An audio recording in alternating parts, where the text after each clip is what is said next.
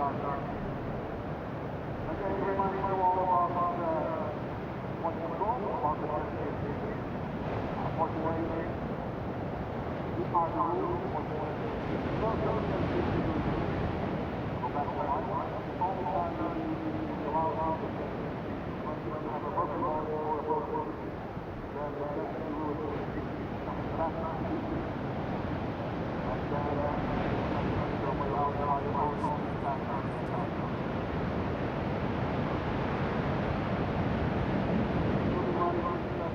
this first round of the 96 for the men's competition of this EDP Vissla Pro Ericeira.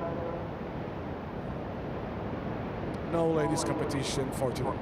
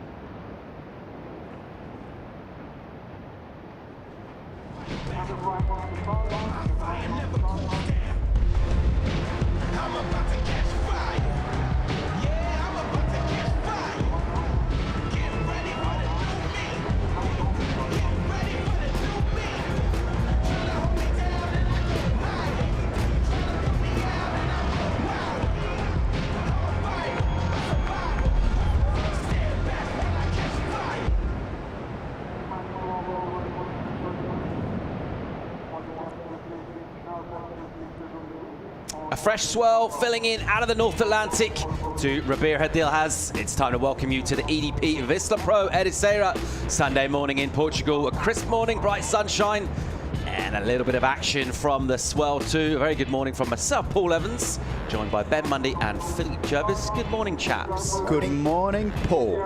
Yeah, look at that. There's sort of beauty shots as it's known in the business, and what a beautiful part of the world we are here in Ericeira. As you said, the swells come in, there's light offshore breeze, the sun's shining. We're in for an incredible day of world-class surfing, Paul. I'm pretty happy. Philippe, we've had a couple of glimpses of the action out in the water this morning. It's good to see that swell filling in here, and hopefully we'll get the call soon, but looking like a good day of competition coming up. Yeah, that's what we've been waiting for, actually. We knew that there was a swell filling in for today, and light winds for the whole day, so it looks pretty fun out there. The tide is still a bit high, but I'm pretty sure we're gonna have the contest starting. And of course, the reason why we're here contesting this Challenger Series event, it's all about getting that qualification done for the Championship Tour. And with just a couple more events to go from here, things have kind of crystallized a little bit. We've got some quite interesting situations to break down and talk you through. Obviously, surfers leading right now, be feeling more comfortable than those chasing down the numbers. Let's have a look where we are. And someone that we're pretty confident about is the Indonesian surfer Rio Waida. A historic campaign so far from him, Ben. Yeah, he's been absolutely on fire. 2 event wins, surfing really sharp. He's got a massive lead. He's pretty much got a lock. And you see some other big names in there. Ezekiel Lau is up in the first heat. If we do run, which we are expected to this morning, then we're going to see one of the heavy hitters of the whole tournament straight up and into it. That's why it's so cutthroat, this business. Putting numbers on it, we've got a 99.9% chance to see him. That's almost 100%, Paul. It's pretty close to it, yeah. In terms of Leo, you mentioned him. If he goes deep into this event, 9th or better, 96.8. So we're right up there in terms of his chances of qualifying. Of course, Zeke Lau as well. If he gets up into the semis, of course, he made the finals last year, but also up in those 90%. So all of those guys real close, but it's really interesting when you get up in the rankings and you get towards the end of the season, just dealing with that headspace and really just trying to make it about the next heat, though, Philippe. Oh yeah, as a pro surfer, it's never easy. Your spot is always everyone is targeting you, so you know that you have to do well, you have to surf good, and just put more points and make sure you qualify. So everyone coming from behind, all those guys outside of the top 10, even of the guys on the bottom of the top 10, will be targeting those highest places. So it's going to be an interesting one, and the last part of the year should be nail biting. And of course, crucial in terms of getting the result, obviously, is having consistent waves and everyone giving an opportunity for surfer heats to kick things off on the Challenger Series, Ben. So we will need to see some waves coming through to give everyone a chance. Yeah, that's right. It's the priority system, which obviously helps in terms of everyone getting their, an equal opportunity. But yeah, well, I mean, surfing competitions need waves. It's, there's no sort of breakthrough there. But yeah, this place delivers that. It's a pretty level playing field. There's been a few lull in the sets, probably a bit of high tide kind of stuff maybe this morning. But as soon as that goes away, I think we're going to see enough opportunity for all these surfers. There shouldn't be any excuses out there today. Let's go down and get the official call for today with Travis Logie. He's with Joanna Garnell. Good morning, guys. Good morning, Travis. Well, yesterday we had a lay day. How are the conditions looking for today? Morning, Joanna. Yes, definitely no lay day today. The swells showed up. The tide's still a little bit hard, but there's definitely waves. And as it drops out, it's going to improve through the day. So we're on 8:05 start. And who's going to compete today? We're going to go with the men's round 1. We'll probably get through heats 1 to 18 today. We'll see how we go. The glare comes in around 4 p.m. It gets pretty radical, but we're prepared for it. So should be a good day. And how about the forecast for the next days? Yeah, the swell peaks today and then it kind of dissipates through tomorrow and the next day, but there'll still be waves. Wednesday's looking a little bit potential lay day, but we'll see how we go. It can change as we go on. So, but today, tomorrow, and Tuesday looking really promising. Got a tricky week coming up, right? It's always tricky, but we'll get it done. And these guys and girls make anything look good. So we're blessed. Well, thank you very much, and back to you guys. Thanks, Joanna. Philippe, just think about high tide out here at Ribeira del Este, some of the challenges of surfing this wave when there is a little bit more water on the reef. Yeah, it's never easy because the wave doesn't have that big wall and a big steep wall to get some turns done, but it's always surfable, and I'm pretty sure that these guys will make the best of it. All right, let's check out in the water. Defending event champ Ezekiel Lau, flying high in the Challenger Series rankings in 3rd right now, taking on Luke Thompson from South Africa, Mateus Navarro from Brazil, and the veteran, former CT campaigner Aritz Araburu out of Spain. So that is our quartet in the water right now. And just that early morning light poking through. Your favourite time of day here, Ben? You love the mornings, don't you? Yeah, I'm a morning guy. Yeah, kind of a morning guy, yeah. I mean, an afternoon guy. I'm actually an evening guy as well. But yeah, no, it's a beautiful sort of time of year. This time of year, we woke up this morning, you could just feel the offshore breeze sort of rattling through the canyon. You know it's going to get warm up sort of throughout the course of the day. Layers are very important, I think, in the sort of clothing-wise, Paul, in these type of conditions. But yeah, it's fresh and it's sunny, and you can smell this sort of autumn just in the air. It's a beautiful time. So surfers who've travelled here from all over the world, and all that anticipation dealing with getting here, usually getting in a little bit early and getting some free surfing done, but all kind of building up to getting things underway. It will be a relief to get things kicked off this morning. And to get some waves surfed in anger. Here's a look at our tides, what we're looking at. So that high water this morning, that was around about half an hour ago. And we've got a couple of meters of swing. The difference between high and low, they're just shy of 2 meters. So fair bit of swing. That's about 6 feet in old money. And it will make a big, big difference to how this wave breaks throughout the day. Oh yeah, it's going to be a completely different outfield back there. So you'll see the tide getting lower, and the wave will just get a lot longer, and there's going to be a lot more sections to just play it harder.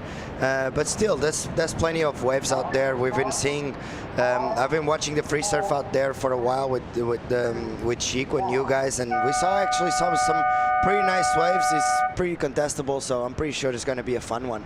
And in terms of our direction here, one of the reasons why this event has been pretty successful down the years is just because of the consistency of working on pretty much any kind of swell. But this one is pretty north, actually, this swell. How's that going to affect the wave, Philly? Yeah, sometimes with the west swell, when you get a west swell, the wall gets a bit steeper. But with the north swell just kind of misses out the bank out there. But you know, it's kind of northwest, so there might be a few waves out there that just came from a little bit of a west direction, which will be a lot of scoring potential, as you see the first wave of the day. Luke Thompson with a bit of a spring in his step, just kind of clawing at the section in front, and a couple of quick hits from him to get things underway here this morning. Maybe surface might be choosing to sit a little bit deeper on that reef just with this angle in the swell, and he opens up his account here.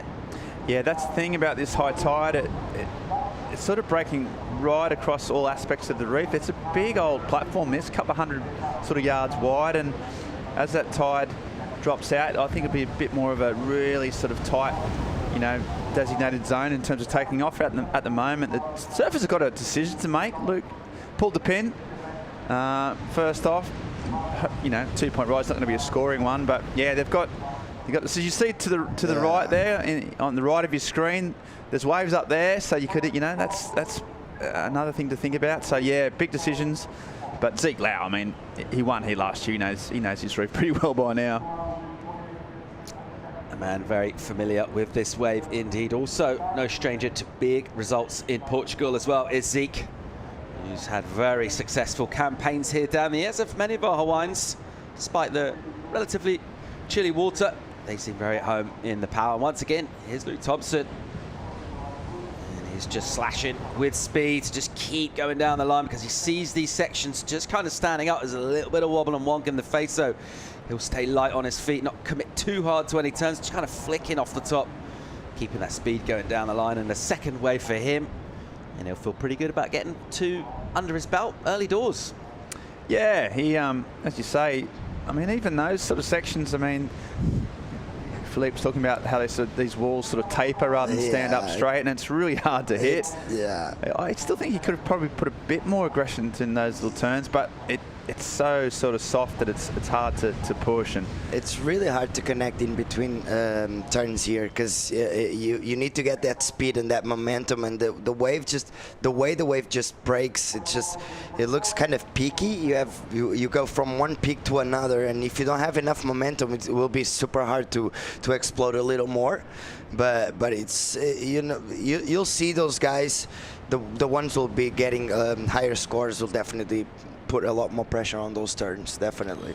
Yeah, and there's Ritz. I mean, such a long and storied career, one of Europeans' greatest surfers, always in the mix, so calm and composed, and you know, he'll be taking his time. That's his MO. He doesn't rush things, does a Ritz, and he's surfed this wave since he was a grommet, and yeah, really looking forward to what a Ritz can show. I mean, we keep saying he's a veteran, but he keeps turning up and he keeps putting in some big performances. So we'll see, you know, see how he goes. Usually a bit of swell helps the Ritz, I think, but he's still dangerous, right?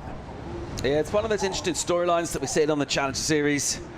Is this platform really giving the chance for surfers that we're used to seeing and we're familiar with, and we get these kind of breakthrough stories coming as well, and seeing those two come together and seeing almost that kind of generational clash. One of the highlights for me last year as a spectator watching the Challenger Series go down, and once again this year as well. And really interesting to see those names in the mix, people with CT experience, surfers that maybe didn't make the cut earlier this year, right back up there, but brand new names And of course, Rio Waida, we touched upon on the top of the show this morning.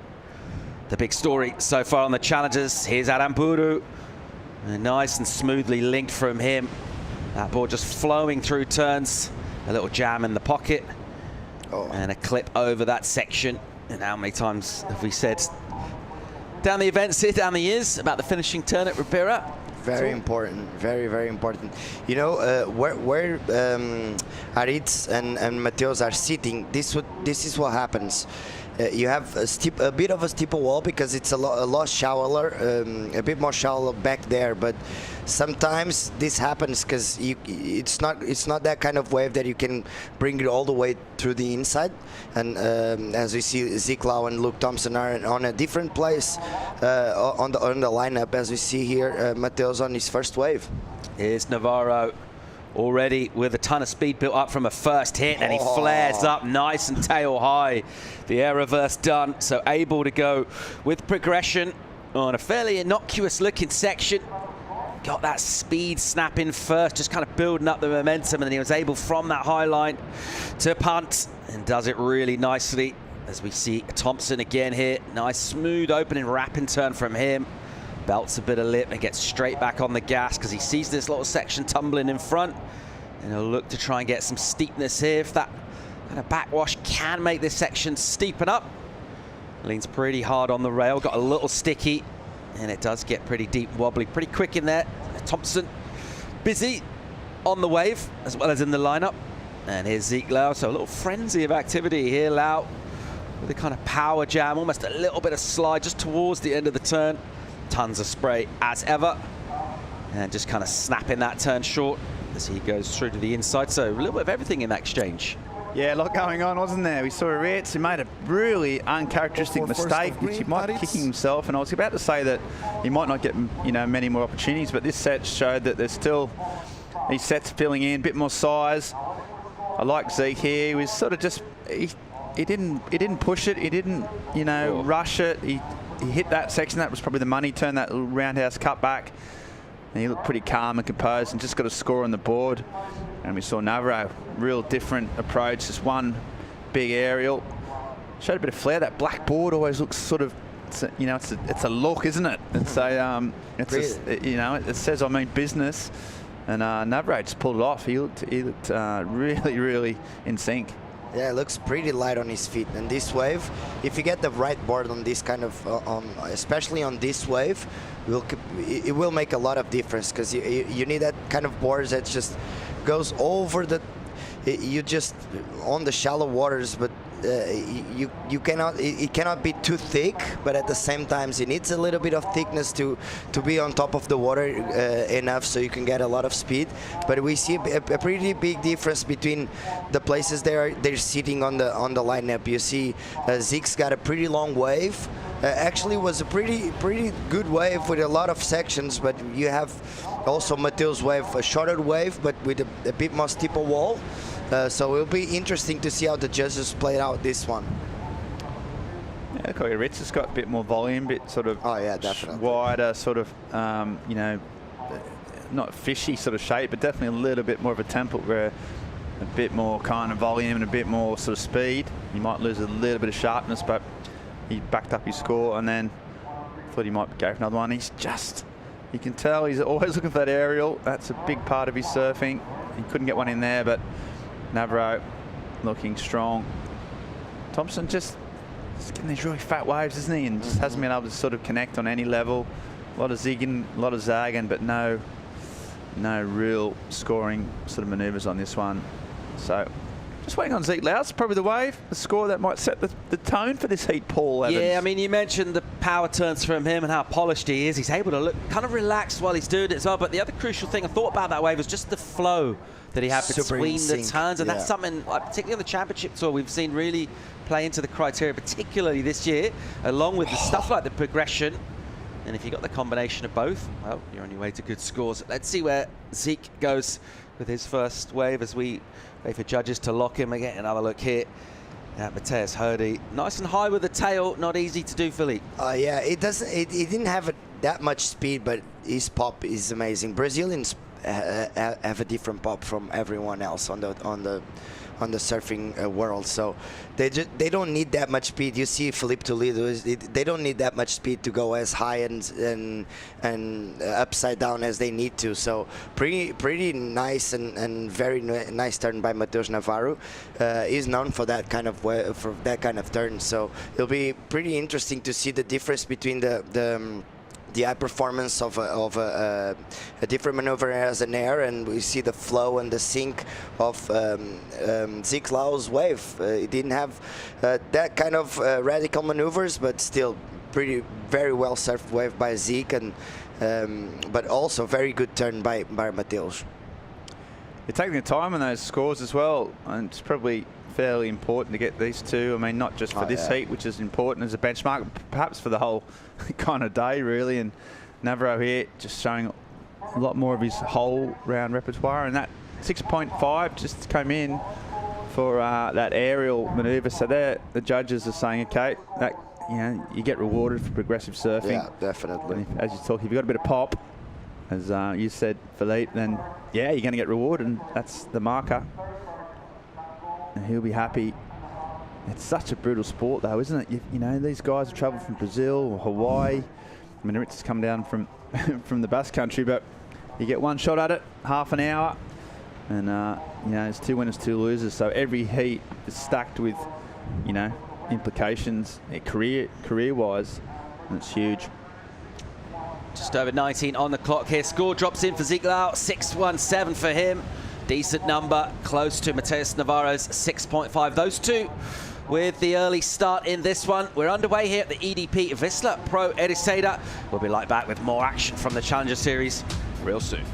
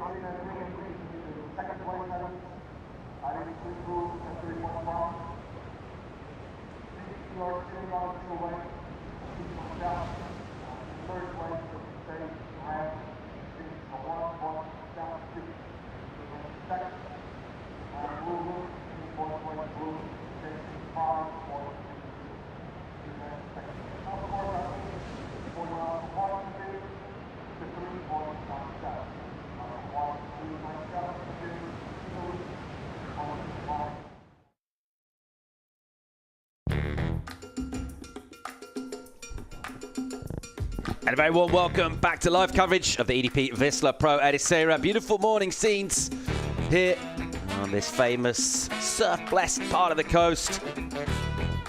Surfers this morning, like this guy right here, he might evolve. Kind of the location where MI sort of came alive last year, wasn't it? It's where it really caught fire and got the confidence. This place up, didn't he? Nines all over the place, dropping big numbers. Should, you know, was the out-and-out favourite for the event, but just, you know, it was the performance that set him up for the CT debut. So yeah, really looking forward to watching this guy surf in these waves. It's just, they seem just to work so well together. So with the early motion in this one, our Brazilian surfer Navarro got that 6.5, relatively modest, back up at 3.97 right now. Zeke Lau with some powerful carves, the clean rail work, a ton of spray, looking very composed and polished as well during his maneuvers. Between them two, didn't look like he needed to put too much himself into that wave to get a 6. And when Zeke really does kind of commit physically to his surfing, well, he goes right up through the scale. One of the reasons why he's flying high. 3rd position right now on the Challenger Series in a really good shot. Championship Tour qualification for 2023. That all to be decided pretty soon. We're going to culminate in Haliva. Before that, head over to Saquarema beginning in November. Right now we're in Portugal. We're pretty pleased to be here, Ben. Yeah, absolutely. It's you know, this time of year and in Europe is incredible for waves, and it's sort of synonymous now with the Pro Surf circus coming to town and, you know, showing what Europe's got. So yeah, it's good to be back in the zone, back in the vibe. You've been watching the events in sort of Huntington, you know, a whole different kettle of fish in terms of big crowds and small waves and different energy and different vibe. Then we come to this sort of part of the world where there's sort of more raw ocean energy and natural beauty. So yeah, I'm really excited, Paul. It's you know, we've got guys like Zeke Lau, who, as you see, defending champion. Just that real CT class, you know. We look at those ratings. Ryan Callanan's right up there. Another guy with, you know, CT pedigree. You know, all those guys that got knocked off, they're fighting for their careers. And I think we're going to see some, yeah, just some great surfing. That's what I'm looking forward to the most. Yeah, huge statement performance from Zeke Lau here last year. Obviously, just in terms of the points and the result, that's huge, but just the way he surfed and the sort of command he had over this venue, very impressive. And you don't see loads of this, the left being ridden. That's partly just due to the swell direction. Some of these holes in the reef are actually kind of standing up little peaks. Zeke just having a look at a left there, a couple of quick whips on the backside. Meanwhile, back on the peak, Thompson having a little look around, just a couple of twos from him. Busy early work, unable to do a load of damage in terms of scores. And by the time you've posted a couple of numbers, as everyone does now, get to that stage in the heat where you start to really think about kind of tactics and the read of the ocean that you've been able to gather thus far. What have we learned so far this morning, Ben? What are we looking for in terms of type of waves, type of sections? Yeah, well, you look, I mean, there's been two approaches, the two best waves. One was a long sort of steeper wall that Zeke just sort of picked the pocket of and surf with the flow. And the other option was the sort of really short and sharp big maneuver from the inside from Navarro. So this is the kind of surfing that Zeke Lau, he'll just bread and butter. He's trying to sort of, he's got that 6 in his pocket. He's just trying to back up now. Not a bad strategy. He hasn't got priority. You know, I'd be inclined, as we see Zeke just bust it out and do a reverse and just manage just to milk some more points. He likes, you can tell by his body language. I'd be inclined to wait for those sets. That, you know, they're coming through every, you know, it's every 5 or 6 minutes. It's on a longish period, so they do take their time. But I think if you can wait and get in the rhythm of those sets, that's the way to win. There, a mark of a confident competitor right there, though. Just going above the lip on that turn when he could have just been a little bit conservative. You would have forgiven him. He doesn't really have a decent backup, just sitting on a 1.5, and he got a couple of good turns done. And if you're playing it safe, you would have just kind of just nursed that maneuver. Not so for Zeke Lau. Goes with the air, lands it, and he'll be getting a decent number, certainly to work on that backup. Meanwhile, live action from our drone. Let's check out Aramburu. The trademark style. He's nice and tight in the pocket. He always puts his surfing technical parts of the wave and able to get a little bit of wrapping energy into some turns as this wave will continue to run, not super steep through the outside section, and then able to just kind of match the energy and the speed of the wave without having to do too much between the maneuvers, and then throwing in the little classic Ritz layback turn to finish. Bog off, buy one get one free, because he unleashed the Lazarus layback out the back, and then you know, a little bit of flare on the inside. But you were talking about sort of, you know, where to sit and reef and how to get through. And Aramburu, his sort of wave and ocean knowledge, I mean, it's part of the reason he's been so successful for so long. He you know, he's patient. He always seems to be in the right spot. And this wave, you know, it wasn't super steep, but it just sort of kept giving little turns, and you know, he's chipping away a Ritz, and that's what he does, and he'll be really happy with that wave. But speaking of patience as well, if you did have to get stuck in a lift or an elevator, if you play with someone, you can imagine the Ritz to kind of go keep a real cool head in that situation. Yeah. He'd talk you through it. He'd be one of those guys that, maybe just reaches into his pocket, brings out like one of those little multi-tools, starts to sort of looking around at things, way to fix it, you know, just comes up with solutions. Quick game of Uno. Yeah, he's really good at Uno. I mean, he keeps those wild cards, doesn't he? He always keeps them and then uses them at the right time. Yeah, he's surfing real. And this is that way. I mean, that, as you say, that's not easy, and that's a risky manoeuvre, given he was just trying to back up his score. And then he finishes off well. So Zeke, yeah, that's a man of confidence. A man coming off a victory, US Open. You know, not, you would think traditionally one of his sort of strong points, those small beach breaks, but he's got it all, and yeah, he's looking strong. Yeah, part of that kind of modern generation that we used to kind of associate the bigger surfers, the bigger physiques with kind of powerful, like more traditional surfing, and surfers slightly lighter and slighter maybe with the more progressive stuff. Not really so anymore. I think Medina particularly, the kind of, you know, really sort of embodies that, doesn't he? He's a big, powerful unit, but just unbelievable. And Zeke Lau also is actually really good above the lip. Yeah, he really is. He's really dynamic, and he's so sharp. And technically, he's always got board speed. So, yeah, on any type of wave, he can generate speed and he can generate flare. So, yeah, you have to be to get to this level of surfing to be on the CT. You need all that. Gone are the days where you can just, you know, have one aspect of your surfing that really sticks through.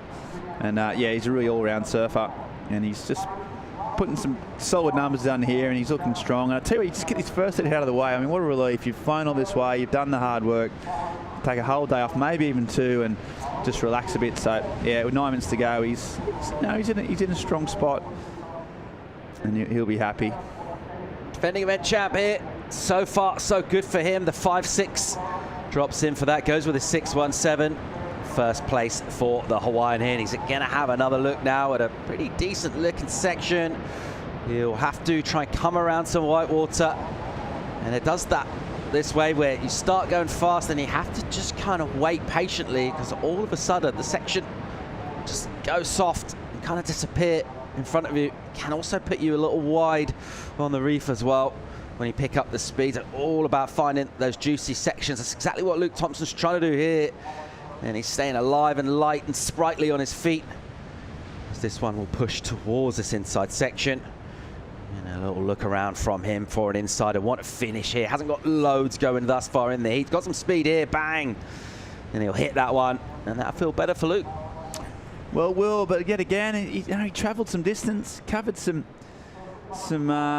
meters, but there wasn't many sort of opportunities. He had that little foam from Zeke's wave in his way, and he just really, yet again, you know, a bit of fins out at the end, but you could just tell he was struggling the whole way to find some, you know, clean open face, and that'll hurt. You know, that'll hamper his score quite a bit, I'd imagine. Really struggling to get a foothold in this heat. Thompson got 7 minutes, 8 minutes to change his week around. Saw him yesterday, didn't he? He was part of the Safa crew up there on the little free surfing. Really ultra talented young crew of South Africans. Yeah. He's part of that push. Yeah, there's some good young talent. Real, typically, you know, smooth style, grown up in, you know, quality waves. Really competitive, good little tight unit crew as well. So, but they'll all be cheering their man right now. But they know he's under the pump.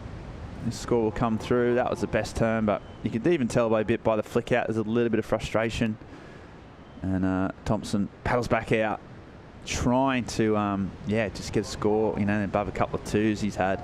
So he's in strife. 7 on the clock here in our opening heat of the EDP Vissla Pro. The man in second place uses priority. Mateus Navarro, smaller wave from him. Clean on the face. And he'll just be a little patient and let it stand up. That was really nicely done. As he puts pressure on the rail and gets on the back foot. Loads of spray from that opening turn. And had to travel a whole long way to get his second maneuver done. And he's joining up the dots pretty nicely in there. It's technical surfing, not massive points on offer generally for rebounding maneuvers, but able to liberate the fins, reverse it around through the white water. But he looks rubbery and lithe and limber bent. Yeah, he really does. You can see what I like. Even when he's driving through his transition turns, you see the fins sort of slicing through the water. Look at these. He comes through here. You can see the fins just driving off. And maybe that's just a function of being white against the black, but Yeah, he's got so much board speed. And I tell you what I like, Paul, in surfing, is when you go right then you go left. You always, for some reason, he's got that little good feeling inside that you've done something a little bit different. And he spun right and he went left and he spun around. Yeah, so not a huge scoring potential, but you can tell that he's got some drive and got some real. That board looks fast. So yeah, he's looking sharp. Adam Buru back at it here. He'll just keep catching waves and looking for opportunities. So he just kind of prods a turn into the lip, gets a little bit more of that there, and straight on the rail, wrapping around with the shoulders then the hips, and just dealing with some pretty tight geometry. Tried to get a final maneuver in the end, it turns into a kind of maneuver to kick out. Adam Buru will just keep looking for numbers here. 5.31, the requirement prior to that. He's got a 5.17 for his previous wave, so just needs a little better than that. But you see his numbers have been creeping up around about a point each time he's caught a wave in this heat, and they'll want that to continue. Yeah, absolutely. And again, sort of a bit of deja vu here for Ritz. Just a wave that he's working hard at, but you know, there's not a whole lot of fins out or rhythm. This was probably his best turn. That's classic Ritz there. The arm sprayed wide and a nice little carve, chasing that 5.31, and you can tell that he still thinks he might have a bit of more business to do out the back. Getting down to that really tight time now. It goes quick for these surfers. And, well, there's Caity Simmers. We've seen him perform well here as well over the years, Paul. Experienced European. So I like the white boots with the steamer on as well. All the way back to the juniors, the World Junior titles here. And he absolutely ripped this place apart when we were blessed with really good conditions some years ago now. Got that real low center of gravity and has loads of drive and speed as well. Let's check out Luke Thompson here, looking for a number 6.08, the requirement. Just over 3.45 on the clock. This wave a little smaller opening section. And just a little sticky. You see the wobble in the wave as you're doing your bottom turn. That's generally not great news. By the time you get into the lip, you do get that little bit of wobble, and you have to kind of pull the turn a little short. So what happened to him there, Luke? That's not going to be the 6 required. So 3.5 on the clock. He's still going to be looking for numbers out there, as we suspect is Adam Buru. And this is the heat recap, Ben. Navarro looking loose from the start. Yeah, straight up. This is his first wave, and, you know, he signalled his intent. That was the highest scoring wave of the day so far of the heat, 6.5. And then, yeah, a real different approach from Zeke Lau. You mentioned the flow, and that was the key component of this wave. Just, you can see him just, there's no sort of wiggles in between turns. He just plants his feet with good style, nice and clean. You know, it's bumpy and it's choppy, but he's just slicing through those and finishes off well. And so that got him pretty much in the lead with 6.17. He backed it up. So Zeke Lau, he knows which waves stand up. He knows what are the high scoring sort of waves on this patch of reef, and he just manages to work it. That's a little short, sharp stab right in the heart of that wave. And with these two waves, Zeke's moving up. And I wondered how long, Paul, you'd sort of go in this event before the sort of low centre of gravity came out. And first heat, the fact that you waited 25 minutes was actually a surprise. But and you think that Thompson's got the more of a high centre of gravity, which, as we well know, doesn't get talked about often enough for me.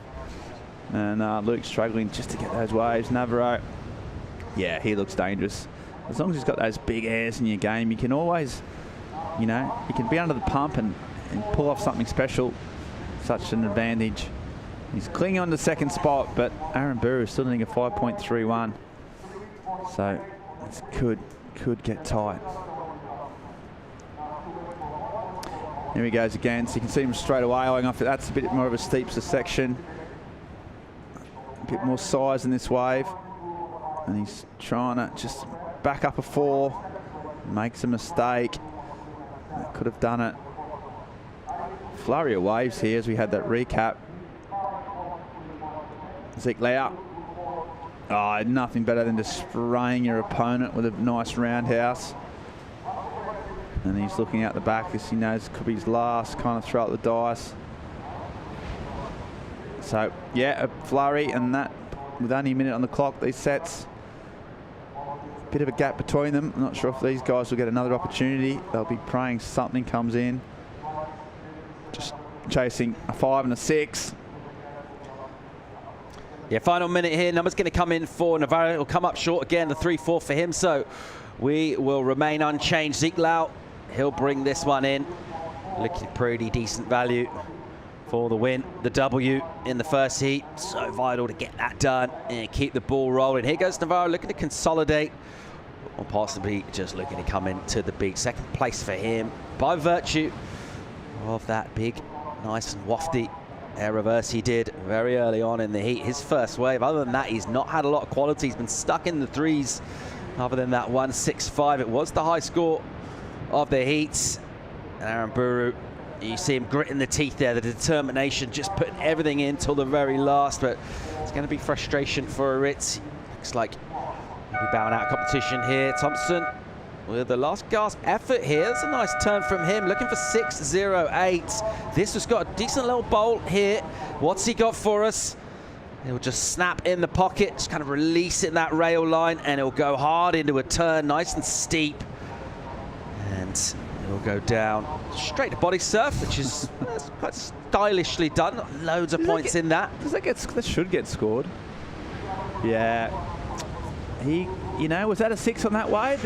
Looked like there could have been 6 points on that wave, and he'll be just gutted that he didn't get that last turn in. That's a big mistake. You know, he's young, but still, you know, this wave here, he connected with his first turn. That was solid.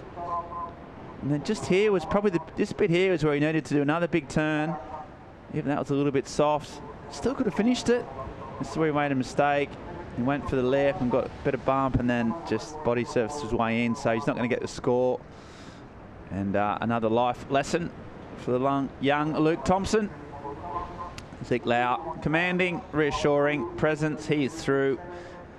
The Brazilian, also a black-bordered Brazilian, was busy, and he looks dangerous as well. We've got our first 2 surfers through, and our first 2 surfers, unfortunately, exiting the building. Mickey Pecan just having a debrief with Zeke. They'll be happy. That brains trust. So good to get that first out of the way. Official results are in. Zeke Lau, decent total, 11.77.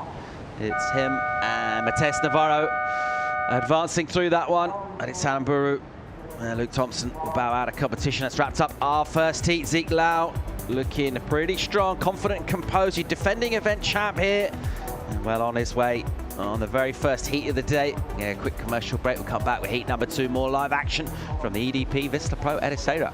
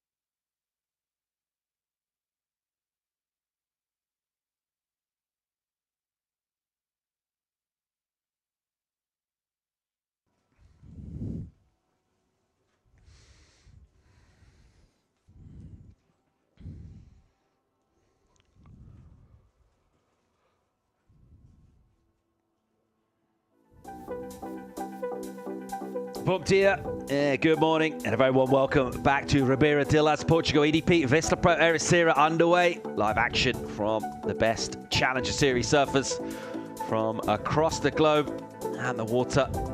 We saw a pretty commanding performance from Zeke Lau in the opening heat. We know he's got loads more left in the tank. And we'll set up with a brand new quarter out in the water as we'll welcome back into the studio Philippe Jervis. Hey, Paul. How you enjoying the action so far, mate? It's pretty fun. We all know it's only going to get better, but we still watch a pretty nice performance by Zeke and also Mateus Navarro, who was pretty tight again with Aritz as well. A few nice little waves, and yeah, there's plenty more action to come, and I think it's going to be a fun one. The tide is getting lower, the waves are going to get steeper and with a bit more power, so it should be fun. You know what? Let's go and hear from winner of our first heat. Zeke Lau is with Joanna Garnell. Absolutely, looking really calm and patient out there. Is that because you just won the last event and the last event here at Ericeira last year? Oh yeah, you know, I'm just really stoked to be here. I mean, I love coming to Ericeira, and you know, I love Portugal. It's a great place, and you know, I just feel good. I feel at home here, and I'm just happy and stoked, and nothing to worry about. Just get out there and surf. Well, there is something to worry about. Those rocks last year almost got you. Are you going to keep away from them? Yeah, we're gonna try and stay away from them this time, but you know, you never know. If it comes down to it, we're gonna have to do it again. And you just tried out your board today? Talk to me about that. Yeah, I actually didn't ride this board out here at all before my heat today, and I was just like looking at the conditions, just saying, I think this board's gonna work, and sometimes you just gotta trust your gut instinct, and you know, it paid off. So that's the lucky pick for this event? I think so. I think I'm gonna be riding this board every heat after that. Well, thank you very much, and back to you guys. Thanks, Joanna. As we'll pick up fellow Hawaiian Ian Gentile in the red, the top seed in this heat, on a wave that offered some opportunity early on. Was able to get onto the carve-in maneuvers in the pocket. Did get a little bit of that kind of wobble energy through the inside. Gentile will be stoked to get something on the board early on. We've already got a modest number in for Robson Santos. Just to set this one up, Gentile will be taking on Tim Bissot, a Frenchman from Guadeloupe. Spends a lot of time in Portugal right now. Justin Becret as well.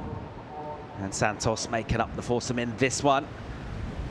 Some nice kind of speedy maneuvers there from Ian. Oh yeah, his board looks insane. It just goes with the flow. It has really a really good flow with the waves, because it's not, as I said, I've been saying this because people at home need to understand this. This is not an easy wave to surf, and it's very hard to keep the momentum. It's very hard to keep the speed between turns. So this board looks really good by Ian, and as you can see, the waves are getting better and better as we see the replay of 4 points by Robson Santos, a little up and over the white water. Another one a little late on that one. One more foam climb, and let's see, he can finish it off a little stronger. Nice little backhand turn by Robson. Unfortunately, this last section, not all the waves you can have a finishing turn by now, but by the end of the day, not the end of the day, but by the middle of the day, you're gonna have some really nice finishing turns for sure, because the tide will be a lot lower and that finishing section will be pretty nice. This is just a nice little finishing turn by Justin. Yeah, this is the thing about the tide getting lower. We're gonna see a lot of waves ridden, a lot of scores coming in, and best so far, that last wave from Justin, 6.17, pretty nice wave to start the heat. A really strong finish there from Justin Becret out of Seigneur, Southwest France, down here as part of Camp Marsh. The coach, Richard Marsh, in Justin's corner. Been working with him for a couple of years, and they worked on their strategy down here. And so far, so good for Becret. 6.17, a decent way to kick things off. It does have that muscular style. Got a chance to surf in the Championship Tour event up in Super Tubos, Peniche, back in March. And now looking to get himself a spot on that tour by virtue of Challenger Series qualification. Justin Becret, we've known a bit about him from a young age. Got a good skill set in barrels as well. So that's with the progression, but really strong on the maneuvers. And you feel this kind of wave, if you can just get a chance to impose yourself a little bit, particularly on that end section. We talked about how tricky it can be. Generally rewarded well with points. So numbers in as well for Gentile. 4.83, the 4 for Robson Santos. Here goes Ian Gentile. Oh, nice and loose releases the fins. Just kind of slides out of a first turn. And then a little downtime between your maneuvers just can kind of keep the score low a little bit. You have to wait too long, but he's linking well now through the inside. Or just lean again. Just have to be a little bit conservative and not push too hard. I think he's got a pretty good read on this wave and a strong finish from him. So pretty nicely served. In terms of the potential of the wave and what you could have done with it, there's a lot more he could have really done. I don't think he could have done a lot more than that. He used the ideal sections to go hard. This first turn is really good, very technical. He releases the fins. He manages to get out of it with a lot of control. And this part of the wave, he knows what he's doing. He needs to keep the flow, not lose any speed, so he can explode as powerful as he can as soon as the wave provides it. Because sometimes this wave gets a little quieter. And this finishing turn, really nice surfing by Ian Gentile. Very good finishing turn. That's a pretty clever turn to finish it off, because that section, if you don't come with enough speed, you might end up releasing the tail a little bit, pushing it a little bit too hard, and ended up falling. And it shows it very wisely, and it's going to be a really nice score for Ian. Santos off the bottom. First turn from him in the pocket, a little slash back to the juice, then gets a little stuck and will get caught behind here. And he looks like he's able to generate speed on that backhand. Some real nice drive from his surfing, from his first wave. He was always just kind of a little bit behind the section, wasn't he? He was just slightly behind the pocket, but nevertheless, you saw the drive on the backhand from him. If he can link turns together, will pay dividends for him. Gentile with the 5-4 for his previous effort. And we're getting a look here at Justin Becret. Yeah, nice little carve to it. And then nice finishing it up. Unfortunately, the wave didn't provide that much, but it's a good backup score for Justin, just to improve on his situation. I was actually speaking with Chico Alves back there, and we were discussing the front side backside scene right now. And with this tide, we're pretty sure the front side is a little bit of an advantage, because you're actually able to maintain that flow and that speed, and sometimes these sections are not that steep, so you can go powerful and vertical in the backside. So it should be fun. How's this drone footage? How's the water so clean? As we see, Team Bisso still hasn't ridden a wave, and Tim has been living in Portugal, so he's pretty used to surf Ribeira de Ilhas. I managed to surf a few times with him around here, so it's going to be pretty interesting to see how he approaches and which wave he's going to get, because he has a little bit of a local knowledge, in my opinion. Santos here with a bit of whip to an opening turn. And again, not quite able to get in the pocket, and he'll go out on the face, just kind of carve and jam around in the pocket, just kind of work in those angles, and try to go for a rebound maneuver from him. So a lot of energy sort of scattered in different directions thus far for Santos. Here goes Becret as he stands up and then goes into a bit of a mushy turn. He was unable to really push hard on that one, just to set up. He'll wrap around again, and now he'll look to snap into the lip and then get straight back on the gas. Becret through to the inside. Just kind of prods a turn down out of the section, goes back towards the whitewater, and he'll want to finish strong here.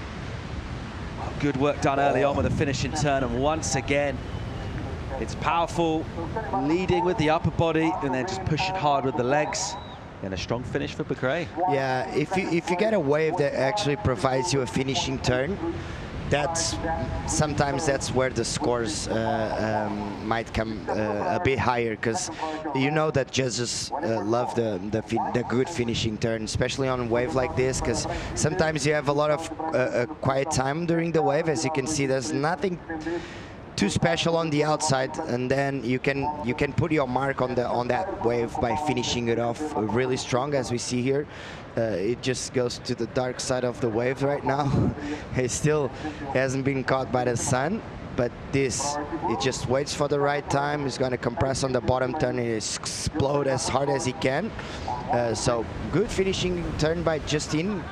He's going to improve on his situation. He has a 2.83 to throw away, so that's going to be a really good one. So plenty of time left to go in this one. 17 minutes, 45 seconds for Tim Bisso. We'll sit there with priority. No waves ridden by him as yet. And he might hear scores for his compatriot, Becrae. Get even healthier when the next number comes through. Becrae, the low score's just a 2.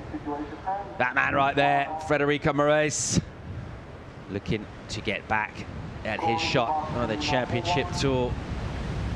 And he knows this wave very, very well indeed. Very well. He's, as you can see, he's with his main crew. That was his father and his cousin.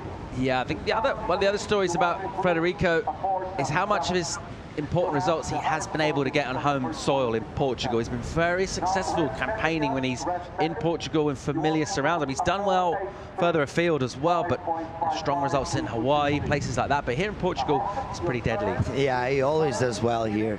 Because, you know, Portugal has a pretty unique kind of waves, especially Ribeira de Ilhas. It's a pretty unique wave. And Kikas has been surfing here since he was 6 years old, maybe. His dad used to go out with him, just paddling with a few fins on his foot, just pushing him around, because his dad doesn't surf, but he was always with him on the water when he was young.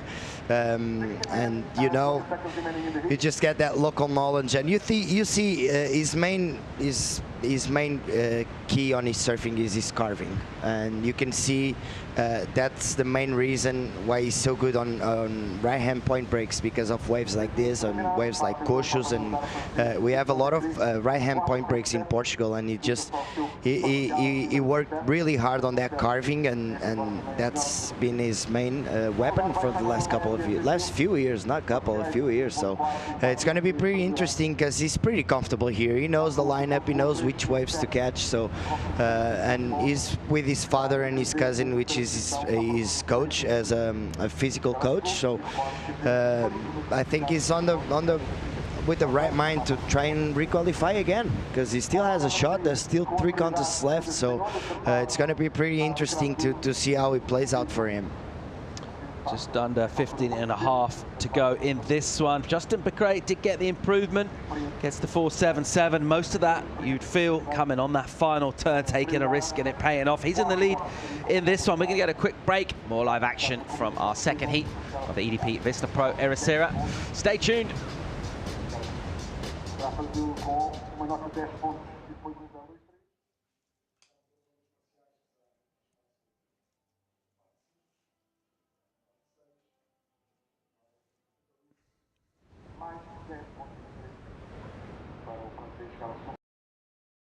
Of the 14 minutes and 40 seconds.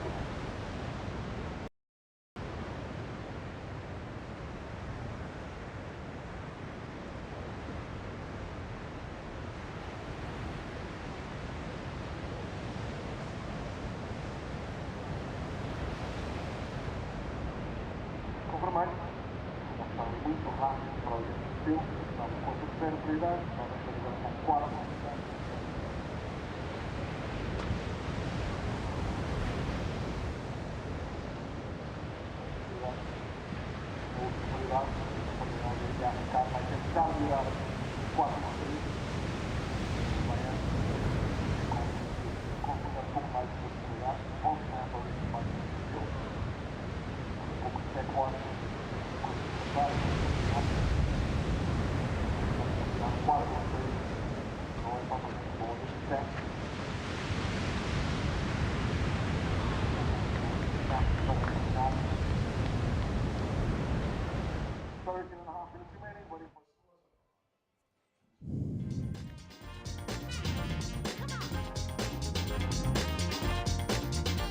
Welcome back to Ericeira. Sunny skies and a fresh swell pulsing in. It's not huge. We do have ever more consistent sets pouring through here. Multiple waves in the sets too. Kind of a hallmark of that building swell. And the tide now on the ebb, which should improve things for our surfers. Just in terms of the way this right-hand running reef point breaks. At the moment out in the water, one of our Frenchmen, Caity, with the best of it, a total of 10.94 with due score. Well, the Hawaiian Ian Gentile out of Maui rode that one during the break. Robson Santos on your screen right there. Just been a little bit unlucky in terms of the waves he's caught. And Tim Bissau has been very quiet indeed, and as I say that, he takes off on a good-looking wave, so will the patient approach pay off as he's behind some whitewater here, and he gives it a little grimace. So you've waited a long time to ride a wave, and he's going to get a very low number in the order of a 1 or a 2, something like that for that. So he's going to have to think on here, Philippe. Yeah, it's a 12-minute hit for him. The thing about Rio Waida, you can actually do a 12-minute heat here. We have seen. We're just gonna go on replay on this one of Jan, and then I'll go back where I stopped with my ideas. We see Jan, nice snap off the top. Another one. A nice little carving. His board looks insane, Paul. Really bladey looking, isn't it? Well, you mentioned volume before. That one looks pretty knifey. Yeah, it looks really, really good. And he's going to finish it off really strong here. So, very good wave. And the scars are locking in. As you see, it's going to be the best wave of the heat so far. So, pretty good wave choice by Jan. As I was saying, Timo, he still has time because Ribeira, not so much with this type, but with lower tide, you can make 2 waves on a 5-minute space of time, because you can be going from the outside all the way to the inside and then be paddling out. We always have that in mind when we compete here on the nationals, because you can go paddling all the way from the inside to the outside and caught a wave in between. And sometimes those waves, especially if the swell is a bit west, a bit more west, sometimes those waves have the most potential of the hits. Even though it's an inside, you can do for a 3-4 ton combo on the really strong. So 10 minutes might be enough for Timothy, but you know, it's always, it gets on your mind and it plays hard on your mind. So you have to, it doesn't look happy, definitely. Yeah, he's going to need to channel that into some wave catching, into some surfing. Great number in for the Hawaiian Ian Gentile, 7.5 for him, a big number.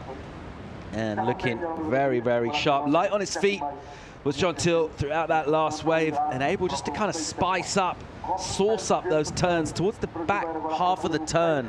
Just getting that release. You mentioned the board looking very lively indeed.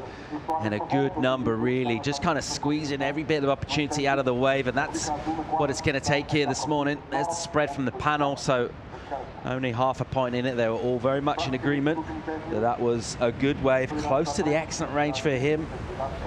And that's going to feel really good when you get to that 10-minute mark in the heat. Getting yourself up the high score, consolidating first position, able to now think about your backup and surfing north of a 5.4. Ian Gentile looking good so far in this one. Caity with priority now. Early work from him was decent, and a little quiet the last 8 or 9 minutes. And he'll look to use that priority. He'll need a 6.74 for first. Of course, we take 1 and 2 through to the next round. Robson Santos having a paddle, a reposition. We mentioned a little bit of the sort of spread and the scatter from our surfers in the lineup.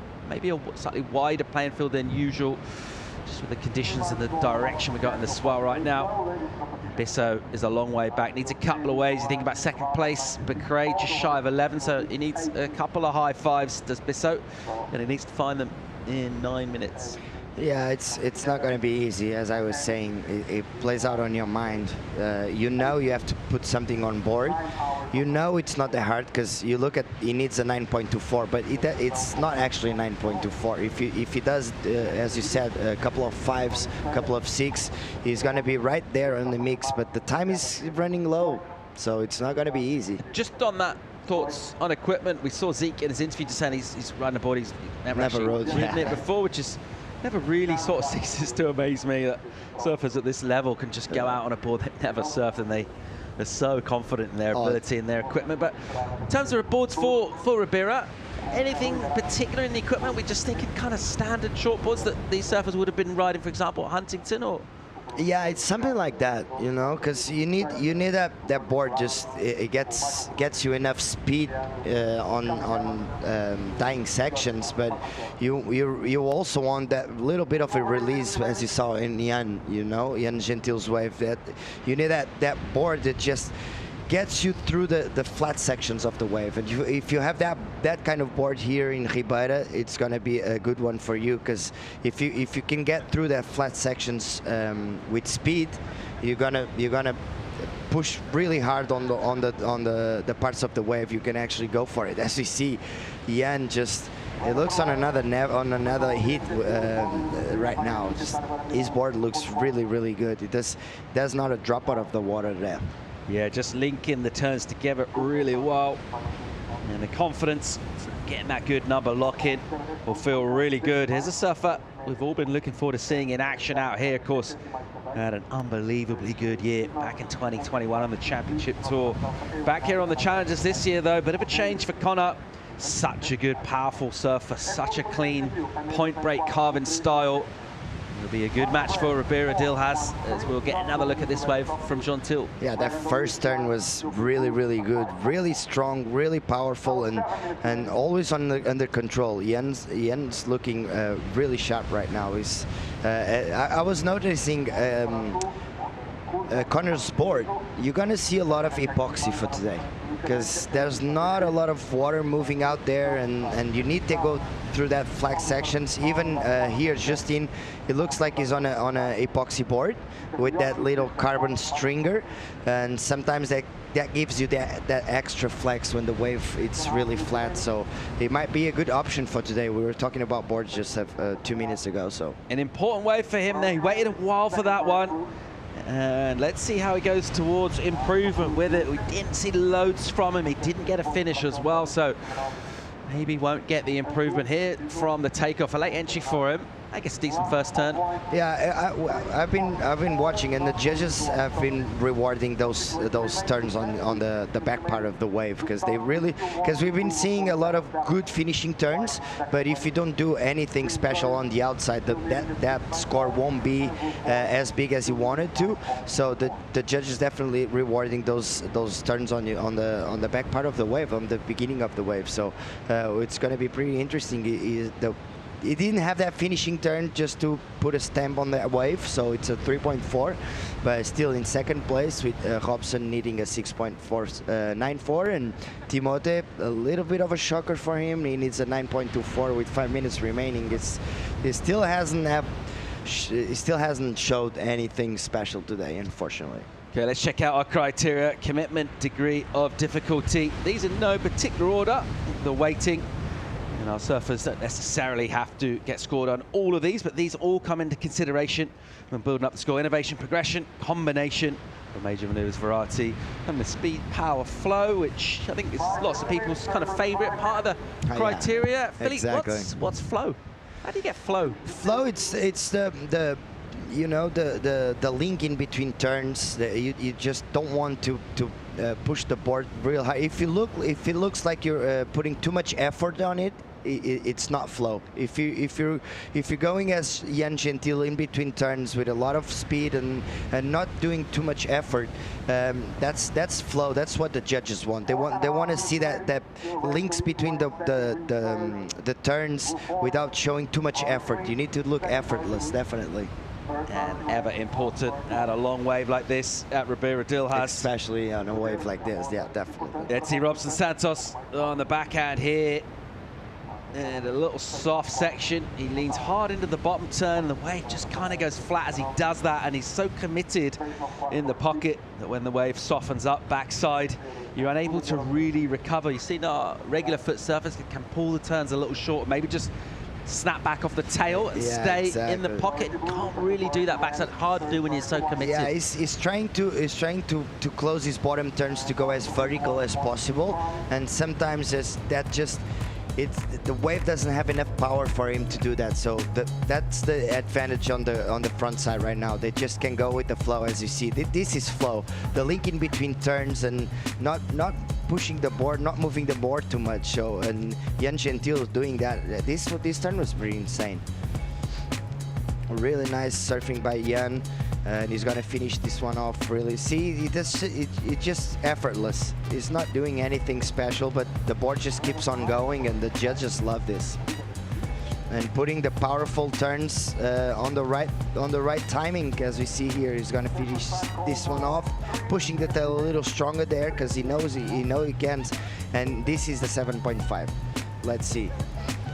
It just waits for the wave to pick up and stand up a little, and he's gonna go really strong on this one. Just going with the flow to the second one, just going another one. See, it looks like it's just one line. It just goes from one turn to another, looking pretty effortless, as we see here. He goes around the flat section and he finished this one off really strong. So that's what the judges want, guys. Making it all look very easy indeed. Smooth as silk from Ian Gentile. Good value for the 7.5. His backup is reasonable as well of the 5.4. That's why he's in the lead right now. Just over 2 on the clock. Bacray didn't improve on his previous wave. It will be a throwaway. Still got the 4.77 as the backup. He's a little vulnerable from a late charge right now from the likes of Santos or Bisso. Tim Bisso's had a nightmare in this. He is such a good surfer, but we've seen this happen a little bit in the QS in Europe. That's true. Sometimes we see him being really, really patient, maybe trying to wait for an 8, and he waits and he waits, and the waves aren't forthcoming. Yeah, on conditions like this, you need to build up. You know, if you wait for too long, you might get caught up in this. You're just waiting for a wave that actually doesn't come. You're looking for some. He's probably looking for a certain type of wave that he already saw out there, but there's not too many of those. So you need to be smart and just build a momentum throughout the heat. So we've been watching Timo. Is a really good surfer. I'm really impressed, especially as a goofy footer. I watch him surf and I see a lot of really good things. He's really compressed on his bottom turns. It's just, look, he's choosing really, really weird waves. So, but he has been that consistent, has he? That's his main, probably his fragile part, is consistency. Yeah, absolutely. When he's on, he's red hot, but just trying to find those results when things aren't going your way. Thought you made a really interesting point about Ribeira Dilas and the option of always catching something when you're paddling back out. Of course, to be able to do that, you need to be paddling back out from riding a wave. So really important to just sort of stay in motion out here. And Bisso's been unable to do that today. So he'll have to go and process and rethink and get ready to come back stronger next event. Meanwhile, a man who's looked real good throughout this on 30 on the clock. And he'll just carve his way into bright morning sunshine. Surfer out of Maui, Gentile has a little look around as he'll bring this one in. You talked about the flow and how important that is in the criteria. And I think that's been key to the success he's had in this heat, putting those big scores together. Very smoothly done. Of course, the equipment as well. His is looking sharp and looking good value. So as we'll pick up Justin Bacray finishing off. So an important wave for him at the end as well. In second place, always vulnerable. Surfer in third, didn't need a huge he needed a high 6, did Robson Santos, but Bacray won't want to leave anything down to chance. So surfing a wave right at the end of the heat, finishing up pretty much on the horn on the inside. Bacray opened up strong, waiting for numbers here. We've actually got scores to come in for everybody. We know Bisso's won't help his situation, but this is another look at Justan's wave. Yeah, nice little first snap. The wave just stands up. He actually managed to get a little snap out there, and as we see Robson on the wave right behind him, try to go for that second place. Unfortunately, a little late again and making a little bit of a mistake. So it's going to be pretty much throwaways for everybody out there with this last couple of exchange of waves. So it's going to be, even here, Jans, this won't be part of his top 2. He's just going to the flow. He finish it off, and so it's just bringing all the way through the inside.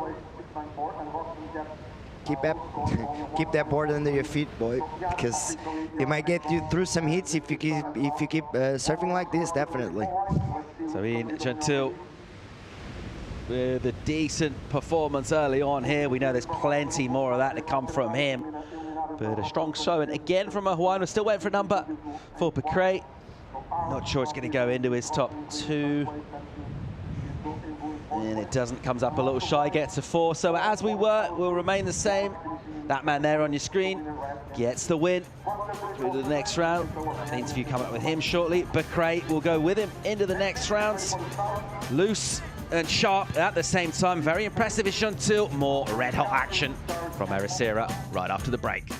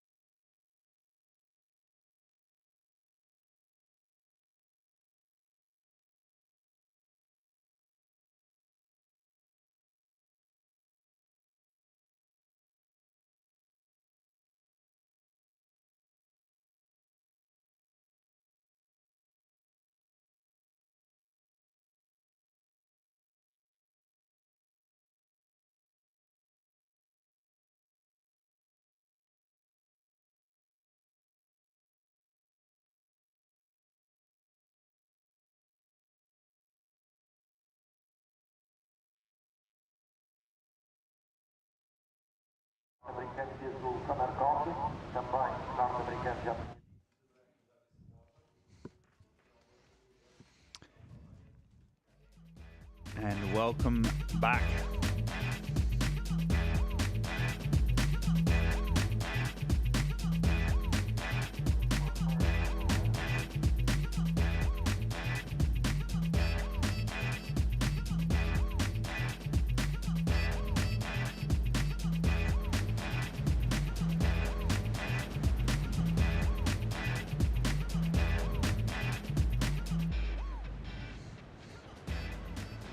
And welcome back to live action from the EDP Vissla Pro Ericeira. My name's Ben Mundy. We've booted Paul Evans out of the booth. Done a fine job, sort of opening stand, came in strong, set the platform. And I'm also joined here in the booth by Philippe Jarvis. You know, we're warming up, aren't we? Yeah. Philippe, we're warming up. I can feel some energy. I can feel some vibe in the ocean. I can, you know, how are you feeling, mate? Yeah, I'm feeling really good. The sun is starting to come up behind the hill, and you see that offshore wind just starting to blow a little stronger. The waves are getting better. The tide is getting lower. So I think we're going to have a day full of action. Yeah, day full of action. And we've got some action coming up in this heat too. We've got some rail work. Maxime Husseneau, the Reunion Island surfer, now based in France, who's been on an absolute tear this year, started off really strong on the Challenger Series in Australia. So he's really close to his dream of getting in the CT. It's been probably a decade long. He's been there or thereabouts for so long, right on the margin, right at the very pointy end. Surfing, I think, as good as any point in his career. So we got Max, and we got Connor Coffin, you know, CT surfer, kind of legend, really. And, you know, you can expect to see some fireworks. And off the bat was Max. What's he got? Oh, sorry, no, this is a Levi Lawson. Yeah. So Levi opening up. Nice couple of turns, and then just goes for a little reverse on the last finishing turn. And this is a 3.83 by Maxime. As you can see, the wave doesn't have that big steep wall ahead of him. He's going to finish this one off with a nice little layback. Unfortunately, the wave just dies off on him. So a couple small scores in the beginning of this heat. Let's see if he goes around this section and goes for one more. A lot of downtime on that wave. Yeah, it just puts one more turn. Still a 3.83. As you were saying, I think Maxime is on his best surfing ever. He's been surfing really, really good, but that you know, that consistency just needs to play out. He started really well in Australia, and he still has his dreams alive, so he can actually make it, but he needs to put some strong results on this back part of the end of the right. year. Yeah, he's 16th on the Challenger Series rankings, so the top 10 go through, so he's there. He's really close. He said he had a great result in in Australia, but it hasn't sort of backed it up. Last year in Europe, he was literally unbeatable. I think he won 3 or 4 events in a row. He'd gone, I think, something like an incredible 40 heats without losing. So he's on a real tear last year on the Europe leg. But yeah, he's got it all to do here. Right now, though, someone who also had an incredible heat, Ian Gentile, is with Chico Alves. All yours, Chico. Yeah, boys, I'm down here with Ian Gentile, last heat winner. At the start of the heat, you struggled a bit finding waves, and then you found the best wave of the day so far. How does it feel?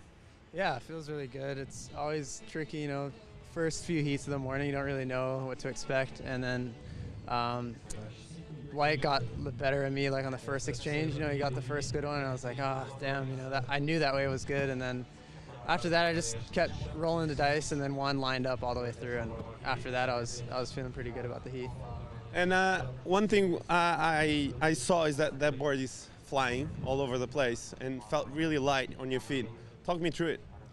Yeah, it's 77. You know, Sharp Eyes, so many. It's like so many good guys on them, so I figured, you know, I'd try to get my hands on some, and there, yeah, for waves like this, it makes all the difference. You know, in the flat spots, it gets you going, and then, yeah, just really good all around.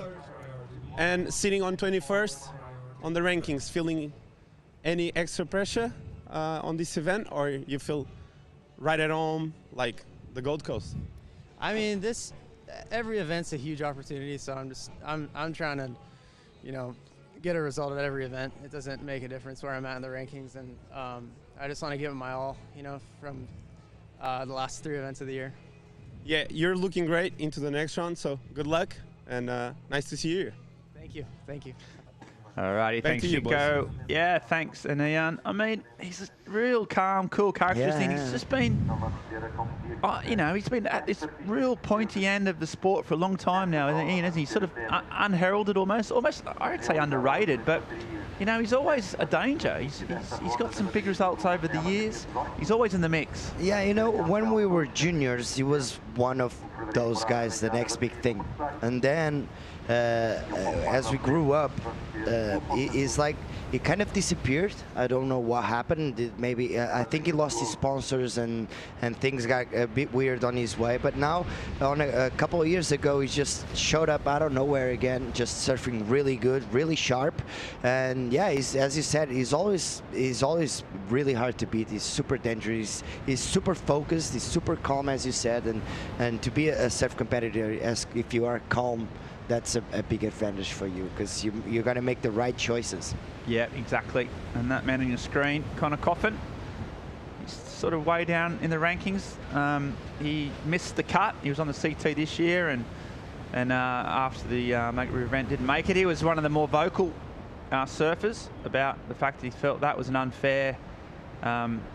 You know, he's on 34th on the Challenger Series rankings, but he went on the action on the Dave Proden's WSL podcast, which is a great podcast that WSL put out, and he was you know, really open and honest about being upset about the cut and how brutal it is. But you know, this is his chance now, Philippe, to get back to where he thinks he belongs. Yeah, for me, Connor, he's a city surfer. It's weird to watch him here on the Challengers, because it feels right to watch him surfing the city waves, the Jeffreys Bay, Bells Beach. His surf is made to surf really good right hand point breaks. So it's going to be pretty interesting to see him surfing here in Rio Waida. We know he already did pretty well in the last couple of years here, because he has his surf is made for point breaks. So it's going to be pretty interesting. The waves look a little bit slow right now, but there's still 20 minutes remaining, so there's plenty of time for all of them to get some scores on the board. Yeah, and he loves Portugal. He's had some really good results here in the CT up in Peniche at Supertubos. He's had some great results there. It's a place that he really enjoys. He enjoys the waves, enjoys the culture, enjoys the food. You know, he feels at home here. So, and this wave, you're right, it suits his style. It really does. But at the moment, he hasn't been able to ride one. And one of the stars of the sport under the pump, and we see Slauson. He's been busy. Here he goes again. Oh, he's been a little bit erratic and just comes unstuck there. Connor Coffin out the back.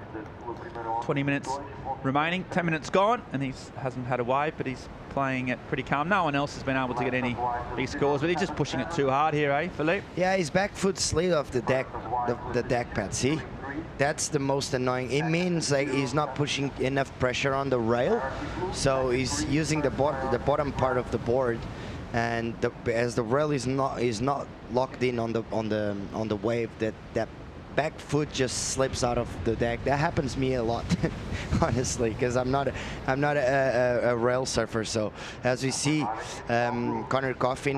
Yeah, speaking of rail surfers, yeah, exactly. Connor come around the corner, just nice easy pace. There's just nothing huge here, just sort of finding his feet. Nothing dramatic as yet, but he'll be happy to get a score on the board. Might try and finish off strong. There he goes again. And he also just loses his footing, so not a big wave out the back. So this is the first wave from Kahini Hunt. So far, none of the surfers able to lay down a marker at this early stage.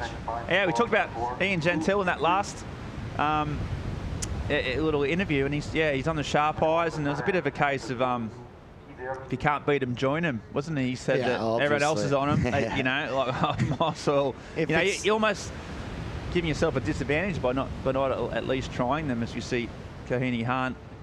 Yeah, because if you look at guys like Toledo or Canoa, they're just flying, you know. They're surfing really well, and especially, as he said, on waves like this, as you see Connor Coffin on a nice little wave. As you said, it didn't do anything special, but still nice flow, as we are used to see Connor's doing. Unfortunately, he's going to make a little bit of a mistake here, right here. They just disconnected with the wave. But as we were talking about the sharp eyes, you look at those guys. Miguel Pupo is surfing with sharp eyes. Toledo, Canoa, and you see there's something different about their surfing. You know, there's Jack Robinson as well. Yeah. He just improved really, really hard as soon as he started surfing those boards.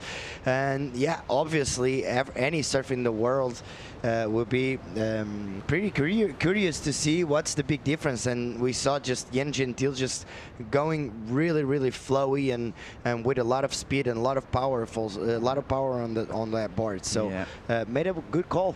Yeah, and there's a little Aussie Pat. Well, the Australasians.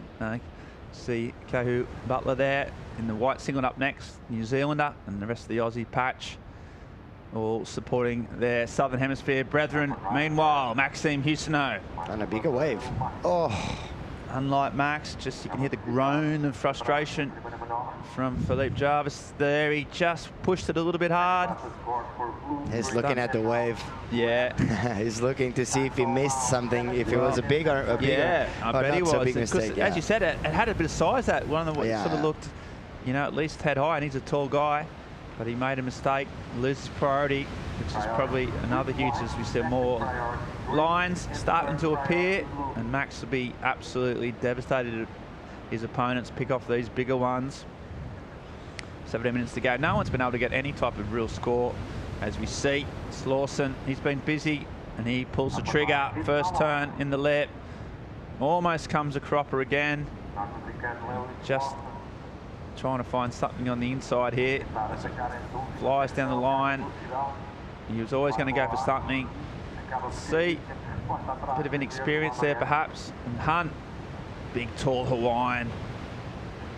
Just going a little inside. I think this might be a little grower, hoping for some inside action. So far it hasn't really opened up for him, and he's done some little half turns. That last one was the best one we've seen. So tall, sort of a Gattin De La Haye kind of feel about him. Definitely. Similar sort of body types and range. And Hunt, only young, real talent from Hawaii. Good head on his young shoulders and picking off a wave, as we see. Priority pulled again, so this is Connor Coffin. Santa Barbara surfer comes around the corner. What's he got? There's a trademark arc that we know from Coffin. There's another epoxy JS. Looks pretty light and buttery, and now he's starting to swing into action. A bit more aggressive in his last wave. A little bit more rail engaged. Nothing super strong as yet, but he's just finishing off there. So he hadn't had his first score come in, which is a bit of a surprise, because you kind of need that to set, you know, to see what the judges' scores are. So he's got 2 scores to come in.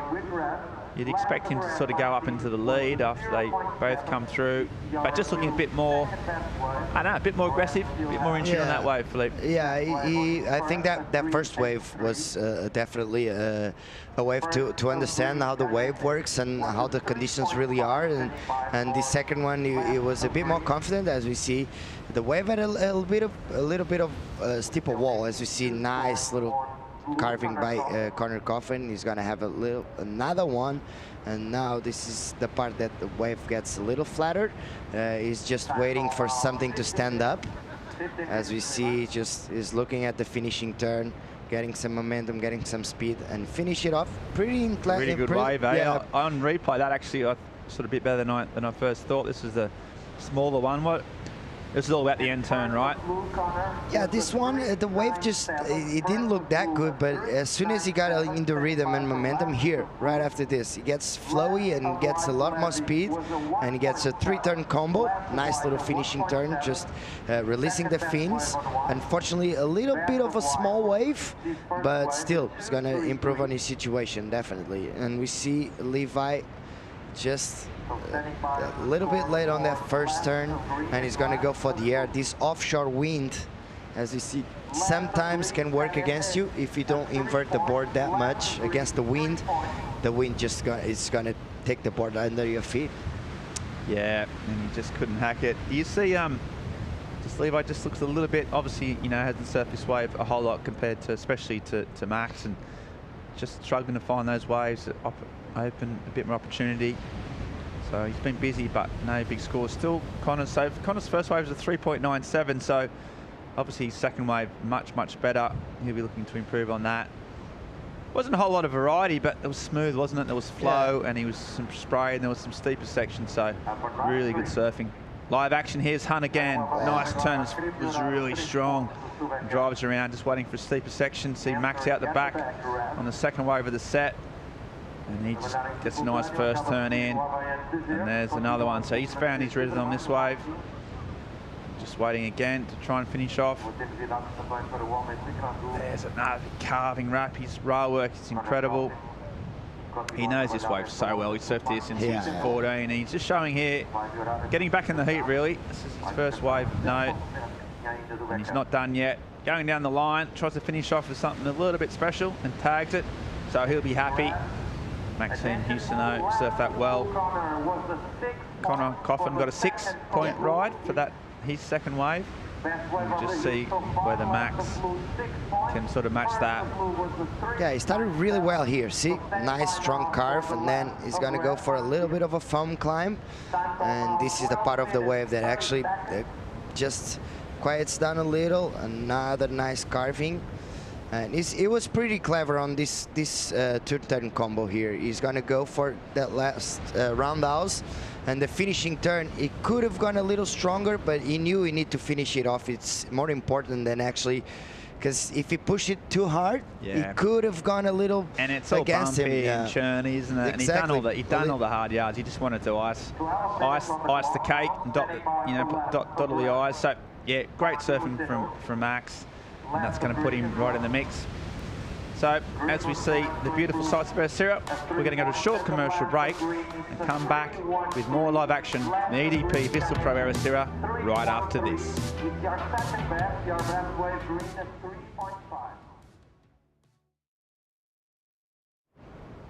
So 11 minutes and 30 seconds. Each situation at this stage, we're still missing one score on red, but at this stage, blue in the lead, Conor Coffin in the lead with a 6.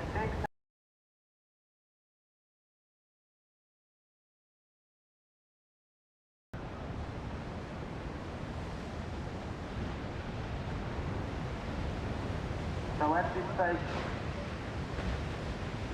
11 minutes on the clock, up and riding red, 1-4, Maxime Houstonneau.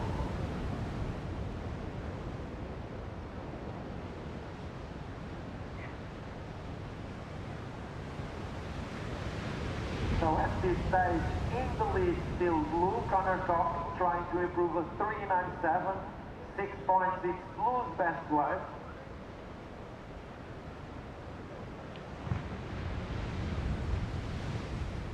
So blue in the lead, second place at this stage with green. Green second, chasing a 6.47. First place still, we're still missing 2 scores on red, but at this stage red is placing third and chasing a 2.8 to advance to second. Fourth place with white, Levis Lawson. White needs a 4.3 to get second. Time call now, 10 minutes. 10 minutes remaining. We are back live at Ribeira de Ilhas, Ericeira, Portugal. See the wind farms.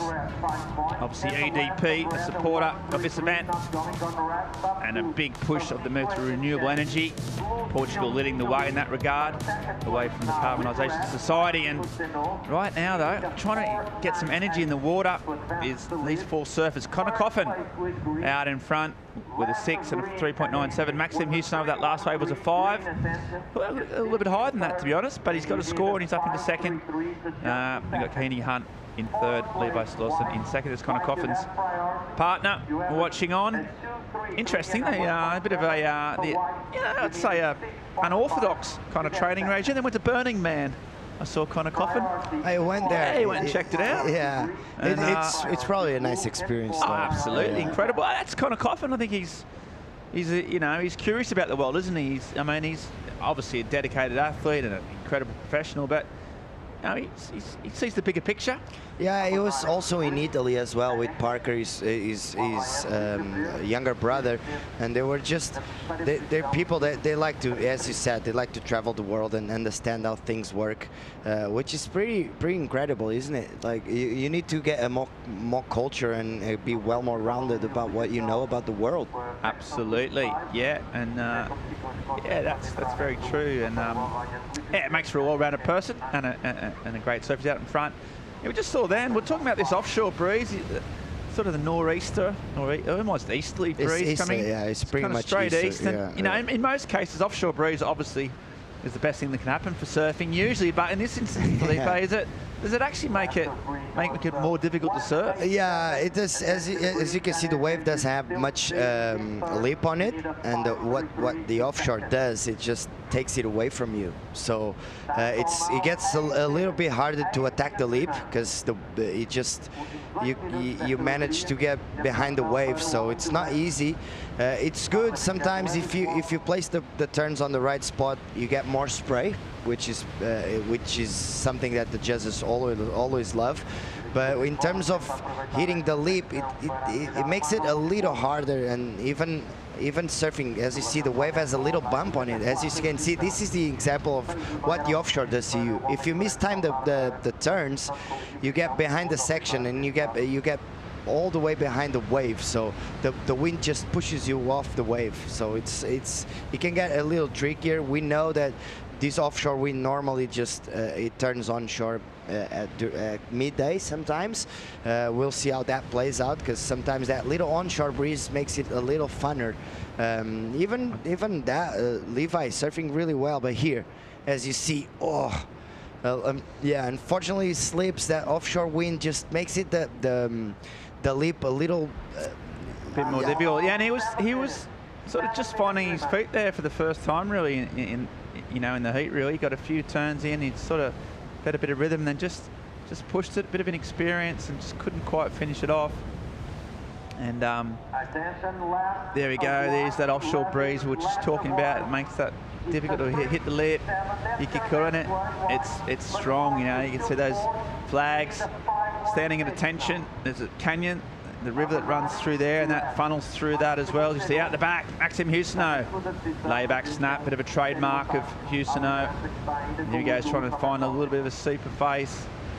Seems sort of crouching down, waiting in that foam, but so far the wave not really giving him anything to work with. Here's a section now, finally. I mean, they're working so hard for this. These are the best surfers in the world, or pretty close to it, and you can tell how, all their technique, all their energy just to try and make something happen on these waves. And we'll see if there's anything out the back for Max. Started off here. Didn't open up for him, did it, Philippe? Yeah, Max loves a really good bottom turn. See, he just compresses really hard, and that's why he's so good for me.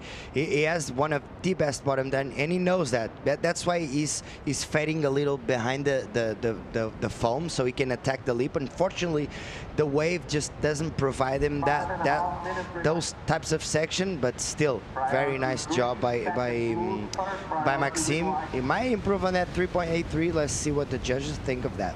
Yeah, it's so tightly bunched. 5 minutes on the clock, and Connor Coffin just out in front with a 6. But Max, Caity, and Levi all really, really tightly bunched. Nothing in it. You think there's going to be at least one more set, possibly 2 in 5 minutes, if we get lucky. So there'll be more opportunities.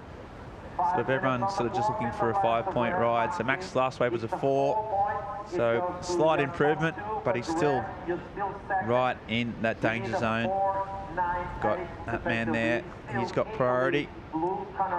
So he's just having a look around. He knows he's probably going to get the chance to have one more shot potentially. Well, with priority. And he's going to have to make some decisions, isn't he, Philippe? And that's not easy on this wave. I ask a question, is it the first or second or third waves? Is it traditionally a better wave of the set at this place? In terms of what's the best wave in the set? Normally, you want the second one or even the third one, as we see the recap here. Connor Coffin just cruising around these waves and surfing really, really well. Not doing anything special, Ben, but still very professional, very complete surfing by Connor. Yeah, he looks strong. He's got his nose out in front. You know, he's doing enough, and this is his best wave though, right? Yeah, the first turn here, this is, as you said, the Connor Coffin trademark. Is really good with those carves and just connecting those turns. The waves didn't allow him to go very, very big, but still he managed to get a 6 point on this one, because he's going to finish this one off right here. Not too strong, but very clever way to finish, as we see Maxime as well. Nice bottom turn, as I was saying. Very compressed on these bottom turns, so he can explode as much as he can when he hits the lip. Here is, I think it's his 5 points. Another nice carving by Maxime. Nice snap. And same as Connor did, he's gonna finish this one off not too strong, but in a clever way, just to close the wave and show the judges it's done. So very nice surfing by Maxime. Tough conditions. You look at the scores. Both Caity and Levi, they need a 5 point. One needs a 5.5 and a 5.33. It doesn't look that much, does it, Ben? No, but you saw how hard Max had to work for that 5. That's true. Yeah, that's the thing. I think the difference between that wave and Connor's just had flow, as we see the recap here. So replay, this is a wave caught while we were chatting, and Levi Swanson just goes up, goes for the nose pick, handles it, and then still got a bit left to do here. Chasing, as we said, a 5.33. Can he finish it? And does, and he likes it. So whether that's going to be enough, 5.33, it's going to be close. What do you think, Philippe? Yeah, that first carve was nothing special, and this one, it doesn't get a lot of height, but as you said, it's more of a nose peak and not an actual air. But here he gets a little caught up on that one, and we're talking about flow, speed, power, and flow, and that wave didn't have that flow that the judges love. It looks like he was doing turn by turn and not linking it up very well. So it's going to be pretty interesting to see what the judges thought of that. Yeah, exactly. You're right. He was forcing it a lot, and the wave just didn't allow him to sort of link his turns when he's surfing. Didn't. So he needs a 5.33. The score's still coming in, and he'll be waiting. Only got a minute on the clock. It's probably going to be his last chance to get the score. You see there, Caity, he only needs a 5.5. Connor Coffin out in front with priority, as we see some lines coming in through now. So we might have a last flurry here, a minute to go. A 4.37, so not enough for Levi. So he still needs that 4.64, and a small score out the back. Connor Coffin with the priority. Here he goes, live action. So Connor, this will be his last wave. of this heat, trying to extend his lead if he can, trying to improve it on 3.97. A couple of sticky turns. Hasn't been able to find his kind of rhythm yet. Trying to improve on a small score though. He's going to bring it all the way to shore. Mistake free. Yeah, but a little repetitive though. But yeah, just didn't allow him to show what he can do, those big rail turns or those fins out. And he's happy though. He almost like, okay, I've done my job, I got through that. Brain's trust is happy, but out the back there might have been some more action. Maxime also out the back, and Hunt, we'll see. He kind of just trying to navigate those rocks. They're not soft, I'll tell you that for nothing. As the swell builds, this is on the hooter or not, Max just goes unstuck. Looks like he may have done enough, but we'll see some waves out the back. So, a bit of a flurry towards the end there. We'll just wait as all 4 surfers caught waves. Just see how this one, so this is a wave, kind of, he was in first, so he was safe. Yeah, a couple of nice carves. Unfortunately, the wave didn't have that steep wall that he wanted to, so it ended up being a little repetitive, but very nice surfing still. We could see Connor Coffin doing carves all day, so he's going to finish this one off with a bit of a turn there, so he's happy. As you're saying, he was laughing and happy about that one, but this is Caity Hunt last wave. Yeah, this is crucial. Nice first turn, and then pushing a little harder. Unfortunately, he didn't go huge on that last turn, but still 3-turn combo. He needed a 5-5. What do you think, Ben? I think he's going to get that, to be honest. Really? I think it might be close. I think that was 3 turns. That was flow. They were all linked together well. There was no downtime. I mean, it's going to be really, really tight. Looks like Levi too might have a score. So, Connor, look at Max Houston could be in trouble here. That would be a massive ball over, one of Europe's great surfers. And out in the first round, potentially, we'll just see these scores. The judges are taking their time. Connor's going through his heat. Sort of talking through with his partners. Max, he's the one that's going to be waiting. He had a chance as well. He fell off. He fell off 2 waves, which is unlike Max. If he does manage not to get this score, see the grommet just giving him his sunnies. They're pretty cool. Matches his jersey. I mean, that is a strap.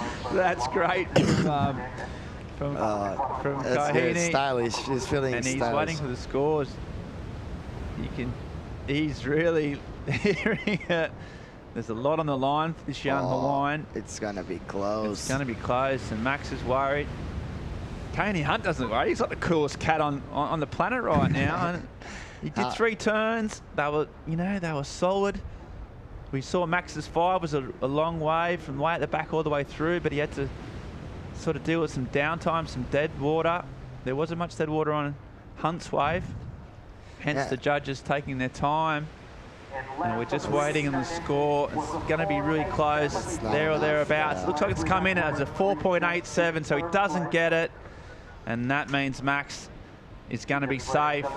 And he's breathed a sigh of relief. He's dodged the bullet there, I would say, and he knows it. He's made some mistakes. Connor Coffin, a worthy winner. And yeah, he's happy. Maxime, you just put that one and say, okay, I got through that. Caity Hunt, battle to the end, but didn't get it. Right now, though, as all that settled down, we're going to go to a short commercial break and come back with more live action from the EDP Vissla Pro Ericeira right after this. Session to start in 5, 4, 3, 2, 1.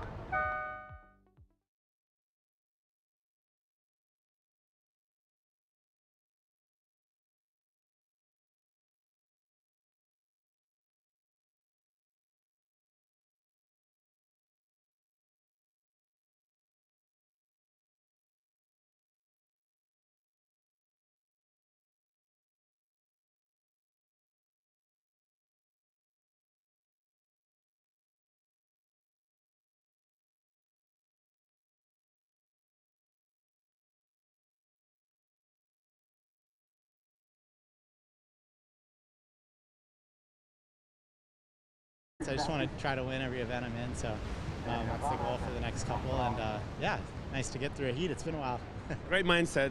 Can't wait to see you in the next round. Yeah, thanks guys, and good to be here in Portugal. I love this place and all the people here, so a lot of fun memories and stoked to be back. Great to see you here too.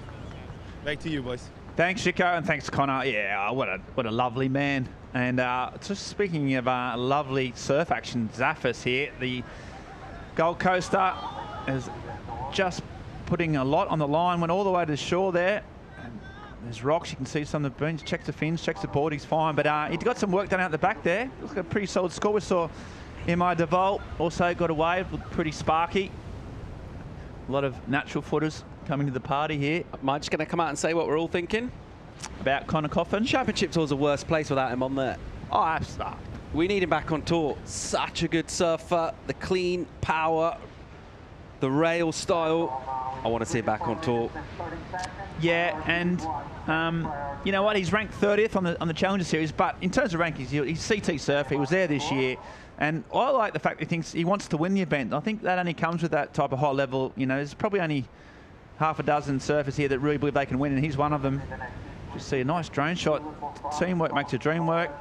And that's Butler. What do you like about this, Paul? Caity has been impressive in this part of the world at this level of event for a number of seasons. Came over pretty young, and he is another one of those kind of confidence performers. Gets it done early on and gets on a roll. Zafis is always sharp and always competing hard. You just saw on the inside here, he just kind of tried to force it on a little bit of a slopey section. So pushing really hard for the final turn, but before that, got loads of good work done. And we were talking earlier with Jervis about the flow, managing to keep that going. You see, there's no real downtime. He's always on the front foot. Well, this one he finished off strong, so this was prior to last and gets a really good finish. So a couple of numbers to come in for him, but that one, I reckon, is going to be pretty healthy. And we know a lot about this guy, Romero, who has been really impressive on the qualifying series in Europe for a number of years. Got a really great rail style as well. And managing to stay kind of light on his feet, almost lost the rail there, just released the back foot and hung onto it. And this was that previous effort from Zafis, so looking to back himself up, but a decent number for his opening wave to come. This one, you just see from that opening section, just had that little kind of slow, sluggish start to it. And then by the time he gets to fire up in it gets a little steeper. But precision, really, Ben, you would say, able to always be in that pocket as soon as it kind of steepens up enough to execute a maneuver. It's exactly what Chris Zafis does. And just trying to push that one right on the inside. Pretty much going dry on that rocky platform. We've seen those rocks come into play quite a bit in the last couple of years down here. Yeah, always. Look, you don't want to see anyone get hurt or injured, but it's always a bit of excitement, a bit of drama when you see someone dry docked. Obviously, saw Teresa Bonvalo in an incredible situation just a few years back and came in unscathed. But yeah, it's an issue, especially as the swell gets bigger and these surfers push it all the way to the end. They're willing to put their bodies on the line, and sometimes that can end up, and that's why we thought he may have made a mistake when he did make that turn, but that would be because there's a sort of a lump of basalt sticking out that's been there for about 1,000 years. That sort of made him stop. Out the back there, live action. This is the Kiwi. He's also known for his smooth rail work. Really good technician. Real character of the sport. Real bubbly, fun guy. Here he goes, just trying to get these sections together, trying to put that rail in. Unfortunately, that wave just not allowing him any type of steep face. He just sticks with it. And he keeps going here. Can he finish? There's one. A bit more action there, and you hear the crowd go wild. That's right on the rocks as well. The Australian and Kiwi connection down there underneath the cliff. And they liked it. Did you like it, Paul? I absolutely love that combination to finish on the inside, and we keep talking up how difficult this wave is to surf. To get those sort of rapid combination of turns done to finish off really strong, and doing it with a ton of speed and a fair bit of panache as well. Really great to see. So conditions just improving almost with every set that comes through, and the surfers really sort of stepping up to match that. You think about the style of Caity and his kind of skill set, the toolkit that he's got. It is a good match, these running right-handers. So kind of sluggish energy-wise, a little bit slopey out the back, the wave is. His surfing remains kind of sharp and lively, and he's really waiting to set out, and everything really brings it all in to this inside bowl. And by the time he gets in here, that's a really nice hit. And to do this as well and getting that little bit of release and getting out of there, timely fashion, maybe about half a second before the rock. Very nice indeed. Yeah, as soon as that, you know, we haven't seen a whole lot of fin release or, you know, a bit of extra flair. And as soon as that comes into play, the judges like it. And Caity, he's doing a great job there. All these surfers, Paul, just battling. You know, this is, we see the rocks come into play here. This drone shot shows it. Yeah, it's actually really revealing, actually. What you can't see when you look at a traditional angle, it does kind of flatten out the wave, the sort of trough of the wave as you watch it go down the line. From the drone, you really see not only these rocks in here, but the ribs on the face. And that's one of the reasons why it's super challenging in terms of our surfers as they come off the bottom. And going into the lip, taking on the lip here. You've got a fairly short kind of pocket to the wave. There is only one part you can go kind of vertical into the lip. And at the same time, there are these ribs trying to undo you as you commit to your bottom turn. So a really technical, tricky wave to surf. And Butler well on his way to a number there. That was really nicely done.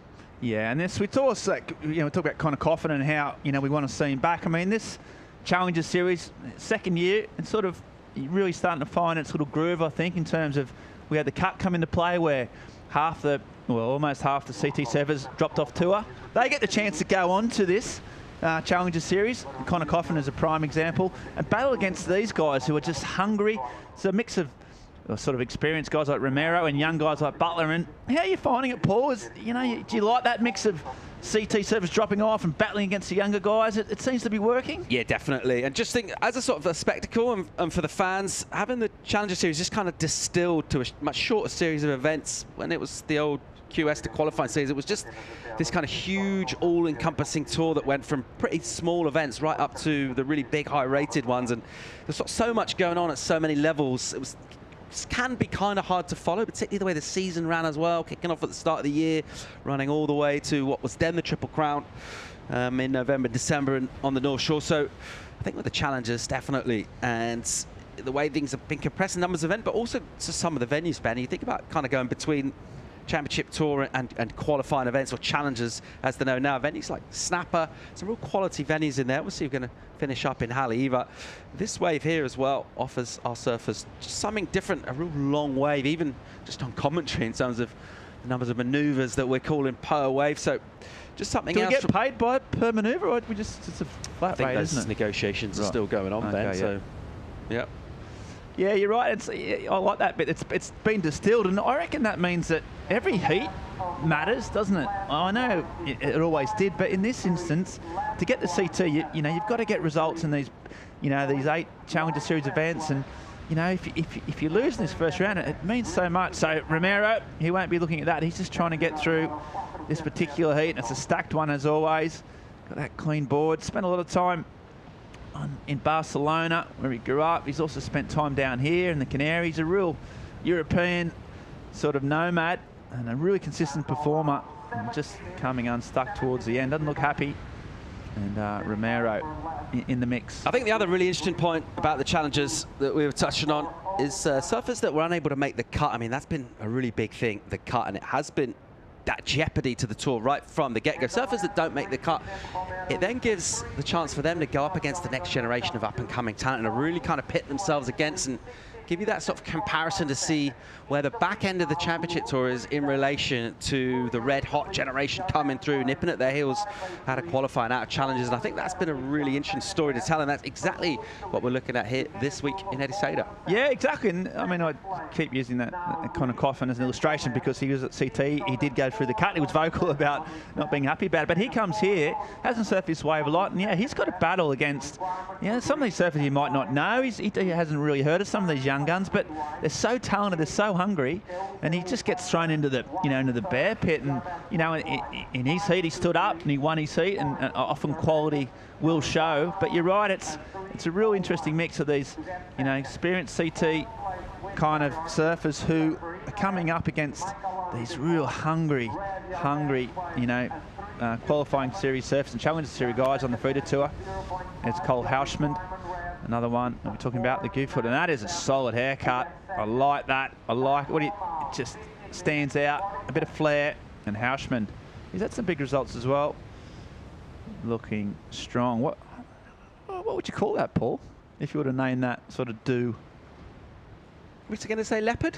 Is that leopard spot? It looks leopard spottish, doesn't it? Yeah, I think when we haven't seen loads of that, but I'm thinking maybe flea Morosco. It's got some chili pepper vibes for sure, as well. Or both fleas. Yeah, yeah. Not afraid. We know that man, Antonio Silva. He's head of the jet ski and safety team here. One of Portugal looks a bit tired. He's had a big day on the jet ski. One of Portugal's best big wave surfers. Definitely one of its best safety exponents and jet ski drivers. A Nazare legend. And he's in charge of his whole operation. Keep everyone safe. And he's a good man. And he's on the job. Meanwhile, we see Romero again. Just banging down the line. Bit of open face. A little bit stuck on that first roundhouse, but finds his groove here. Goes to the air. That offshore breeze making that difficult. Never really committed. And he's just got that little bit of air of frustration about him. He's got a lot of waves. Hasn't been able to sort of break out of the 4-point range. And our last score coming in for Butler we saw was a 5.23. And there's Devolt. We were talking about him last year, Paul. As we see more sets pouring through. This is Butler. So a bit of a section out the back. He can't get around that. But yeah, Devolt, here he is, live action. So he's coming around the corner. Just trying to get his groove here. There's a big lip to hit. He hits it. And then he gets around another section. He's going to try and finish off strong here. He's another big Hawaiian, but so light and so smooth. And there's a big finish. Yeah, we were so impressed with him last year. I think he's really, probably the first event where he surfed his real potential. We saw just how good he is. Yeah, I think we'd seen flashes of him before, individual waves, even individual turns. And last year, he put it together with just some absolute highlight reel stuff for consecutive days running. I think one of the things really impressive is just the sort of style and how smooth he's able to be. And you think about that kind of ultra-modern style, with that front arm in particular, surfers like John Florence, it just kind of hangs there. Even thinking opposite stance, but Parker Coffin, sorry, his brother Connor, talk about him here, but that leading arm that just kind of waits in front of that front leg, so smooth and polished, and the ball control to be able to do that. There's a load of speed down the line. There's the sort of power of the wave, but it's a sort of powerful whitewater crumble here at Ribeira. It is technical to hit this and drift it and then control it out. And he might able to do that at the same time, making it look so easy. Now there's something of a bit of a paradox. Kind of want to make things look difficult in order to get a good score, and yet as surfers we kind of value being able to make things look easy, and he is certainly one of those surfers that will be asking questions of the judges and kind of score that style. We got the speed, power and flow in the criteria, but he might just looking so very polished, Ben. Yeah, he really is. You're right. He makes surfing look easy, and it's not, especially at this wave, this offshore breeze. Smooth style, power and flow. So we'll see what score he's going to come up with. Last year's travails here will mean that he's got more experience at the wave, surfed a lot of heats. While there's a sort of a bit of a gap, we're going to wait for these sets to arrive. We're going to go to a short commercial break and come back with more live action from the EDP Vissla Pro Ericeira right after this.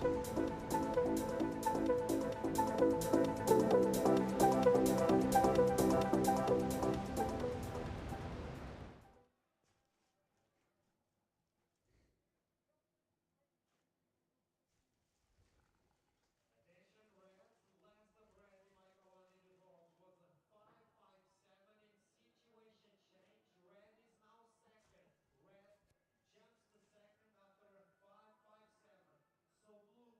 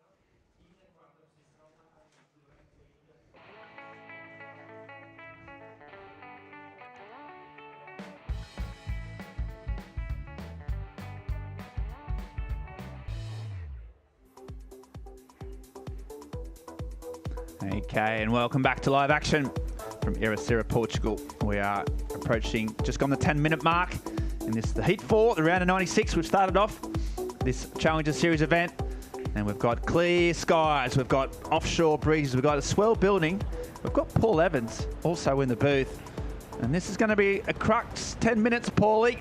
No one really been able to grab this heat by the scruff of the neck, so it's still all open. It's all to play for. Yeah, it's really close. Caity Butler in fourth at the moment. It's got the more modest backup, but other than that, there is not much really to split all of these in opportunities.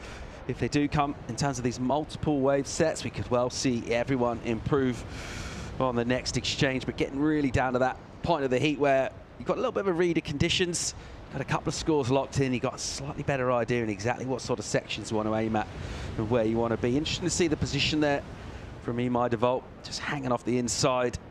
You do get you see the sets coming from a long way here, both obviously from our elevated position from our drone, but also in the lineup as well. The way they kind of bend in, so it does give you a little bit of notice in terms of positioning where you want to be. But the other thing about this wave is traditionally a point break. You think you see it all kind of bending down the line and setting up. Out here, you kind of take off and just sort of see what happens after the initial section. Just hope for the best. So here's Caity Butler hoping for the best. Little first turn, little carving arc. Here he goes. This will be about a spray. The offshore breeze just fluffing it up and throwing it back out the back. Now he's driving down the line. He's had to pump and weave on this, which is never a great sign, but every time he gets a juicy section, he's been rinsing it, and there's another one. So you're saying it to back up a real low score. He's done that at the very least. And here again, can he finish? Wordle za, and he just kicks out. So that was well surfed. Had priority, used it wisely, and I think that's going to get him up at least into the mix at first or second. Those rocks again, you can just see there, we're loving that shot. And he kicked out in time, but he surfed that well, and the spray I think was probably the defining element of this this surfing, Paul. Yeah, another really well surf wave. You've sort of got two options here in these kind of conditions at Ribeira in terms of your sort of setup turns down the line. You can go onto the face and kind of pull short those calves with a little bit of a snap, or you can go a bit more vertical and kind of go into this lip, and that's what Caity was able to do here. As you see, setting up there and then able just to bang it in the lip multiple times. And as we mentioned, you don't get particularly long drawn out pocket here. It's quite a precise section you need to hit. And love the way he just kind of released that one, realized that was going to be a last maneuver, and he realized it pretty late, so just adding a little bit more flair and crucially that degree of difficulty, just getting the release off the tail in the snap. But I love the way he's able to go from the bottom of the wave into the top, crucial for getting a decent score here at Ribeira. Yeah, he surfed it really well. You're right about those sections. You know, you've got to make the most of them. And if you miss one, it kind of wrecks, you know, it's like a domino effect, and the rest of the wave runs away from you. So it's like, you know, you've really got to connect at the right time. And tell you what, he almost connected with that. It's making me quite nervous, this drone shot on the inside. You really get a different perspective, like, literally, on those rocks.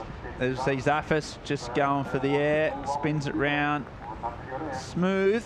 He might go again here. He's aiming off, just hangs it and finishes it off. So some scores to come in. Yeah, it's sort of a bit of a case that drone should have better off not knowing what's underneath, you know. And we've seen the scores coming in. So 5.4 for Butler. So that moved him up into second place. So Chris Zaffis was in second place prior to this wave, trying to improve on a 4.17. Yeah, it's interesting to think about where these scores go. Just think about that previous wave for Caity, and he got the strong finish, and it generally tends you to think maybe he's on his way to a higher score than it was, but the judges aren't being overly seduced with kind of recency bias on the wave in terms of the finishing turns. That was really nicely done, though, from Zaffis, able to stay super light on his feet. Yeah, it's a great skill to have if you're able to kind of pull that turn almost out of nowhere, that sort of no backswing. Air over the lip and reversing it, getting the catch right in the white water, then basically straight back on the front foot to aim at the next section. Nice and precise from Zaffis, very sprightly. Yeah, growing up on those north coast of New South Wales points, there's a lot of time in Angari, moulds their style. He's got that sort of lanky but kind of smooth look to his surfing. And He's hanging on to second spot at the moment, but tell you what, it's so bunched. So Zafis throughout really, just looking really alive on his board throughout his manoeuvres, kind of changing the radius of his turns mid-manoeuvre as well. Pretty important to do here as you're dealing with quite a dynamic situation in terms of what's happening on the face. But the crucial point of it all is basically go fast, throw lots of spray. If you can do that, you're going to be on your way to good numbers. This was the 5.83 right from the beginning of the heat. It got that really strong finish, kind of flicks it down out of the lip right in front of the rocks. Caity Butler also looking really, really strong. Just in terms of aiming at these sections, when you get a bit of open face and a bit of wall, commit the rail wherever possible, commit hard, and transition through the turns with speed. Gets a little sticky through a wobbly section, does really well to make sure he's basically right on that pocket. You want to be right next to the white water really, in terms of when the wave goes a little soft, just to make sure you're in the right place when the wave does stand up again. It's just that little combo through to the inside, and that was his high number of 5.4. And prior to that, he got this one done where he opened up. Classic Ribeiro, when you get behind that white water for a while, sometimes it does go a little soft. That was nice commitment on the rail. And just tagging this a few more times. Pretty hard to differentiate between all these waves, isn't it, in terms of scores? And very different for me, because I think this was actually the 5.4. In fact, so this was the wave we just saw ridden from him. But nice and precise from Caity Butler. And those two, Zafis and Butler, pretty good value thus far in this one. We haven't really seen anyone run away with this. No real major quality. Let's see what Romero's got. Yeah, live action, and we see Romero just trying to get back in the game. Hasn't been able to show that vertical side to his surfing that he has. There's a little bit of a more radical stab, but that wave just not offering anything, and he just kicks out. That's not going to be enough. He doesn't need a huge score, but that wave isn't going to provide it. A 6.09 now for Romero. I suppose all eyes now on Devolt. A 4.7 needed. He's got priority, so we're just going to hope that it's one more set, sort of wraps around that beautiful headland, comes in. You see the point up, you know, the surfers up the point get the first bite at it, so you know what's coming. And he's just waiting patiently. That's not a big score for him. Another potential big ball over. This is the replay that didn't really work, but yeah, Devo, I mean, he's from Hawaii. Just to get here takes a lot of time and effort. He's travelled all this way, one heat, Paul. We talk about those implications, but here we go. This is what we're talking about, where a CT surfer up against these hungry, you know, qualifying series and Challenger Series surfers, and he's potentially on the brink of, you know, going home early. Trying to stay calm. He's not one for he's not one known for his getting rattled, or he's pretty calm, collected kind of guy, isn't he? From what we've seen, he tends to keep more of a lid on it. He really does. Even when he was raining 10s last year, he was just like so cool, and just a, you know, real calmness about him. He's getting excellent numbers, but with the sort of nonchalant air of a man reading the paper, sort of waiting for his breakfast. Yeah, and that's what he's going to need now, because, yeah, he's not going to panic. It's not in his nature. It's also not beneficial at this level, but he's got 1 minute, and he can't see those lines. He's scanning the horizon, and he might run out of time. Zafis there hanging on. But the thing that's really crucial at this stage, I mean, look at those numbers there. Just look at those requirements, the need scores. They're not big numbers. Imai looking for a 4.7. He's got priority, and he's got a minute bend. So if he gets a wave, 4.7, very, very gettable number. Romero with a tougher task. He's got to go up into the 6s, and he's also got to do it from 4th priority. So that seems like a long shot, and it's really going to come down to, are we going to get a bit of energy for Imai Devolt? Yeah, just Imai just standing up on his board, just seeing if he can get anywhere near that horizon and will something towards him. Zafis obviously praying, and here we see some lines, and I reckon it's going to be 30 seconds. We're going to get another shot here. We're going to see a pretty interesting end. And Romero, without priority, he pulls the trigger first on the inside. He's going to need to do something special, and that's not going to be a 6, so he's done and dusted. Out the back is probably where the interest is going to lie, and we've just seen Imai. We don't know what he did, but it looked exciting. And here he goes, chasing that 4. He's just trying to will 4.7.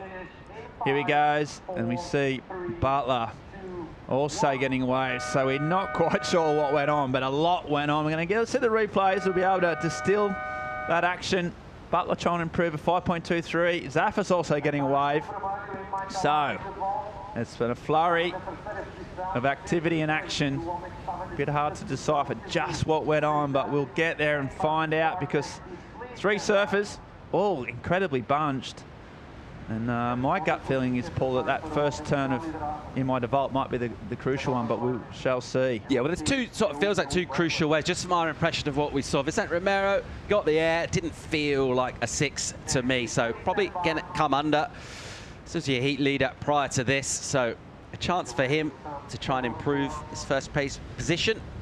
Doesn't look like he'll do that. So you're thinking of Zaffis' wave, was he able to improve? But crucially, was this the 4-7? Late to the lip there from Imai.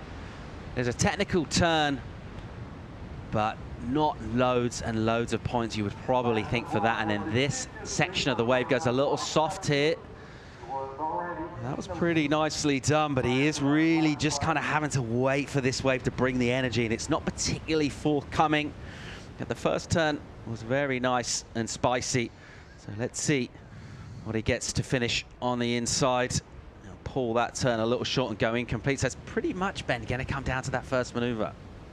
Yeah, it just didn't offer it. And, you know, so unlucky. You had priority, waited for the right wave. And as we say with this particular break, you can take off and you're never quite sure what's going to happen.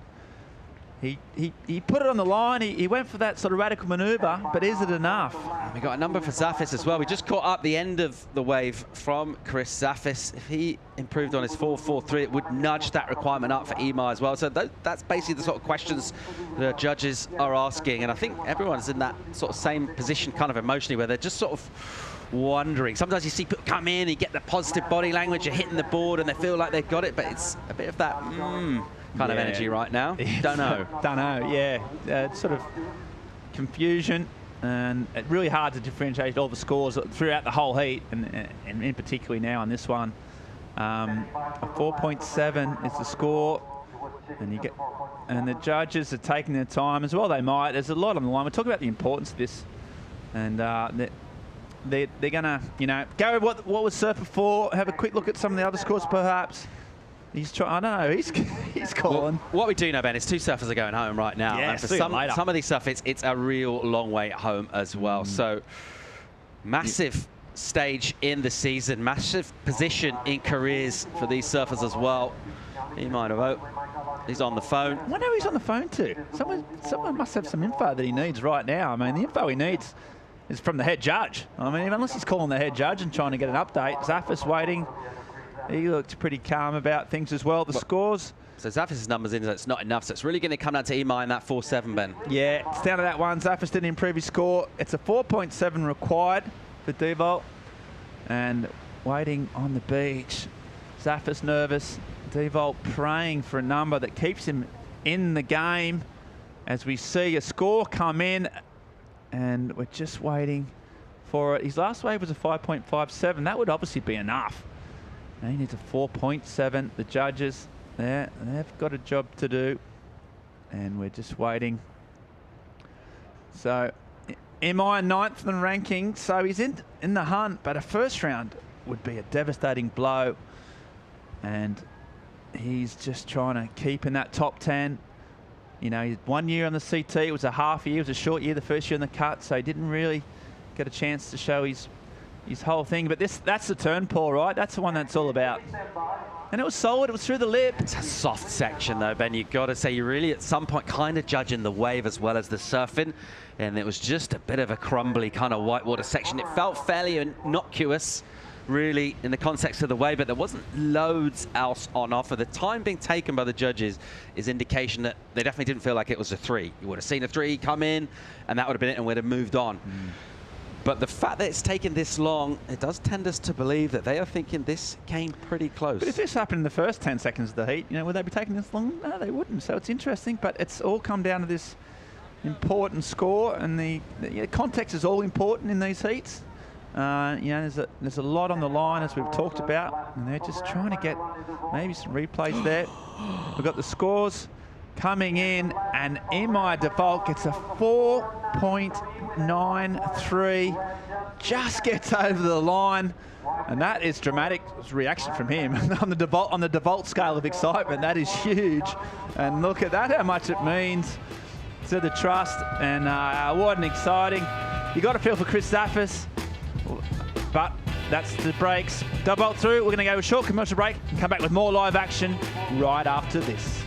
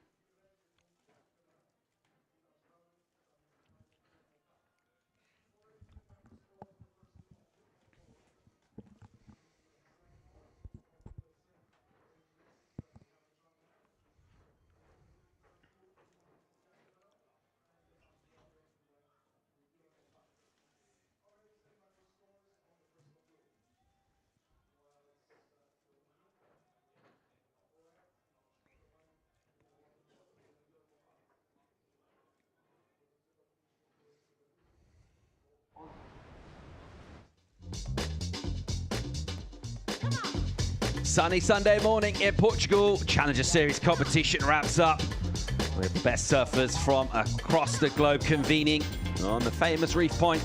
Yeah, Ribeira Dil has 30 minutes for them. Put a couple of scores on the board and advance to the next round. A little bit of drama to finish up in that last heat. Imai Default getting the number, squeezing through 4.93 for him and getting it done. Disappointment for Zaffis and Romero. They'll bow out. Caity Butler surfed a pretty steady heat himself and kind of stayed out of trouble in terms of that final exchange. As we'll check out a brand new heat from Australia, Dylan Moffat, a couple of Americans, Hushman and John Mel, taking on the veteran Tiago Shrimpy Camaral. Joining myself, Paul Evans, in the studio. Portuguese leading lights, pro surfer, content creator, influencer, all of that good stuff. Chico Alves. How are you, Paul? Yeah, good, mate. Let's check out John Mel right now on the backhand. Pushing on a softish section, keeping that board moving. And he'll go a little wide on the section here, looking down the line now. Just going through the motions a little on the early part of this wave, and it gets nice and steep to finish on the inside. And to finish up strong, important to do that on your opening wave. And you'll get a really nice finish to that wave, just to put that little exclamation point on it. But another great looking heat here. We've been talking about the challenges of surfing backhand, Chico. And today we have seen a couple of these sections go a little soft on our surfers. We'll revisit that while we check out a wave here from the very highly rated Australian Dylan Moffat. Yeah, Dylan here, winding it up there, just starting off this wave, kind of slow. Gets a cut back there. Last year was reaping on this wave, so I think it was one of his best results of the season. So can't wait to see what he can do in Ribeira Dil again. And yeah, here, finish it off strong there. Good exclamation point there. A lot of energy in that last section, so judges gonna love it. Here, John Mel. Kind of like sticky first turn. He didn't add a lot of speed there, which was quite hard. But he's a tall guy, and he managed to keep it going. And this last one for me was my favorite turn of the whole wave, which allowed him to kind of open up there. So a lot better. A lot of waves. So Cole Auschman, big first turn there. A lot of speed throughout the section. Another one. We know he's a big guy, but he throws a lot of spray on those turns. And one thing that I can tell about him is that he has the drive throughout the turns, and it looks like he's doing a good job to connect turns, which is, well, as you said, on your backside really hard here in Ribeira Dil. And this is probably the best wave we've seen on the backside of the day so far, throwing a lot of spray. Absolutely ripping this wave apart, really. Think about that big, imposing physical frame and the way he just kind of spreads those knees slightly to give himself that angle with the leading leg and can really get the rotation from the upper body, but just so much power as well here from Cole. Yeah, one thing that amazes me about his surfing is that he's a really tall guy, but when you see him on the wave, he's really flexible. Like, he throws a lot of spray and he puts a lot of technique into those turns. So yeah, I've seen him surf on a couple events and I really like his style. All right, we've got a heat on our hands here. Here goes Moffat, who is super light on his feet and very technical indeed. You mentioned the performance from him last year. His surfing style seems to really suit this wave. It's just really dynamic, even kind of mid-maneuver, able to really mix things up, show that all-important variety. That wave not offering loads in terms of a finish for Dylan. He's looked really good in the warm-up surfs through here. In the meantime, let's go and hear from Caity Butler, who's with Joanna Garnell. Thanks, Paul. Well, it's your first time here at Ericeira. There at the end, it was a bit of low moments and a very dramatic end, but I guess you're very happy to get through that, right? Yeah, no, I was very slow out there. It's also really fun though as well, but yeah, stoked to get through, and yeah, props to Emai for nerves of steel at the end. That was pretty crazy, but yeah, stoked to make it through, and yeah. And it's your first time here at Ericeira. Have you been surfing these waves yet? What's your take on this beach? Yeah, it's my first time here. Just been traveling with the Aussies. We're just cruising around, surfing heaps of different waves, smashing back heaps of pastel donatas and all the pastries around here. So putting on a couple kegs in Portugal, but yeah, no, having an awesome time here. It's been cool so far. You've got a pretty tight crew with you. Got any tips from them? Nah, they're just helping me stay relaxed, and we're just all being bunch of amateur boys around each other, you know, all teenagers and stuff. So, yeah, nah, just having fun.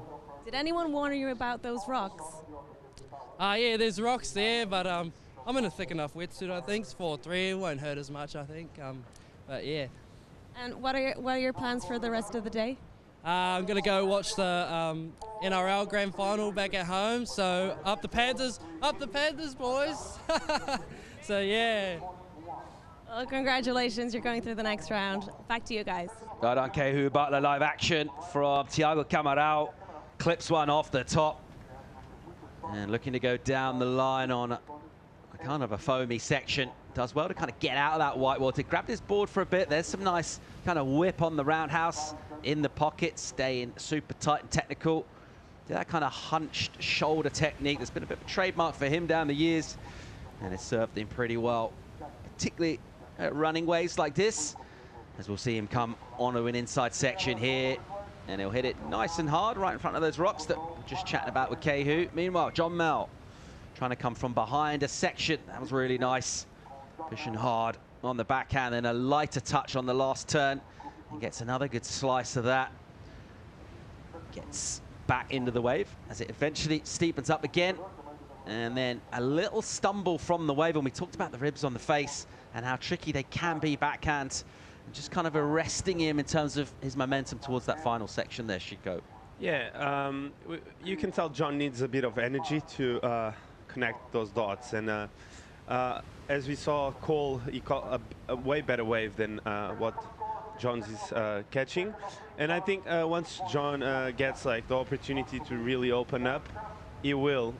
It's just a question of wave selection here, and on your backside you really need to get that figured out. And here, Tiago Camarão, he was looking laser focused before he went into the water, and last year he put on a good performance. He actually beat Ítalo Ferreira on this event, so yeah, can't wait what he can do, looking laser sharp and really low on his board, which you can tell when a surfer is getting really low, he's angry. And this last turn was my favorite. He threw the fins out, good exclamation point here. He made it, and yeah, I think we're gonna have the second best wave of the heat there. Camarão bringing this one all the way through to the inside. At this point in the wave here, you can see surfers get a little stuck behind the white water. That just kind of cooperated for him and gave him a lot of room to swing this turn, and then from that momentum, The wave did steepen up nicely for him here, so a kind of cooperative second part of the wave, allowing him to join up those dots with some aplomb. Cameral with a ton of experience competing, but still feels he's got a shot at taking on the world's best. And we talked about how cool it is on the Challenger Series. Some of those storylines in the veterans take on the new generation. Part of that new generation is one of our American goofies, Cole Hushman, at the moment. A big number for him, 6.33 to open things up. And that'll feel pretty good. A really well-surfed wave. I love the aggression that he's able to show.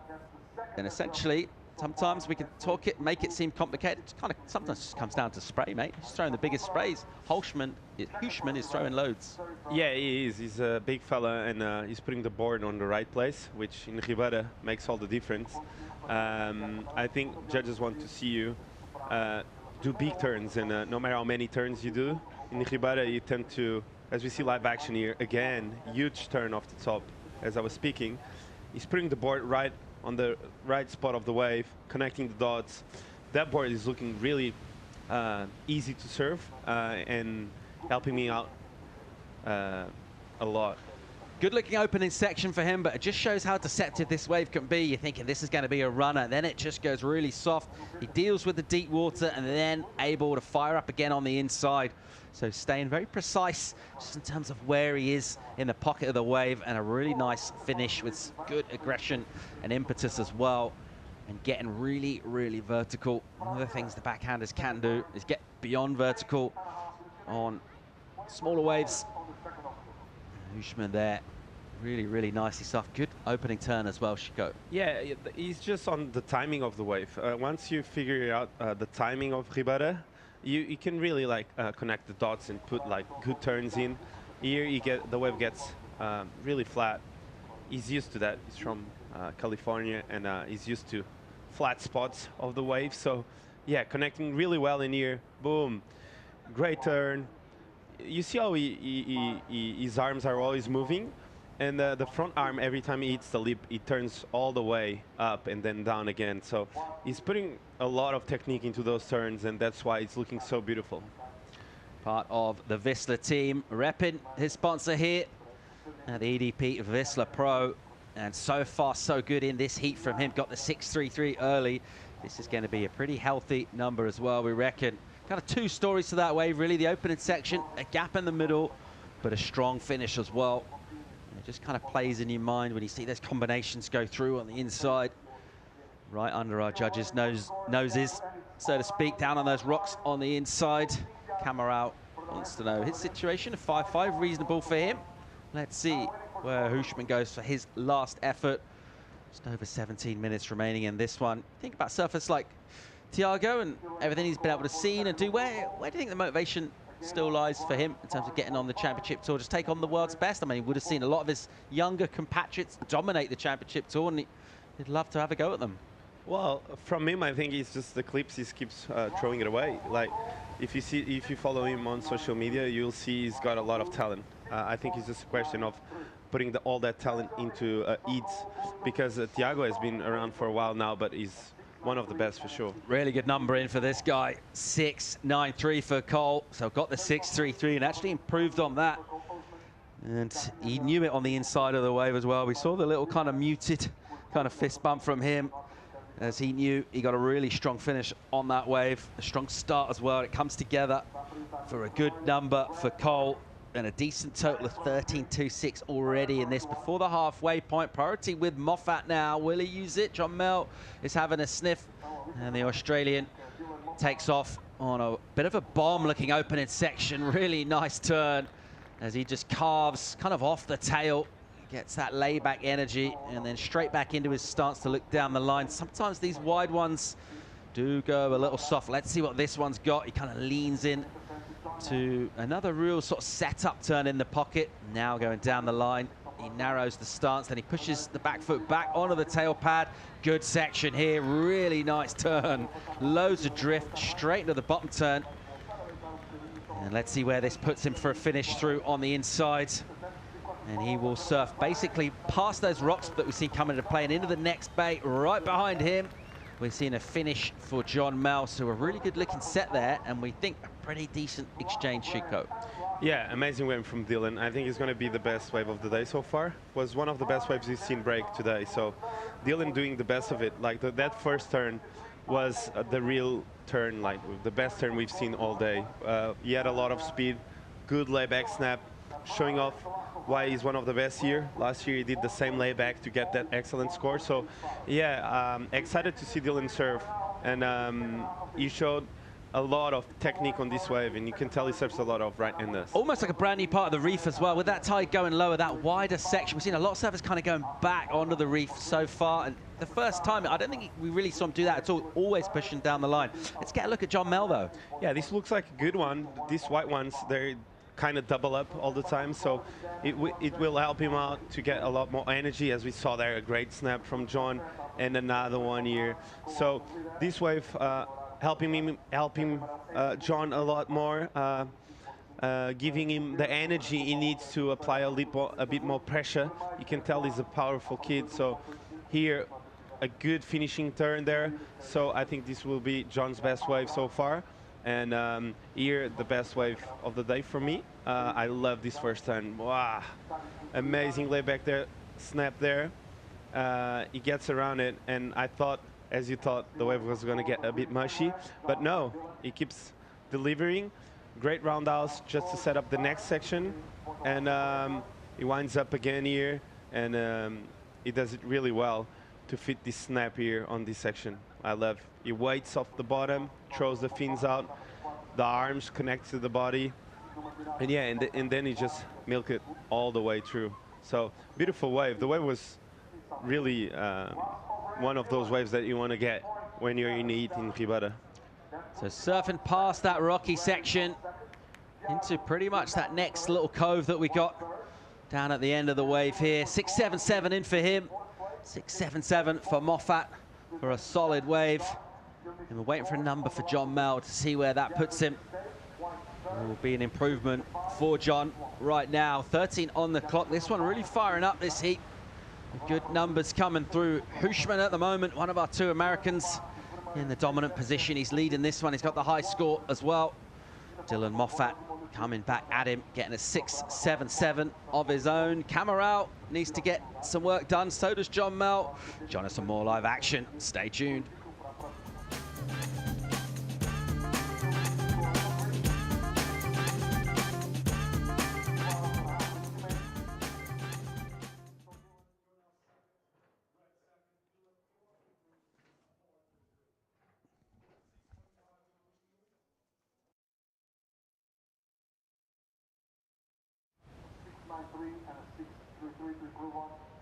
Thiago, I have no scores for green. Lasco green a 5-1-3. Who's green in third place? And Thiago 1 down to 4. Now needing 5-6-1 to advance. Again, Lasco green, John 5-1-3. Who's green in third place? Needing 5.98 to advance to second. And one down to 4. Needing a 5-6-1. Thiago vai por procura 5-6-1. Branco precisa 5-6-1 para segundo e tem a prioridade. Priority white, second priority blue, third priority green. Time goal 11 minutes and 40 seconds remaining. With that então o nosso americano com o Rose. Para 6-9-3, 6-3 com o Fabiano. Acaba de marcar a segunda-feira da bateria o Dylan Moffat, aqui também. Com isso saltou de 4 para segundos, que tem agora para virar o 4 para seguir, para liderar o 6 pontos. John Mel salta de 4 para terceiro, de caber, na sua última onda, 5-1-3, à procura de 5-9-8, para o segundo lugar, e aqui há Camarão, que há pouco era segundo, baixou agora então à quarta posição, à procura de 5.61, 5-6-1, para chegar ao segundo.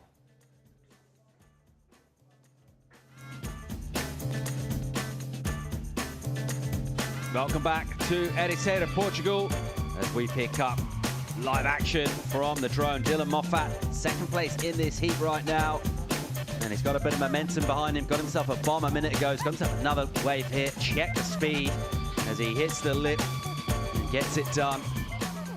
Dylan Moffat really finding some decent waves towards the back end of this heat. And it does feel like we got that energy. We're getting towards that good state of the tide, Chico.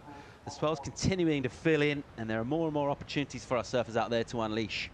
Yeah, I think on Maxim's hit, we saw a lot of offshore wind, and now it's kind of like slowing down again a bit, I think. And I think that will help a lot in terms of the energy of the wave. I think with this size in specific and a lot of offshore, it gets hard. And with the low tide and the wind slowing down, it's going to look great. Look at this wave. Live action, John Mel whipping a turn on the backhands. Goes a little vertical into a whitewater section. Does well to control it, and that one will just run away. And he knew it. He saw the shoulders kind of slump as he realized a lack of energy through the midsection of that wave. Camarao leaning hard on the rail, staying low, as you mentioned, Chico, and looking to just really carve up this face here. A real nice push to the waves now. Just see that water just drawing off the face when you look at this angle, as he'll go up into the lip and he'll clip it, not pushing too much into that last turn, and maybe might want to push just a touch harder because the scores are heading up in this heat and plenty of surfing yet to come. He can't afford to play safe, but a good finish from him nevertheless. Yeah, he connected all the dots of that wave. I thought the finishing turn, as you said, could have been a bit stronger. He's a bit behind the 8 ball now. He needs a 6.05. Let's see the start of the wave. He gets a cut back here. He winds up again. He gets another cut back. So the start of the wave was really slow. This one was a bit better. He had a bit more speed. Here, I think, was the best carve out of the 4. And then quite a bit of a repetition in this wave. And the finishing turn wasn't that critical. So I think Thiago needs to unload a bit more on the first section to go into the mid-6s. As we saw here, the replay of John having a bit of trouble finding that wave that connects all the way in. Yeah, just sort of using comparisons between our goofies and our regulars. Dylan Moffat on the forehand, just surfing with so much more speed in comparison with Thiago Camarao. And also just on the flip side of that, Cole Hushman able to throw so much spray. John Mel really trying to find similar sort of sections to those ones that Cole's found. Hasn't been able to do thus far. This is the way we came back from break 2. We watched it from the drone in live. It's a more traditional angle, the one our judges are looking from. Moffat, second place right now, 6.5 to go to first. He does get a minor improvement, 4.77 in for him. Beautiful blue ocean with lines wrapping in. So last of Thiago, 5.67, as I said. I think if he could fit the last turn on the first section, the judges would love it. Like they have been rewarding the surfer that starts off with the bang on the outside and finishes it off with a bang on the inside. So he didn't quite get that section at the start. Got the improvement, but didn't get the score he needed to move up in the heat, crucially. So he's still in 3rd place, and we just kind of mentioned what it's going to take in terms of that risk taking. You just want to get yourself in that sweet spot in terms of taking the right amount of risk, getting that degree of difficulty, but also making sure you go complete. It is a long wave, so you do want to be finishing off your maneuvers and crucially your waves on the inside. Loads of action in this one. Let's check out the recap. Hushman doing good work early on. Yeah, he's doing an amazing work. He only has ridden 2 waves, and he's got 2 mid-6, I6, a 6.33 and a 6.93. So, and one thing you can tell about Cole is that on both waves, he started off really strong on the outside, and the judges are loving that. And he started off strong, and he finished it off strong on both waves. And he's surfing with a lot of power and technique. As we see here, a lot of spray. He's been probably the goofy I've seen throwing more spray today on his backside. So yeah, surfing with a lot of power. As I said before, he started off both waves really strong there, throwing the fins out, putting an exclamation point on that turn, not rushing to get into the next section. And I think that's one of the key points on your backside to do well here, is to really finishing it off your turn, not do mid-turns and try to do like 9 turns, do like 2 or 3, but really like critical ones. And here he was able to connect 3 more turns on the inside, and yeah, it was just on a roll. And that's why he's in the lead with only 2 waves, and that board is looking special. As we see here, Dylan again with the 6.77. He's started off again really strong on a steep section. That's why we saw that score going up into the 6s, a 6.77 on this wave. That first layback reminded us why Dylan Moffat was one of the best here last year. This part of the wave was quite sticky. That's why we didn't see the score going into the excellent range. But this turn here was a good help into his best wave so far. As you see here. And yeah, he just rode it all the way into the next bay. So a lot of pedaling for Dylan Moffat after that wave, that's for sure. A real fire burner for Moffat, taking him through past those rocks into the next cove and consolidating second place position with his high number, 6.77. Just coming in just under the high score of the heat, which is one of our American goofy foots, Cole Hushman at the moment. Just those 2 ways ridden for Cole. That means he's got priority as well. So in a good position in terms of where he is in this heat, in terms of where he is, in terms of the next set that comes through as well. He can afford to be a little bit picky, but he's looking sharp on the backhand tools so far. A little flyby of the canyon here. Such a nice setup. Photogenic from any angle. You get a really good view from above when you drive the car past. A cool little check spot right above. A big long set of steps to get up there and look at it. Just check out the angle of the swell, kind of period, where the sections are, all of that stuff, and loads of good viewing positions as well from down on the beach. Get some good elevation on both sides. This little pocket beach here. John Mel just having a little look around, and he'll decide to use his second priority. And that wave goes a little soft, just kind of rock back a little on his heels, loses the balance, not loads on offer anyway from that wave. And it's been the story there for Johnny. Got the 5.13 in this heat to get himself back in contention, but he's been a little bit unlucky just in terms of the wave he's ridden, the energy from those sections. He's not really found a load of quality here, Chico. Yeah, for sure. If you see the 5.13 he got was like 30% what John can do, actually. If he gets a proper wave, he's going to go into the 6s. He's a tall guy, he surfs well, he's got a lot of technique, and once he gets like a section, he can connect 2 backside turns. He throws a lot of spray. So I think, as I said at the start of the heat, Ribeiradilhas is a wave that you need to get the right wave. Otherwise, it's just too hard to get scores. And it's just you're always chasing that wave that connects all the dots. The first section, strong one, and the end with the strong section at the end. So anyone that can find that wave always comes on top, unless you don't fall, right? 2.5 to go in this one. And just the 2 ways ridden so far for Cole Hushman. Good enough for him in first place. The blue singlet sitting a little wider on the reef. And if anyone finds a wave from deep that he likes the look of, he can afford just to take it. Let's see if we get a multiple wave set come through to give us an exchange to finish off this heat. There's not a lot of spread between Moffat and Camarao. Just going back to that last wave from Thiago. There's less than half a point split in those 2.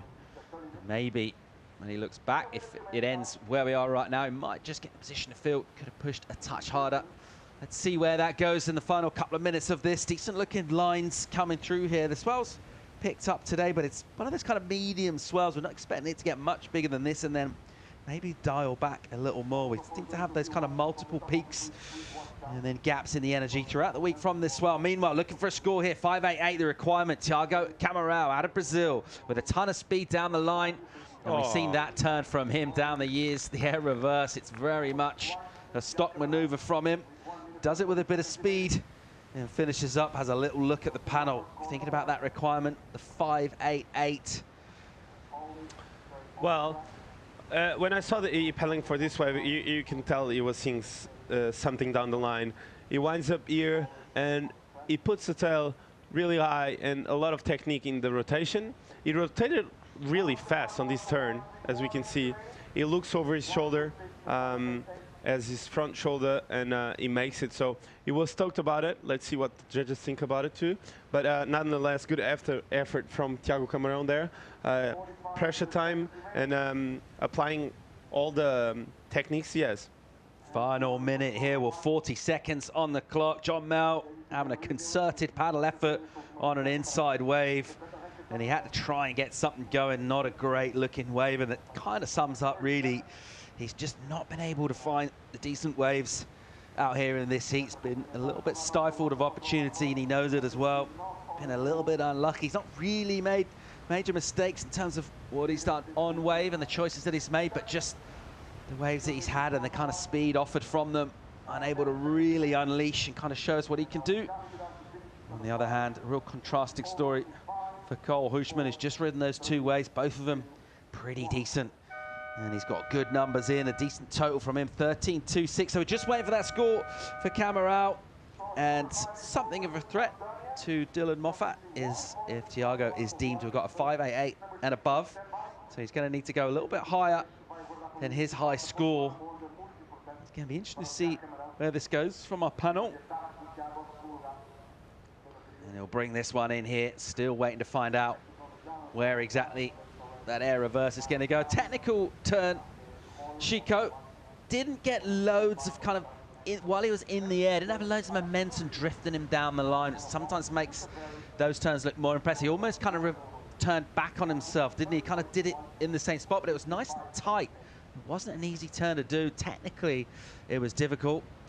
We know he's got that absolutely unlocked from what we've seen from his clips, as you mentioned, down the years. And the judges will have a good think about where that comes in relation to a 5.88. What's your feeling? Well, I think the section was just too hard. Like, I know Thiago can fly, and he has a lot of technique. We've seen, as you said, a lot of clips from him, and he throws some huge airs. And you saw by his technique how he could, like, on a horrible section, actually, do an amazing air. So, I don't know. I think comparing to the first air of the day we saw from Mateus Navarro, right? I don't know. It came in as a 6. I don't know. Judges have been rewarding risk too. So, yeah, I think nonetheless he put on a really good effort there with 1 minute to go under priority. And, yeah. Still wait for scores here. A crucial moment in the 2022 campaign. Do not want to go out in the first round, obviously in any competition, but particularly on the Challenger Series in Portugal in October. Scores coming in.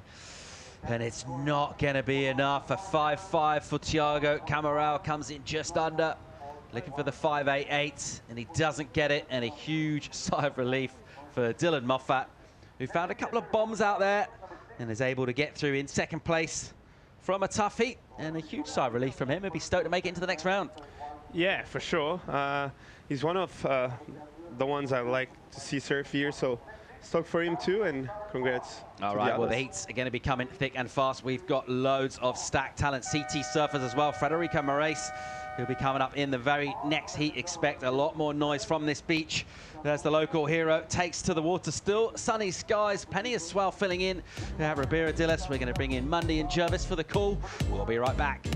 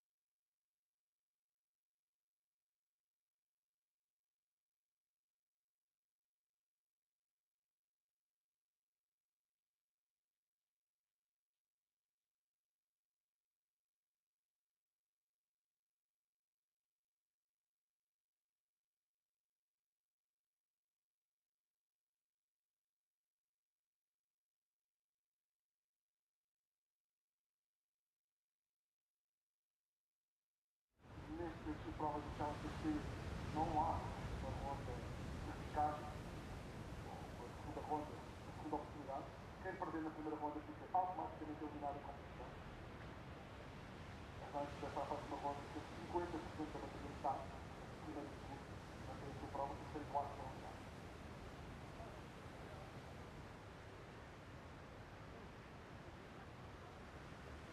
Challenger Series.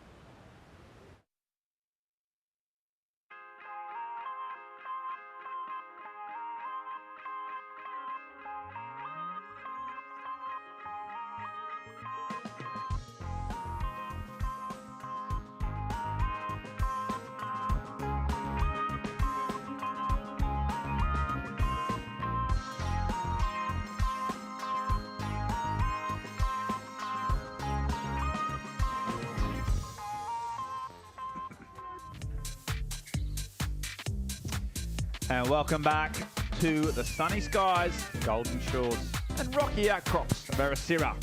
We are progressing through the round of 96 of the EDP Vissla Pro Ericeira. We had a pretty action-packed heat. Cole Hausman in that last round getting through there. My name is Ben Mundy. I'm joined in the booth by a local shredder, Philippe Jarvis. And we're just seeing this tide start to go out. The waves improving. Yeah. What's your current read of the conditions, Philippe? I think it's getting. Actually, I was pretty impressed with Cole because he's a big dude. He's very big. So he found his rhythm on these kind of waves. The waves are getting a bit better. The wind, it looked like it backed off a little, which is good. Which is what it's a little more glacier. But I think there's plenty of opportunity for everyone out there, as we see Kika starting to move and look himself for some waves on the lineup. Yeah, big name in this heat. But first off, live action. That's Keanu Kamiyama from Japan. Gets the heat up and running, gets a little bit stuck, drives down the line. Japanese surfer just waiting there for a little half turn. Hasn't been able to link these turns too well. Got his feet quite close together, his style. Oh, yeah. And that's a bit more like it, a bit more of a wrap as he finds a section. These low tide, as you see, just adding a little bit more inside to these waves as that kicks out. Obviously, Federico Mirage in the blue, and this man, Marco Giorgi, really experienced surfer from South America, been around a long time. Oh, and there's some savage cut downs as the veteran warms up. There's another nice turn.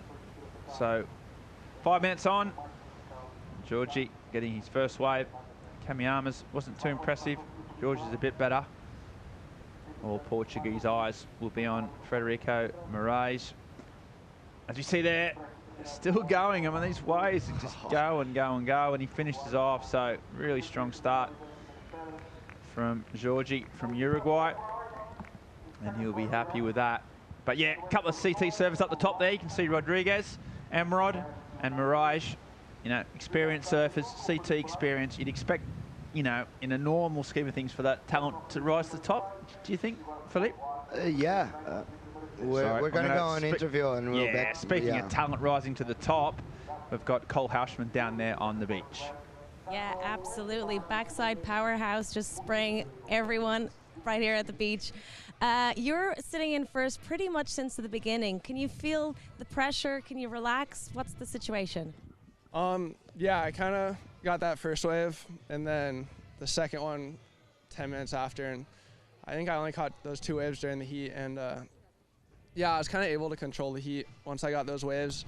I mean, you're never in a safe position, especially out here, and everyone rips too, and yeah, so you never feel safe. You definitely feel more confident maybe, but yeah, I didn't really need to waste my time on waves or go on something that's going to put me out of position. So yeah, I kind of just held my ground, and it worked out, and I was stoked on the waves I went on. So yeah, it's good.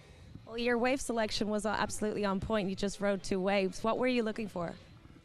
Yeah, I always like to get a quick start, so that was kind of my main goal, and it worked out to be a 6. So after I got that, I kind of just waited around. I was going to get a quick backup, but I just ended up getting another high 6. And so yeah, it wasn't really like too much strategy. You can kind of tell what waves are going to have a line on them, and yeah, it just worked out, and I was stoked. I didn't really need to do much else in the heat, so I just sat with priority and waited it out. And I saw you chatting to your buddy Keanu Azing. Was he giving you any tips that you put into practice? Yeah, I'm staying with Keanu and Zeke and Brody Sale, and I was staying with Zeke last year when he won, so we have a good atmosphere in the house, and everyone supporting each other. And yeah, Keanu's been one of my best friends for a long time, and he's been where I want to be, and he's done what I want to do. So whenever I can, I ask him for some advice, and yeah, he's the man. So I'm stoked to have him in my corner. And now let's talk about the elephant in the room. Can you just show us your hair? Yep, it's just something I'm doing for fun. You know, I gotta be different. I used to do it when I was a kid, and I was like, why not do it while I'm young? So yeah, just having fun with it, and hopefully it'll make me go faster. Well, it absolutely is. Congratulations. Back to you guys. Yeah, good work, Joanna. I was waiting for that question. I couldn't I couldn't really concentrate on his answer because I just wanted to hear about the haircut. But yeah, cool, calm, collected, and having fun.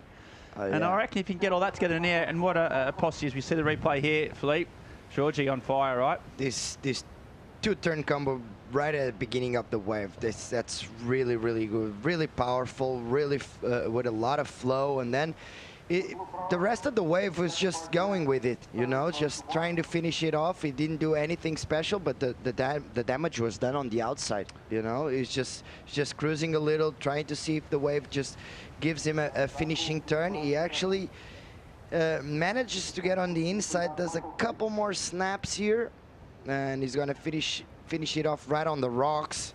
And very, very good two-turn combo on the outside. And here we have Keanu. As you said, I thought he was riding a longer board, but actually his stance is really, really tight. Both of these feet are, his front foot is not even in the middle of the board, as you can see, but this one, very nice. It's a 4.17 this wave, very well served, very well connected. Unfortunately, he didn't do anything special, but still a nice way to start off the heat. Yeah, surfed it well, and a 6.17 came through for Marco Giorgi, surfing green, so strong start for that two-turn combo. He almost could have, you know, finished off the back. Meanwhile, Kickash, you see the crowd roar, the live action as he winds up for a finish. He's done that about, I don't know, 45 million times in his career. He doesn't make many mistakes, this guy. He's a super smart competitor. He's always focused, rarely sort of slips up, and we didn't see what was out the back, but by the crowd sort of cheering, I reckon we might see some good action. I'll get Philippe Jervis to talk through the replay, but yeah, it sounded good. He fits himself off this. He loves being at home. Nice first snap. The wave just kind of runs off of him. He ended up doing a nice cutback. He's gonna he has a very strong snap on his forehand, and here again, nice carving. Very well chosen wave. That's where the local knowledge pays off a little, and he's gonna, as you said, he does this 100 times a day, so he's not gonna miss on that last turn. So nice first wave for Federico. He feeds off of being at home. He knows this wave. He's pretty comfortable. He's working with Richard Dog Marshall. He has his boards on lock, so everything looks pretty good for Kikas. Yeah, he needs some results. Has done a great Challenger Series run, so he needs some results. But you're right, you know, a lot of people might find that pressure being the hometown kind of guy, it can be, you know, it can take away from your performance, or it can be an added weight you don't need. But yeah, well, not with Kickash. He actually thrives on it. Yeah, for sure. He loves to be at home. He loves to hear the crowd cheering. So I'm pretty sure he's pretty psyched with this hit. There's some really nice waves. It looks like the swell picked up a little. Yeah, and this is replay exactly. Wow, nice turn by Keanu. Unfortunately, the wave closes off, but some really nice waves coming in. As you can see, we're still waiting for scores of Kikash. Yeah, so he fought his way back on to the CT, Kickash, and then unfortunately didn't make the cut. So, you know, like, you know, that's the thing, you spent a whole year clawing your way back, does that on the back of actually a lot of really great performances in Portugal. Got back on tour, and then only 5 events before the cut, and unfortunately for Fred, didn't make it. There's his coach, Richard Marsh, next to Yolanda Hopkins. Portuguese great hopes in the women's division, which I hope we get to see tomorrow, I'd imagine. But yeah, Richard and Fred have been working for probably a decade now, you know, like pretty much all of Freddie's adult life, and yeah, such a good working relationship and a friendship, and yeah, it's delivered a lot of success over the years, hasn't it? But he's not done yet. He knows where he wants to be, right? Yeah, it was already there, you know. And once you get that little glare of the city tour and World Tour Surfer, you just want to go back there and try and get your spot. And he actually did some really nice results and some really nice scores. He got some incredible hits against John, and as you see here, a fellow Traveler Championship for Kikas and for Dog Marshall as well. Ryan Callanan from Australia. Yeah, he's been working with Dog for a long time as well, and they team up, Ryan and and Fred are really good friends, and yeah, Freddie puts the boys up when he stays. So yeah, CT surfer Ryan Cullen, another one that you know, got really unlucky, got injured at the start of the season, just before, I think a couple of days before Pipe, broke his ankle, and you know, with that cut, it's so brutal in terms of, you know, you miss one event, you know, you're up against it. So but he's sitting pretty. He's had some good results in Australia on the qualifying series or the Challenger series. I think he's on 3rd or 4th, and definitely in the top 5. So yeah, real electric surfer. He's won here before. I think in 2017 it was this event which propelled him onto the CT. And yeah, electric surfer, really sort of mix of power and aerial surfing, and loves this wave, or knows it well. Yeah. So yeah, we're looking forward to some stacked heats. I mean, the Portuguese flag. You know the what? red and the green against the blue. What a lovely sight. That sir with the flag, he has been here cheering with that flag for Thiago since Thiago won here for a long time. So now a little bit change of a guard. Now it's not Thiago Pires, it's Kikas, but he's still there. He's still there. As you see, Emrod, so Michael Rodriguez, first wave of any note from Michael. He's a electric surf. He's got big aerial game, really sparky. He had a few years on the CT. He's been dropped off for a while. He's trying to make that comeback, and there's a nice turn. He's got one more, and there's another little hack in the pocket. His Instagram accounts is showing his surfing has been amazing, so he liked that. You can see the passion, the Brazilian passion showing up. Japanese surfer also live, trying to finish off here. Nice little turn, a little bit safe, but can he go a little bit bigger on this bit frothy wave? Running down the line, his point break starting to fit in, and a real little sharp snap before he hits the rocks. So scores coming in. So Freddie Moraes got 6.57 for his first wave, the highest score of the heat so far. But we're waiting on scores for Emrod and Kamiyama. But yeah, Rodriguez, one of those cases, you know, that the Challenger Series, he takes to the CT, and you know, we know what he's capable of, and we just saw, you know, a taste of it there. You know, it's really hard when you come from the Challenger Series. Is almost as difficult as the WCT, but once you're on the CT, you just get all the experienced guys, and they're a lot more mature than the guys coming from the Challenger Series. So it's a little bit of a hard time for all of the rookies to go well. But yeah, Emrod, we know what he's capable of. As you see here, Keanu just cruising down this wave. It actually, the finishing turn was really strong. He actually releases a bit more power on that one. I don't know what's the score going to be like, as we see the replay of Marco Giorgio as his second best wave. A 2-turn combo on the outside. Let's see if this wave allows him to go big on the inside as well. He started off really well. Marco spends a lot of time in Portugal as well. So he's pretty comfortable here. Strong finishing turn right there.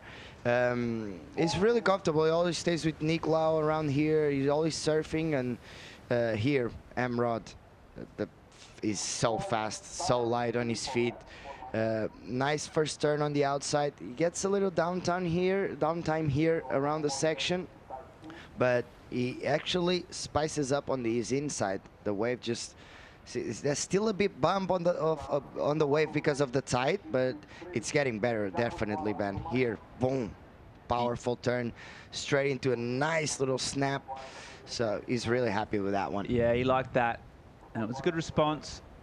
A solid score coming in from yeah, we'll see what he gets here. Frederic and Moraes start off with 6.57. We're going to have a quick look. I mean, we talk about the CT performance that Freddie's put in over the years, and it always sort of comes back to probably his greatest performance was at J Bay back in 2017. An absolutely perfect waves, as good as J Bay gets.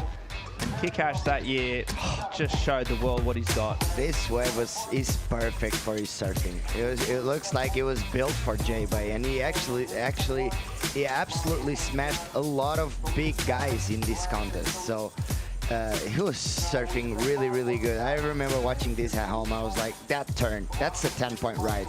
He got a 10-point ride. Yeah, he beat John Florence, he beat Gabriel Medina, he beat Mick Fanning, he beat 3 world champions, and he got tubed off his nut and didn't win the final, but it was a real showcase of what the talent is that Fred had. I think it was a big belief for himself. He always backed himself, but to deliver on the biggest stage in the world's best waves, it's we're still watching it now. It was a real, moment for European surfing and an incredible moment for Freddie. The waves were absolutely on fire, but Kikas just showed everyone that he has one of the best carves in the world.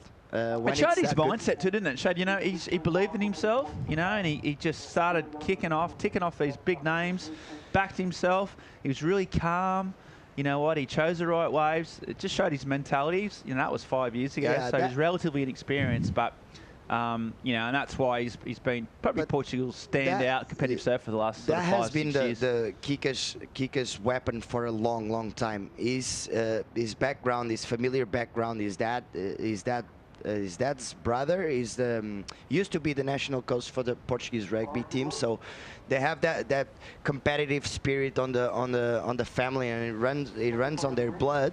And Kikas he grew up with that. He's not gonna back down through anyone. He's not gonna give up. That's what his mentality has been since he was a little kid. So that's what we saw. Like during his years on the CT, he wasn't showing any afraid of anyone. So yeah, and right now he's in 4th, but he needs only a small wave. He'll be patient. Experience will come into play. A bit of a gap in proceedings though right at the moment. We'll see if Kikash can come back and get that 3.11 he needs. But while there is a little lull, we're going to do a short commercial break and come back with more live action in the EDP Vissla Pro Ericeira right after this.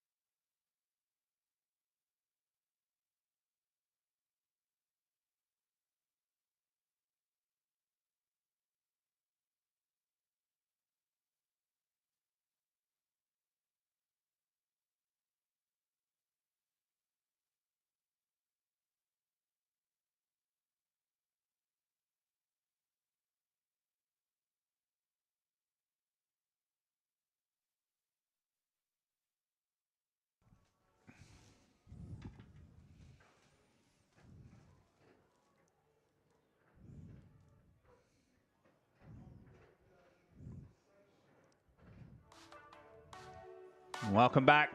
You can see the current position. Not a lot has changed in that short commercial break. The 4 surfers clumped pretty close together.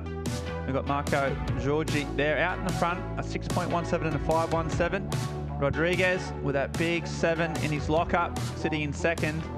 Kamiyama in 3rd with a couple of 4s, and Federico Moraes, the local hope, in 4th place, but only needing a really small score to up it. So it's really close. 8 minutes to go. He won't be panicking just yet, but he knows it's going to come down to this next wave, and he can't afford to make too many errors now. He's not known for his errors, Elite, but still, it's getting down to that pressure will be just starting to ratchet up a little bit. Yeah, he knows what he's looking for, so he's gonna keep. He's going to remain calm, and he has the priority. And Kikas with the priority, we all know what he's capable of. He has a really good choice of waves.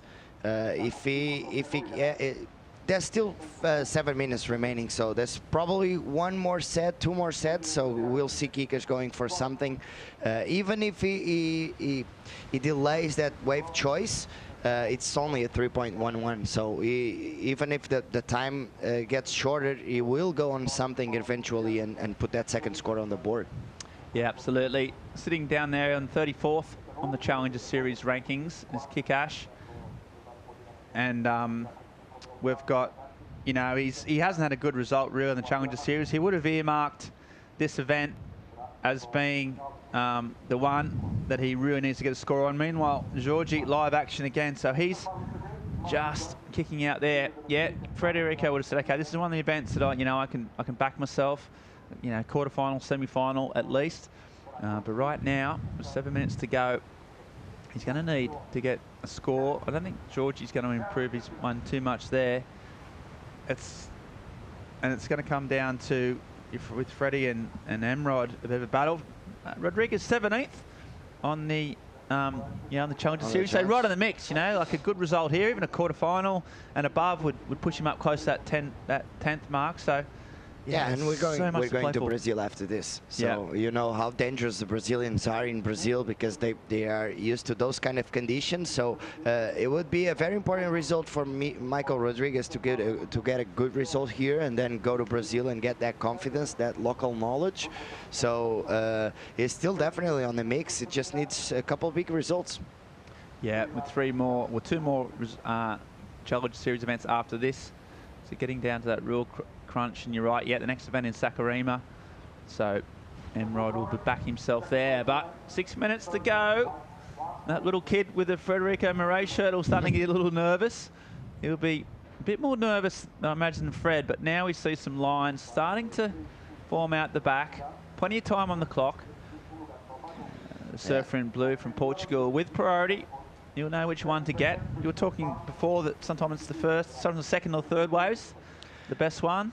Yeah, normally it's not the first one because it gets a little wobble on the wave. The second and the third one usually are a bit more clean. And as you can see, all the other surfers will try, especially Michael Rodriguez and Marco, will try and put some pressure on Kikas right now. They're going to try and sell him a weird wave or something that wasn't as good as he looked. But we know Kikas, he's a really cold-hearted competitor, so he's not going to fall for that. He's going to keep waiting and waiting until the wave comes. So he has the priority on his side, which is a good thing. Yeah, that's a massive, massive tick against his name right now. That wave, no, they didn't really break, so that shows how much I know. But Fredo just stayed still, stayed patient. He knows his spot on the reef. And yeah, the other benefit he's got is that he's not chasing a huge number as it stands. But that could well change depending on what the other surfers do. It's been a long lull, this. I mean, probably say Fred's had priority for maybe a good 10 minutes, 10, almost, 15 minutes. And, you know, that starts to become an issue when you got 4 minutes on the clock. I mean, the ocean, you just can't predict it. Oh, yeah. They would have been timing the sets. His coach, right? That's what they do. They, you know, speaking of Dog Marsh and timing sets, he's down there on the beach with Joanna Garnell. Yeah, that's right. Just under 4 minutes. He needs a really low score. How are things looking for Kikas right now? Yeah, I think still pretty good. He's got first priority. He's had the second highest score of the heat so far. So, yeah, but I'd like a wave to come now. There's no need to bring it down to the last few minutes. So, yeah, a little bit nerve-wracking, I must admit. What kind of work have you been putting in? I'm just mainly working on his boards and, you know, again, the rhythm of the waves. I think he made a little mistake at the start of this heat by giving the guys the inside and not riding the first set, and that's why he's in this position of chasing the last wave. So hopefully one comes. We hope so too. Back to you, Mondi. Oh, great. Thanks, Joanna. I love that little stuff where you actually get picking the brains of the coach in the moment. It's really insightful. And yeah, Dog, he's cool, but he's like, he doesn't need this, you know? He doesn't need the stress in his life. He loves it. I think he loves it. Yeah, he loves it. Yeah, but even as Freddie, and little mistakes, little margins, like missing that first set, he said that could be an issue. But on the flip side, he's like, look, he's in a good position. He's got priority and he needs a small score. So he knows that. But yeah, it's starting to get a little bit more tricky than they would have hoped. Yeah, he's gonna move a little bit to the inside, because sometimes when you get too further out, you won't be able to get through that outside section. So Kika's just padding a little to the left just to make sure he's on the right position for the wave. Yeah, well, he's got no room for error now, has he? So he has to pick the right wave. If he picks the wrong one and gets caught behind, it's all over. So yeah, he's left just the way it's panned out. There's no time. He has to go the right wave here. If he makes a mistake, he'll get punished.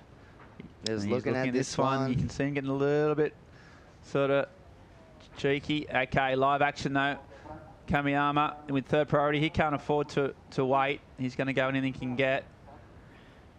Looks like Freddie's left the one at the back, and Kamiyama, smooth style. And we see Emrod. Oh, and there's a big turn from the Japanese surfer, and he hangs on. He doesn't hang on. Incomplete. Now, this is the wave that Freddie gave Michael. So we're going to see if that was potentially an issue, because he's weaving, ducking, weaving, and he needs to improve on a really small score, and he's done that, you think. So unless Fred got a wave out the back, that could be a really, really big error. We'll see what happened on the wave behind. There must have been a wave behind if you'd imagine if Freddie let it go. That was a tough call. He felt like it wasn't a good enough wave, you know, and maybe a little bit of a mistake by kickers. Let's see on the outside. The wave was kind of flat, but yeah, maybe it was a good call, you know. He didn't do anything that special on the outside. He's probably going to improve on that 2.67, but see, good call by Kikas. Just one big turn by Michael. Otherwise, it's just a couple of cutbacks. He's going to explode on that one. So he's going to improve on the situation, but maybe a good call by Kikas. It's a good call if he gets a wave. He has 1 minute remaining, so it could have been the wave, couldn't it? Well, he would have got a 3.11, you'd imagine, on that wave if he took off on it, but he didn't. And there's being patient, and then there's running out of time, and it's a fine line. And if Dogmarsh was nervous before, he's even more nervous now. We'll see if Amrod, you know, he's going to get a 5-point ride or thereabouts, and that's going to make Kikash's job even more difficult. But here he goes.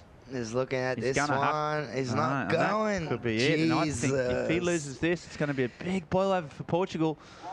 5.07. So here he goes. So this is the last chance. He's going to need. Now he needs a 4.77. Fred up and riding. He's waited a long time for this. This is where the training. This is where the pressure comes in. It's a smaller wave, but he's ducking and weaving. And there's a big carver. So it's going to be a buzzer beater. And there's another one. You hear the crowd. Lots of wraps, lots of carves. A 4.77. Not a huge score, but this wave gave him a lot to work with. One more, and there's another. So he's done a lot of turns, and he's put on the line, and he finishes it off. Well, if he does get it... He's selling it. He's selling it. It's going to be interesting, this. Emrod, you're right. He didn't do a lot, but he had a big finish, and he got a 5.7. Sorry, 5.3. 5.07. Richard Marsh didn't look too happy. Yeah. And... it's going to come down to this. It's a buzzer beater. I mean, you got a fair play to Kikash. I don't know if he made a couple of mistakes potentially, but when it came to the end, he surfaced waves. So what do you got, Jarvis? Talk us through, because it's a small wave. You know, it didn't do anything. A couple of carves, a lot of spray on that one. Another nice carve. Here, another one, a little bit repetitive, but still well surfed by Kikas, and he manages to go on the finishing turn. So one more snap here, another one, a smaller little inside wave, and then he finishes up pretty strong. He was really happy with that one. Wow, really happy. That's the passion that his dad and his uncle just have been throwing to him since he was a little boy. So I don't know. It's going to be a pretty close one. Yeah, it's going to be close. I mean, he got a lot of work done. You're right about the size of the wave was against him. Maybe I'm thinking these last few turns, when it did get a little bit steeper, might just get him over the line. But he's left himself with a job, and he gets a 4.40. No. And Federico Moraes has bowed out of the event, and that's a massive, massive upset. That's a big, big result. Federico, there's a lot to unpick there. I think he's going to regret that decision to give Emrod that wave before. That was the biggest mistake that he made. And he left himself with too big a task at the end, and it wasn't enough. Fair play to the judges. They just called it as they saw it. They didn't get caught up in the context of the local hero. They just didn't think he did enough, and it was too flat and too small a wave. He surfed it well. But fortunately for Fred and for Portugal, the Portuguese fans, he's out of the event. There's not much more he can do about that. So with that major upset, we're going to take a breath, go to a short commercial break, and come back with more live action right after this.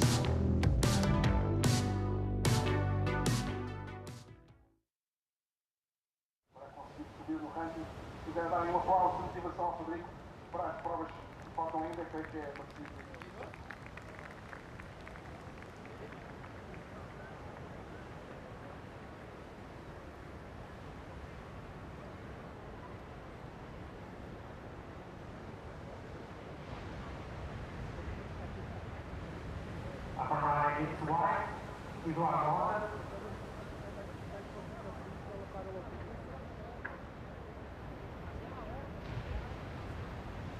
We also have white for surfer blue, coming from Hawaii, Florida.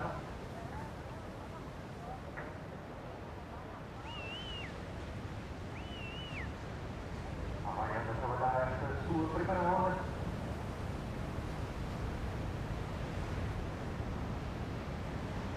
Então, no Havaí, líquido azul, onda agora para branco, Eduardo Mota, do Brasil. A resposta. Já vou apresentar os outros dois surfistas também. Estava ali a treinar fora o brasileiro de líquido branco, Eduardo Mota.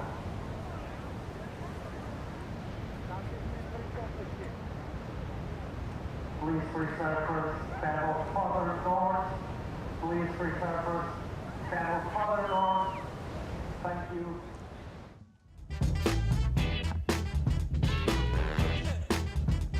High stakes on the Challenger Series as best surfers from around the world convene at Ribeira Dillas, looking to put themselves forward for a spot for the Championship Tour in 2023. A long road ahead of that. Now let's check out the new quartet in the water. Luca Messinas taking on Brody Sale, Eduardo Mota, Peterson Crisanto. Paul Evans joining me in the studio for more insights. Philippe Jervis, and mate, bit of an upset there for Portugal. Oh yeah, I'm bummed. Yeah, I'm pretty sad because he had the opportunity. Unfortunately, Frederic he made the wrong calls right there. I think he had the opportunity to get some pretty nice scores, and unfortunately he waited a little bit too long, and he let Emrod going on the second best wave of the heat. So I don't know. It's going to be a tough one. He's going to be pretty sad, pretty bummed. All the Portuguese people will be pretty sad. I think of the surfers that we're used to seeing on the CT flaring up and would love a shot to get back there. One of them, his name's Michael Rodriguez. He's standing by for an interview. That's right. Congratulations. That was a very interesting heat there. How are you feeling? I'm feeling good. Hard to describe after 2 months without surfing and competing. So now I'm coming back and feeling just over the moon. Do you think you have to thank Kikish for giving you that last wave? Yeah, you know, it's very hard to take a decision there in the outside with all this game happening at the same time. So yeah, it is what it is. I'm happy and I'm kind of sad about the kickers, but yeah, it's the game. And you've been spending a lot of time here in Portugal, right? What do you feel about Ribeira Dillas? Sorry? How do you feel about Ribeira Dillas, this beach here? No, it's pretty hard to talk about because I really love that place, but at the same time, I never have a good result here. But yeah, I still love that place. Portugal is an amazing place. I feel like home. And yeah, it's pretty good to be back here. It's great to have you back. Congratulations. Back to you guys. Live action, Messinas, a little misfire on the first turn, gets a kind of recovery as he rides maybe about half the length of the ride we're expecting to see here. Yeah, Ribeira looking to open up and go pretty hard. He just tried to force the issue a little bit on an opening turn. And we got numbers to come in for a bunch of our surfers during the break. Let's see where we go with this. But talking about surfers looking to get back on tour, Messinas. Surfers like Peterson Crisanto as well, who's such a good surfer in a variety of conditions. Yeah. And at this level, sometimes these events, we talk about kind of upcoming stars and people with a lot of hype and a lot of heat. I tell you what, Peterson Crisanto has got an absolute fire of a toolkit. Let's check out him here. There's a little slightly awkward push through the back. Yeah, I've been seeing Peterson surfing since we were little kids, and he was a big prospect in Brazil back in the day. As you see, Lucas. Of action here, really nice off the rail from Messinas in a really shiny pocket. Big spray from him as he just pushes super hard on the rail using the speed. He's got a ton of power as well. He's aggressive, and it's all put together with polish. So linking through nicely, sort of checks that turn to make room, and then gets the little two-footer finish as well. Really well surfed. That's the thing about Rio Waida. Did you see? He just got a wave, and he was paddling back out. And a really nice insider just came on his way, and he couldn't even say no because the wave had a lot of potential actually. And so that's the thing about Rio Waida. You can be sitting on the outside and doing nothing, and sometimes on the inside is breaking a lot of really good waves, as you see Peterson. Peterson Crisanto also applying pressure to that rail. Really kind of leans back from his board and able to use that center of gravity to release a bunch of spray. Thinking about where we are. Whoa, big effort there to fire up from Eduardo Mota. As he'll go incomplete on that one. Look at Messinas coming to this rank 21st. He does need a result here. Brody Sale out of Hawaii on a good looking opening section. Off the bottom into the lip, kind of snatches a little bit of that maneuver, and it puts him behind. Whitewater just kind of crumbles slightly awkwardly. And now Sale finds himself some face. What's this mid part of the wave going to do here? He doesn't commit too hard yet. He's pretty patient now. It stands up for him. Really smooth from him, but just a little bit kind of pedestrian in terms of the pace of it. That's much nicer. Pushes hard, and as he does so, it's really hard to go from kind of first, second gear and then try and push hard, and he just gets that one slightly wrong. It kind of felt like he just missed a couple of turns on that. It was just waiting for the wave to stand up, but it looked like he kind of missed at least one section, and he ended up doing a carve way further back from the power source. So a bit of a mistake by Brody. Unfortunately, fell on that one, but we have scores for the first of Peterson. We unfortunately didn't see it probably during the interview, but very good score by Peterson Crisanto, 7.83. Massive number for Peterson. Needs a result here too, sitting way back somewhere in the 80s coming into this one. Needs a big result here, and if he can do that, he will rocket up those ratings. That's been a story from this event from last year. We saw people jump, what, in some cases 50, 60 places, maybe even more with a big result here. That's what he's going to need. 7.83 is a great way to start this heat off. And he's got a couple of scores since then. They're going to be much more modest in number. Getting a look here. Another look at Brody Sale. That's his first wave. Nice couple of turns on the outside. Is still waiting for the wave to stand up. This is going to be something around the 500. It's a 5.67 that wave. Those couple of turns on the outside just make him add a pretty nice score. A little late on that one, but releasing the tail still. So pretty nice way to start the heat by Brody Sale. As we see this, he just is so further on the outside. As you can see, he's probably going to connect to the inside because he's really way out the back. Nice finishing turn by Peterson. This probably his first wave, do you think? 7.83, or maybe it's the second wave. We're still waiting on scores. As we see Lucas, this is his first wave at 2.53. As you said, a little off time on that first one, and then he ended up not finding the rhythm, but he was paddling back out, and he got that little insider. See, he's halfway through. As we see here, another wave by Peterson. Nice little carving. Another nice carve. Patterson has such a great style. I really enjoy his surfing. He's really powerful and really light at the same time. Now hits it a little harder. The wave just, yeah, misses out on that one. So a lot of waves read on this hit, Paul. Absolute frenzy of activity. Motta opening up really nicely on the rail there. Couple of turns. He's going on the inside. Another cut back. A little off timing. He's just going a lot of speed on that one. Nice little carve. Yeah, Ribeira is like this. It's so hard to connect the dots between the outside and the inside because there's a lot of parts of the wave that actually just stop. If you don't have enough momentum or a good board or something like that, you just stop and you ended up losing momentum for the finishing turn, as we see Patterson. Yeah, really nice first turn. So much speed from your heat leader, and another searing carve down off the top into the pocket. Tries to reverse one out of the lip, grabbing the rail, go incomplete on that maneuver. As we'll pick up Macinas coming from behind with speed of his own. Nice and crisp into the lip from him. Whoa. Really nice commitment to the rail there. And he's found his flow on this wave. Let's see what the finishing section's got to offer him. He'll tap it, just use that speed to come down to the inside bowl. And has to wait a little patiently, as there's an elongated finishing section on this wave. What's he got to finish here? Tags it. Really nice stuff from the Peruvian. That was a really long wave for Lucas. It has a little bit of Jeremy Flores on him. The way he positions his arms, really powerful as well. Very well surfed by Lucas. So we're gonna wait on the replay on that one to see what happened on the beginning of the wave. So just under 19 minutes remaining in this one. Pedersen Crisanto. Big things to open up, and he's backed himself up.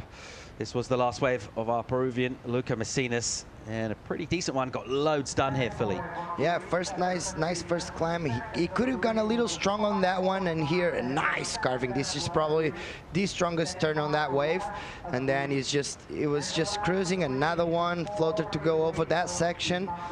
He's just cruising and waiting for the wave to stand up so he can push it as hard as he possibly. He goes for a 2-for-1 here. He could have gone just one big turn, but he ended up finishing pretty well. As we see, this wave was Patterson last wave. Nice first snap, really light on his feet, but at the same time very powerful. And here he throws that club sandwich reverse. Unfortunately, he goes behind the wave, but plenty of action, as we said. A lot of waves reading on this hit. Yeah, it does feel like just getting that score going really close to the excellent range from your very first wave will just give you that little extra kick in your confidence, just the physical energy to see opportunities in waves where you might kind of second guess how good things were going to be, and you just feel like you got the speed, you got the mojo, everything's working. And as a result of that, partly as a result of that, he's been the busier by far of our surfers. 5 waves ridden for Crisanto, who I guess now would have to call something of a veteran. He's had a gap in the middle of his career. You know, we think about Michael Rodriguez, kind of similar sort of story, but more recently from the CT participation from him. Pedersen Crisanto, we didn't see him for a while. He was not doing a lot of qualifiers, didn't really see him on the challenges. I tell you what, he's back, and he's back with a vengeance. And he'll be fired up to go and get a big result here in Portugal. Yeah, that's true. He was having a really, actually pretty nice career as a junior, and then out of nowhere, it kind of misses out on the map. It disappears, and then he comes back stronger than ever, honestly, because he's been surfing as good as ever, and he actually qualified for the tour as soon as he got back from that time away from competition, and now he's trying to go back up there because I think he deserves. A lot of surfers deserve, because the CS Challenger Series is probably the most competitive contest we have. Obviously, we have the World Tour as well, but sometimes I think this one is harder than the World Tour because there's so many surfers from all around the world. As we see live action, Eduardo Motta. Paul, what do you think about that one? Yeah, using the priority, using it pretty well. A ton of speed for him, and just kind of slicing this wave open, covering an absolute ton of ground. He'll get a nice little double-up bowl here, and he'll just lean hard, just kind of snap out that tail just to get the finish on the face. Would have loved to go into the lip and take on that section for a finish, but didn't happen on that wave. Meanwhile, Brody's sail here, what's he got? He's looking down the line at a section. He'll just have to sort of snap to put himself back patiently. And then into the lip. A real speedy turn. Yeah, super technical. And again, in for a finish on the inside. So Sail finishing up strong on that wave, which had a little downtime between the maneuvers, but he was able to be really patient, which does seem to be kind of a crucial thing here at Ribeira del Este. Don't try to kind of force it too much too early on the wave.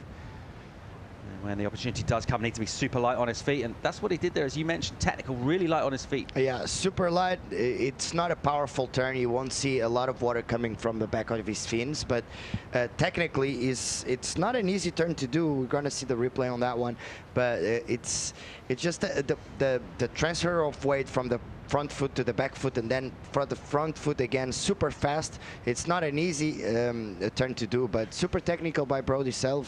He's very young still, so he has a lot of time to get his get a bit more powerful on this on his turns, and as well getting a bit more experience. All right, numbers for all of our surfers to come in. So judges being kept very busy, particularly by Pedersen Crisanto. He's ridden 7 waves so far. Let's go and get a word from his camp. Joanna Garnell is standing by with his coach on the beach. Itel Ferreira, but it's Itel's Christian Crisanto's coach.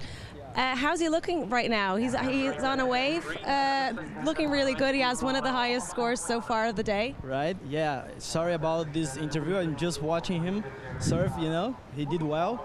We started with a different, I would say, like strategy. We went to that ride and it was a little bit deeper, but it was good, you know, and he did like the best score in the heat. He started really quick. As we talked, you know, it was a risk, but it's worth it. And you're wearing the fluorescent pink so he can notice you from the beach, right? Yeah, exactly. Like we usually get this jacket because it's pink, so he can see me from the sand, you know, in the middle of the crowd. So it works. Well, it's working out really well. Let's hope that it stays like that till the end, right? Yeah, right. Thank you. I do, guys. All right, an 8th wave for Crisanto. He's been really busy in this one. Big score early on for him, the 7.83. And he backed that up with his second wave of the 5.9. That's still his total. So he's ridden a half a dozen or so waves since then, unable to challenge those scores thus far. We've got numbers to come in for him. Messinas gets a 6.5. So much better from him. Adds to the 5.33 and goes to second. A number to come in for Sail as well. He's going to need a 6 now. And Motta has got a number to come in as well, but he's way back now looking for an 8.2. And this heat really has been kind of relentless just in terms of the action. Let's get another look at Pedersen. Goes for a little float on that one to go around the section. Nice snap, unfortunately goes down. As you see, his coach was pretty bummed about that one. But yeah, he had a pretty nice strategic. As I said, we could have seen the replay on that one, the first one, the 7.83. He took off way deeper, almost on the spot where the free surfers are, which is kind of risky, as he said, but it definitely paid out for him. So using the whole distance up the top of the point here and find himself a really good number early on. We talked about that north swell in the morning show this morning and how it hits a slightly different part of the reef. We've also seen some of the wider breaking sets with the low tide as well. So positioning questions from our surfers, you think that would tend to favor surfers with more experience, but not necessarily always the case in surfing. Here goes Crisanto rolling the dice once again. Keeping with that busy approach, that high energy, and just kind of relentless in terms of taking opportunities, looking good on this wave. Managing to stay in the pocket, keep that speed going, and as a result of being on the steeper section, it does make the board just a lot lighter and tighter under his feet. And then things all slow up slightly. We'll just kind of figure 8 it in the pocket. Still tapping away down here. So the strategy that he's worked on in terms of positioning, but also just in terms of how busy he wants to be, and gets a really nice finish as well. So let's see where that goes. 5.9 the backup for him. Yeah, the thing about it is taking off really deep comparing from the other guys. The thing is, only the smaller waves break there. You know, you see the size of this wave. It's not as big as some waves we already saw out there, So sometimes he could play against you because the wave wasn't that big. He surfed really well, obviously, because sometimes it has a steeper wall. But as you can see, it's kind of a small wave. Here, a nice floater to go around the section, but another one, and he's gonna push it a little harder on that one. But as you can see, the wave it doesn't have that big wall that you expect from the wave of Ribeiradilhas, but still it's working really well for him. Now it's some downtime. He's gonna go for a foam climb as well once again, and he's gonna try and finish this one off. He actually does with a nice little fin bust out the back. Nice finishing turn. Yeah, best turn of that wave easily.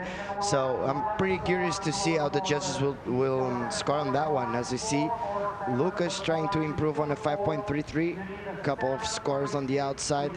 But see, this is the difference between Crisanto's wave, which is a lot deeper on the outside, and a wave that actually breaks on the main spot, on the main peak.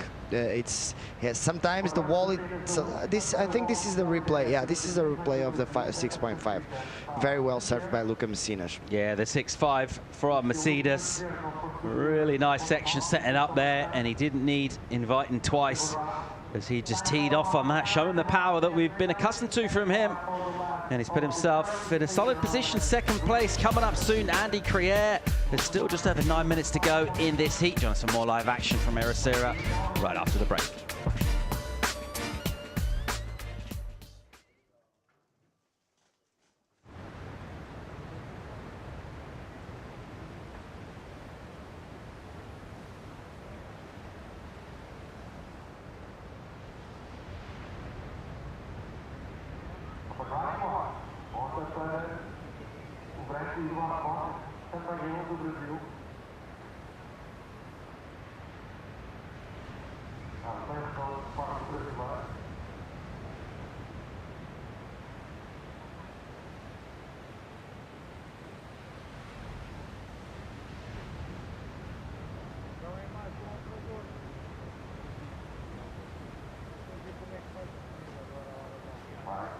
Velocidade para o ataque à última secção. Terminar com consciência o homem do branco, standing by the score for last of white.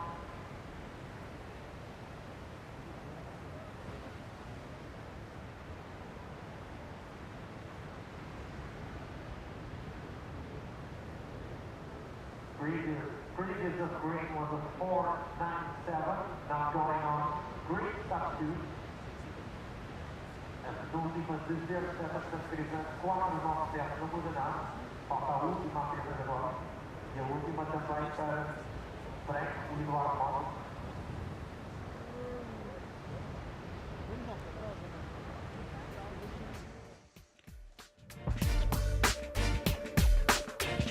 Challenger Series action continues from Portugal on the water right now. Heat 7 of a round of 96. We fired off this morning around 8 a.m. local time here on the west coast of Portugal, as this swell filled in overnight, and it's given us highly contestable conditions, pretty consistent for the most part, multiple waves in the sets, and long waves with, well, a lot of decisions for our surfers to make, not only in terms of where they position themselves on the reef, but also maneuver selection, all of that kind of thing down this long wave here. So far, with a ton of waves ridden, 9 of them so far. We're due a 9th score for Pedersen Crisanto, your heat leader. Big number for him, 7.83. That happened right at the start of this heat.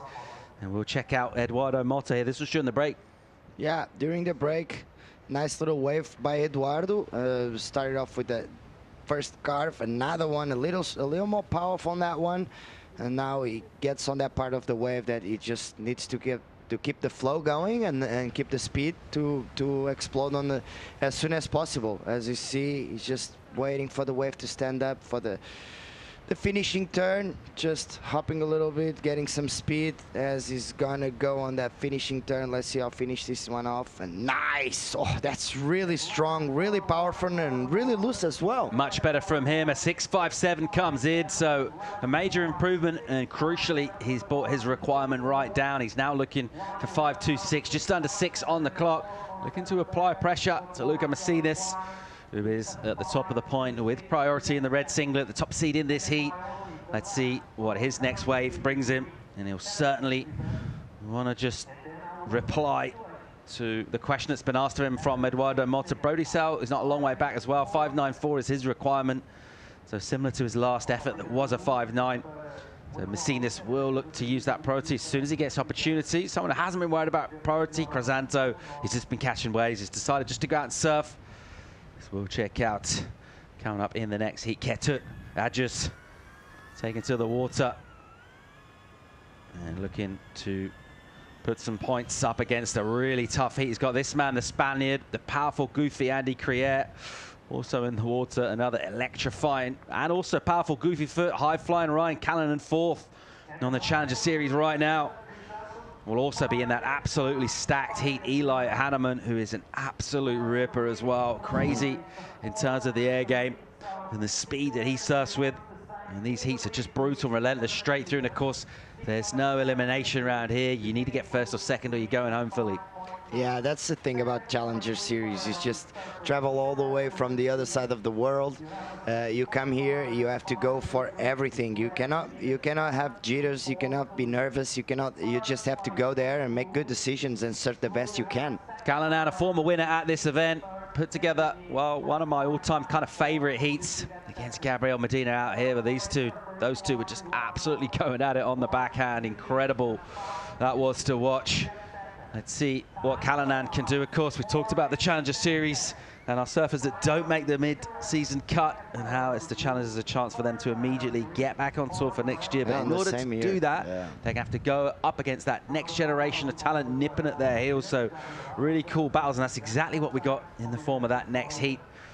Really interesting to see the biggest stars of the sport down here at Ribeira Dillas. Yeah, it's an experienced surfer again, pretty much a new generation of surfers from Indonesia, new generation of surfers from Hawaii, and also a new generation of surfers from Spain. So Ryan is gonna be put against the ropes on that one. From deep, Crisanto, your heat leader, just hits it on the white water and then sets up for this snap turn. Nice and technical, breaks his line and then recovers from the bottom turn and goes straight on the accelerator, hits the lip again. Can he come around here? He's going to use a foam climb as a functional maneuver to get around the section, and he'll stab again. Just that little release of the tail, getting that snap done. Just over 3 on the clock. Meanwhile, here's the move from Messinas. Used his priority. We just caught the end of the wave from him. I wonder what he got done out the back. Messinas was put under a little bit of pressure by that last wave from Eduardo Motta. Let's see what he's got here. Just trying to go around the section on the outside. He goes for a speed turn and the wave, a little foam climb and another carve. Actually, it wasn't. Unfortunately, he didn't see any potential for further down on that wave. And this is Pettersson again. Taking off too deep, but the wave's kind of small, but he's just surfing really good. And even if the wave is smaller than what we've been watching, when you surf like this, you get the scores. That's pretty much it. He's going to go around this section, trying to go for another one. He still gets a bit of a release even without a proper bottom turn. So very nice surfing by Pettersson. Crisanto is pretty comfortable in the first position. A 10th wave for him, waiting for a number to come in for it. It'll be a throwaway for Messinas. So unable to use that priority to great effect. He's left himself a little vulnerable here. Priority with the Hawaiian Brodie Sale, Eduardo Motta. He's got second priority. Those two chasing fives. It's a high 5 for Sale. Battle for second. Basically a 6. Motta looking for 5, 2, 6. So a multiple wave set will be certainly what Eduardo Motta's hoping for. Just over 90 to go in this one. Not loads of time left. In terms of energy and in terms of the commitment to just being all over this lineup, it's been relentless from Pettersson Crisanto. He hasn't actually built on his score since the second wave, so he's ridden 8 waves without adding to the 5.9, but he's just been relentless out there, and sometimes that's what it's going to take. Yeah, he's keeping the rhythm going, and he's putting a lot of pressure on his surfers, and he's trying to make sure the surfers don't go on his waves. So it's gonna be pretty. It's a tight race between that second place. All right, nervous moments in the final minute. Here goes Sale using priority, a smaller wave, 5.94 that requirement. A little sluggish with the opening turn. What's he got here? He tries to force the issue. He needed to do that, really. He could just kind of tail that wave, lacking the energy, really, to get up towards that 6-point range. So 40 on the clock. Motta, who's at the top of the peak here, he does have priorities, looking for 5.26. The young Brazilian. Let's see where he is in the lineup. We'll pick up another little paddle on that particular occasion. Crisanto decides not to go. Pretty wise choice. A smaller wave, that one. Final 25 seconds. We're inside that in terms of this heat. Eduardo Motta just has to catch something to get something going. Sail as well. Knows he's chasing. And you can just kind of tell that this is just going to be a wave in. He knows it's not offering the score. Not sure we got much else happening in the lineup as well for Motta, as he is a spectator just watching that one come in. So Messinas looks to have dodged a bullet there. Did leave the door a little open, but looked very good on his 6.5 and just carved his way really to his points, as did that man, the big 7.83 early on. That was all by virtue of the fact he positioned himself super deep up the point and was able to use the speed and always pushing down the line, pushing hard, accelerating into the lip, and a decent total for him. He's put a lot into that heat. Very much merited his spot in the second round. Messinas will be joining him, the Peruvian. We've got an absolute smoker of a heat coming up next. Before we go to that quick commercial break, join us some more live action from Ericeira real soon.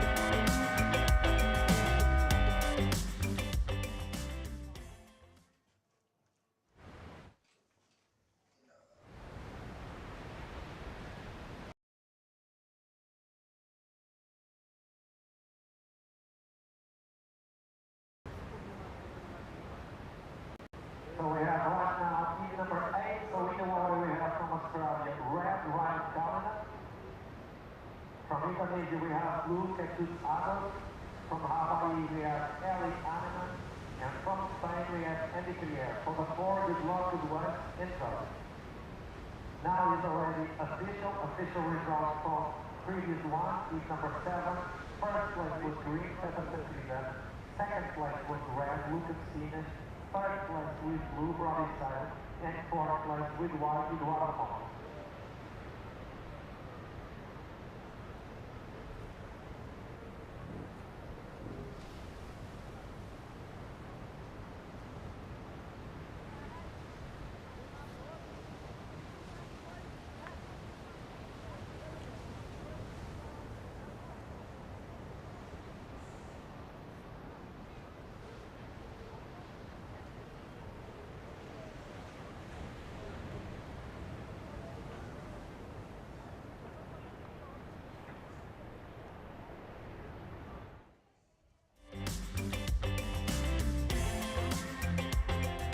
Welcome back to live action from Portugal. Challenger Series competition, EDP Vissla Pro Ericeira, and Heat 8 of the round of 96 shapes up like this. Ryan Callanan, 4th on the Challenger Series, taking on Kitet Adjus from Indonesia. Eli Hanneman of Hawaii, Andy Crier from Spain, and Paul Evans joining me for the call on this one. Chico Alves, great looking heat, mate, and straight at it. Ryan Callanan on the backhand tools, deals with the tricky section, running away down the line, just stays tight in the white water, and it'll look to open up here as we see him go into that trademark deep and powerful bottom turn.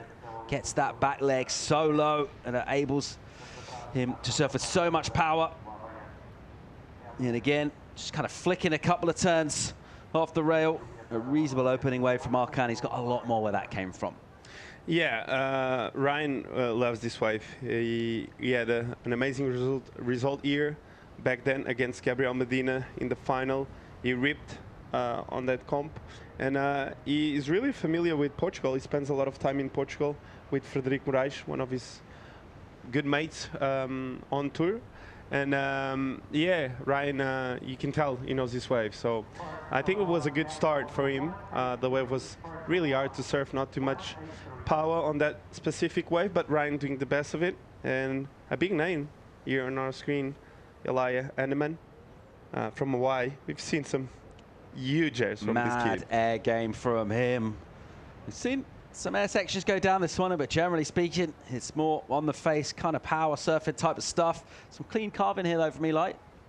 Yeah, this wave was quite small, but was egging the reef well. You can tell he's waiting for the wave to kind of open up, so he keeps working the wave and waiting for this section. Let's see what he can do. And yep, quite late for that one, and he was quite disappointed about it. So I think Ryan got the better of the exchange. As he said, getting really low. That turn was drifty, and yeah, he put on that specific turn all his weight on the front leg.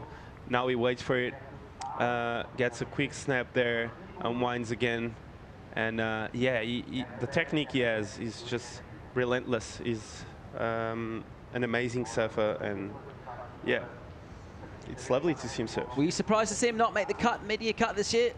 Yes, I was. He was one of the surfers that I think that really deserves to be there and fits any type of wave. As we see, Caity, I've seen Caity surf recently, and I can tell you what, this kid is just like Rio Waida. He's really spicy, and he's really fast and furious, as we see on this wave, and really light on his feet. So I think he's going to fit well this type of waves, not huge waves. And oh my God, he ripped this wave off. Wow, ultra aggressive from Aegis. A really nice style as well. It's so clean, the quiet body, and then just firing up. Meanwhile, Crier, also a really powerful surfer. He's a big lad as well, and he's got some serious backhand heat here. Wow, those two-turn combo out the back was beautiful from Andy.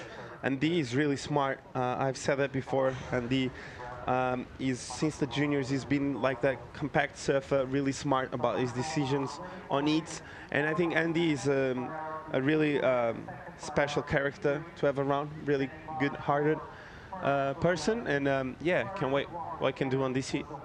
Yeah, my only concern with Andy Crier, sometimes I wonder if he's too nice. He's just such a nice dude. It is. I just like to see him get a little bit angry in heats. No, in heats, he's actually really fearless. Back then, I had a couple with him, and you can tell he's really focused on the heat. But outside of the water, he's just like most like cuddling person I know. So a great opening exchange in this one. I really enjoyed that wave from Caity, just from Indonesia.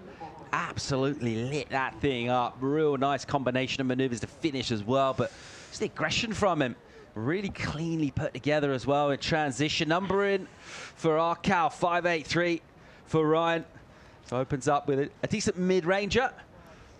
And in the meantime, we wait for scores to come through. Let's go hear from another former CT server, Peterson Crisanto. He's standing by for a chat. Yeah, Paul. Well, Peterson, 10 waves. Where'd you get all that energy and motivation? Yeah, I mean, I was so excited, you know. I have been like such a tough time. My first like challenging series in Australia, I lost in the first round, I think. So this is my first challenge that I made one hit. So yeah, I was like, come on, let's go, let's do this. And yeah, I got a lot of energy. I have been training a lot at home. So yeah, I'm prepared physically and mentally. And yeah, I'm so excited for this event. I have been training so hard, and yeah, I'm so focused, and I'm gonna try to do my best and get a good result here in Ericeira.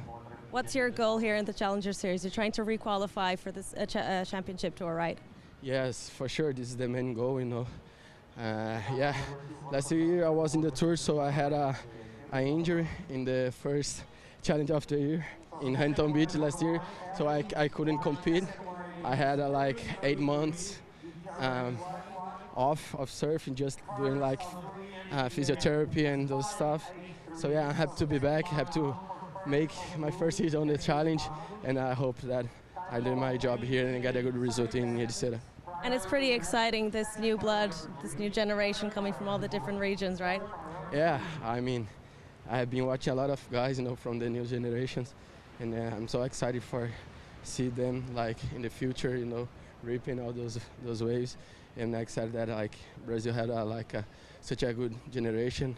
Samuel is already in the tour. João was in the tour this year, and actually we had a Mateus on the challenge. And yeah, I'm cheering for them, and I hope I can see them like one day become our champion. And we're cheering for you. Congratulations, you're into the next round. Thank you so much. Well, I tell you what, Peterson Crisanto, I think he's going to be on a roll on this event. This was the first hit he made all year, but I know a secret about him. I saw his last comp in Brazil, in his own break in Pico de Matinhos, and he made 10 after 10 on that event, and he beat guys like Miguel Pulpo, like Ian Gouveia, and I think he's on a roll on this. I can see it. One of the frightening things about the Brazilian surfers is just how deep the talent pool is, and we got the biggest stars competing for world titles every year on finals day, but you go down into challenges, down to QS, and there are just so many surfers who can kind of beat anyone from that real upper echelon on their day. Speaking of surfers, really in that upper bracket in terms of quality, in terms of profile, one of them in the water right now, Ryan Callanan, 4th place on the Challenger Series right now, and the reason why he's going good is because of a big result, making the final back in Australia, in Sydney, earlier on in the season. Ryan Callanan enjoying these running left-handers, and we know all about the air game, what he's able to do. A smart competitor too, can put together heats from all sorts of situations, but this is what we love about Arcal, just the flair that he brings. Yeah, when he's confident and he's throwing everything at it, Ryan is one of the best in the world, that's for sure. As we see here on the clips from Sydney, he was one of the standouts the whole event. He was throwing airs after air, he was connecting the dots really well, and yeah, once Ryan gets on a roll, he's one of the best. We saw him a couple of years ago, also in France, making the final, and surfing so well. So yeah, Ryan is one of the ones I love to watch. Considering the natural talent, the quality that he does have you been maybe surprised he hasn't consistently been able to finish higher placed on the championship tour? Because he does feel like one of those talents that sort of deserves with the very best of the world, but he hasn't necessarily been able to sort of secure those positions on the championship tour. Why do you feel that is? I think you need to be consistent. Other than talent and work, you need to be consistent. And the tour is like that. It's hard. Guys need to show up there first one, first contest, and they need to perform. And the ones that perform, they stay. So it's hard to see guys like Ryan not making the cut. But when they are that good, they always go back. So can't wait to see him back there. All right, just under 19 to go in this one. Let's check out a replay from our Spaniard, Andy Crier. Yeah, it was a bit behind on this one. You can tell he's seeing something down the line. Here he tries to really get low and generate the maximum speed of that bottom turn. And yeah, quite just a really hard wave to surf overall. I don't think it's going to come into play at the end of this heat. So I don't know what priority Andy had when he caught that wave, but if it was 4th, he has nothing to lose in terms of wave choice. Well, the best of the opening exchange going to Agus, the Indonesian, getting the 717 early on and looking very sharp indeed on that wave. Looking forward to seeing more of this guy's surf. So we're having a look there at Alan Cleland, who's a charger. He's got the progressive game too, no slouch on a rail. And he's got a really tough stacked heat coming up in the next one. They just come thick and fast. It is relentless. You're going to see Michel Burez turn the competition in Portugal. Also going to see Jordi Lawler, Mateus Serdi as well. There's the Spartan getting ready to go out at Ribeira Dilas. That power approach that he brings, and struggled a bit with injury earlier on in the season. And he's been making his comeback, been training in Capricorn at the SIRS, rehabbing the body. It's frightening, really, isn't it? Thinking about Michel Burez training, getting fit, getting sharp, focus. What's he going to do? Hard work, easy results, right? We've spoke about that before, Paul. And yeah, Michel showing that he's putting in time on the gym. He's getting ready. And I think if Michel puts that rail on one of these faces, we're going to see some water. All right, under 17 remaining in this, and after a little bit of a fast start, it's just kind of dialed down a bit. Had a little bit of a hole in terms of the sets, and everyone just having to be a little patient. Everyone's ridden 2 waves, apart from Adjus, who's ridden 3, so it's been a relatively quiet as we get down towards that halfway points. The biggest number Here's the Indonesian 717. Ketut just ripping that wave early on and really just kind of forcing a score on the wave with loads of aggression in his surfing, but done with a polish and really nice style as well. And he'll get a chance here on a smaller wave, but once again, just the speed is radical. And all of a sudden from nowhere, just gets the balance a little off. Looks like the wave is always running soft as well, so he'll go down. He won't add much to his total right there. Callanan with the priority. We talked about that runner-up finish that he got over in Sydney. And he'd love to bring more of that here. A former winner, of course, of this event. You mentioned, got the call up actually to France, so as part of his re-qualification campaign that year, and he got a wild card spot in the Quick Pro France. Surfed the final against Julian Wilson. That was a really, really amazing final. A really good final as well. And when he's on a roll, he is absolutely deadly, able to mix it with the very best in the world in a variety of conditions. Also another surfer has been a little bit unlucky at times with some injuries, but when he's confident, when he's fit, he is an absolute weapon. 15 minutes and 15 seconds to go in this, and it hasn't really fired up thus far after that opening exchange. Let's see if we get some more energy from Ribeira Dillas, as it's just gone a little quiet through the mid part of this heat. 4 surfers in the water though, and a real long spread out lineup, so usually chances from along the reef for surfers to catch waves if they have ridden them down the end. At the moment, Evan just kind of waiting at the top of the point here. Priority is with Callanan. Looks like he's going to use it here. He spins and he's up. Callanan on a drawn-out looking opening section. That's reflected in his opening maneuver, and he just kind of shuffles the bottom turn. Really nice on the backhand, super vertical. And it's just so polished and technical at the same time. The Whitewater will just kind of grab him a little here, and he'll wait and see if this one doubles up. Looks like he's just put himself in a position to wait patiently for the wave to stand up, and he'll get this little connection through to the inside. A little sluggish, this wave here, and he just kind of forces a backhand snap at speed, and that wave is always really running out of energy after a decent start there, Chico. Well, I think with the outside section, with both outside sections he had, the score was made. That second turn was massive. And yeah, I think he kind of forced the issue there, but he didn't need to.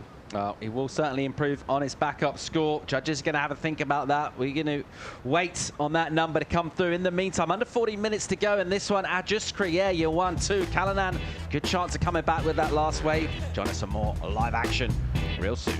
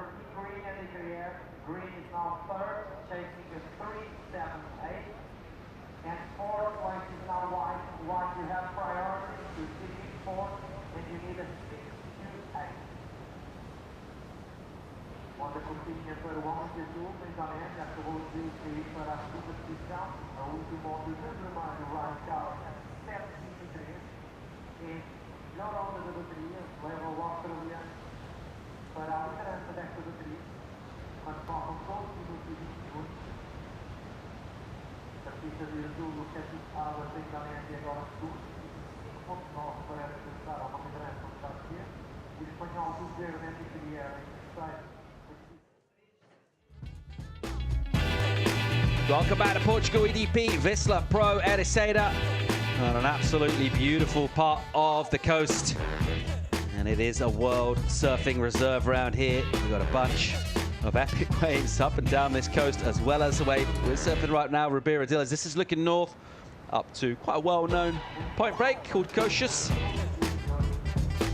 There's a load of waves on offer up and down this stretch of coast, particularly on days like today, with offshore clean conditions. Right now in the water, let's get caught up with scores. Callanan applying pressure, using priority just before we went to break, and damage done out the back. You mentioned it, Chico, that he got a lot done out the back, 7-2-3, and most of that coming for that one turn, because he hit it pretty hard. Well, he hit it like twice out the back. So we've seen it surfers hitting once, and every time they get a big turn and vertical turn out the back, judges love it. And Ryan there putting 2 out the back and 2 proper big backside snaps. So Ryan there showing that it's not about the quantity, it's about the quality. And I think the judges have been clear all day long. They want to see big turns out the back, and then if you can, you just finish strong. But if you can, there's no problem, because if you do the hard work out the back, they will reward you. Yeah, absolutely. A really big number. Let's get another look at it here, and a really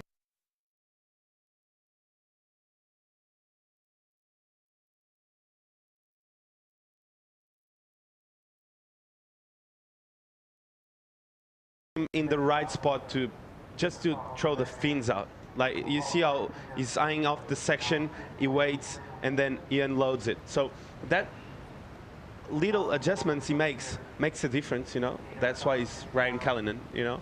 And yeah, 7-2-3, well deserved. Those 2 backside turns out the back look really beautiful and really technical. So as we see, White up and riding. Hanneman with a ton of speed, really sharp on the rail. And he's able to get so low into his crouch position off the bottom. And that bottom turn really is a slingshot for him in these little tight pockets. Hanneman, again, just juicing through here. Gets on the front foot, gets the speed, little clip off the top with a load of spray. That's a function of the speed. And he's getting a nice finishing section here. And he goes into the lip, and he gives himself a little golf clap as well. Right behind him, Andy Crier using that big frame. Loads of power from him as he just stays in the pocket, and that compressed, decompressed energy from Andy Crier. Really nice, that turn in the pocket. And again, hits it really hard. So a great wave from Andy Crier, and another great exchange. Wow, what an exchange.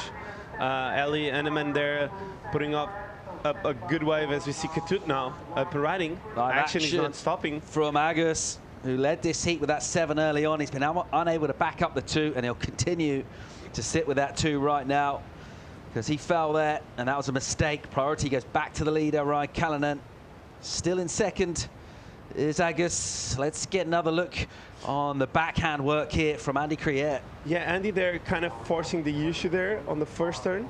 Felt like the timing wasn't there, but nonetheless, he started off well. Here he gets a snap, and here it's when the wave starts to get good. I love the last part of the wave of Andy here. He gets really nice there, really good snap, and this one, boom, fins out, and he was able to get vertical again. So really well surfed wave by Andy, really long too. A lot of turns to unpack there. And here Ellie Hanneman getting a quick snap, and yeah, connecting the dots really well. And beautiful surfing there, beautiful carve, and he was able to finish it off with a nice layback here at the end. He gets the speed, and yeah, this last layback was beautiful too. So a lot of variety of maneuvers on this wave from Ali, and the waves are pumping.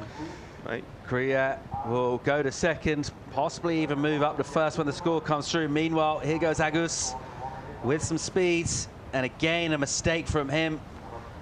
So he'll go down, trying to take on a section. He arrived really late to that one. And he maybe left a little section begging there. Looks like Callanan paddling back out as well. So scores to come in for everybody. And after a quiet period, this one's fired up. Some really nice exchanges going down. Let's pick up our Indonesian surfer, Agus here. What happened? Yeah, he gets a snap there. A bit sticky on that one. And then he gets late to this section. So yeah, he couldn't really transition fast from that first turn into the second one. And here Ryan on a good looking wave again. He's been choosing the good ones. He gets a good floater out the back, and he was a bit behind, and he tags it again. So Great wave from Ryan. I don't think he's going to go into his top 2, but nonetheless, showing his consistency and showing that he's in good moods with the ocean. Still waiting for scores for Hanneman and Krier for previous efforts from them. Hanneman with a load of really nicely linked together turns at speed.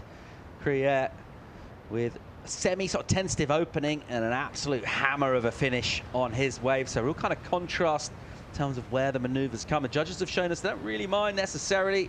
Big number in for Callanan, right out the back on the opening section. We've seen big finishes as well. 5.93 for Hanneman, brings his requirement down to move up. 3.68, but he'll stay in third. And Krier does not need a lot to move up right now. He's got a 5.83, which is also the backup score of Ryan Callanan. And his lower number will be toast when the judges put the score in. The 3.23 is what Andy's sitting on right now. That'll be gone soon. Let's see where exactly that goes. It's going to be really interesting to see how they judge that finishing section and that 2-turn combo. He's not going to wait for an invitation with priority, though, is Caity Agus, and he goes again here. What's he got for us? Doesn't want to make a mistake now. He got a really strong start to this heat. And he'll just reverse out of the lip, but it is a whitewatery section, so a technical maneuver. But generally, that compresses the score a little bit rather than genuine assaults on the lip. And this one, I'll go a little slopey here. He's done well to stay with it, though. He's staying really light on his feet, almost the whole board kind of jumping out of the wave. And he gets a really nice finish as well. So covered a lot of ground there, but important to get a finish there, Chico. Yeah, he was. He needs a backup. He has been waiting for a backup. He made a couple mistakes already. Yeah, Andy is going after it. Andy is, as I said before, he's smart. He knows how he can analyze a heat when he's in the heat. So jumps to seconds with a 6.7 and live action from him. Bang, good first turn from Krier. And again, really nice second turn as well. So you saw him link those together with the bottom turn with no real downtime. Then he'll have to be a little patient. So a 2-turn combo out the bat, a 6.7 prior to that. He's fired up here, Krier. He is. I don't think this one is going to go into his top 2, but nonetheless, they were beautiful. But the 6.7 as came, and then the jumps to second, well deserved. That wave was, he had a couple of turns with a lot of power, especially on the inside. And Caity, he really needs to apply some pressure if he wants to make through. I think Caity has been struggling a little bit with the wave selection and with that backup. Yeah, he's been really out of sorts. He got that 7 early on and looked really strong. And since then, he's had a bit of a nightmare. He's found some okay-ish waves. He's made a few mistakes. Maybe just letting his mind just kind of run away a little bit. He's got to stick on the section at hand. He's still got 3 minutes and 40, though. And not a massive requirement. Andy's wave does come in as a throwaway, a 3.93, so it doesn't improve. And our situation is Agus looking for 5.36, Hanneman 6.61. Alan Cleland just going through the final preps for a real big heat, taking on the veteran Burez, also a very highly rated up-and-coming Mateus Hurdy. Jordan Lawler as well. He's an absolute ripper. He's had big results, Challenger Series level events previous. He'd love to bring that energy back to Portugal this year. That's all coming up just under 3 minutes time now. Callanan at the moment still in the lead. It's our 2 goofies at the moment with this one. Wait for a score for Agus. He needs a 5.83, gets a 4. So he's still going to be left chasing. Does go in his top 2, but as a backup, doesn't change his requirements. The nervous moments, these, when you got a 7 and you got that early on, you'd be thinking most heats, get something mid-range, putting yourself well in contention, but sharp surfing from the goofy pair. Let's put pressure right back on the Indonesian. And Hanneman's been a little quiet. 5.93, much better for him for his previous wave, but we just need a lot more where that came from the young Hawaiian. Yeah, that wave was beautiful. The wave was small, that's why I think the score came as a 5.93. Other than that, he did a really good work to connect all those dots because he did a lot of turns on that wave. The wave was long, and he had to really connect turn after turn. And that probably his third turn of that wave was my favorite. The carve he really waited on the bottom of the wave. He applied more pressure on the rail. He really was able to tweak his body and a lot of technique in his surfing. So as we see some lines approaching. Yeah, stack set coming here. Just over 90 to go in this one. Callanan at the moment with the lead and priority. Crucially, will he use it in the final throws of this one? Krier chasing him down from second position. Agus 5.36 is not a huge number for him. Here goes Callanan. He'll chip in off the whitewater. Bit of a wide one this. Let's see where it goes and where it puts him on the reef. Callanan off the bottom. And he'll hit the lip. There's the spray. There's the release of the fins as well. And he'll have a bit of ground to cover here. You see that boil coming up? That's a function of the fact that it's getting shallow. Get towards our lower tide. And he's in this midsection of the wave here. And it will get steep for him now. He'll just jam on the backhand. And again, just kind of using that rail with a little release of the tail. Gets a little sting into a whitewater section. So just keeping those rails crisp and clean in the water. There's a nice hit from him. Straight into a bottom turn. Really nice from him to finish off. And brings that all the way to the inside. So good use of priority and experience showing there. A decent wave selection. 5.83 the backup from him. 7.23 the high. He's in a good position in this heat. Still with 25 to go out the back. Let's see if we get any more action from our surfers chasing down. An opportunity here for Krier, who decides not to use his second priority. Hanneman out the back, has to go something. There's maybe a wave. Is he going to get it? Well, there's definitely a wave. Is he going to get there in time? I'm not sure he's going to stand up before the horn on this. Is the young Hawaiian. Krier having a look around. And he'll look to just bring this one through to the inside, so Krier won't be adding points. I think Hanneman was just a little late into getting that wave. As we'll see him just surf past Krier here. So Hanneman just bringing this one in, and he stood up after the horn. We think it's not going to count as he flares up nice with that speed on the rotation. Doesn't get a landing though, and it's going to be all inconsequential. And I think we're all caught up with numbers, aside from that last effort there from me. Well, that was after the horn anyway, so we're about to make this official, but it'd be disappointing for this man who showed us flashes of brilliance early on. Chico just couldn't find himself a backup in half an hour. Yeah, I think when it comes down to making the tour, you need to be consistent. You cannot make mistakes like this. So I think he needs to improve on his each strategy a bit, but his surfing, I tell you what, was on point. That 717 was amazing. Callanan through to the next round. If he gets semis or better, he's got an 88.8% chance qualifying for next season's championship tour. Loads of action to bring you from a big week of surfing in Portugal. The EDP Vissla Pro firing up on a Sunday here. It's nice and warm. There's plenty of waves out there. Lower tide. Some big numbers dropping in too. We're going to get a quick commercial break. When we come back, an absolute smoker of a heat to bring you, Jonathan, more live action right after this.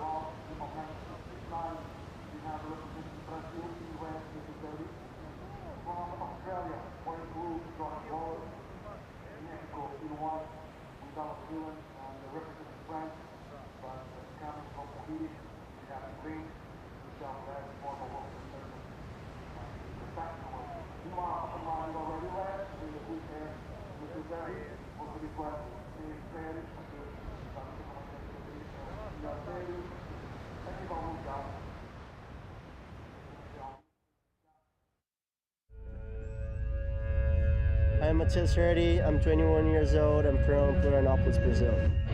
My dream right now is to qualify. I want to be there full time just to, you know, surf good waves and learn. And I love competing, and I think it's just the place I want to be right now. I'll try my best every single heat, and I'll not hold back. I'll do airs, I'll try to get deep, I'll try to do whatever it takes. I'll go big, and that's what I'm supposed to do. That's why I'm here.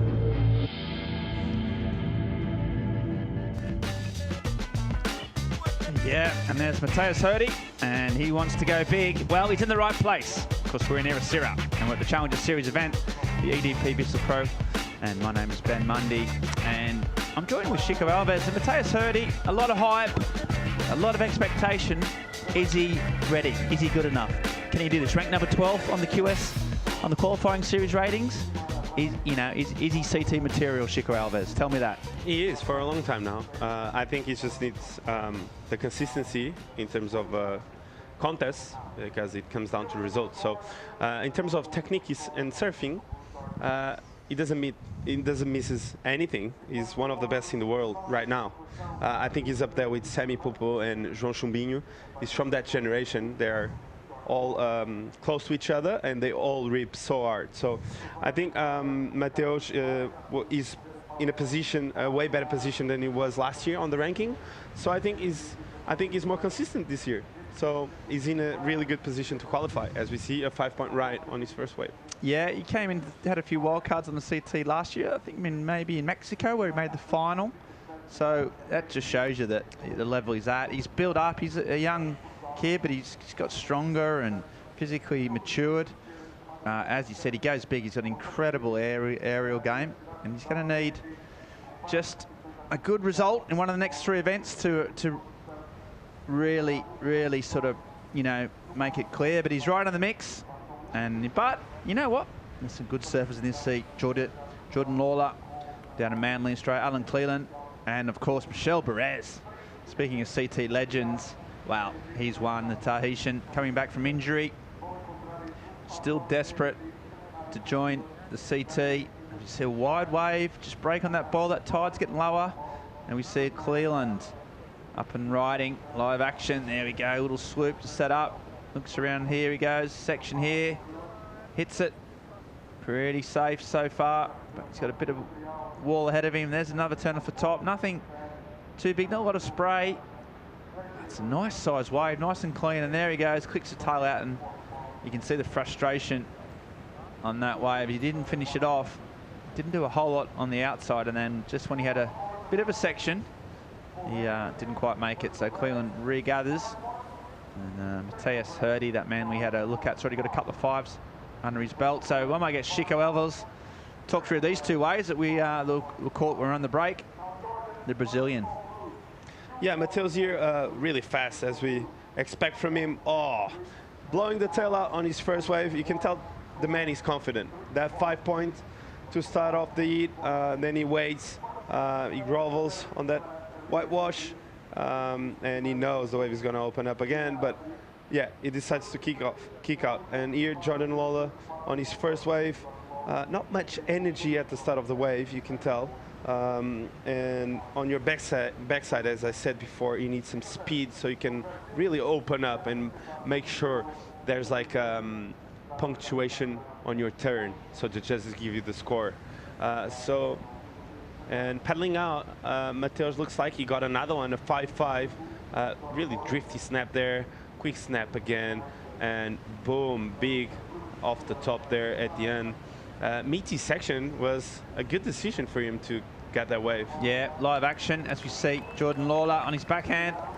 Had a good result at the Sydney Pro a few years ago. Really smooth backside. And he's obviously coming down the line here. There he goes, there's a big backhand belt, and unfortunately for Jordan, just couldn't quite make that end section. Obviously sponsored by Vissla, who are supporting this event, so he'll have a big support network. The Vissla crew are here in numbers. They've got a shaping bay out the back there where surfers showing their wares and shaping around. But this wave, he would have liked to finish it off, hey Chico? Yeah, for sure. The start of the wave looked better than his first one, had a bit more energy. Jordan actually had an amazing result last year. He was one of the best in Rio Waida last year on his backside. Was the best goofy footer of the event last year. So Jordan for sure one to watch on this event. And as you mentioned before, he won Newcastle. He won Manly. He did. And yeah, he's just like that good. So I think once he gets himself on a good one, he's gonna unload. As you see the replay of Mateus getting a quick cut back there, quick float. It just looks so easy to him to grovel around these waves. Everyone is lacking a bit of speed, and Mateus is just like on another gear. It looks like he's not pumping his board, he's not weaving around, and he's connecting all the dots so well. Look at this. It looks really easy for him to connect all these waves. So, and it wasn't much energy there. No, and we've had 3 waves. He's really shown what he's got. Out the back though, the Tahitian, the Spartan as he's known, Michel Perez, coming back from a pretty serious surgery last year, but he's recovered, did a lot of time at the Hossiger Sports Centre. He's been training hard and just slowly but surely getting back into fitness, and he's got 3 events to try and get back on the CT, where he spent a better part of 14 years on the CT. And well, he's back in the game. And speaking of CT surfers and ones that wants to get back in the game, it's Ryan Callanan down on the beach. That's right, Mondi. Ryan, you're in 4th place in the rankings, so I guess semi-finals is the goal this year? Why not? Yeah. Yeah, I mean, just make as many heats as I can, really. It's hard to tell where the cutoff's going to be. Trying not to really think about that and just perform as best I can in the heats. When there's waves like this, it's pretty fun, but yeah, I don't know. I'm enjoying Portugal, and I just want to keep surfing and trying to improve and surf better every heat. And you've won this event back in 2018, so do you think you have a bit of an advantage here? I don't know. I haven't been back since then, so it took me a bit to get used to. But maybe, yeah. I think it can kind of suit my surfing when it connects and I get the right waves. So hopefully it can have a similar result this year. And looks like you're recovering really well from the injury. Yeah, don't even think about it. It's great. And there was a long debrief there with Dog. What was that all about? Just talking it over. There wasn't too many specifics. He was kind of pretty happy with the heat I put together, so that was really good. But yeah, I think there was just talking through the waves and seeing where I can do better next time. But so far so good. He doesn't let you spill the secrets in that little black book, huh? I can tell you some secrets. Oh, go on. No, it's all pretty simple. I think everyone will be on the same plans. It's just, get the right waves, the one that hug, and yeah, show up when the section presents itself. Well, great job, Ryan. Back to you, Mondi. Yeah, thanks, Joanna, and thank you, Ryan. Yeah, I mean, let's not overthink it. I think that was probably the takeoff from that. He's got a bit of a pretty simple plan, and he executed it really well. He's won here before. He's got some really height on his hair, which I think is always really important, and he'll be a danger. But this man, Cleland, this was a good wave, hey, Chico? Yeah, it was. Alan, he's really powerful. You can tell that he throws a lot of spray. That turn was big. This carve was a good connection turn, and he was able to fit 1 or 2 turns on the end section here. So I think it's gonna be a good score for Alan. He's looking great. If he can finish it off here, it's actually going to be a really good score. Bang! So really great wave from Alan, and it's going to help his cause, that's for sure. As we see the replay from Jordan here, quick wrap around there, getting the speed. Yeah, when he gets this type of speed, it means he can really unload if the section presents itself, and he was able to fit another one in there. Kind of a slow wave though, so struggling a bit on the wave choice right now, Jordan. This is the replay of Michel's wave. Quick snap there, getting a lot of speed down the line. Big hit off the top on a meaty section to get around it. Washing it off the ice in between turns. And yeah, he's just waiting and waiting and weaving. All about the timing, and the wave of Rio Waida is all about the timing. So, and he was able to fit a big turn there. So, great wave for Michel to start off. 5.33. So great to see Michel back in action and performing at the highest level. We know that style so well. Kind of showcased a lot of that. Had a bit of everything, bit of power. Got this section here, and he finishes off so well. So, Michelle, 5.33 for this wave. So a solid start. Alan Cleland sort of come in. Cleland from Mexico. He's used to a right-hand point. A lot of sand barrel, sand bottom points, but that's where he gets his style from. Mix of power and a bit of point break refinery. But it's that man Hurdy. We talked about that wave he got. A 6.27 Ciccone. I mean, he just manufactured that, didn't he? I mean, there was a lot. It was a bit of a downtime, but every turn he did, he had variety. He had a bit of pace. He sort of just made things happen, which not a whole lot of surfers can do. Well, I think there's something that goes into his advantage, that is light-footed. He's really light-footed, and today we don't have much energy in the ocean. And to make a wave look good, you really need to connect your rails throughout the wave. And Mateus is doing that just perfect. Like those waves were not good waves. He turned them into scores, but they were not good waves. So I think Mateus is, as we've said many times before, last year and this year and the year before, is one of the best surfers in the world, and one to watch, that's for sure. Yeah, he's got a lead, not a huge lead at the moment, but still enough at the moment to get a bit of breathing space. Still waiting on some scores come in for the Surf and White Cleland. But he, you know, they're doing well. But while we're waiting for a bit of action from the ocean, we've got Joanna Garnell. She's down in the Vissla Shaping Bay with Christian Bradley. Exactly. It's not really a shaping bay. This is like kind of a sauna right here. What's happening? Well, today it's pretty warm, and we're in a little caravan, and we're doing some live shaping, and I've got a couple of guys here helping me out, and they're going to shape this board up together, and they're going to take it away and glass it somewhere. But they're pretty excited because this one's a fish, and it's good to see you boys are interested in having a fish too. That's cool. And has it been pretty busy today? Yeah, we've had a good, you know, a lot of kids, a lot of adults, a lot of people having a look in, and it's kind of interesting just shaping under the, you know, the Portuguese sun. And are you giving out the tips, or are you hearing some tips as well? These guys have got some good tips. But they're asking a lot of questions and a lot of correct questions. So I'm trying to help them out as much as I can, and actually they're listening, so they listen very good. So I can tell them something and then they come back and do it. So. And are there any other shapers coming through? Yes, we've got Mark Phipps coming up soon. I think, I'm not sure actually. I know he's meant to come, so he'll be coming after me, I think.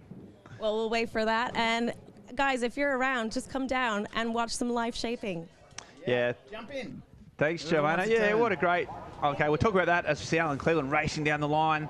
Still hasn't got his score in from the last one. There's a big lay-back sort of lariat, and there's a fin out. So each wave, he's getting more confident. You can start to see the power and the timing start to come into his surfing.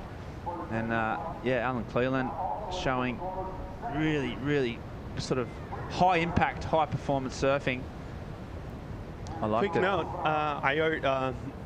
let's watch the replay first. Alan Cleland here, quick snap there, winds up off the bottom, big layback jam and fin throw. So best wave so far, a lot of confidence on that wave. So looking really good. As you see the replay of the Spartan winding up, oh, I love when he gets this type of section and he unloads as I expected. And yeah, Michel just needs the energy, and he will unload some big turns. So starting off with a massive layback snap there, and looks like he's going to give it to him again. Oh, amazing carve off the top from Michel. And it's beautiful surfing from Michel. That's why he was so many years on the CT, and he was able for sure to finish it off. Wow, that's incredible surfing. So Michel, yeah, had a full reconstruction on that knee. He's posted on his Instagram account how he's had to work really hard to get it back. Still not 100%, but I tell you what, look at that. I think a couple of weeks ago he was around 80, but I tell you what, he's looking good now. So that could be one of the best waves we've seen today. As we see Mateus there coming from behind, quick carve there. Looked like he was going to bail on the whitewash there, but he saw something down the line, and Mateus is a good reader. He knows there's something coming his way. good fin throw, really technical as we expect from him, and just a bit of frustration there for someone that is in first place. Shouldn't be showing that, but yeah, I tell you what, I think he was a bit good. tired. He put so much into that wave, but yeah, that wave of Michelle. So it was a couple of savage hacks. Was in that first turn was one of the biggest ones I think we've seen just in terms of meaty section and the spray he generates. No, there's no one like it. And you know what impresses me about Michel? I just knew about that yesterday. He hurt himself again. Yeah, himself again. And he's surfing like that. Yeah, wow. With that confidence. So a true Spartan.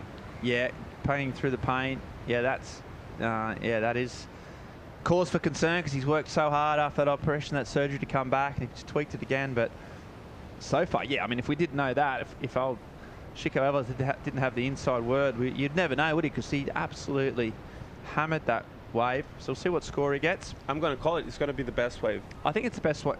I think it's the best wave we've seen today. But we're going to wait for the judges to lock it in, and we're going to have a short commercial break. Come back with more live action at the EDP Vissla Pro right after this.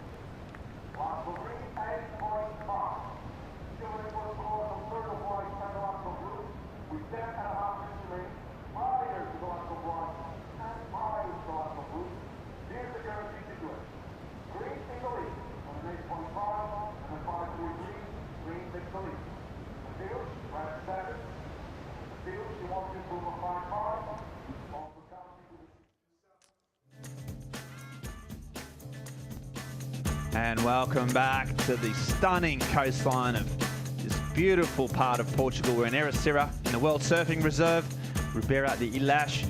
There's waves up and down this coast, as you can see there. Guys surfing those little reef breaks, little slabs, little corners, little nooks, little beaches.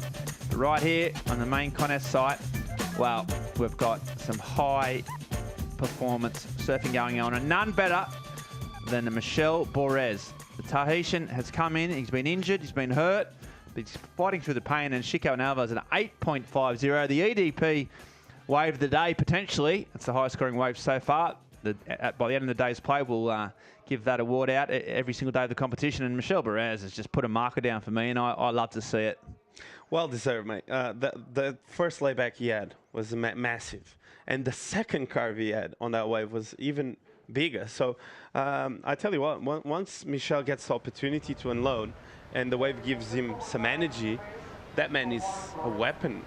And we've seen him on meaty sections before. We know he can really unload some big turns, but that wave, I tell you what, best wave of the day so far, and well deserved for Michel. Yeah, and some big numbers also dropping for Alan Cleland in that break. So 6.23 and a 6.27. Or bigging up the calibre, and rightly so, of Matthias Hurdy, but Alan Cleland, a bit lesser known, a bit lesser, perhaps underrated, but he's got some big, a couple of sixes, which is a solid score. Michel just talking there to Matthias, current setup, and Michel, yeah, you know what, he's been such a, real, I don't know, over the course of his career, he's done so much for the sport, so much for Tahiti surfing. He's always been honest and truthful. He's always got a bit of a cheeky grin. Sort of brings some real positive energy, I find, with Michel. Been lucky enough to sort of hang out with him over the years, and count him as one of those people that you always look forward to seeing, because not just because of his surfing, but of course the kind of energy he brings to most environments. And he's had a tough time. He dropped off CT. He's been injured. He's 35, I think. So but he's not giving up. Of course he won't. And this could be his last real crack at getting back on the CT. He's going to give it his all despite his injury. So, and an 8.5, best wave of the day. So it's a good story. I like it. I like this narrative, and he's looking good. It's all about this third place though. And second place up for grabs. Jordan Lawler hasn't been able to show that sort of form that we saw last year, Chico. What do you reckon that is? Is that the waves, or out of form, or first heat nerves? What do you think the problem is? Well, I think he couldn't really find any wave that allowed him to open up. Jordan is really technical and he's really good. So once he gets the opportunity, the score is going to pop up, that's for sure. But not in the rhythm with the ocean at all today. So it's a year, and last year was just on a roll, and this year it looks like he's not connected with the ocean. So unfortunately for him. Yeah, it's a shame. He hasn't quite been able to get his backside going. Really strong on his backhand. Michael Dunphy, another super experienced surfer from the east coast of the United States of America. He's out there in another stacked heat. Saw Sheldon Simkus, who won at Snapper at the start of the year. So started off with a bang. Gold Coast surfer. It just keeps coming. These waves look nice. The perfect kind of texture now. So clean, isn't it? And green, clean and green. Just that really nice colour of the Atlantic Ocean here, Chico. And it's tides. What do you prefer? Is it dead low best, or is it kind of mid tide? What's the sort of optimum kind of tidal range for this wave, would you say? Well, I think it's mid to low, or low to mid. I really enjoyed the low tide here. I don't know why, but yeah, I love to see the rocks outside of the reef. I love to see the wave gets a bit longer because it breaks more further out, and there's more sections on the wave. So if it's crowded, I like when it's low tide, so people can get behind it and I go. But overall, it's a fun wave with all tides overall. But the one that I don't enjoy as much is high tide. Dead high, yep. Especially in conditions like this. So it's pretty much optimal at the moment. Low tide coming up, probably another hour away. And then on the other side of that, we'll have another couple of hours. So, yeah, it's all set up. There's waves, there's offshore, there's swell, and there's best surfers. And we've had a pretty incredible heat so far. I guess a quick recap. I'll get Chico to talk us through this. Yeah, this was Michel, started off this wave. This was his 533, just getting his feet on the wax. There was a great wave. I especially like his last turn. Was the most technical turn, and it's just like Michel, as I said before, he just needs to get the section in, he will unload. There, fin throw for a 533 start, looked amazing right out of the gates. Here we see Alan Cleland. He was finding his feet on the first wave, but right after that, he started off with unloading and putting scores on the board. 623 with this wave. Really well surfed wave. This man has some power, you can tell, and he surfs on the rail, which makes it more beautiful. And yeah, Alan, as you said, a bit underrated maybe, but a really good surfer overall, and putting on a show here. So yeah, once he found his confidence, but it was this wave, wasn't it? Chico Perez went to town. Yeah, this was the wave of the huge layback snap there. It gets around it, and I was happy to see that. And when I saw this section popping up for Michel again, I could tell he was going to unload something huge. And this carve was probably, in my opinion, the best turn of the contest so far. So Michel there showing why he got the wave of the day so far, and he was able to finish it off here on the inside with a couple of fin throws there, and what a wave for Michel. Yeah, it was only one tiny little misstep where he missed one section, but he just compensated so well. But live action is Cleland again, looking behind him. Is this wave going to hold up? Sometimes you just got to hope that it stands up. He knows it's not, so he'll go back out. That's not going to help him. But yeah, Michel, you're right. That that first turn was huge, but it was that second carve, which is difficult in that section as well. He had two meaty sections and he hammer blowed them. It was only the Spartan can, and massive numbers dropping for the Tahitian. And well, you wouldn't know that he's got a tweaked knee. Incredible surfing. Matthias Hurdy, though, as you said, he was in 12th on the ratings, on the Challenger Series ratings, and top 10 go through to the CT. And we've already seen some pretty big upsets. Of course, today we lost Federico Moraes, the local hope. He went out in the first round. And here we have, you know, one of the sort of top seeds, you know, one of the favourites, under the pump. He's got 2.5 minutes to come up with a 6.23.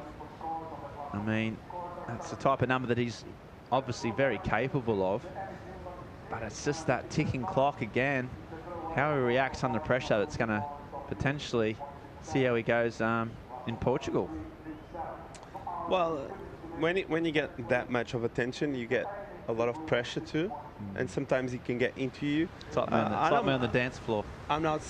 It happens with you on the dance floor. I can tell you. I can tell that. Like, you're that good. But yeah, and sometimes when the hold that thought. That was live action from Geordie Lawler, just going 12 o'clock. That's the backhand vertical he's got. Now he's got a bit of section here, and there's a nice little fin release. We're going to see. He needs some big numbers. Needed an 8.37. Went quite way up the point to get that one. We'll see. It's not going to be an 8, but it's going to be potentially help his score. Yeah, but when you got that pressure and that expectation you were saying about Matthias, what can go wrong? Yeah, and the ocean doesn't cooperate. You cannot do nothing, but it feels like when you lose, you have more pressure kind of thing. And people, oh, I expected this or I expected that. And that can be like a pressure builder when you're that good. When you get a lot of attention, like Loyandino when he was young, like Kanoa when he was young, like Leo when he was young, all those guys that get a lot of attention since a young age, sometimes can get to you that pressure, cooking time of like being able to make it happen, you know. But and he could look to those three guys you mentioned who had a few, they've had a few obstacles in their career, they've overcome them in every case, and you know, got risen to the top of the sport. So you know, he'll have to you know, deal with that. But 30 seconds, still got a little bit of time. But the ocean going flat, yeah, as you say, it could be out of his hands. He might not even get an opportunity. You can see some lines coming. He's standing up on his board, always a sign. Cleland just hands in head. He's like, ocean, stop. 10 seconds to go. Can Hurdy get the wave he needs? And I don't think he is. I think the time is going to be run out. And that is another fairly hefty upset. The unfancied Mexican has risen above. And here's the wave that Matthias needed. And it's come 10 seconds too late. Such is the vagaries of this sport. The ocean will always determine what goes on. And in this instance, it was Michel Barres. And you see Matthias, you can see his head down, he's upset.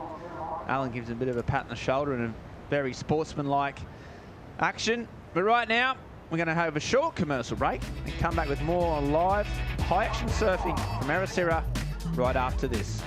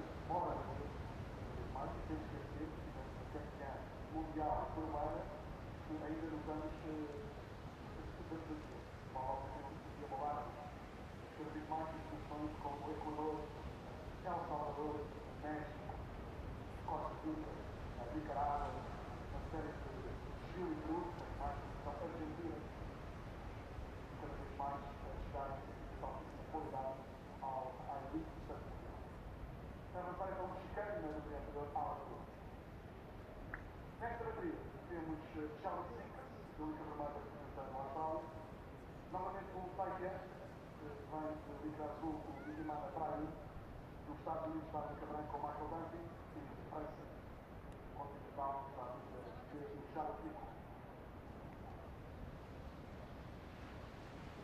So, for example, this is number 10.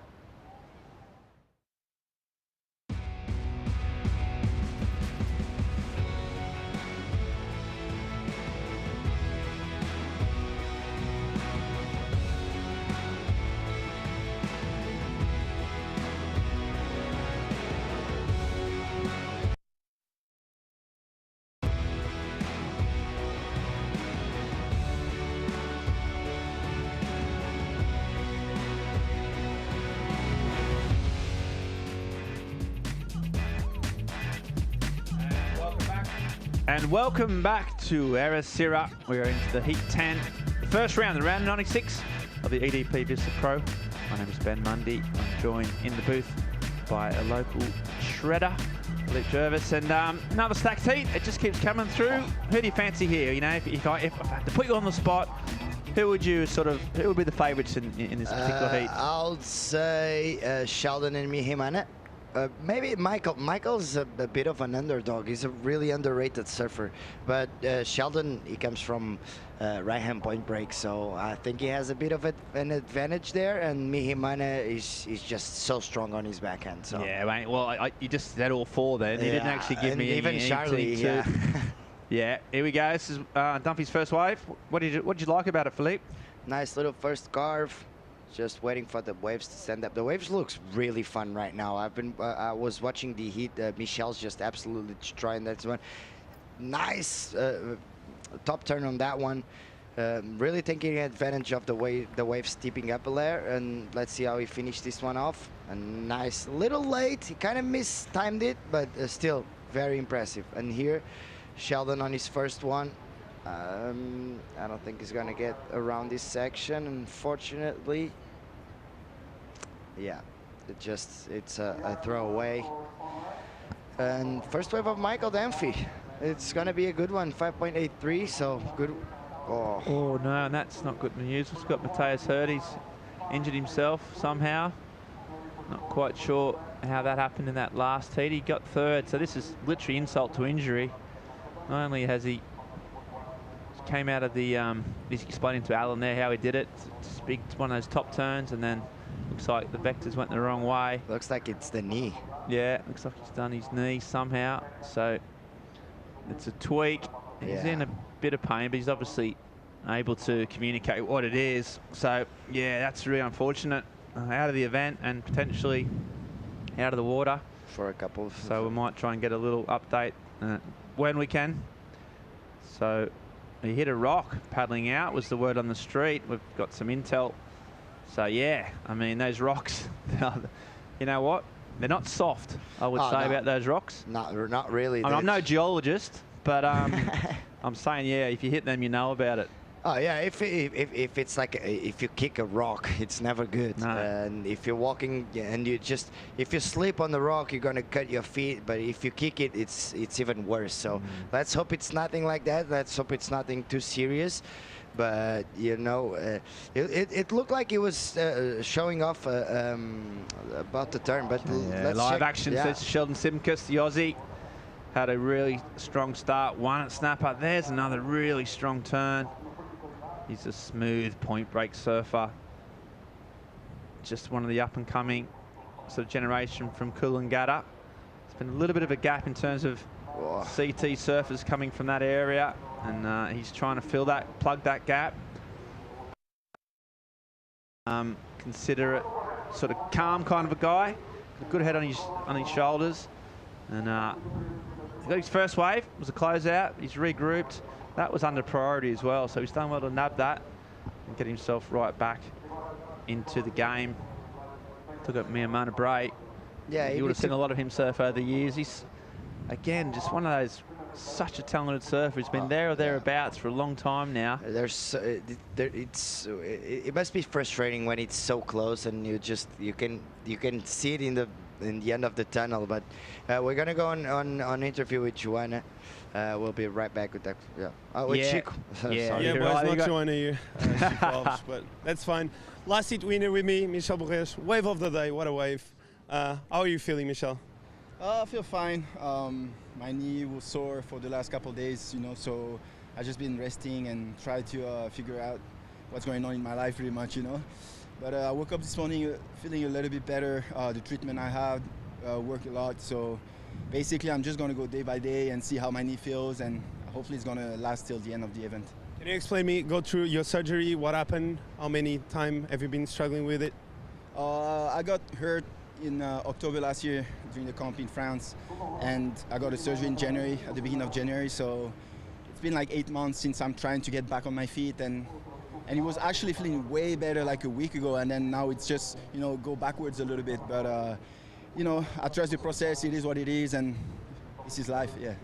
What's the mindset for this comp? You look great, looks like your knee isn't hurt. Yeah, it was actually hurt on my second wave. I pushed as much as I could, so I knew that wave was a good one. So I gave everything that I had, and I told myself, well, better break during the heat than, on the beach, so that's what I went 100%. You're looking amazing. It's really good to have you back. We were commentating that, so good luck and great to see you here. Thank you, good to see you too, brother. Hey, thanks, Thank you, Michel. Yeah, interesting.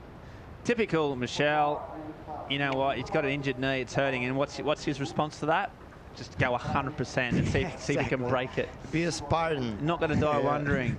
Yeah, so, you know what, he's got through the pain, and wow, incredible surfing, and a great smile of his. So Michel's in. He's got to, hopefully, he might have a day if we run the women's tomorrow potentially, then he might have a bit of time to rest, recover. So that's potentially a good sign for him, but he's through. He'll be icing up that knee and getting ready for the next one. Scores still just waiting to come through. That last wave of Sheldon Simkus was a little while ago as we talked to Michel, and there's waves caught while we were talking to Michel. Dunphy up and riding. Nice first hit off the top. Straight into a bottom turn on the foam climb. This wave is kind of short. We could see it during the replay, but very well surfed by, as we see, just keeping the momentum, maintaining his speed, and finish it off really strong here. So very, very impressive surfing by Michael. His board looks really good. And also, we had this wave by Himi Himana. Unfortunately, the wave didn't have that potential. It looked like it was always behind it, like see, he had to keep those foam climbs and those floaters going. He's gonna go for a roundhouse here, and then he's gonna go nice little snap, and here it just puts the board behind the wave and ended up going back. So we also had a wave for Sheldon. This is his last wave. Very well served. It's a 6.33 for Sheldon Simkus. A couple of really strong turns. He has such a flow, man. He's a really good surfer. As you said, he's a point break surfer, And here in Rio Waida, that gives you a bit of an advantage. That finishing turn was really, really good. We also had this wave of Charlie Kivron. Nice first turn, straight into a carve, and now he's gonna try. Oh, he ended up getting behind the whitewash. So during the replays, we also had this wave. There's a lot going on, wasn't there? Nice carving. I really like his surfing. He's really, really sharp on a point break, isn't he, Ben? Yeah, he's an incredible surfer. He's ranked 13th at the moment on the Challenger Series, and that's pretty much all courtesy of result. In Snapper, right? Snapper Rocks, Yeah. he made the final, and he surfed incredibly well. But since then, despite surfing like this, despite the talent, despite the form, he hasn't been able to back up any of those type of scores, and he's had a series of really poor results. He hasn't got through the kind of any of the first rounds in Bullido. So yeah, he needs to come back. Speaking of man that needs to come back, we've got Matthias Hurdy. Hold the phone. We've got live action. Whoa, we've got the fins getting bust out. That's Charlie Quivon, the French surfer. Really electric. Again, knows this wave so well. Surfed it many, many times. And there's a really sharp sort of slice off the top. You can tell that board looks good, and he's just winding up now. Good style, good technique. And this is a wave that's kept on giving, hasn't it? Didn't look that good at the start, but it's winded down the road. And can he finish off? And he can. He likes that as well as he should. So we'll go back. We'll let the judges deliberate on that. And while we do that, we've got the interview with Mateus Herdy down on there with Chico Alves. Yeah, boys, I have here an upsetting Mateus Herdy.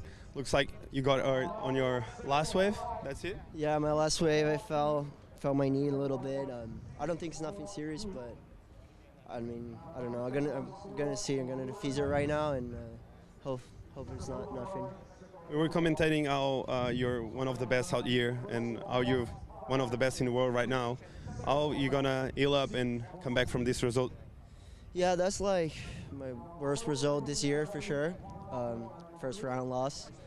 But you know what? I felt surfing good. I was risking. I was doing airs during the waves, and you know, you never know the judges what they want, and it felt pretty good. I actually thought my scores should be a little bit higher. Not gonna lie, but you know, you guys watching from here, and it's what I'm trying there. But I was risking, and yeah, just you know, the way I surf, I guess. I'm glad that I didn't hold back. I just went, you know, trying my best in every single wave, and one of the ways I ended up just injuring myself a little bit, but I don't think it's nothing serious. But yeah, now it's Brazil, next event, just focus on the next event and enjoy my time here in Portugal.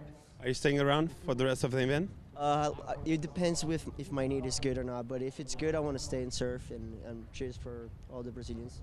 Thank you so much for coming, and good luck for the next event. Back to you, Yeah, boys. thanks, Chico. Well done. And thanks, Mateus. Never easy to talk after you know, a big loss. Oh, yeah. But I think he dealt that really well. Quite mature approach. And while we were talking, though, there was been a flurry of activities. Michael Dunphy there finishing off his wave. We saw a great wave for from Bray, the Tahitian. He sort of wrapped in some big backhand turns, and we're still waiting on that score from Charlie. So 16 minutes, approaching the halfway stage. Plenty of waves to sort of lock in. These waves just improving, aren't they? Every sort of 10 minutes, looks like the waves are getting better and better. Yeah, and what's going to happen with the changing of the tides, when it starts to put a little more water, it's going to be absolutely pumping. Like right now, it's really good, but it's a little bit too much on the outside, and not all the waves just they peel off on the inside. But when the tide starts to push a little, you're going to see that wave just standing up from the outside to the inside, and should be. We're going to have a lot of action throughout the whole day. It's going to be really good. Yeah, we've got the swell.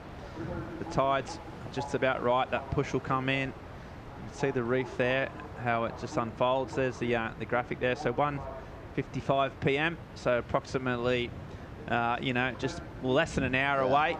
Quite low, 0.9.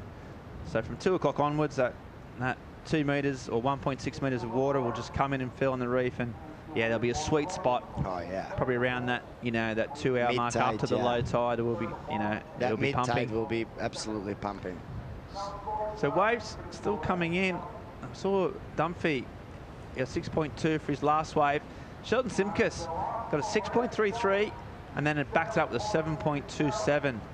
So Sheldon, really, really impressive numbers from the young Australian, but we've still got some scores to drop now for Charlie and for Dunphy and for Minimay Bray. Yeah. So probably one of the highest scoring heats so far of the day, probably indicating as these waves are improving, and we've still got plenty of time left and plenty of numbers to drop. So we'll see the replay here. This was Charlie.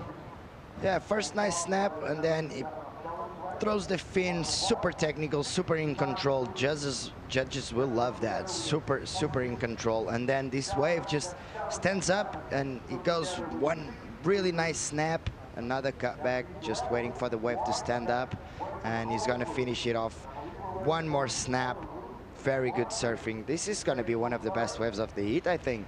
And let's see how they finish. Yeah, it could have gone stronger. Unfortunately, he did a bit of a mistake when he cut back there, but very good wave. And this was during the replay, Ben, was really well surfed as well here. A little off timing. He almost lose it, but as soon as he got in the rhythm, very nice, throwing the fins, and the finishing turn on this one is really, really strong. One more, he could have gone a little stronger on that one. It was kind of soft, but you know, it's always hard to read here in Rio Waida, so you never know what's going to happen. But still, very well served, and he finishes off a bit stronger. Very well served by Mihimana. This is going to be his best score. It's a 5-3, and this, it's Michael's nice first roundhouse, foam climb over the a mixture between a foam climb and a carve, another carving. He has a really good carve on his repertoire. So Michael is a really good surfer. I think, as I said in the beginning, he's a bit underrated. People just don't look at him as much as they should. Very well served, nice foam climb. He's really compressed, he always compresses on his bottom turn, so that's why he always has that speed. Unfortunately, a bit of a mistake there in the bottom turn, but still managed to throw the fins out, so very good surfing by Michael. There's so much to unpack there, wasn't there? And Charlie's wave. It was a bit smaller though. It was a small wave, Yeah. but you know what? It's interesting because he did throw a bit of flare out and a bit of risk. And Yeah, that's Mateus' true. point about the Yeah, judges not that's true. rewarding what he thought in his own mind, he thought they didn't reward his risk taking, and I kind of sort of agree with him to a degree. You do want to, if you reward those manoeuvres, people will go for them, you know. And I thought with Charlie that first couple of turns there was a fair element of risk. But he gets a 5.43. Which is his best wave, but it just the way we. Why do you think that was sort of under what we predicted? What I think it's actually the judges, they really like to see big airs, and what we've been watching is like a fin throwers and a little nose peaks, and that hasn't the same expression as a big air. So I think that might be the reason, but at the same time, this is not an air wave, so it's kind of weird, because if you risk it a little more, you should be rewarded. So it would be interesting to see what the judges are looking for, and yeah, we'll be right back after that. Yeah, exactly. So plenty to look at here, Sheldon Simkus. We're going to get a short commercial break and come back with the rest of the heat right after this.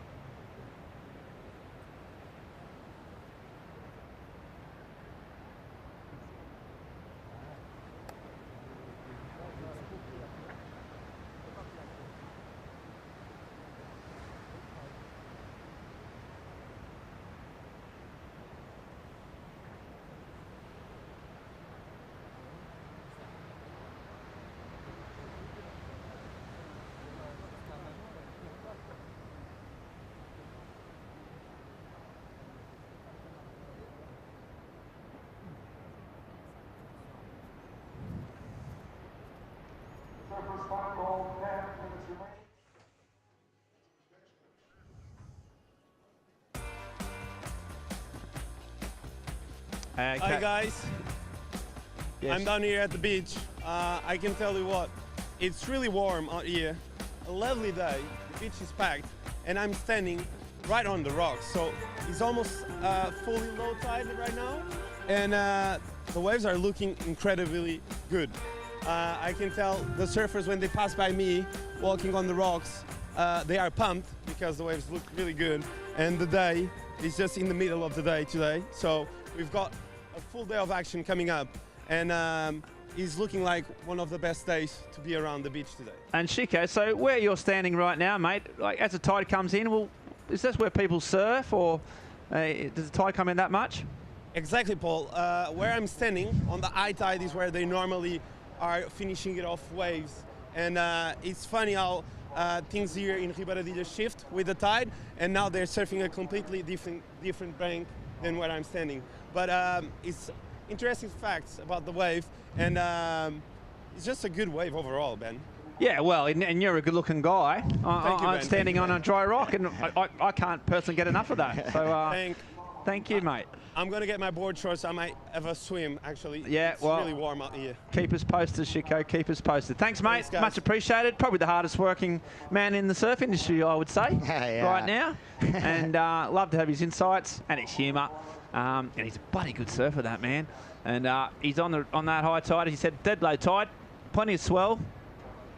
Yeah, he surfed some CTs. He did. Made when he was 17. I think he's got a good story about leaving school when he was about 16 or 17 to get a CT. And yeah, great surfer, and had some. Had a bit of a comeback on the Portuguese tour recently. You've sparred with Chico Alves over the years, Jarvis. What would you say his strengths and his weaknesses are as a surfer? Definitely big waves. Right. Small waves might be his weakness because he's a big guy. Even though he surfs really good small waves. Yeah. But I'm a lightweight. If the waves are small, it could be a bit of an advantage for me when we go against each other. But Chico, he has such a great style. He still is one of the best surfers in Portugal. So I'm always super impressed by the way he surfs, and he never ceases to amaze me. Yeah, well, exactly. And he's doing a great job. And we just saw Simkus go for that wave, just come a cropper.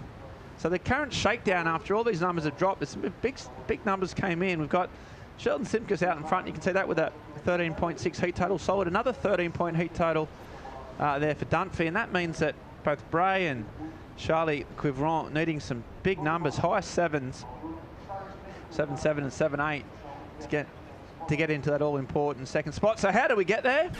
Well, there's been a lot of wave ridden, and let's go through the heat recap with Philippe Jarvis. Yeah, Sheldon just it looks super sharp. His board looks really, really good. See, throwing a lot of spray, a lot of flow in between turns, and he has been catching some of the best waves of the heat so far. So that has been paying off for him, as we see here, finishing off really, really strong. This is his best wave of the heat, and his best wave as well, a 7.27.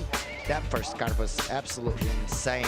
He's gonna finish this one off really, really strong as well, as he just drives through the flat part of the wave. But here, the wave's gonna start to stand up again, and he almost kind of misses he almost puts the nose under the water. See here on the last turn, as we see, wham! He almost lost it, but very good surfing. And this guy, he has been surfing really well as well. Some really nice turns, a lot of spray, throwing a lot of spray on the turns as well. And judges love that, and judges love the speed and the flow between turns. And this guy, he has been ripping, and this is a 693, as you can see, just surfing really good. Compressing on the bottom turn and just surfing all the way from the outside through the inside. And here he finished this one off. He almost lost it there on the bottom turn, but still very good surfing. The first and the second place, absolutely smashing this. Yeah, the thing about that was the timing, wasn't it? Every maneuver just fitted at the right time, and he linked them really well. And that's flow, really. That's what the judges big part of the criteria. That's really important here. That's really, really. Ribeira, it's a wave. If you don't have timing, if you start off wrong, you're never gonna get the timing of the wave. But if you start off well, you get that timing, and you get that flow that actually allows you to go big on some waves. So very, very interesting surfing by both of the Sheldon and Michael, and also Charlie and Mihimane. They just need to step it up a little. Yeah, Charlie looked so good on that wave. They got a 5.43 that we thought could have gone a little bit above that, but he looks on point.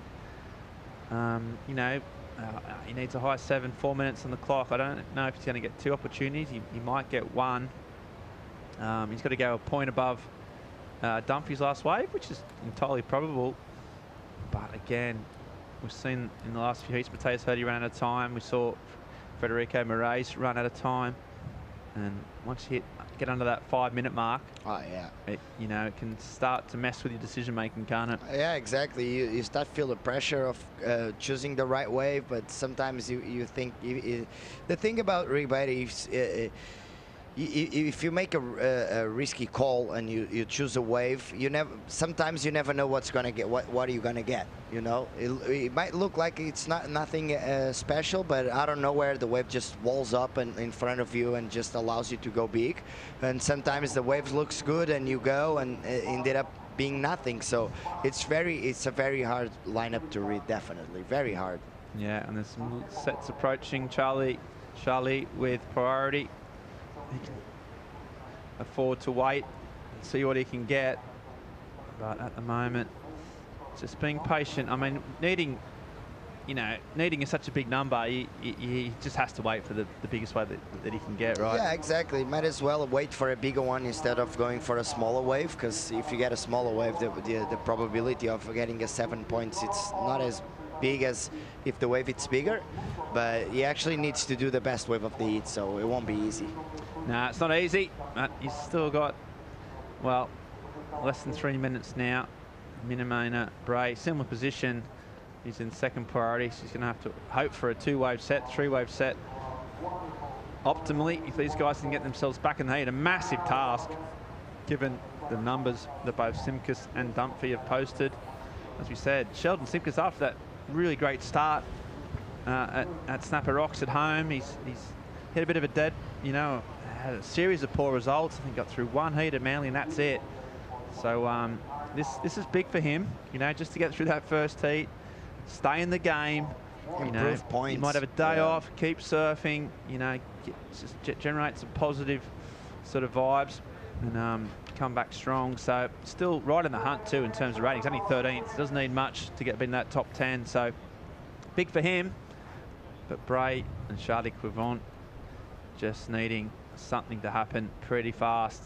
That tide almost dead low now. As you see, there's rocks in the sand. There's masses of people. The Portuguese surf community, they love these competitions. They come down in their droves, getting all the vantage points, soaking up the sun, soaking up the good times. And that's why we love coming here. Really knowledgeable as well. Right now, 90 seconds to go. Simkus on a lock. Dunphy really positive surfing as well and looks good. And poor old Charlie Quivant, he's had, what, 6 minutes now, Philippe? Oh, and, yeah. You know, it's just nothing's happened. Yeah, nothing's happened. You know, I'm pretty sure it's because of that low tide. And sometimes it just loses a little bit of power, but as soon as that time starts to push in again, we're going to see a lot of waves again. So this is the hardest part of the day, the full dead low tides. Sometimes the ocean just backs off a little, and it should be interesting to see if there's any more sets coming on this heat. It doesn't look like it with 40 seconds remaining. Yeah, we had a really strong start, you know, so many opportunities. Early on, we had so many waves ridden. You know, we'd go to interview and 14 waves would get ridden, and then just for Quivant, it just hasn't happened. He hasn't had a chance to show his surfing, which looked really strong. Unfortunate for him, but that's the gnarly part of the sport. It's brutal. Oh, yeah.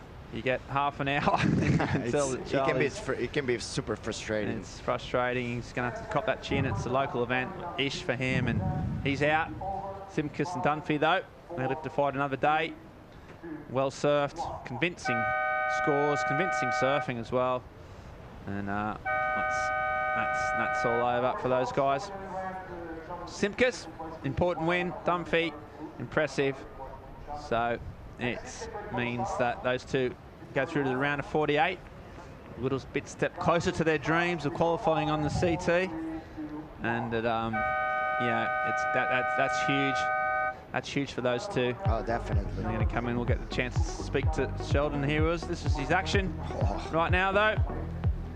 As we see Sheldon rip his way through the next round, we're going to go for a short commercial break and come back with more live action from the EDP Vissla Pro Ericeira right after this.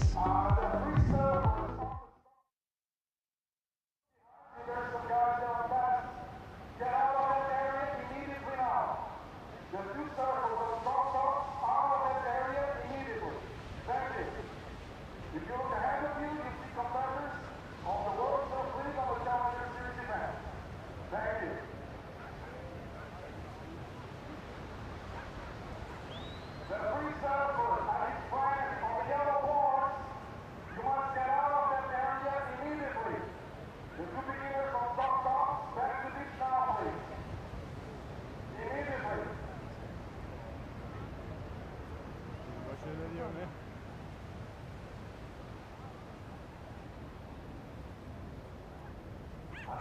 it's red, coming from Brazil, David Silva.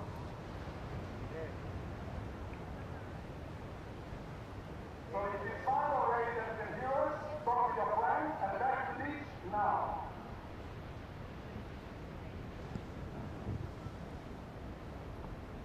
So introducing you the 4 surfers in the world right now. You already know that the right is David Silva from Brazil. From the United States, it's blue, Jet Chile. From Brazil, we have white, Marco Fernandez. From Australia, we have green, Calango. For the 4 surfers, good luck with what is first of red, David Silva, it's a 2.5. First of red, 2.5. Lunchtime in Portugal, sunny skies and a packed beach on a Sunday afternoon. We'll check out a brand new quartet of stacked talent from around the world. CT Vet, deadly on the backhand. David Silva taking on the young and very much up-and-coming Jet Schilling. Marco Fernandez, also of Brazil, a smooth ripper. Kalani Ball from Australia, another very highly rated young Australian. Half hour on the clock. 2 of these surfers going through to the next rounds. And here to talk you all through it, joining myself, Paul Evans in the studio. It's Philippe Jervis, mate. That last heat feels like just got a little bit starved of some action and frustrating for surfers unable to nail back up scores. Yeah, he started off really strong with a lot of waves, but out of nowhere, the ocean just kind of stopped. And just like that, how often have we seen heats start and then all of a sudden a flurry of waves? We are dealing with an unpredictable entity in terms of the ocean. Here goes Schilling straight into it, nice and light on his feet as he goes through a lip line floater, projects him onto a section, and a couple of spicy hits from him. Really nicely done. Just slams that lid shut on a closer maneuver. Right behind him, Kalani Ball swinging, and he's gonna have to cover a bit of ground here. And after an opening maneuver, he'll be a little patient. And then this bit is all about just trying to eye this double up bowl when it comes. Sometimes if it comes, he'll stay really close to the soup. And then after motoring a long, long way down this wave, he will get a little inside bowl. Kalani Ball still setting himself up, and that one just ran out of gas slightly, so a long way traveled, maybe not massive points on offer. And Kalani Ball will make that long paddle back out, and we've really stretched out the playing field here, Philippe, with the low. Yeah, with the low side, you usually take 2 to 3 to 4 minutes, depending on how fast you're paddling, to get out there. So you have to really take advantage of the wave. So sometimes you can get a wave and go from the outside all the way to the inside, just doing cutbacks. And for a 2-pointer, sometimes it's not worthy, as we see David Silva on a nice little wave. Yeah, Silva, so good on the backhand, particularly in these kind of conditions, tight transitions. He absolutely eats up these sections. A big hit from him with spray. And then a softish looking section. He'll kind of stay in the center of his board, just keeping that weight centered, then re-engages again. Gets another nice clipping turn. And then he'll flick off. So Silva just kind of picking the eyes out of that wave. Schilling looking to back up. Quick exit from him. Back onto my calculations, that should leave Marco Fernandez with priority. Oh yeah, everyone got a wave unless Marco did something we didn't see, but no, this already has the P for priority on the behind his name on the charts, so he's gonna wait for a good one. Marco is a really strong surfer, so he wants to make sure his wave has enough potential. A big morning of competition here on the Challenger Series. Already seen some big names go down, seen some statement performances too, and important to get out of this round. This guy here very much on an upward trajectory in lots of different ways, Jet Schilling. I really like this 2-turn combo here. He doesn't move the board, just wham! It goes from the carving all the way to the top turn, which is really hard on this wave, but he actually maintained his speed really, really well. It's going to be a 5.83, and this is Kalani's first wave as well. Nice top turn on the outside.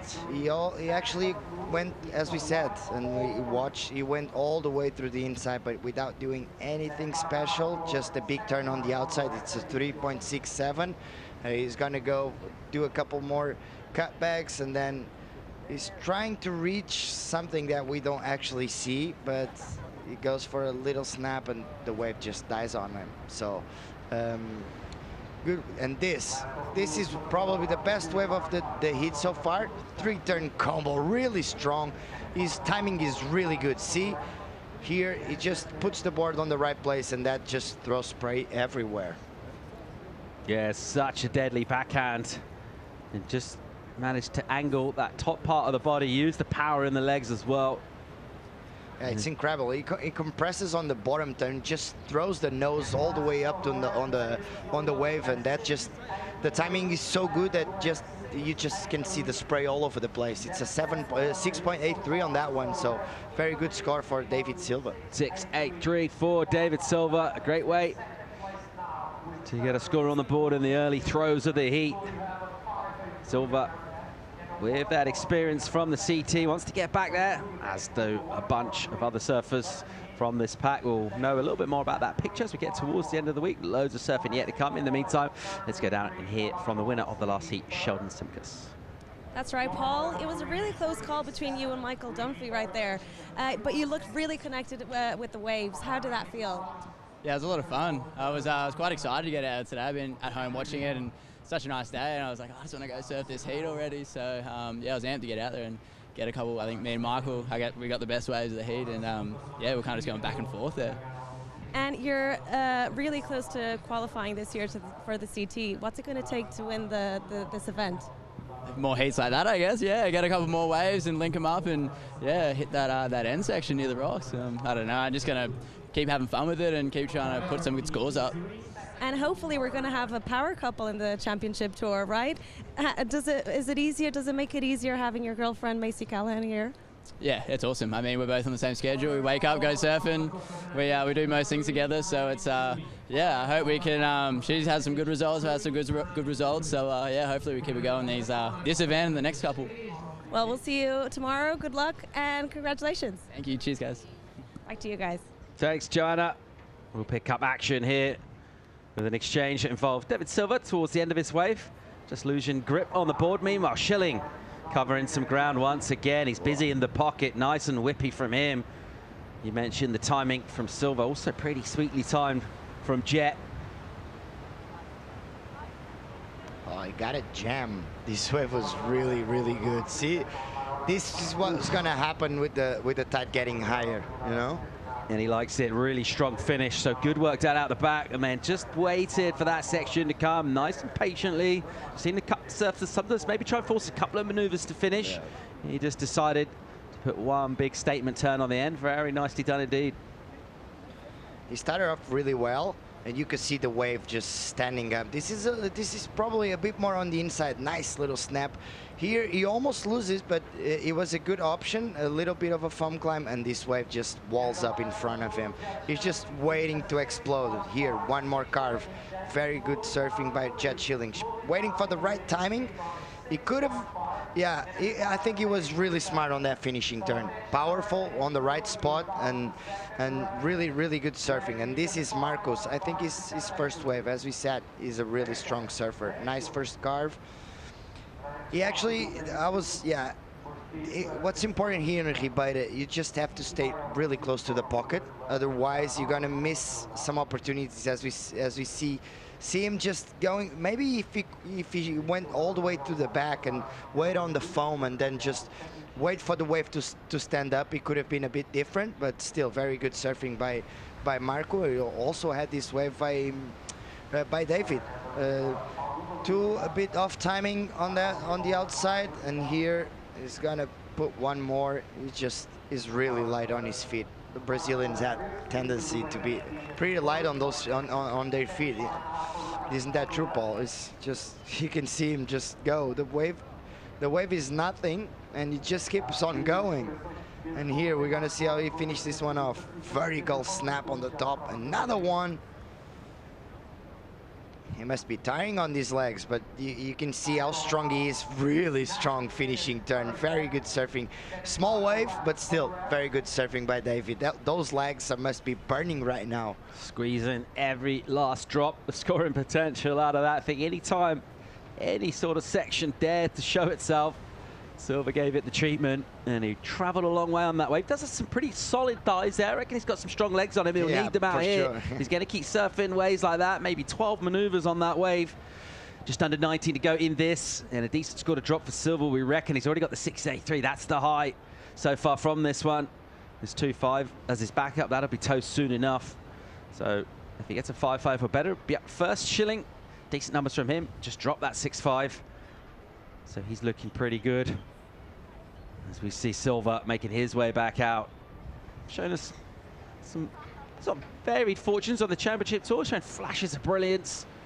When he gets in a rhythm, he is pretty much a force of nature. Great vision here, just kind of showing us the distance left to paddle. Not loads of duck diving in it. The channel's quite well defined, but that's a fair old paddle there, Philippe. Yeah, you just have to remain calm and have positive thinking while you're paddling back, just trying to regroup and think about the heat and what you're going to do next, because you have a lot of time for that. I reckon if you hear your score read out from the beach announcement, you've improved your score, if you've improved your position in the heat, the paddle will feel a little easier. If you maybe surfed a really long wave and didn't improve your backup score, for example, I think it would feel a little bit more on the arms, but obviously... Yeah, definitely, because you have a lot of time to think about what's happening on the heat, and you have a lot of time to make a strategic call on yourself and try to figure out what's your next move. Silva gets the 4.6, still in second, looking for that 5.5. Schilling, Silva, you want to so far in this, just over 17.5. A dreamy looking blue sea from the Atlantic today. Water really crystal clear on that drone vision we've seen through to the rocks on the bottom. It is really inviting looking. Here goes Schilling.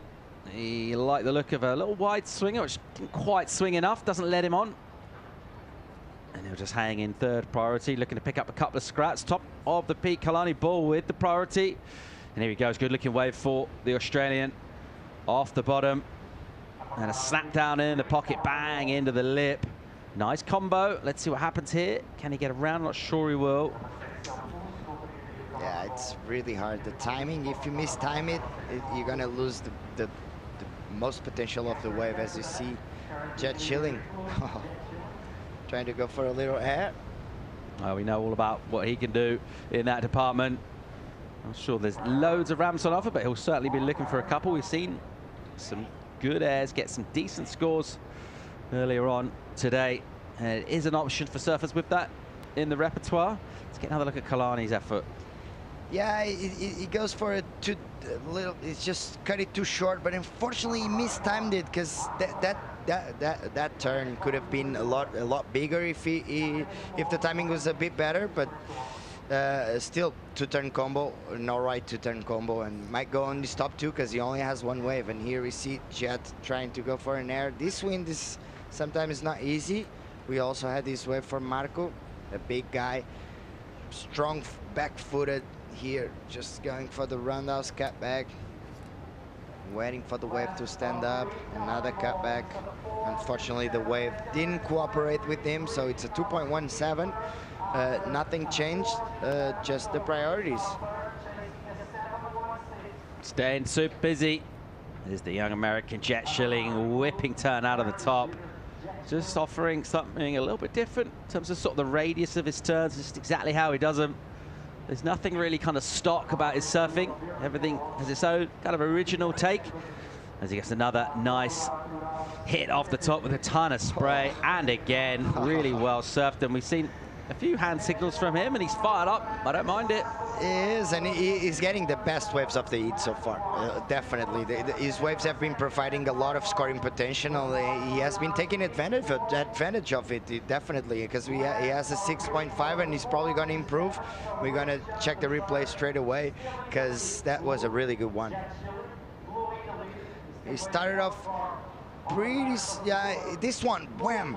Really good turn on the outside, and he went around this section, because it definitely looked like the wave was going to be has some potential on the inside. It just goes from one wave to another, a nice snap off the top. He waited, and bam, really, really strong. It shot fired someone and blew up the steam. 7-1-3 from the panel. High score of the heat. He gets an improvement on his first place position, just over 14 minutes and 15 seconds to go in this. And Well, he's got a decent lead already, 13.63 his total. And that wave just kept on giving him sections. And we've seen those runners, when you get in rhythm and you're in the right place and you got the speed to carry out of your maneuver, you just get another chance and another, almost kind of build momentum with each turn. And that's exactly what he's done there. And part of it is finding the right ways, finding the opportunity, getting a little bit lucky. But once you got them, it's only half the job. You also then have to show your best stuff in the critical sections. You've got to complete as well. That's exactly what he's done. There's a spread from the panel, and he's looked real good value so far, a real bundle of energy. Yeah, it's really important to get the best waves possible here in Rio Waida, because if the wave provides, all of these surfers are really good surfers, so they're not gonna blow the wave if it's a good one. So it's gonna be yeah, go for a break. Schilling so far looking good in this one. David Silva right behind him. We'll go to a quick commercial break. When we come back, find out if Ball and Fernandez can make a comeback. Stay tuned.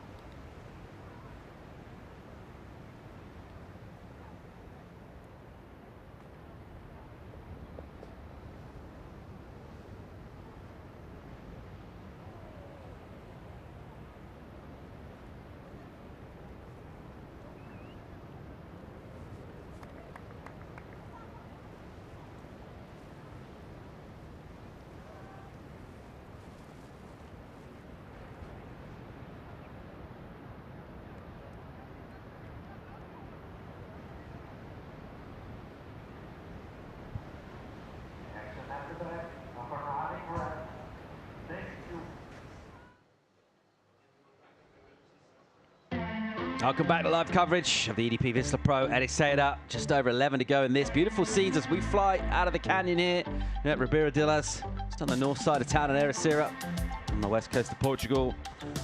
Just under 45-minute drive or something like that out of the capital, Lisbon. And a fresh swell pulsing in. It's not a massive one. It's been pretty consistent throughout the good period to it as well. Direction is kind of hugging the reef a bit. I haven't seen necessarily loads of those racier waves. It is a case trying to stay pretty tight in the pocket throughout. Key to unlocking scores. That's what's happened for Jet Schilling in this. Couple of good numbers, 7.1365. His total looking healthy. David Silva, he's got the job kind of half done with the 6.83. It's back up is a little short, certainly by his own very high standards. Silva, a very intense competitor, smart competitor too. And we talked about the backhand, forehand. David Silva, one of those surfers you wouldn't at all assume it to be a disadvantage. Standing back to the wave here. Kalani Bull with priority, looking for a 7. 7.16 to be precise. Marco Fernandez, a bit of work to do as well. 7.5 the requirement for him. And get down towards that stage in the heat now with surfers. Maybe just that time pressure starting to add on to them. Maybe not if you're Jet Schilling, you'd be feeling pretty good, but surfers chasing the score will feel that this 20 minutes has kind of slipped by them a little bit. Yeah, it's the thing about this swell is it has a lot of walls, and so you have to take advantage of getting the right waves at the right time and try to manage. We've been seeing this quite a while throughout the day. There's always two people on the heat that actually found the good waves, and the other guys just had to run away from it and try to pick up the rhythm and try to go for the second place and the first place. So here we have Jet Schilling and David Silva a little more comfortable than the other surfers, just because they got better waves essentially.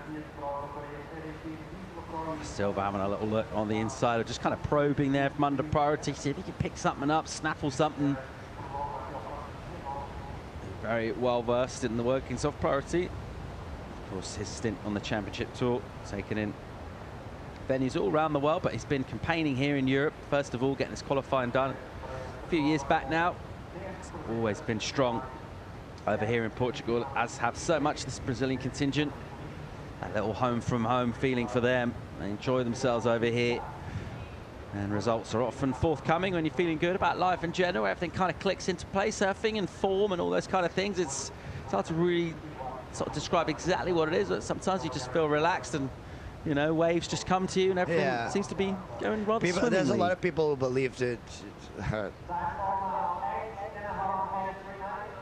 my good friend Canoe Igarashi and his buddy Lucena just walking down the beach.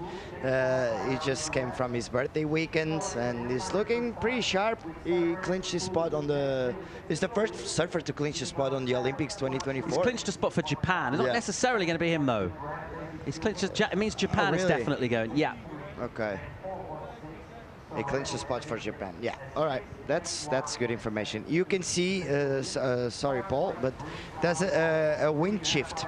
Right now, with the wind's not offshore anymore, we're going to have the typical winds in Portugal, which is north winds. And sometimes it gets pretty good here. It's not a wind that actually affects that much, and sometimes actually gives you a bit more of a section to work with. Yeah, a little bit of a switch around.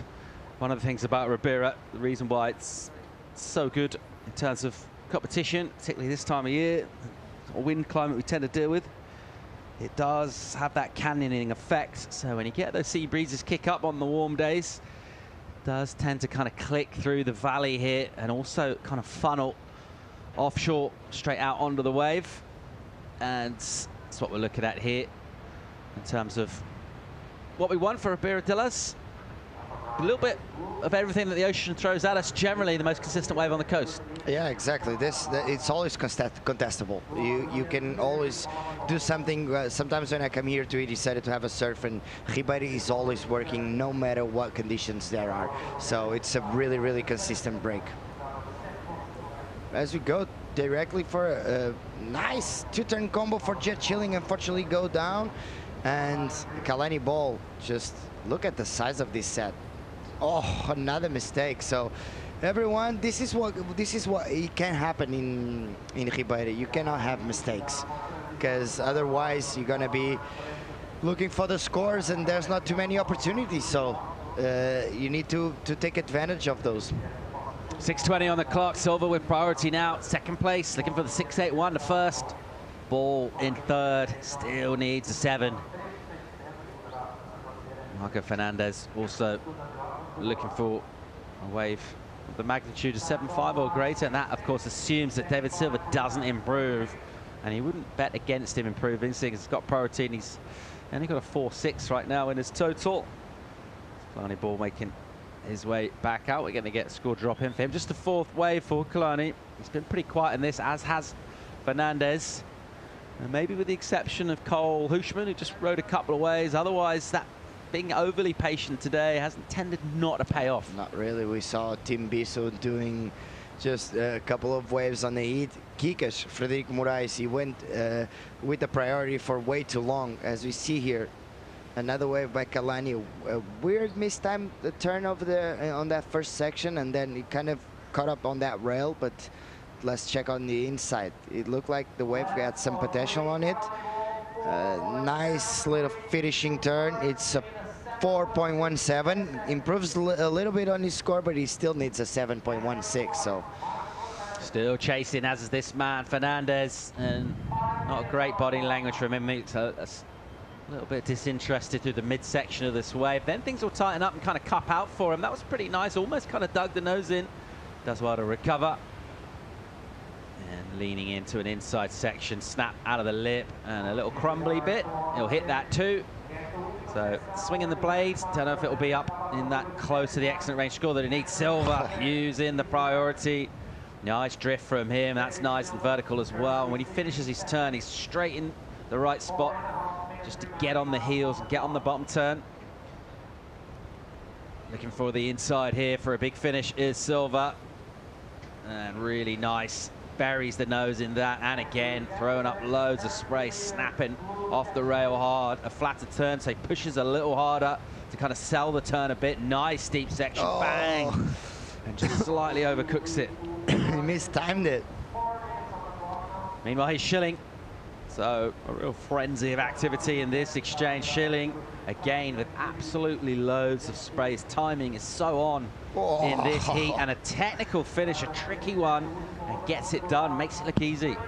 That was a really good set. A lot of good waves and a lot of potential on those turns, and a lot of potential on those waves as well, and a lot of power on those turns. So gotta check on the replays on this one.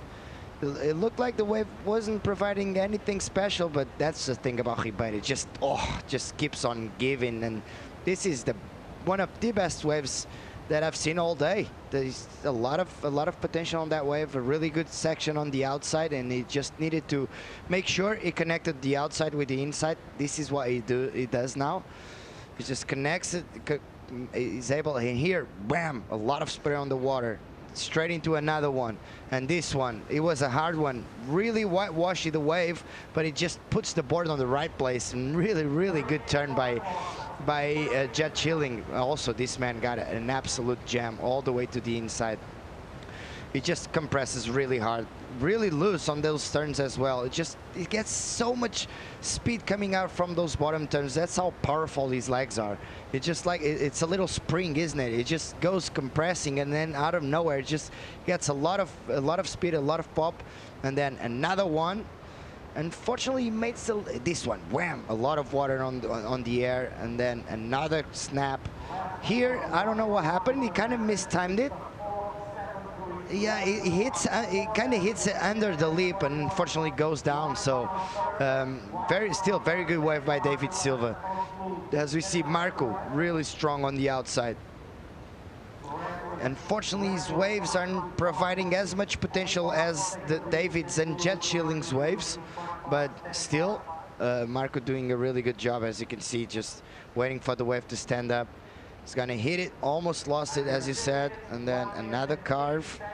And he's gonna finish this one off really strong. Another one, and this finishing turn, wham! A lot of power. He's a really big dude, a really strong surfer. So very good surfing by all the surfers on this last exchange. He's brought his requirement down for 7.3, so now he's looking for 6.71. So it's a more gettable score. Time not on his side though, 90 on the clock for our surfers to chase. At the moment, it's Fernandez and Ball who are doing the chasing. Jet Schilling is due a number, and he's looked really polished throughout. Obviously, the maneuvers themselves are what we kind of highlight in a way, but it's been really interesting to see with Schilling between the turns in the transition. We've seen a lot of surfers take a while to go through the gears today. If you get stuck a little bit, your momentum and your speed he's just straight back on the speed, and that's been key really for always being in the sections at the right time. Still waiting for that number to come in. Silva's number drops, 6.4 for him, decent.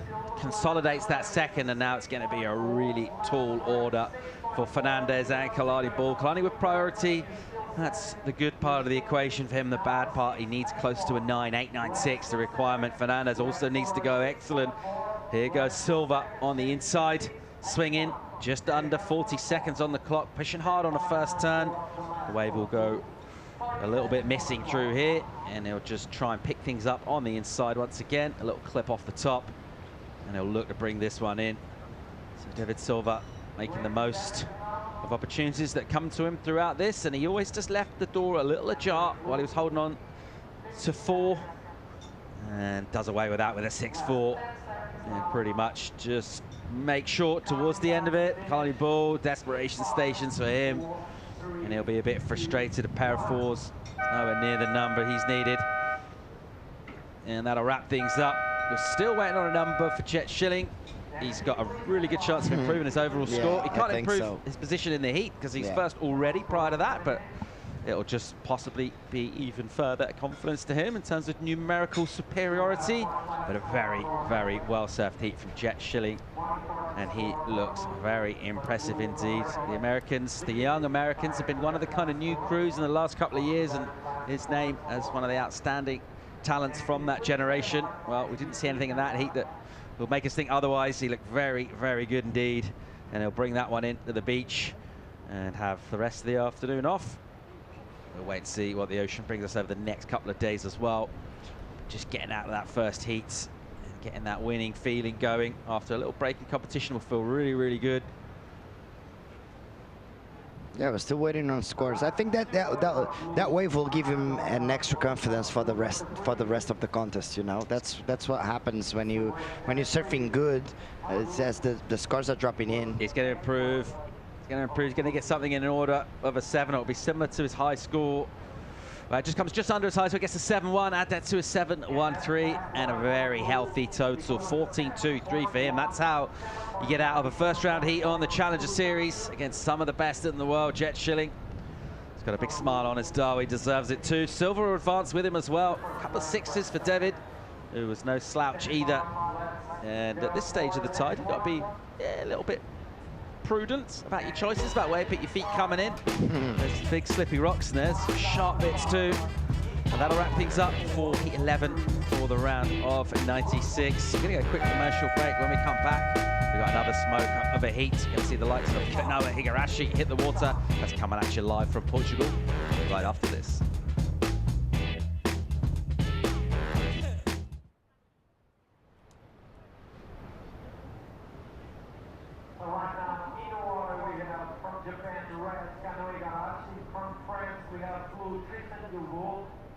From Italy, we have white Caity Simmers, and from Portugal, we have green Constitute for the 4 beloved waves.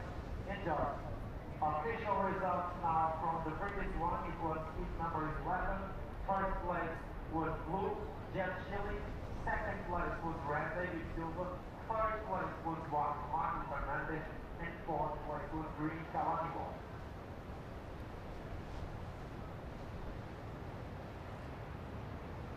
Batem mais forte, agora os corações nacionais.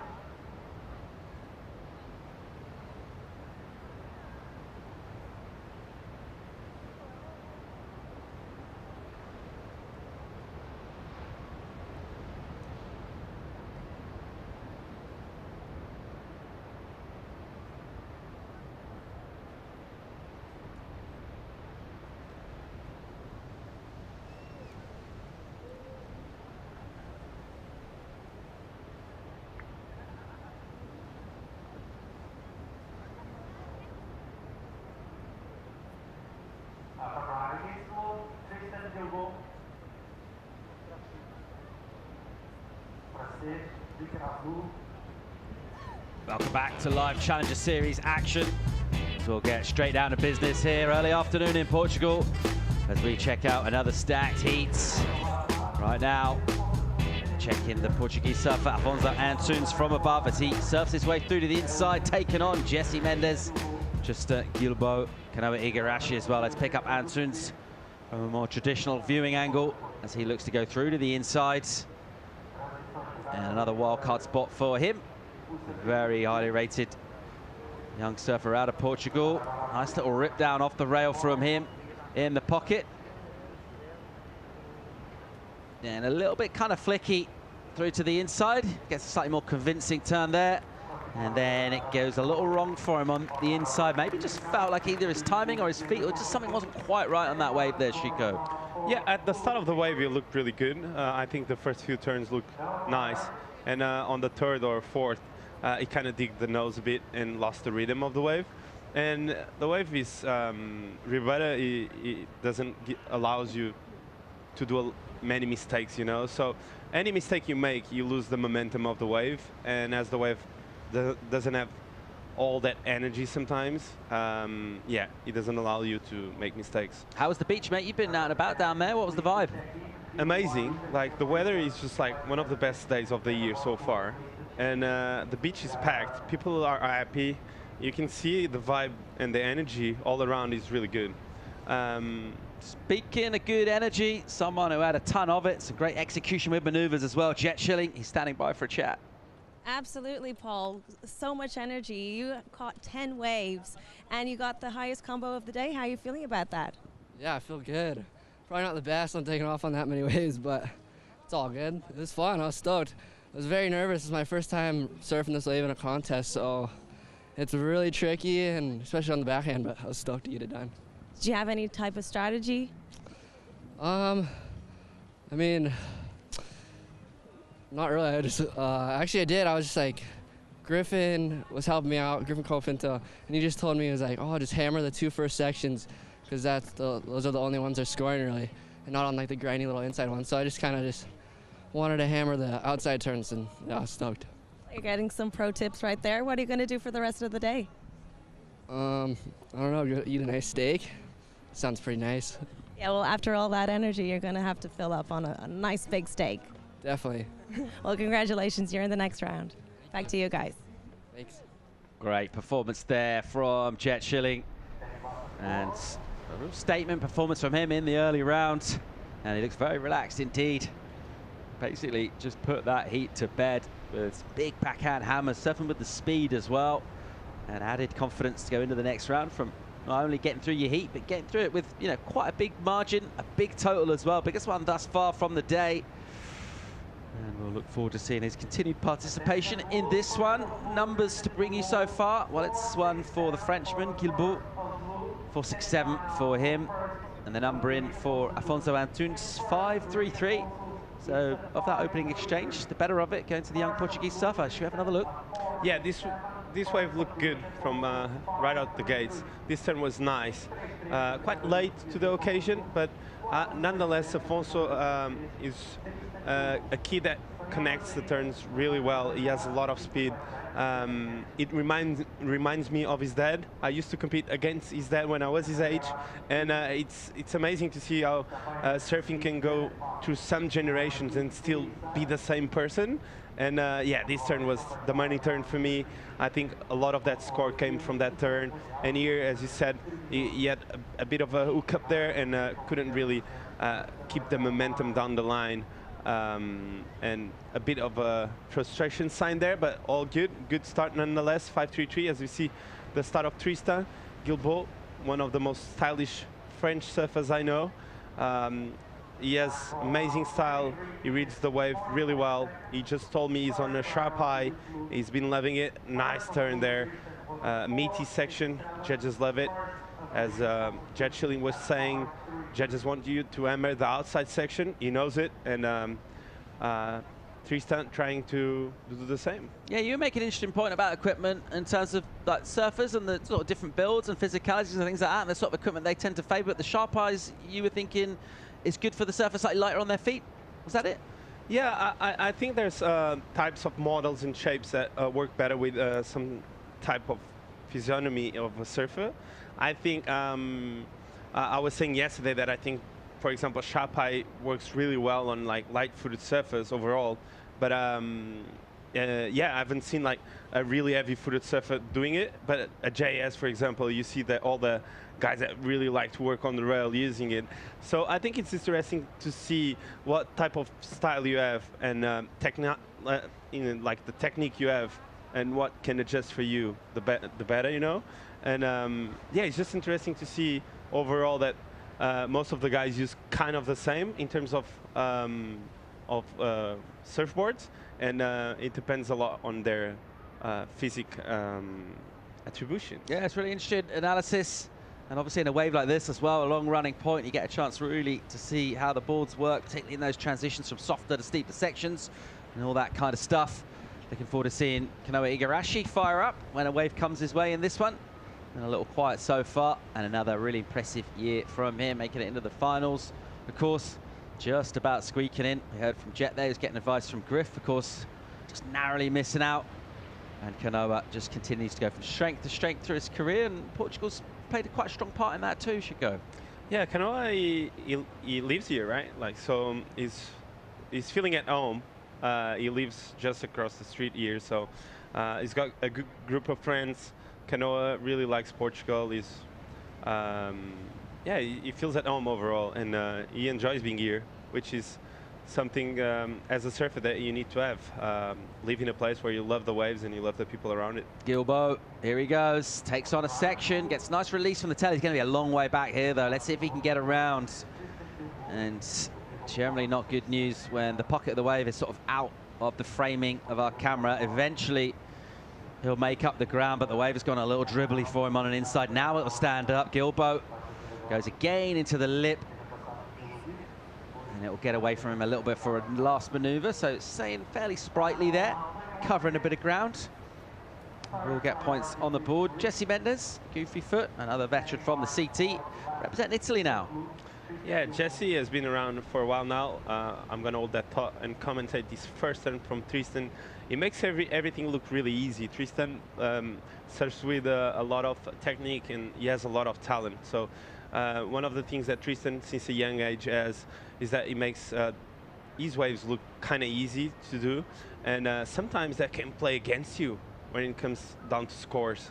You make it, for the judges, you want to make it look hard, so they give you the score. And as for him, he's so like stylish and talented and so well connected to the wave sometimes that it makes it look easy. So I think we have some surfers like that were on the world tour, like Joel Parkinson. You make a wave look really easy, and I think Tristan is one of those guys. As you see his replay there, this wave was just like not the wave, but nonetheless the first turn was nice. And I just love this heat. The amount of talent that we have in this heat is just huge. Jesse Mendes already won some huge events, one of them in Portugal in Guincho a while ago. Jesse, one of the best Brazilians ever, from a great generation of surfers, from Gabriel Medina, Jesse Mendes, Miguel Pulpo, Young Gouveia, all those guys are from the same generation. And yeah, Canoa, top 5 in the world. I think he's angry for more. What do you reckon, Paul? Yeah, absolutely. Loves competing, particularly likes winning heats. And he has looked deadly at this wave down the years. I think one of the recent things as well we've seen for Canoa, pretty much any venue he shows up at on the championship tour, a constant threat, any kind of condition. I was really impressed with the surfing at J-Bay, among other venues this year. Thought he looked really, really good out there. So he does that kind of tail tap, sort of top turn at speed that he does, where he gets that little bit of release. He's got so much spark to his surfing, and pretty intense in terms of the headspace he can put himself in terms of being able to compete and take on the very best in the world. Here he is in live action, Igarashi, with a soft opening section, and he'll cover some ground now. And still waiting for this one to stand up, which it will do eventually. Gets a little drift from the fins, get the board going completely the wrong way, recovers it. And it's not a great looking wave. It just pushed a little wide into a hole. So you see it takes a long time for it to stand up, and it's happened a couple of times already on this, a lot of downtime. Let's see what he can do with it though. On the inside, gets a steep section, and that trademark turn as he looks to get the release. The wave goes real soft underneath him, just doesn't quite get the turn done. And Tunj behind, trying to get out of that white water, get going down the line. Deep commitment to the bottom turn, puts it up a bit vert, and then quick on his feet to get going again down the line. Little whip in the pocket. Bonzo Antonzori with a 5.33 on the board. So he's in a decent position in terms of the context of this one so far. And he put his board in a lot of different places there. It's a pretty decent effect, Chico. You can tell he's angry, a lot of energy when he's on the wave. That's a good sign. He's feeling confident, as we see Blue paddling now. Yeah, it goes Gilbo, just kind of fades that paddle takeoff to put himself behind this section. And a nice drift from him. There's a floater. See the speed he exits the turn with, so kind of uses the sort of relative height of that floater as kind of like a pump down the line, straight into the next section. And we've lost a little bit of height from our swell, just with the way this wind and the state of the tide right now, but we've got some little pockets through here. Another nice turn, built up momentum for that one. A little jam back, bashes some white water. Again, using that rail, getting the arms and the shoulders working. Well surfed. Well surfed wave. It made it look really easy. So I just love the flow he has on this wave. I think it fits his surfing really well. And as I was saying, Afonso is looking angry. He's one of the best. He's young. I think he's waiting to get that major result on the QS, and I think this is an amazing opportunity for him. As we see Tristan's wave, I love this fade actually to throw the fins out. I think it looks really good, and the floater looks beautiful, connecting the dots. I really enjoyed the way he rode the wave at the start. I think he really made the most out of that section. He waits and he waits and he waits, and he gets a quick snap there. He comes off the bottom, quick tap there. And I think you can see Tristan is just milking the rest of the wave. Most of the job was done on the outside, and this last turn out of the three he did on the inside was the most beautiful. This was Canoa's wave. A hard wave to surf, you can tell. When the wave in Rio Waida has all those bumps, you can tell it's not going to be an amazing wave. Normally the second wave of the set is the best one. It hugs the bank, the first one cleans up, and the second one is the one. But Canoa is top 5 in the world, so for him, having bumps on the way is not a problem for sure. And something that is not normal is this last fall from Canoa. We don't see him fall that often, so unfortunately for him, not finish that wave off. As you see, Afonso, I think he did an air. Yep, he did a troll tail reverse, and then he was able to finish this wave off. So I think Afonso is going to put a great score on the board again. I really enjoyed the last turn he did. I think he put a good punctuation point to end the wave, and to sell the judges another mid-range score is what I think. This one felt really nice on the pocket, throw water, and really technical surfing by Afonso. And this Jesse was sitting for the last 15 minutes, and looks like he got a really beautiful wave to surf on your backside. 3 cutbacks, just trying to wind up the inside section, and he's gonna hit it strong. Fin drift there, nothing really crazy, but it's gonna help his cause. It's gonna put him on the board, and he's back. As we see Canoa on a small runner, these waves normally hug the bank really well, and you can tell he knows there's something coming, and Canoa is gonna smash that lip, and again, so you can tell he's angry. If he was paddling out and he turned around and he wants to put something on the board. So first wave for him, 5-0-3, and this is backup, that's for sure. Scores come in for all 4 of our surfers right now. Under 14 to go in this one. Still bright sunshine. Maybe a slight dial down in the swell energy, just a touch. Still some pretty decent looking sections out there. Still good points on offer, as evidenced by the performance of Jet Schilling. Couple of 7s in the previous heat of this. And pretty much on the money with our forecast of what we're kind of expecting for the day to bring us.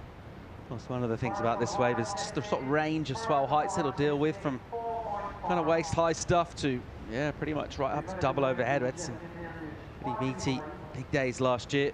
Not sure we're going to get something of that magnitude this year, but certainly some fresh pulses of swell to greet us throughout this relatively long waiting period, affording us a chance to maybe make some decisions to do with tide, things like that.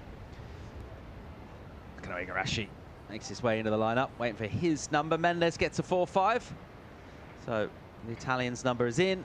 We've got scores for Antunes, for Gilbo, and for Kanoa Igarashi as well.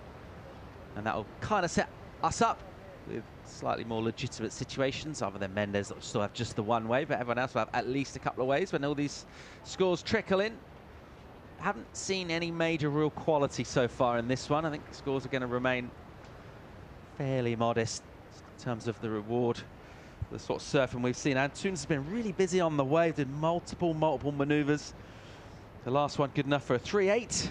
At the moment is in first place. Gilbo's going to get a score though, doesn't need a huge number to jump up. Kanoa Igarashi also looking for something around about a 4 to go straight to first from third. Plenty of time yet to go in this one, Chico. Yes, we have. I thought last waves of Afonso was a bit low. I thought it was going to be a bit higher. I think he did a lot of work on that wave. That first fin throw reverse was nice, and he finished it off really well.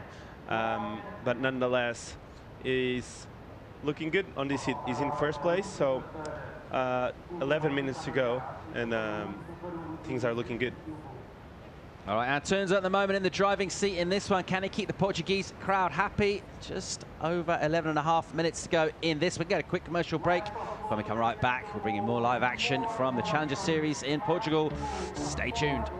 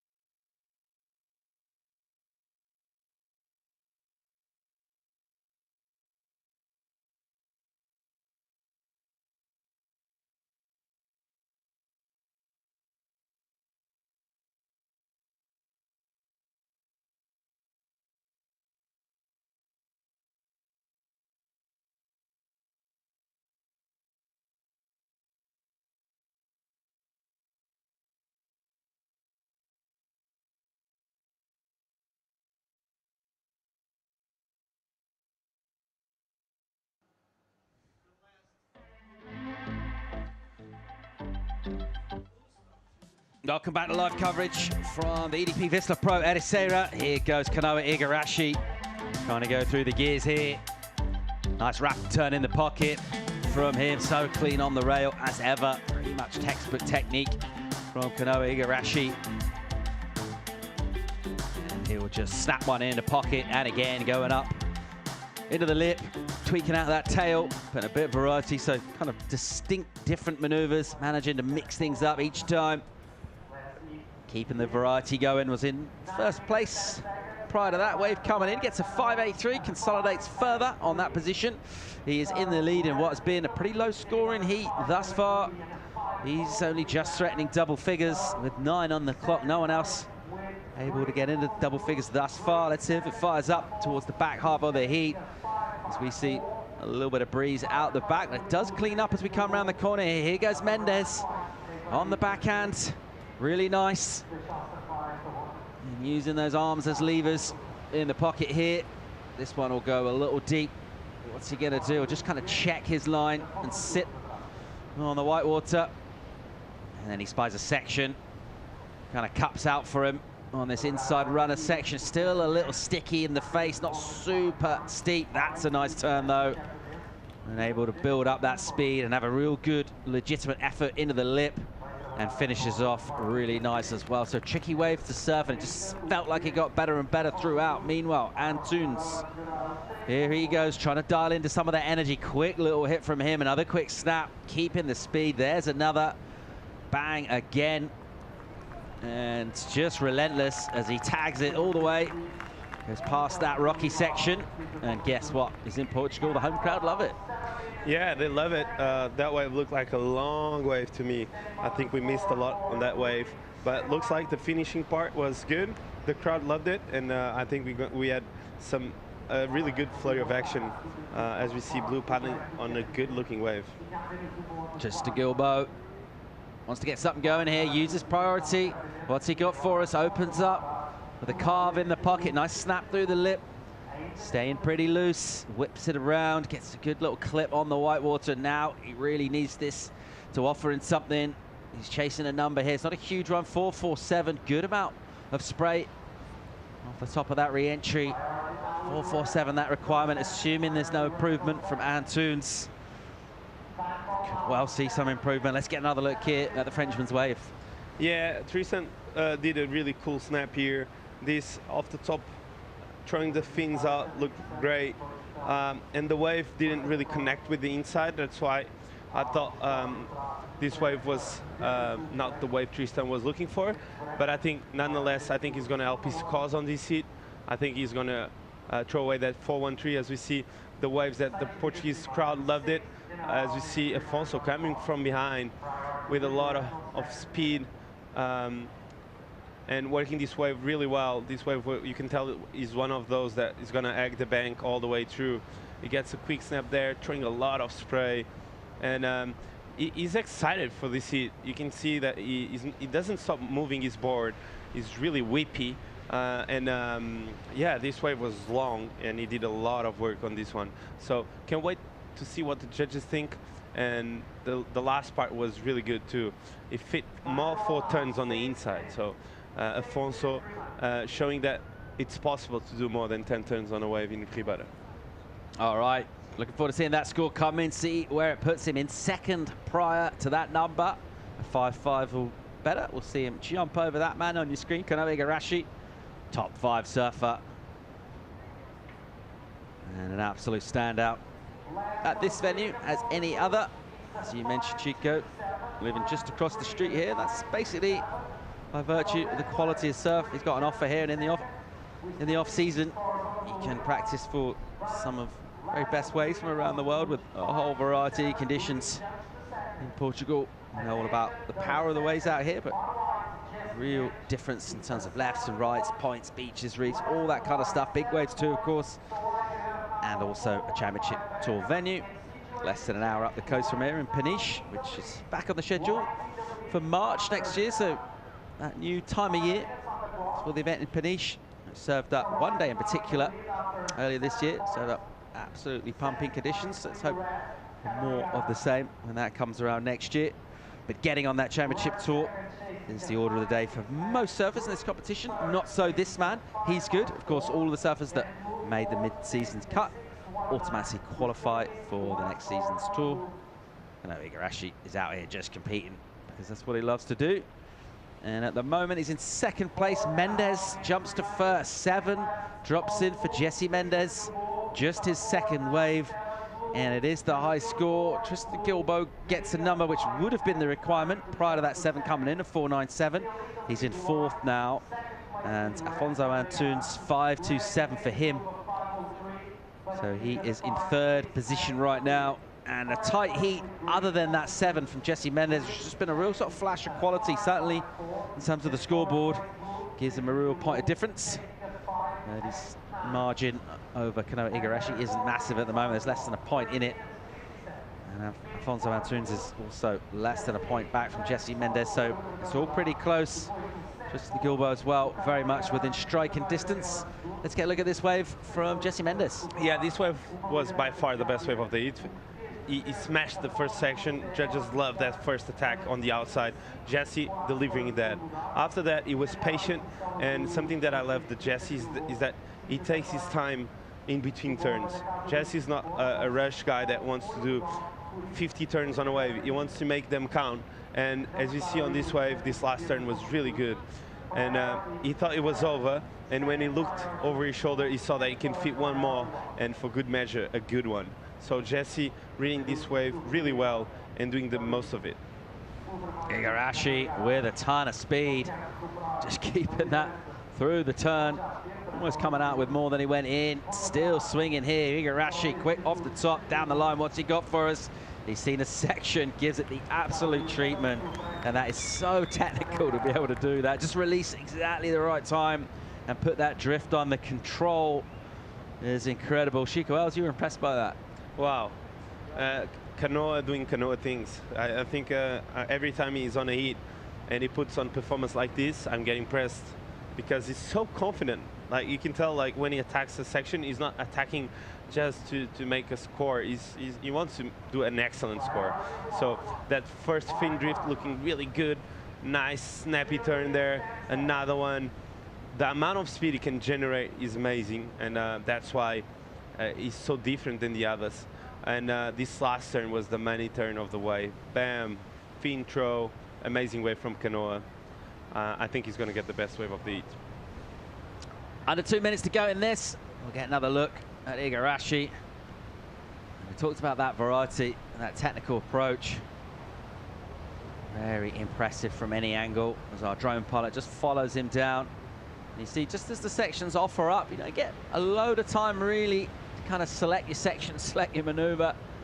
And there is absolutely just razor-like in his precision, just incisive into that critical part of the wave. Good number to come in for him.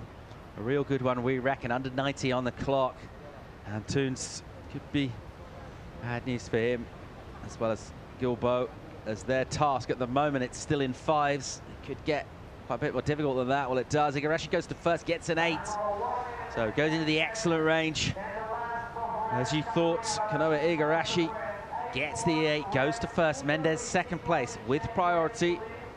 The chasing pack now with under a minute. The Portuguese surfer Afonso Antunes, 6.18, his requirement. Guilbeault, the Frenchman, 6.54. Those aren't huge numbers, but they don't have time on their side. Looks like Guilbeault will have a swing here. Probably the last crack for him. Tristan Guilbeault on a foamy section. Now, what's this wave going to offer through the inside? He's trying to join up the dots. He just gets that little crease in the wave, which makes it go a little fat, and he'll need a really strong finish in here.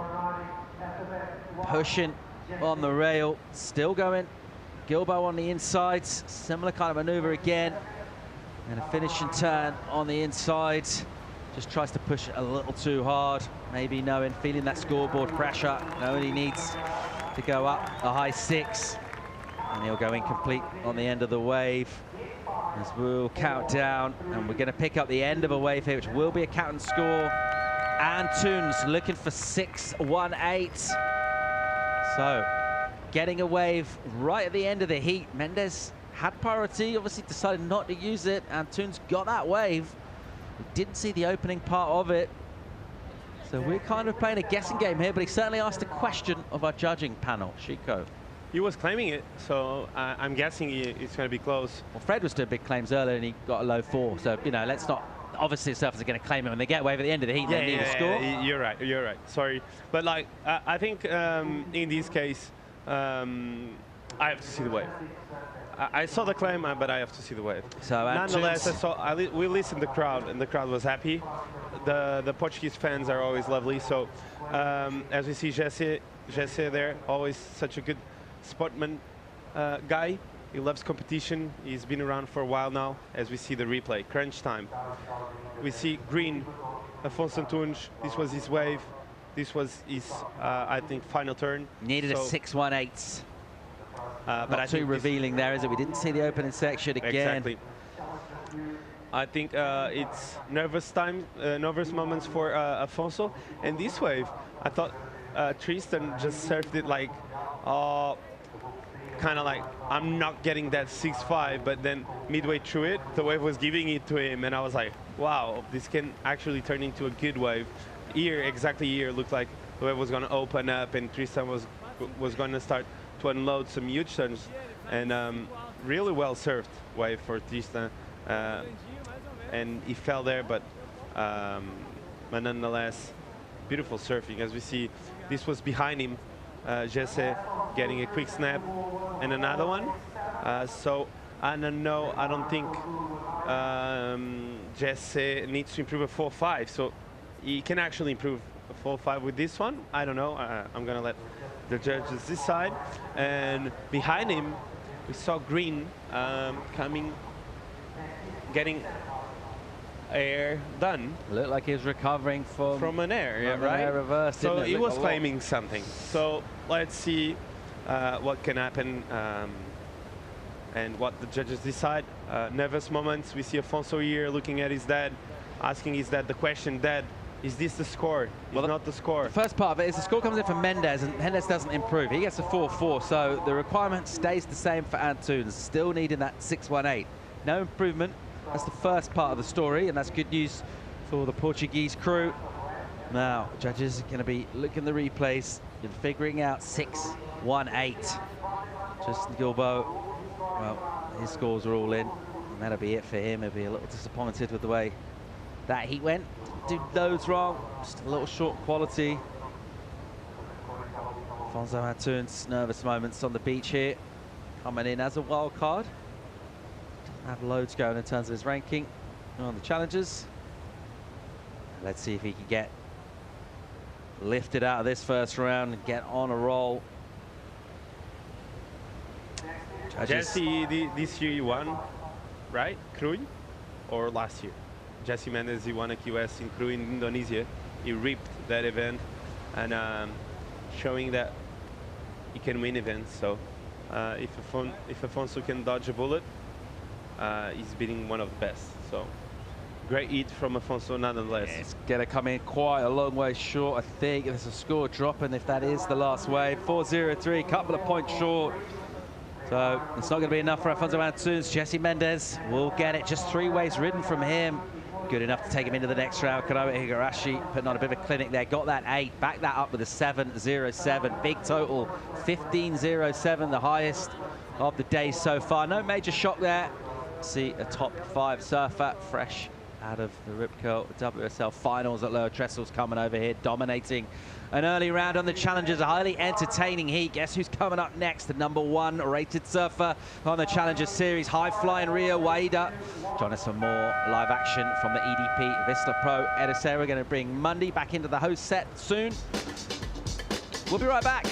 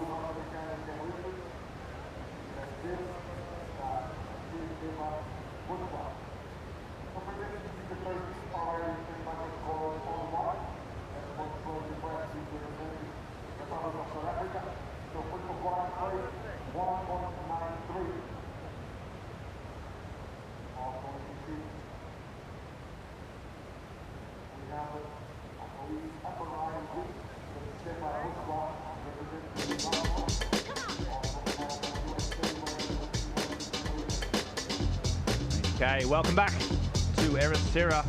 Live action here, straight up and into it. Cam Richards is progressing to heat 13, the round 96, and Richards kicks the fins out, but cannot make it. We've picked out Paul Evans. Yeah, tremendous performance there. Back-to-back heats, gone for a rest of taking his spot. Ben Mundy. Chico Alves remains in the hot seat. It's known in the business as the colour. And I'll tell you what, there's no shortage of colour on this beach today, Chico.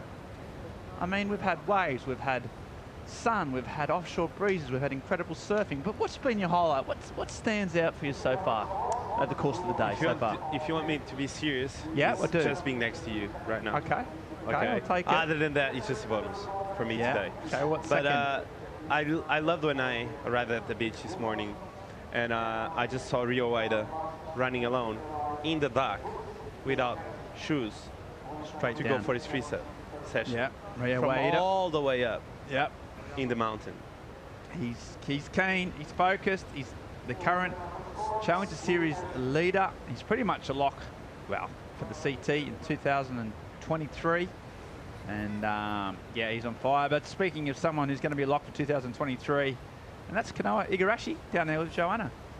Yeah, Mandy. Well, Kanoa, were you going through the gameplay on your way over here from your birthday weekend? Yeah, I was. I mean, I feel like this wave is, it's such a hard wave, but at the same time, it's always so similar.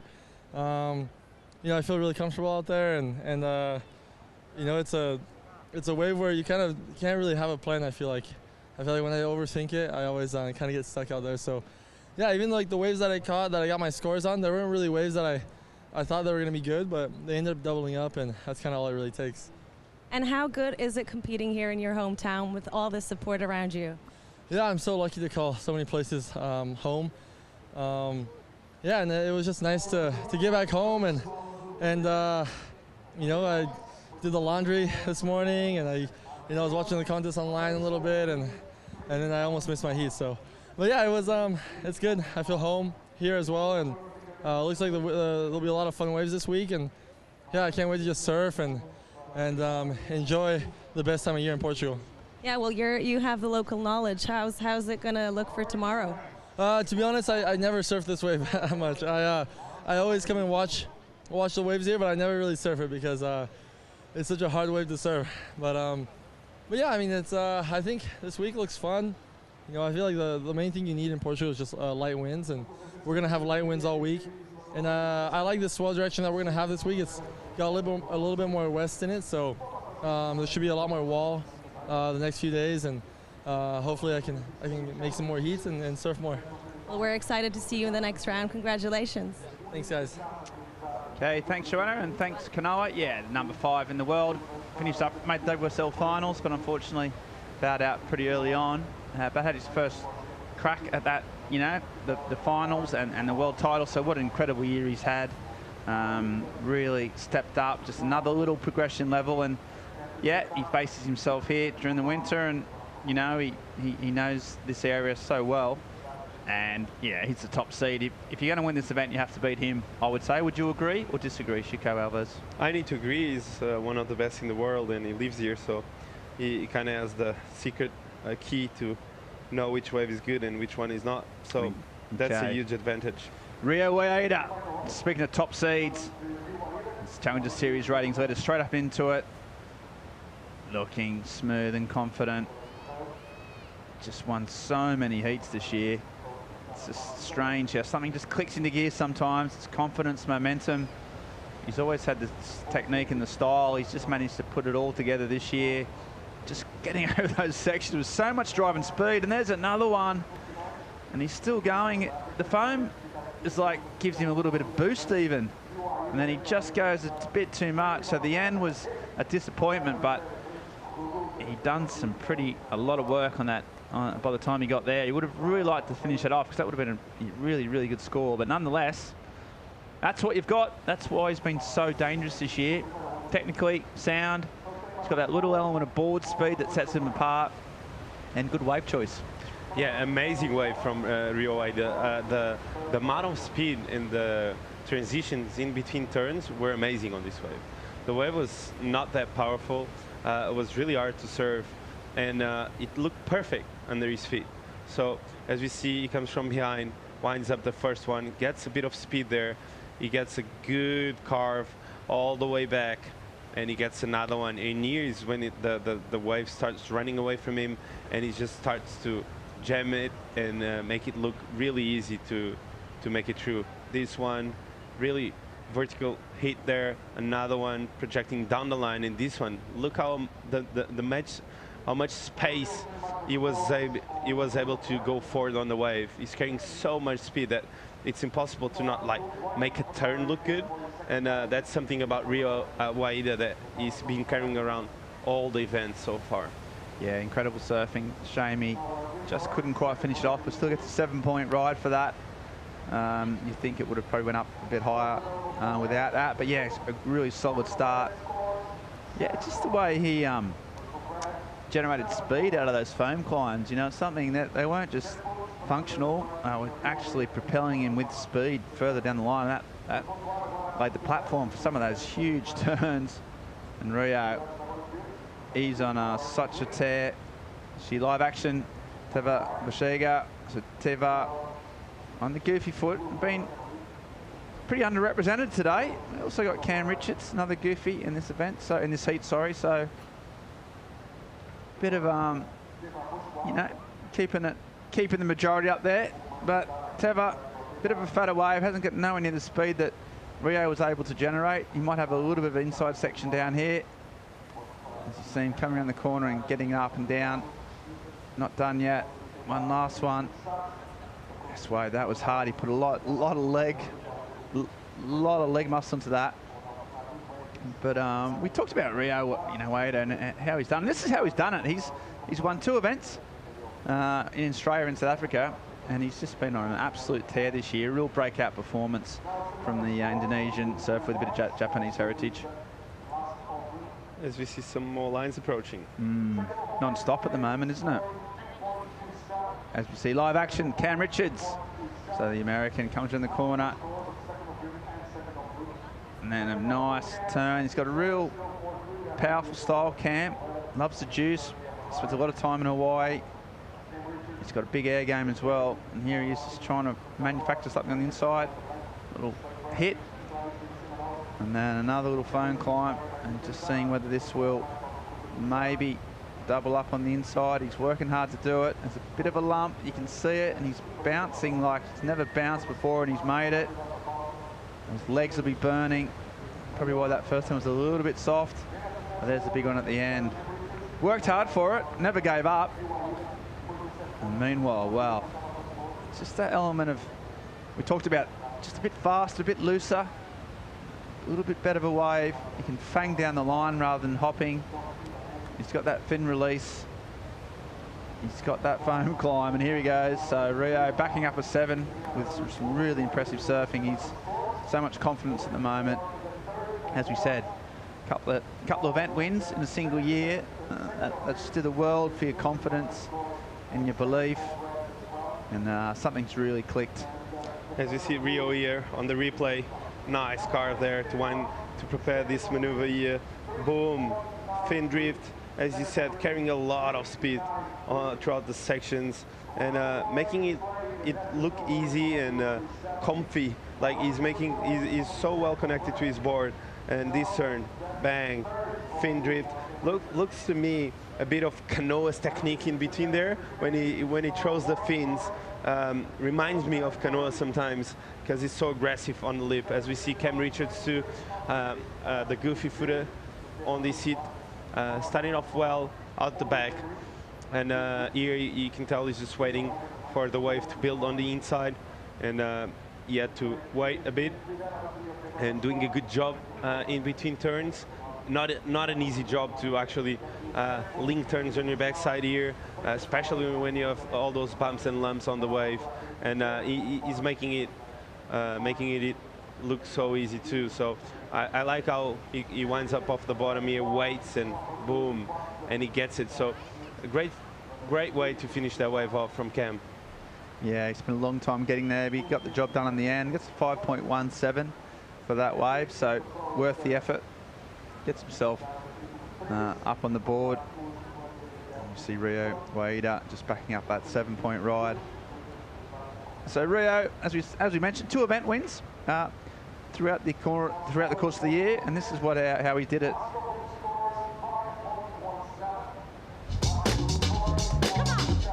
As we see here, Rio Waida was killing it in Sydney.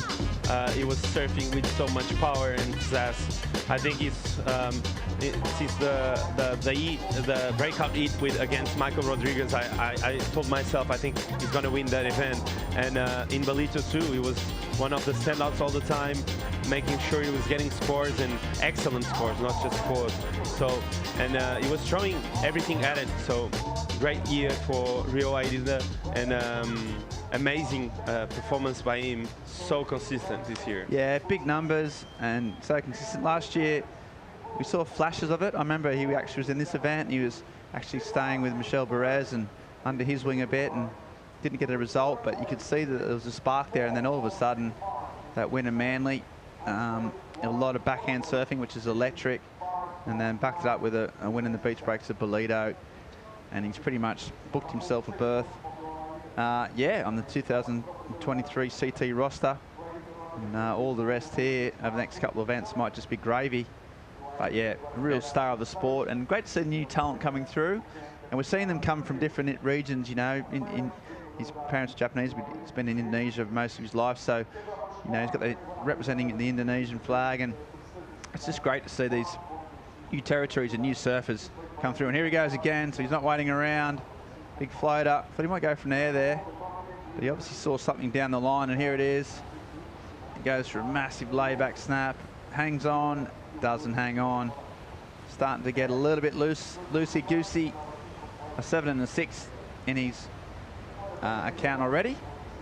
So yeah, he can afford to maybe throw a bit of caution to the wind, just to get a little bit more risky, and go for some bigger turns. I think he's working with Matt Myers. He used to work in Ripco, and I think he has a little group of kids working with him. I've seen him in Balito, I think. Yeah, Matt's been working with like John Mel and Rio and a lot of the American Cole Houshman. Nolan Raposa too. Yeah, Nolan Raposa, good little group. Yeah. Feeding off each other. So, nice project there, trying to get them together and winning heats. Yeah, he's really well liked, Rio. He's really popular amongst the crew. Always got a real positive vibe, real smiley guy.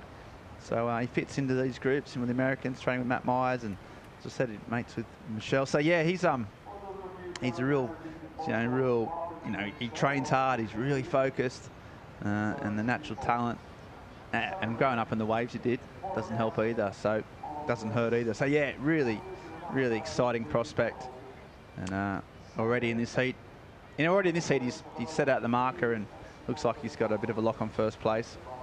We reached the halfway stage of this heat. We're going to go for a short commercial break and come back with more live action in the EDP Vissla Pro right after this.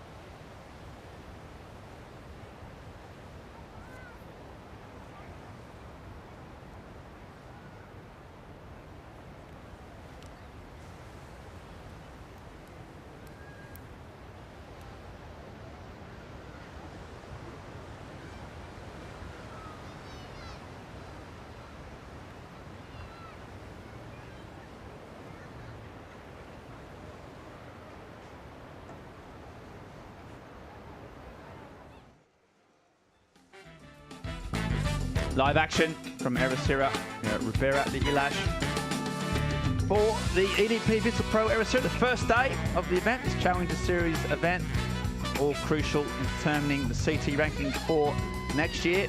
Start off with the men today. Got to the round of heat of 13. Trying to get down through 18 or so heats today. And we've seen the Challenger Series current ratings leader, Rio Waida. He's been the man in this heat, too strong and too fast. And it's left a real battle now for second place. And neither Richards or Teva or even Slade Presswich just haven't been able to find any sort of waves or any type of rhythm in this heat so far, Chico Alves. Yeah, he's a tall guy. We've seen some clips from Slade. He actually had a couple of wild cards in J-Bay. Back then, he used to ride for Quicksilver, one of the best talents from South Africa. And as we see live now, Teva. Yeah, Teva Bashega, just looking around, a smaller wave, hoping it sort of hugs that reef and fangs down the line. Starting to get a bit of a roll on there, but it's not a lot of open face, and it was small waves, so he sticks with it though, hoping there's going to be a little bit more juice down the line. A lot of bouncing, never a good sign. Finishes off with a bit of a tag. So, just trying to improve on his own 3.5, which I think he may do, but those aren't the waves he needs if he wants to sort of start to lay a glove on Rio. He needs to get those waves that stand up, the bigger sets, see what he can do.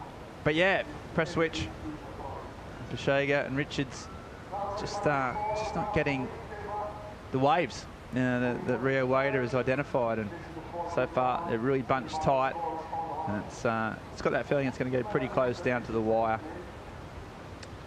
Yeah, it looks like it, and as we see some more lines approaching the lineup, we can see that Rio is sitting a bit more to the right, to the left side of the screen, which sometimes on the low tide is really helpful because you can see the double up creating itself, and when you're too far out the back, sometimes you don't see the wave coming, and sometimes it's the good one. So on the low tide, I just said it, and it's going to happen. So. Yeah, Rio sitting wide on on those boils. Two surfers couldn't find it, and he just kicks out. Knew that was going to run into the deep water, so in that case it didn't quite work out. Knowing he needs to improve on a 6, he opted just to boot and kick out and carry on. But sort of see which is on the other side of the tide now. We'll start to see the water come in, a bit of a push, you'd hope. I'll tell you what's interesting down this beach. You sort of walk up the beach and it's like a stiff offshore kind of breeze. And then, well, if you walk up from the ocean, it's kind of a bit of a side shore. And then as soon as you walk up the beach, it turns into an offshore. It's offshore everywhere except for the last 100 metres that counts. But that sort of northerly breeze starts to swing around the headland. See those mosh sort of flags. That's, you know, that's pretty much that offshore there. That's coming straight from the canyon down the, you know, down the line. But you get around the corner as you sort of duck down the beach and go onto the ocean, it sort of starts to swing around from the north, doesn't it? So yeah, just a little quirk of the bathymetry and the way the wind funnels through this tunnel. How beautiful is the event site here? Ah, it's amazing. Carlito Munoz. Now, he had an interesting start. He finally qualified for the CT, his first time after pretty much a decade of trying. You know, he had a good result actually here last year, which helped in that regard, and then he was injured just, you know, at Pipe, the day before Pipe, I think. Really bad accident. He's taken, you know, he didn't even come back by the time he was cut off the tour, so really unfortunate tale of, you know, just the way that injury can stall a career after he tried so long. But he gets the second chance here in the Challenger Series, and that's what this is all about, isn't it, Chico? Like, this is the series where those surfers that either get kicked off the CT for whatever reason, plus all the young guns, you know, they mix it together, and it's the feeder environment, and they're all going for just 10 spots on the CT. So Carlos is one of those guys that, you know, really has to start all over again effectively. Yeah, I thought back then was really unfortunate what happened to him in Pipe. I really would love to see Carlos on the CT. As you said, he's a warrior. He's been around for a while now, and he's such a good guy that he really deserves that to happen to him. So Yeah, can't wait to see him surf here. Last year he had an amazing result here too. We saw him putting up some excellent scores on the board. And Carlos is a warrior. Yeah, he had so many ups and downs throughout his career, and that every time he comes back, you know, he's stronger. So it's a good narrative, as you. He comes back stronger and happier. Exactly. He's got an even bigger smile on his dial, which is I might ask him what's the recipe. Yeah, he's always been such a positive influence on the tour. Always obviously stands out with that crazy, you know, like distinctive hairstyle and those, you know, he's always got a smile on his dial. Real infectious guy. And yeah, it was the timing, it just couldn't have been worse. It was such an obstacle, but he's overcome it. He's come back fitter. He's been getting barreled off his head back at home in Costa Rica, and he'll be coming up pretty soon. As we see sets start to pour through the lineup, guys getting caught out. That's what happens. This tide drops out and the swell sort of increases. You can get just caught off the bubble. Looks like press switch is going to pick it though. It's going to a bit of foam, but that doesn't matter. It'll clean itself up. First turn was strong. He's a big, rangy, powerful sort of build. He's used to the power of J-bait. And he's just waiting his time for those bigger turns. You can maybe hear in the background the South African support crew backing the whole way. And he needs a 5.9 to move up into all point second. Here he goes. He's going to want to finish big here. Get some speed. That was soft, but might have one more chance. Can he get in the lip? And he comes unstuck. So, although he gets some cheers from his I don't know if they're cheering him falling off. It seems like a strange thing to do.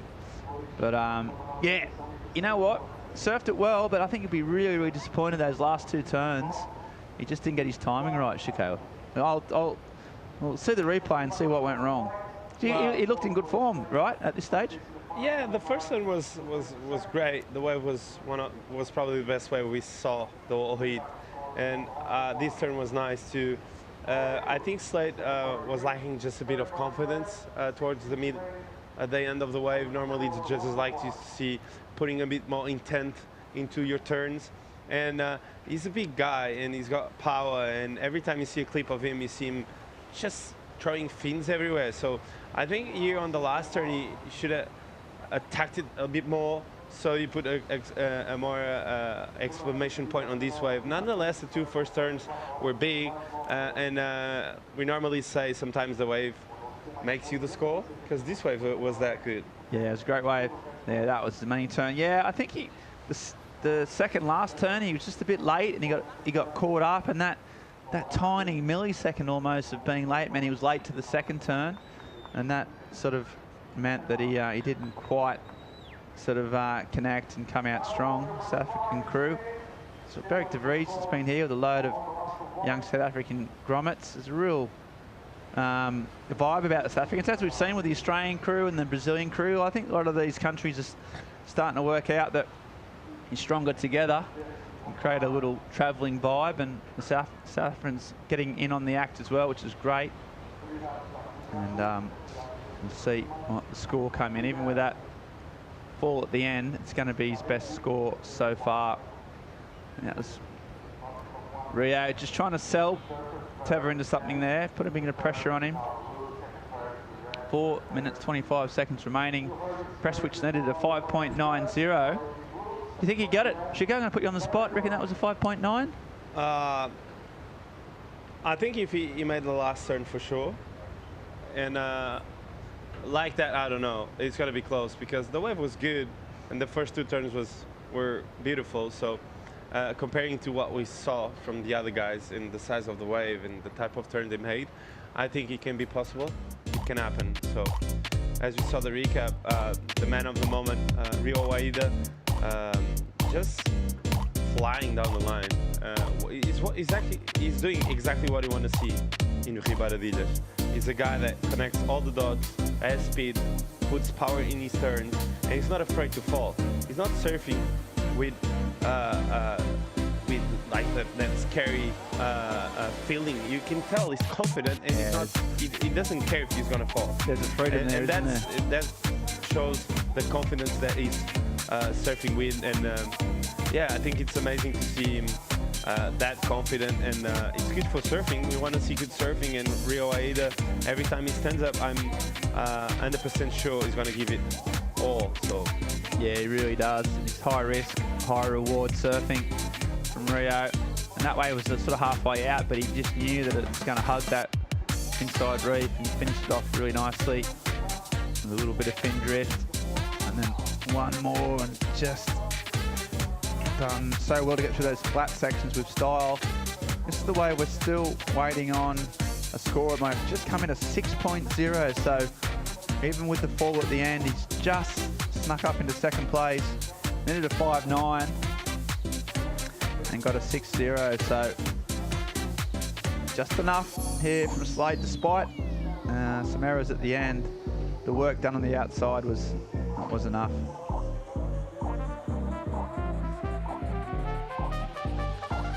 As we see him here at the end with the fall there, unfortunately, but at 6 points nonetheless, goes to second. So a lot of that score came from how good that wave was a set wave at size, and the first two turns were beautiful. So yeah, he attacked it, didn't he? He didn't. Yeah. He didn't hold back, which is what he needed to do. And here goes Cam Richards. He now needs just a small score. First turn is strong. Spot.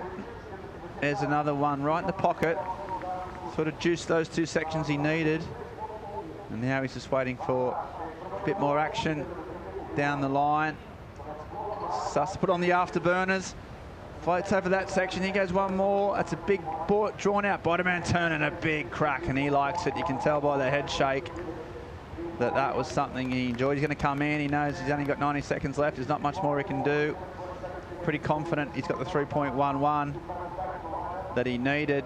It's just whether his opponents, either press switch or Teva, can get a wave in the last minute. So really good surfing from Cam Richards under pressure. Made it count. Yeah, it was a nervous moment for him. He started off really well out the back, winding off the bottom. Oh, huge turn from Cam. That's what Cam used us to see, needing only a 3.11 and putting everything into his turns, which is amazing to see. It shows how confident he is in his surfing, and this last turn to finish it off, bam. I think this can be probably the best wave of the heat so far. What do you think, Ben? Yeah, I think that might go up above Rio's. And meanwhile, out the back, Rio, though, he's not done yet, so let's see what he did. As we see Rio with a nice cut back, going all the way around and sliding the tail, mixing it up turns, getting just a transition maneuver there, and finish it off really strong with the drift. So Rio showing a lot of variety and a lot of confidence. And we see Last of Blue comes in as a 7.77, so Cam jumps into second. Exactly, which he called, but that wave of Rio is probably even better. So a real flurry of big numbers, incredible surfing, and what a way to flurry, finish it off with some incredible surfing, some big numbers. And that man, his role in 2022 continues. The man of the moment, the man with a plan, and the man that's now in the round of 48 in Ericeira. Strong surfing. There's the vibe. Look at that place. I mean, this is where we are. One of the great Portuguese competitive centres, real surfing hub. And it's, you know, we call this, you know, heading in out of summer and into autumn. And well, I'll tell you what, that's your fall in Portugal. It's a brilliant time to be alive, and it's such a positive vibe. You can see all the activations. There's a skate ramp, the Mosh skate ramp that we've got down there. You can see the Vissla shaping bay, and we got Chico Alves. He's around.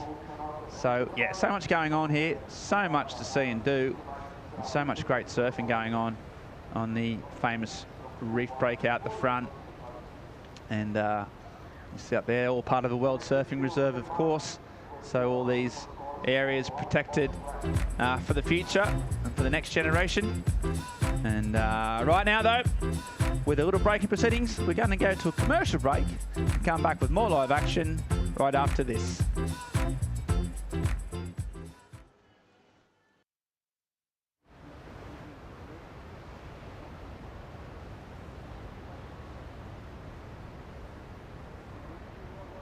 score starting for Rio Waida, and it's the cherry on top of the cake for Rio. 7.7 comes to the second level. So Rio with a really good cutoff score, 7.7. Gradually up to 7.7 for Rio Waida. Next is get ready for the start. 14.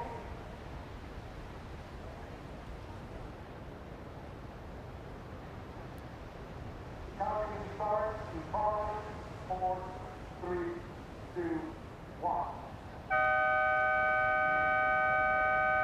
This 14 is on.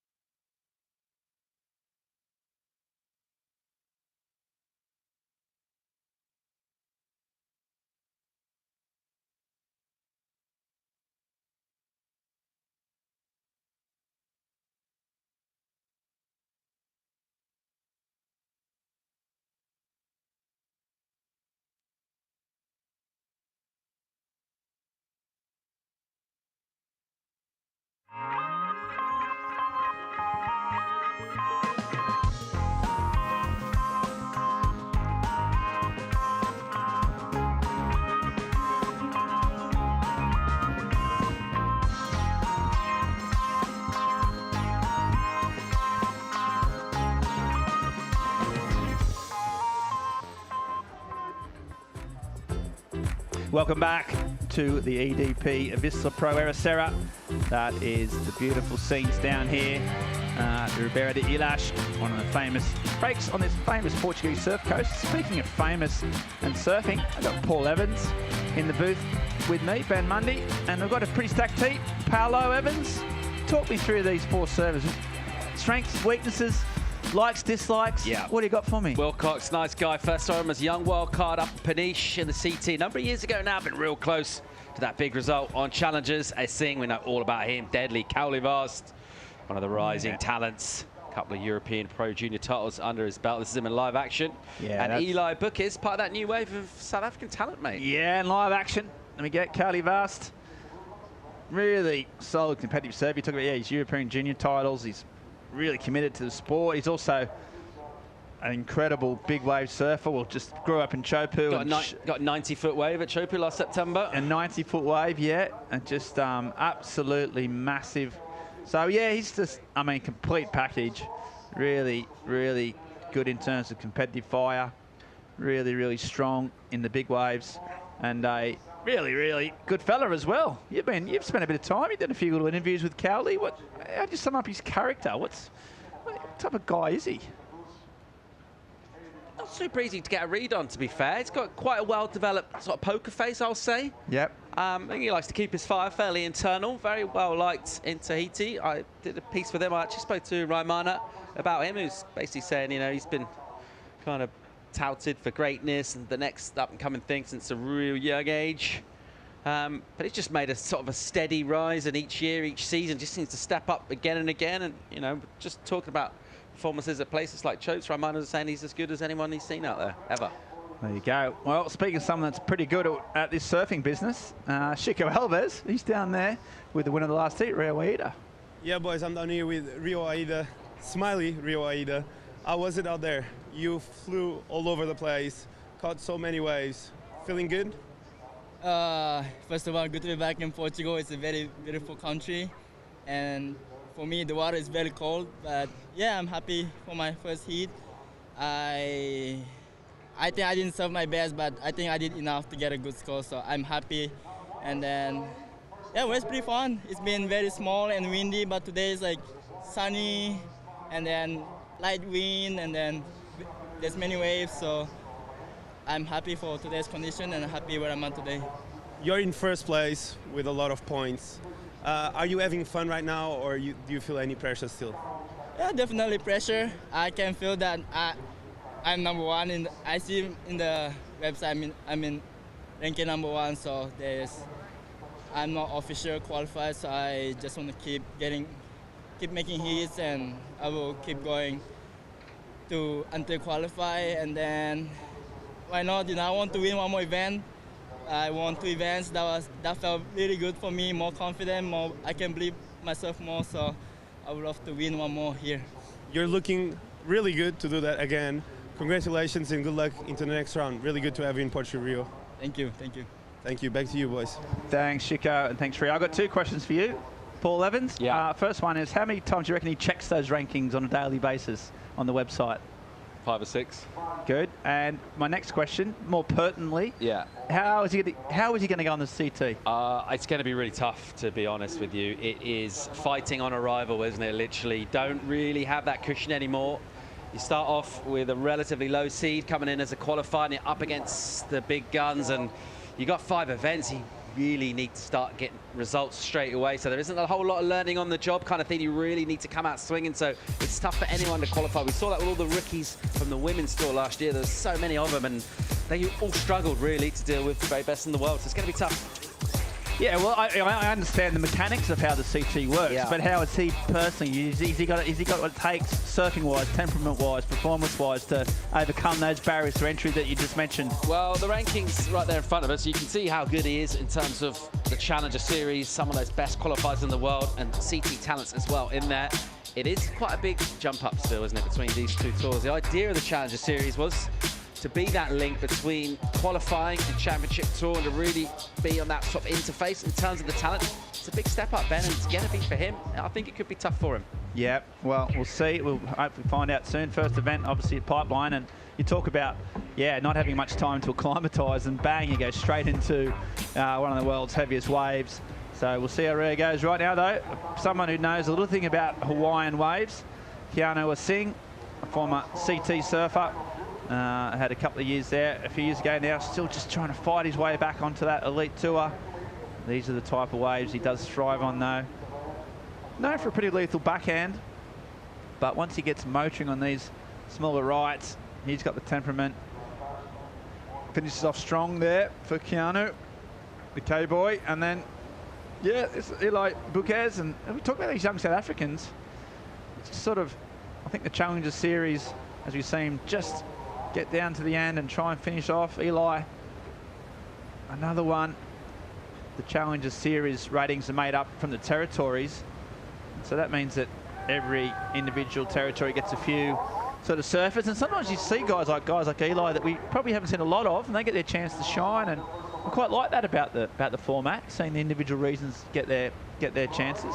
Yeah, and it's really interesting as well when you see some of these young talents. They really do improve as they get against better and better surfers. A classic example of that would be Matt McGillivray, and we saw him, a few years back in the high rate qualifiers over here in Portugal, and looking like he's in decent company there, but there's still a little bit of work to do, and his improvement has been dramatic. To really see what he's been able to do and then get on the championship tour and kick on from there, it's been impressive.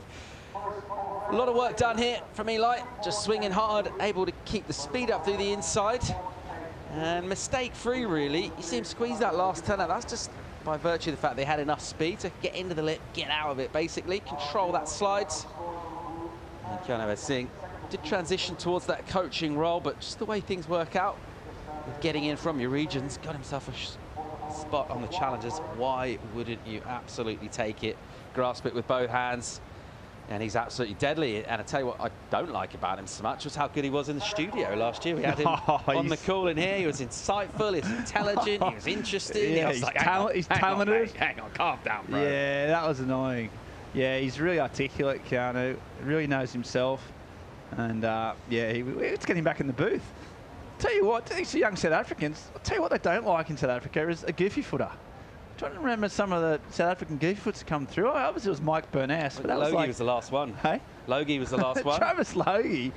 But before that was Mike Burness. You get one every 20 years. And these young staffers, big sort of crowd, big pushing of each other. We've got one in the event actually. Jussi from J-Bay, the guy who goes left at J-Bay, does massive airs. Yes.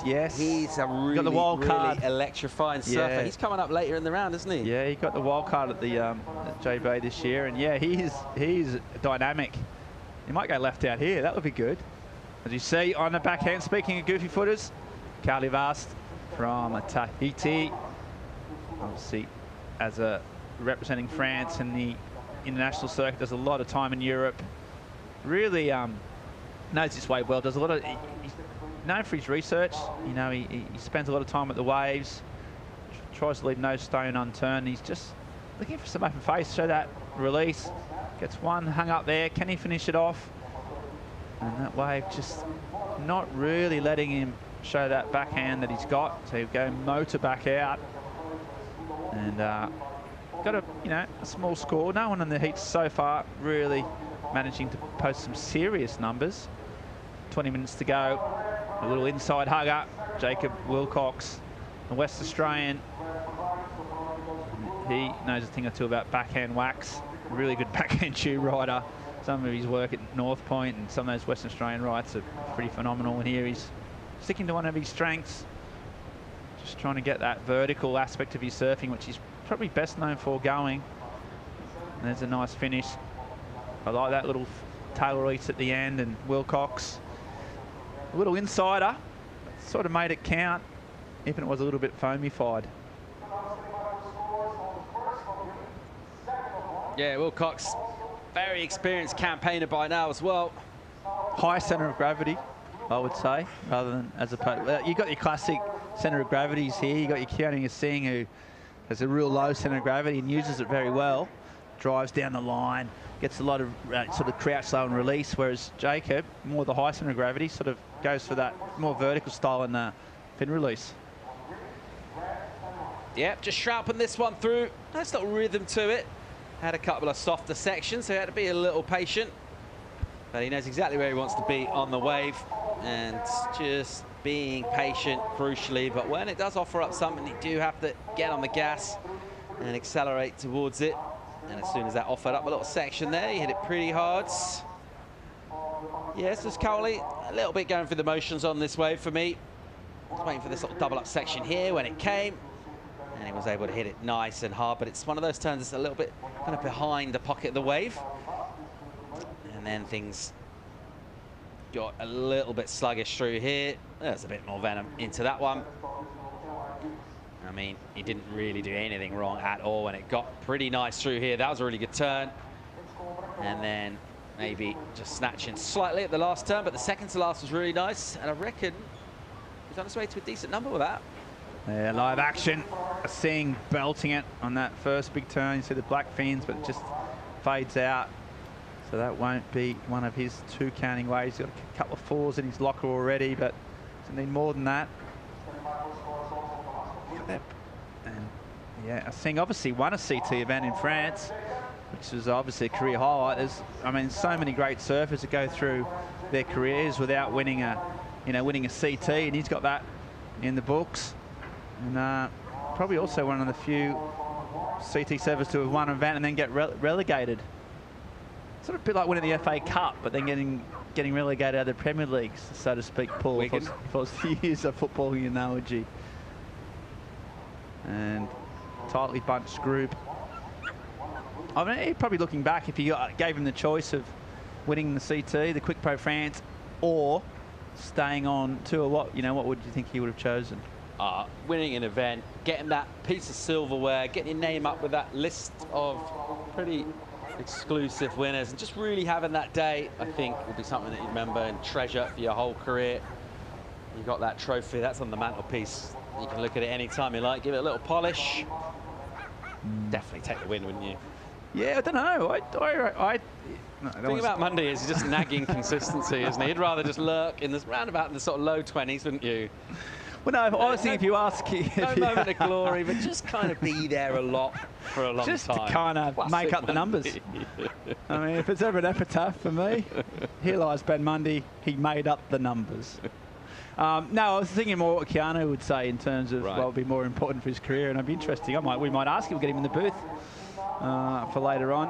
Right now, though, he's only got 1 goal. Let's get him through this particular tightly bunched heat.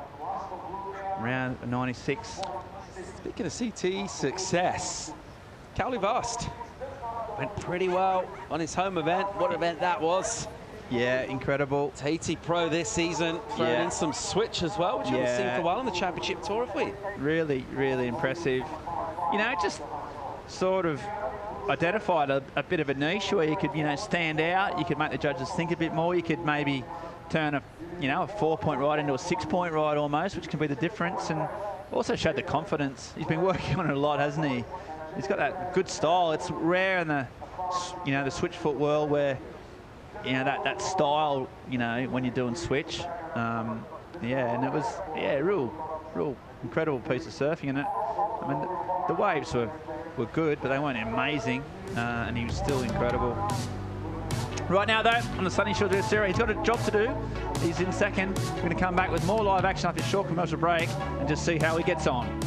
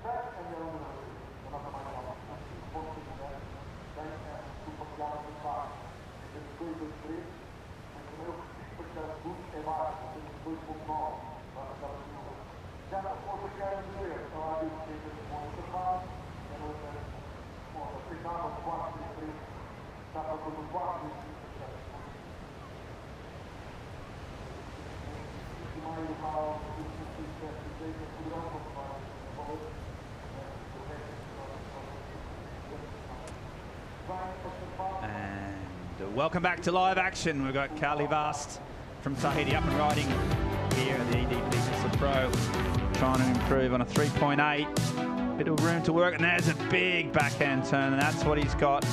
But that was a bit more critical, a bit more sort of risky. Meanwhile, out the back, the young South African Eli, he can't get around that section. Struggling to get a foothold. Only his second wave ridden in just gone 20 minutes, so struggling to get any sort of connection with the break. But we've had real low wave counts all round really in this one so far, past the halfway mark. And, just a couple of waves ridden by each of our surfers. That's just the second ride for Eli. He's going to need a lot more where this came from. He's shown us flashes though, nice amplitude to his surfing, going all the way from the flats with the bottom turn up into the lip, nice and vertical. Yeah, if that had a bit of an open wall, he could have really done some damage. Cowley, been some upsets though during the course of the day. Any stand out for you? Who's the ones the ones you took the most sort of personally, Paul? That upset would be Federico Moraes going down. Let's just admire this finishing turn here. It's all about slamming the lid shut. So he did a lot of travel there on a section that wasn't offering too much and really hit it hard to finish. Yeah, Wilcox live here, the same. Again, he's got that release off the back, which the judges tend to reward. A bit of risk, a bit of flair. And he's bouncing through this section, hoping to finish off. He's got a little section here, does it run along the reef. He's aiming up. He's got an air game on him if he wants to go to it. Instead, he just does a similar turn, solid, kicks out. Just trying to improve on a 2.93, which you think he'll do. So after this exchange, it's going to be a bit of work to do by the judges. To the other upset, I thought, Maxime Husneau out early in the event. That was a bit of a shock at a wave that he surfs really, really well at. Quite high rankings, up there near the top 10. Yeah, it's going to really hurt Max. He would have loved to go for a big result here. Just picking up Wilcox, really just making sure he got to this inside. Then he gets the feet adjusted. By the time he gets the speed going, everything clicks into place. And he just maybe went a little low on that turn. So just kind of reaching for it a little bit. Doesn't quite get it going. A zing. Looks like he's got something attached to the nose of his board, just kind of pulling him down the reef here. Just the drive that he keeps, the momentum that he keeps going. It feels like the board's kind of loaded up with flex throughout and just pushing him into new sections. Letty getting ready for his next heat. A lot to ponder. You'll be watching this pretty closely. You've spent a lot of time at the coalface of surfing. You spent a lot of time at this particular break, Paul Evans. I'm going to pick your brain, if that's all right with you. I'm going to ask you to give me in all your times at this event. I'm going to ask you for your favourite memorable manoeuvre, favourite memorable moment, and your favourite winner. If you can trawl through that extensive back catalogue. I'll let you think about that as we see Caity Simmers going down the line. It's got a nice roundhouse cut back. It's a small wave. Sometimes these reel off, but not in this instance, so that's not going to be a counter. In second, trying to improve on a 4, and he'll go back out, try and start again. Okay, going with the quiz, Paul. Favourite moment? Yeah, you probably touched on it earlier. It'd be tough to look past the Arcal Medina final and Ryan and kind of like various things that are happening to him and falling off tour and, you know, stuff that happened with his family and stuff, and that comeback was real, like, feel-good moments. I don't think there are many dry eyes in many houses around surfing at that particular moment. That was pretty cool, Ben. Yep. Single manoeuvre that stands out across the... I think it's a wave that stands out, if I can have that. His brother actually touched on it earlier. Parker Coffin in the juniors here absolutely smashed this place on the backhand. And then I don't know if he punched himself in the face or he did something crazy on the end. I think I was in the... That's very un-Parker Coffin. Dog with me in the studio, and I really enjoyed that. Yeah. What's the third one? And favourite sort of final, you know, there was something, a win that stands out as being particularly memorable. Hold that thought. You've got time to think about that other one as well. Out the back, it's a little chip in. One of the bigger waves we've seen of the heat. And it's Bucas. He's up. He's got some room to work with. There we go. Oh, and he's just shown his inexperience. He's gone for it, which I like, but he hasn't nailed it, and that's going to cost him. Meanwhile, on the same sort of section, we'll roll in 2 for Wilcox. Just brushes that fringe out of his face. Gets ready to load up, and that was always going to be a big section. Dealt with it well. And there's another one, and tell you what, that was good transitions. Only 2 turns, but they were solid. You can hear the Aussies go. They like that. And meanwhile, Vast still going here, so a real flurry. Sometimes 4 or 5 waves in these sets, which is great for all serves getting an opportunity, but it means that we don't get to sort of talk in between time, Paul. Favourite final, women's final last year, Luana Silva, and it was just ridiculous, the scores that were going down. It really felt like we were witnessing a generational shift. Also, just the way they were surfing, their approach to the wave felt fresh, and to see those 9s and all that drama go down, the last wave of the final, getting the excellent score, unbelievable. Yeah, and lastly, while we're on a roll, your favourite sort of dry rock moment. And there's been a few over the years. Been a few, mate. Yeah, Zeke's was good. Yeah, Zeke was good. I do remember Carolina Mendez on the rocks. Yeah, Mendez one year. I think it was true when we were in the COVID years, where she actually just dry docked herself repeatedly. There's only really one moment. Teddy Sina Bonvalo, Michael Strong, Miguel Fortes going in, just sort of grabbing her from a precipice in his denim. I mean, there was so much to like about that moment, and luckily she was fine too. Let's just get another look at this wave here from Asing, and he's so precise until that end section where he maybe just wanted to push a little harder. You do have to get that timing right. Unable to get the finishing maneuver. And this has been a really interesting heat with the scores really just getting squeezed a little bit and staying fairly tight. Here goes Wilcox. 2-wave combo, Paul. Is that going to hurt, or you think, you know, it's not many turns, they're big ones. How are they going to weigh it up, do you think? I'm not interested. It's a good question. As we see Cowley, a smaller wall. I think it's a pragmatic approach from Cowley Vast. We talked about how kind of smart he is in heats with his heat craft. He's not waiting around for excellent looking runners and things that are really offering him. He's been a little bit practical and real about the sort of waves that are coming through. He's just kind of knuckling down and thinking, you know what, could be a case of 5s in this thing. Yeah, well, he's been hanging with the Marsh, Murray's sort of camp down there, Ryan. So he would have seen what Federico went through. He was too patient and it cost him. And I think, yeah, Cowley, he's a quick learner, and he's deciding that you don't need to wait for the big sets. You can get scores on some of the in-between ones, and he's just playing. He's playing the game well, and he's got a heat lead. It's not a big one. still got some numbers for Jacob Wilcox to come in, also for Keanu. But at the moment, it's looking fairly safe with 5 minutes 40 seconds remaining. These half-hour heats. I always really enjoy the 4-man heats or 4-women heats. Turns out you just get so much more bang for your buck in terms of waves ridden each heat, especially when these sets are pouring through and there's plenty of opportunity. Makes for exciting times. It's probably why I sort of really try and stick to the qualifying series and challenge the series events as much as I can, and that's probably the main reason for that. Out the back though, we've got some action again. It's Bouquet. He's been in position on some of the bigger waves. He's made some errors. Can he sort of make amends? He needs a 5.52. A little bit late in that first one. Now he starts to show what he's got. Fangs down the line. It's a big section. And again, he's just going for it. He's just not completion, and that's the difference between these. That's inexperience. He didn't need a huge number there. I really like the style. He's got a good spring in his step. Almost a little bit of the Charlie Kivron about him. And he only needed a mid-range 5 there. I mean, I say only. It's still a relatively tall order. Look at the scores coming through with this one. But that was a decent-looking wave. And maybe just overdoing it slightly on the end maneuver there.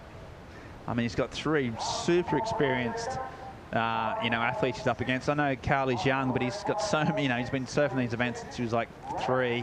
Obviously, Wilcox been on tour for a while, Singh, XCT. So, you know what? He's got a couple of big hurdles, but he's just making errors that really cost you at this level when you're that young, and you're not surfing really. He's going for it, which is to be commended, but you got to surf to the score. Yeah, just looking at those scores, really tight, isn't it, between Wilcox and Vast? There is not a lot to split those two. 0.17 of a point between them, and then that little jump down between Asing and Bukis, who are also pretty close together, just over half a point between those two. But the crucial part is the difference between 3rd and 2nd. Just 2 surfers advancing through this one, and at the moment, Goofy's looking pretty good. Cowley Vast getting work done early on, 5.5, and just going to the tools on the backhand that we know he's got. And the precision of his surfing has always been a point of it. Generally speaking as well, he's always posted pretty decent numbers, nice high averages in most of his heats. Very rarely goes missing. You don't see him have too many shockers, and tries to back himself and always stay in heats right to the back end. He got work done early on in this one. That was good enough for that mid-range 5. That felt a bit of a platform. We would have been hoping a lot more where that came from, but right now that's been keeper stuff. A similar score, just slightly better by virtue of the fact there's a little bit more speed, a little bit more impetus from Jacob Wilcox, who tends to take maybe slightly more time to go through the gears to pick up the speed once he gets in full flow. He can hammer this lip, be patient here through a softer section, and then he eyed up something that he likes. He aimed towards it. And nice finish as well, nice and technical, getting that done, backed himself up. That was a 5.67, this was a 5.6. And a nice meaty looking wall there, and he's light on his feet and quickly straight into that bottom turn. You see that tail release, there's kind of a lot going on, it's quite a dynamic turn. It's hard to appreciate how technical that is. Very nicely done for those combination of maneuvers that you asked about earlier. It's been good enough for the lead thus far. Yeah, back to live action. And that's that man, Cowley Vast. So again, using his priority, just consistent, smooth, technically sound.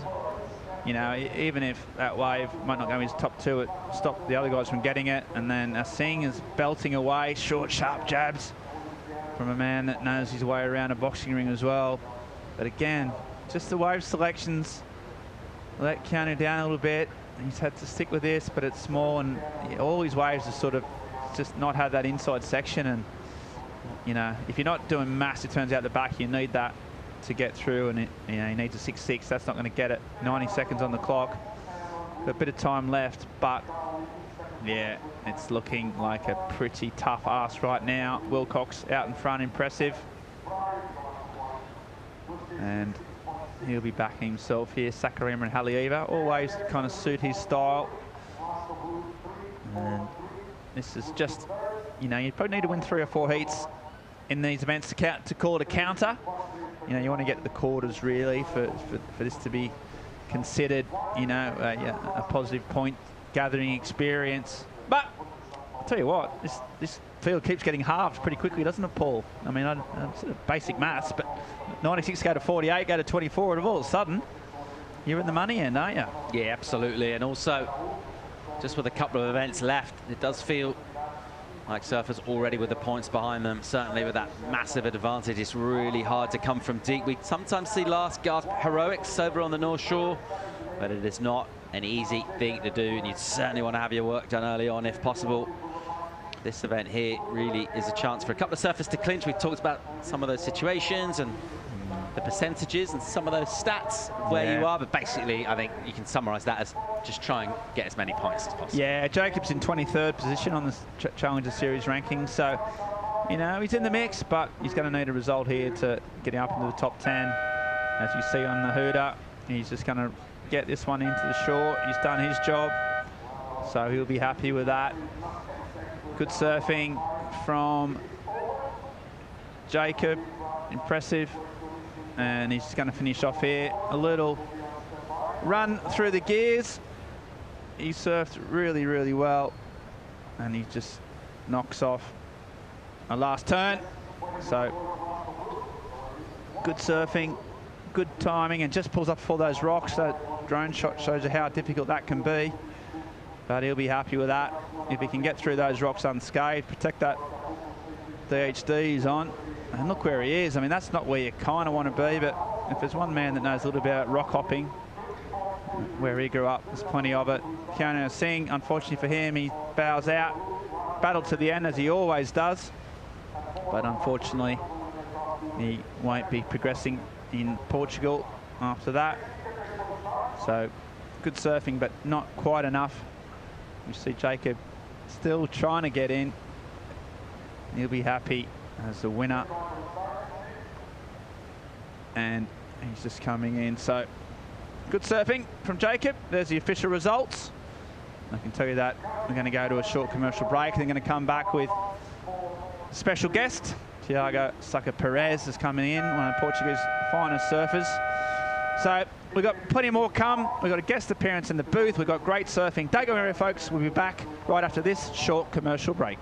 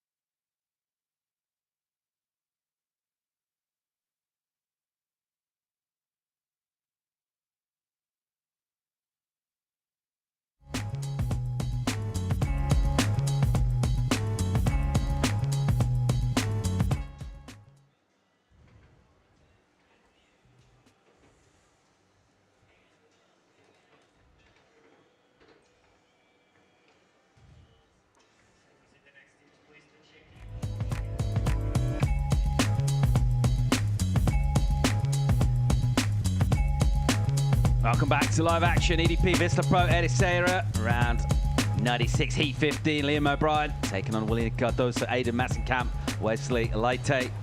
Those are our quartet taken to the water mid-afternoon in Portugal. It's not disappointed once again with the swell. And right now we've got a very special guest joining myself, Paul Evans and Chico Alves. Tiago Sucker Perez, welcome, mate.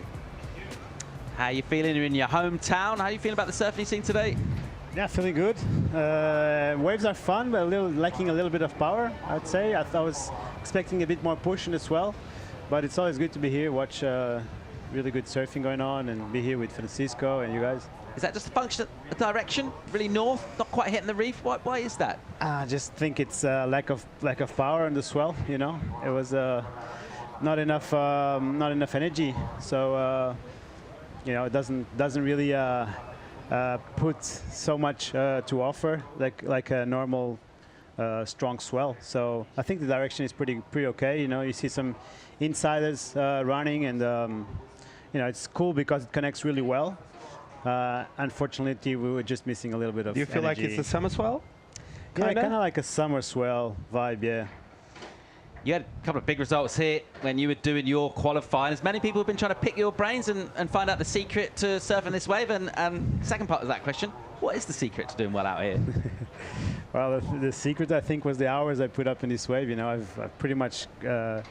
I wasn't born in Ericeira, but I started surfing here. So Rio Waida was definitely my training camp, and yeah, a lot of hours, a lot of events. You know, from regional, local events to nationals to juniors to, you know, I started winning all of those, and then eventually, I did bad for a few years. I was really nervous in my first few years here in Ericeira for this QS. But then 1 year I was doing pretty okay, and then it just happened. I think was probably pretty inevitable to happen. As you see, a bit of a paddle battle for priority. Great looking scramble to try and get on that between Leite and Massenkamp, and in the end, no takers at all. Of course, the sort of format and the way the tour is structured changed quite a bit. How do you like this Challenger Series and the way things are kind of condensed in terms of trying to get on tour through these events? Well, we'll revisit that. First of all, let's check out replays here. This is Cardoso, big power surfer, hammering it a couple of times there, Chico. Yeah, William is the type of surfer like Michel. He needs some juice. Every time you give him the opportunity, he's going to unload. So William, for his size, he always delivers some powerful turns, which it's really good because the judges love it, and that's why he's been around for so long. And also that kind of guy, which is a heavy guy, but he knows how to go through flat sections. You know, he knows how to generate speed, and he never lacks speed and power. So it's a very scoreable guy. You know, this guy's doing a good job too. As we see Liam here with connecting all the dots, much more light-footed surfer from Australia. He's been around for a while. Had the injury at the start of the year. Got really unlucky, didn't he? Yeah, really unlucky, and a bit like Carlos Munoz thing. But yeah, Liam much younger and with a lot to offer. So great wave from Liam. You can tell he surfs a lot of right end point breaks, and he has a lot of good read in between sections. The way he puts his weight on the lip, it feels like home to him. That's for sure. Any Australian that comes here, they usually love Ericeira. So I think since Thiago was winning over here, we could tell Australians would always love this place.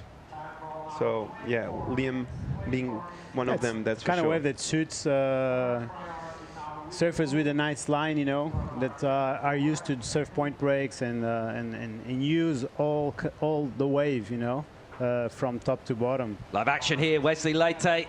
And after that paddle battle, he still has enough left in the tank to get himself on a wave. It's a little softer one. Just kind of check his line here.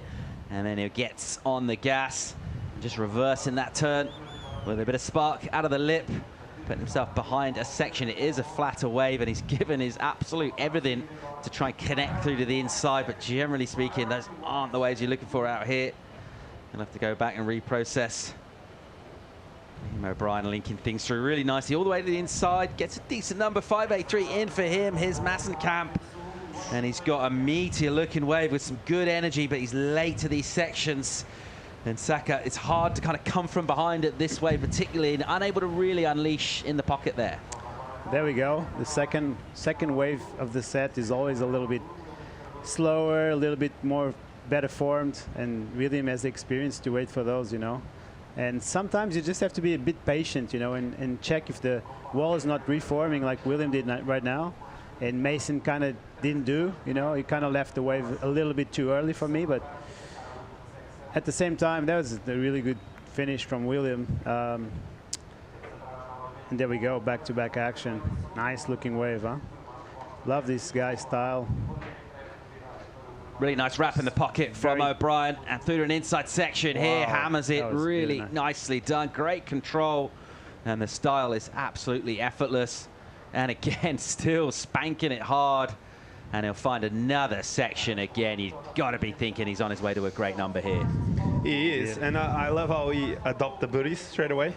He arrived and he put the booties on, and I think that's a good help for a guy that he's not used to surf that much of a cold water. The water is freezing, and to have those type of technical maneuvers in between, you need to move your feet a lot, and if the feet is like a little bit cold, it's much harder. So I like the booties. Well, wait for that number to lock in. Let's go and hear from winner of the last heat. Caity Vast is with Philippe Jervis.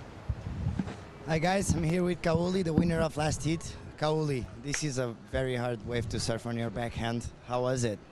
Yeah, it's a hard wave to surf because there's a lot of water on the wave, so it's hard to get the good turn, the good section to hit hard. And yeah, but today the waves are really good, and then since this morning it's really good. There's no wind. I mean, on my heat the wind just came straight on shore. I mean, on shore, side shore, and yeah, I'm stoked to make my heat. Good. Have you been surfing much in Portugal? How long have you been here for, and how have you been passing your days? Yeah, I came here, it's been a week I'm here, so I've been training a lot here in Ericeira, and yeah, practicing my backside, trying and training how to read the wave, how to get the good ones, how to get the position on the peak, and yeah, it's I used to come a lot since I'm junior too, here in Espinho and Caparica, and yeah, I like Portugal. So, what are your goals for this contest, and how are you gonna spend the rest of the day? I don't know, just hit by hit. I'm doing my best, and let's see what's gonna happen. But yeah, happy to make my hit today. Yeah, happy for you too. Back to you, boys. Thanks, Philippe. Well done to that man. Caity Vast put in a pretty strong couple of scores in quite testing conditions. The wind really chewed conditions in that one. Feels like maybe sort of dialed back a bit, or does look a little cleaner on the face. That tide sort of floods back in. It gives it a little more protection. Liam O'Brien, he's the real good value in this. We're still waiting on a number, but just looks so loose. So loose, composed, you know, just waiting for the right section to stand up, and just unleashing, you know, when it really needs to, you know.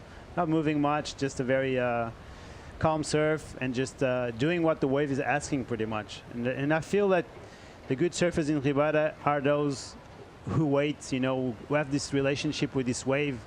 As you see, William as well. It's a good wave.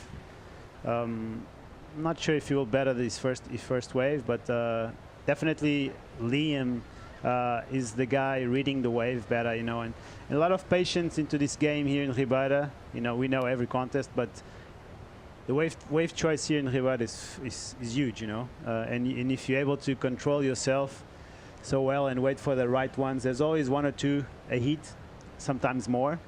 And if you're able to be on those ones, I mean, you'll make almost every heat, you know. And let me put you on the spotlight. We are here. You are here with us. I want to know from you, what do you think will be the next name from the young generation that has a possibility to really make it happen like you did and Federico did? Are we talking about Portugal or Europe? Portugal. Portugal. You know, it's a good question, because I've just finished organizing a youth camp for Red Bull. It was here in Ericeira in the last week. So he brought all the best talent from Europe, from 10 to 15 years old. I was really impressed with an English surfer. You know, it's been a while since I haven't seen such a good surfer coming out of England, Lucas Skinner. I was really impressed by surfing. I think he's got a huge future. But going back to our national heroes, I do think Matias Canhoto has a huge chance of being the next guy. He's a very hungry surfer, you know, comes from Peniche. He has the best training ground probably in the world, you know. As we go into live action. Yeah, here's Wesley Leite trying to come from behind. That number did drop for Liam O'Brien, 7.33, great number for him. Well rewarded as well, very much justified getting that score. And William too, better looking wave, a bit bigger, so judges reward him well, as we see Liam again. There he goes, just going through the motions in the pocket there, O'Brien. And this one will be a little sluggish here, and he'll have to be patient, so nothing like the quality of his previous effort. looking to try and improve. Already decent points, 13 on the board before the midway point in this. We're pretty happy the way this is going.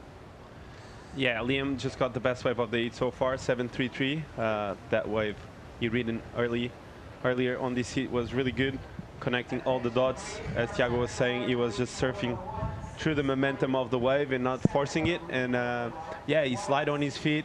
Board is looking great, and I think he's one of the one to watch on this event. You have to learn not to be light when it's needed, because there's some really soft sections, but you have to carve hard when the wave is good. You know, you have to be, this transfer of weight in the Ribeira is fulcral, you know, it's huge. And the guys who adapt more to this wave and are able to wait for the perfect waves are going to win heats and win events. So, you know, of course I had a little bit of advantage because I train here so much, and this wave kind of is a tricky wave, you know. But at the same time, I felt like I was really, really patient during those 2 wins I had here. So I was just putting my best game on offer. It's Leite on the backhands. Bit better from him as he goes attacking into the lip. It's a little bit frantic. He's just trying to keep that board moving and twitching. What he really needs is a wave that kind of cups out with a lot more push to it. That's exactly what it looks like Massenkamp's got behind him. And we'll just watch these two in an exchange. Both of them in your shot, the bottom of it. It is the Brazilian on the backhand, just working this one over. And he gets a good inside runner here, actually. And belts it a couple of times. So good work on the inside, sluggish out the back. Strong finish. Yeah, I think I was lacking. It was lacking a strong finish, though. Judges love just to have that final section, you know, and that big last turn. It makes a big difference in terms of scores. But it was still it's still a wave that will put him in the game. And you can't play too much hide and seek over here. I think you have to be building foundation here in Ribeira, doing waves, you know. And then when you have a good foundation on your like a 12 or 13 total hit, and then you'll choose wisely.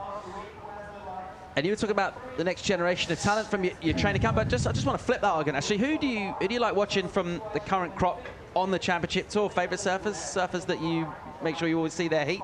Who do you like from the current crew? I think we're living a really strong moment in terms of talent. You know, of course Philippe has been a standout for years now, but I think I really like to see the progression of Canoa a little bit stepping up on the bigger days.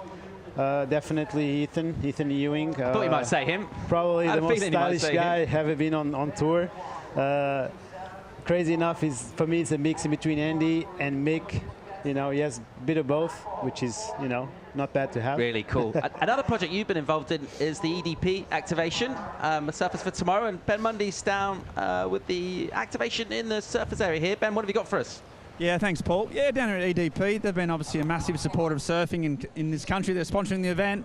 They've been involved with the Surf for Tomorrow series, which is sort of mentoring and coaching the future of European surfing, which Saka has been involved in. And down here on site, the Surf for Tomorrow, they've been really helping out some of the local kids who have faced serious obstacles in terms of either being physical challenges or even mental development issues. And they've been taking them surfing. Down on the beach, there's 12 girls having their first ever surf of their lives right now, which can be a potential game changer for them and to actually learn about surfing and find the passion. Over here we've got a Donate for Tomorrow program where you can come down, you bring your old wetsuits or your surfboards, dump them in the box, and they get donated to kids that don't have the means to buy surfboards or get their own wetsuits.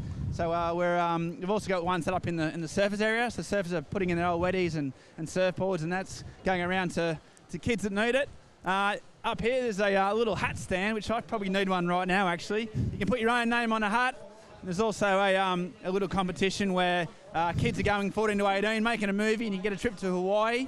So there's all sort of cool stuff. It's all about the future. It's all about investing in the kids and helping out the kids that are obviously the next generation as we move to a more renewable sort of future.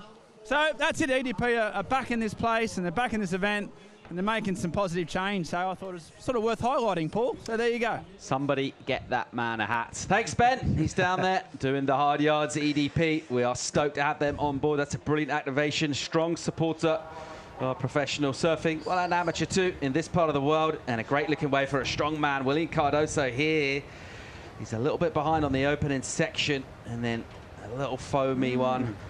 Won't get the double up, so unable to go down the line. It looked pretty good, but it just shows you Ribeira Dilas can be a little bit deceptive on the opening section. Yeah, definitely. You sort of have to look the wave.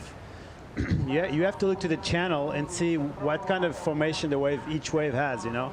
And that's when you'll have to put your best choosing highs on and really commit for the wave who has a better formation that you know it will stand up through the middle and through the inside. So going back to that final turn here is it's always a turn that will give you an extra 2 or 3 points, you know. So just over 11.5 minutes to go in this one. No one really running away there other than Liam O'Brien. He's got that 7.33. William Cardoso is chasing him down. Flashes of brilliance from the Aussie. Let's see if Massenkamp and Leite can come back. Join us some more live action right after the break.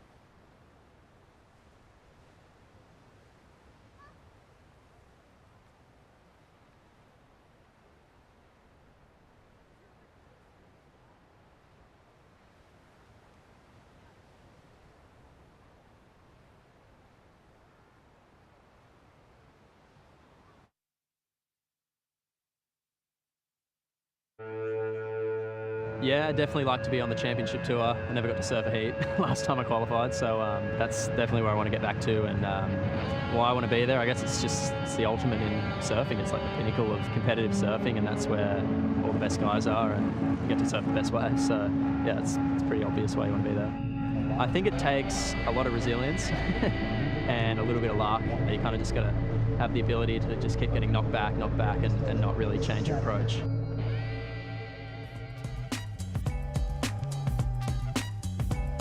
Welcome back to live coverage from the EDP Vissla Pro Ericeira.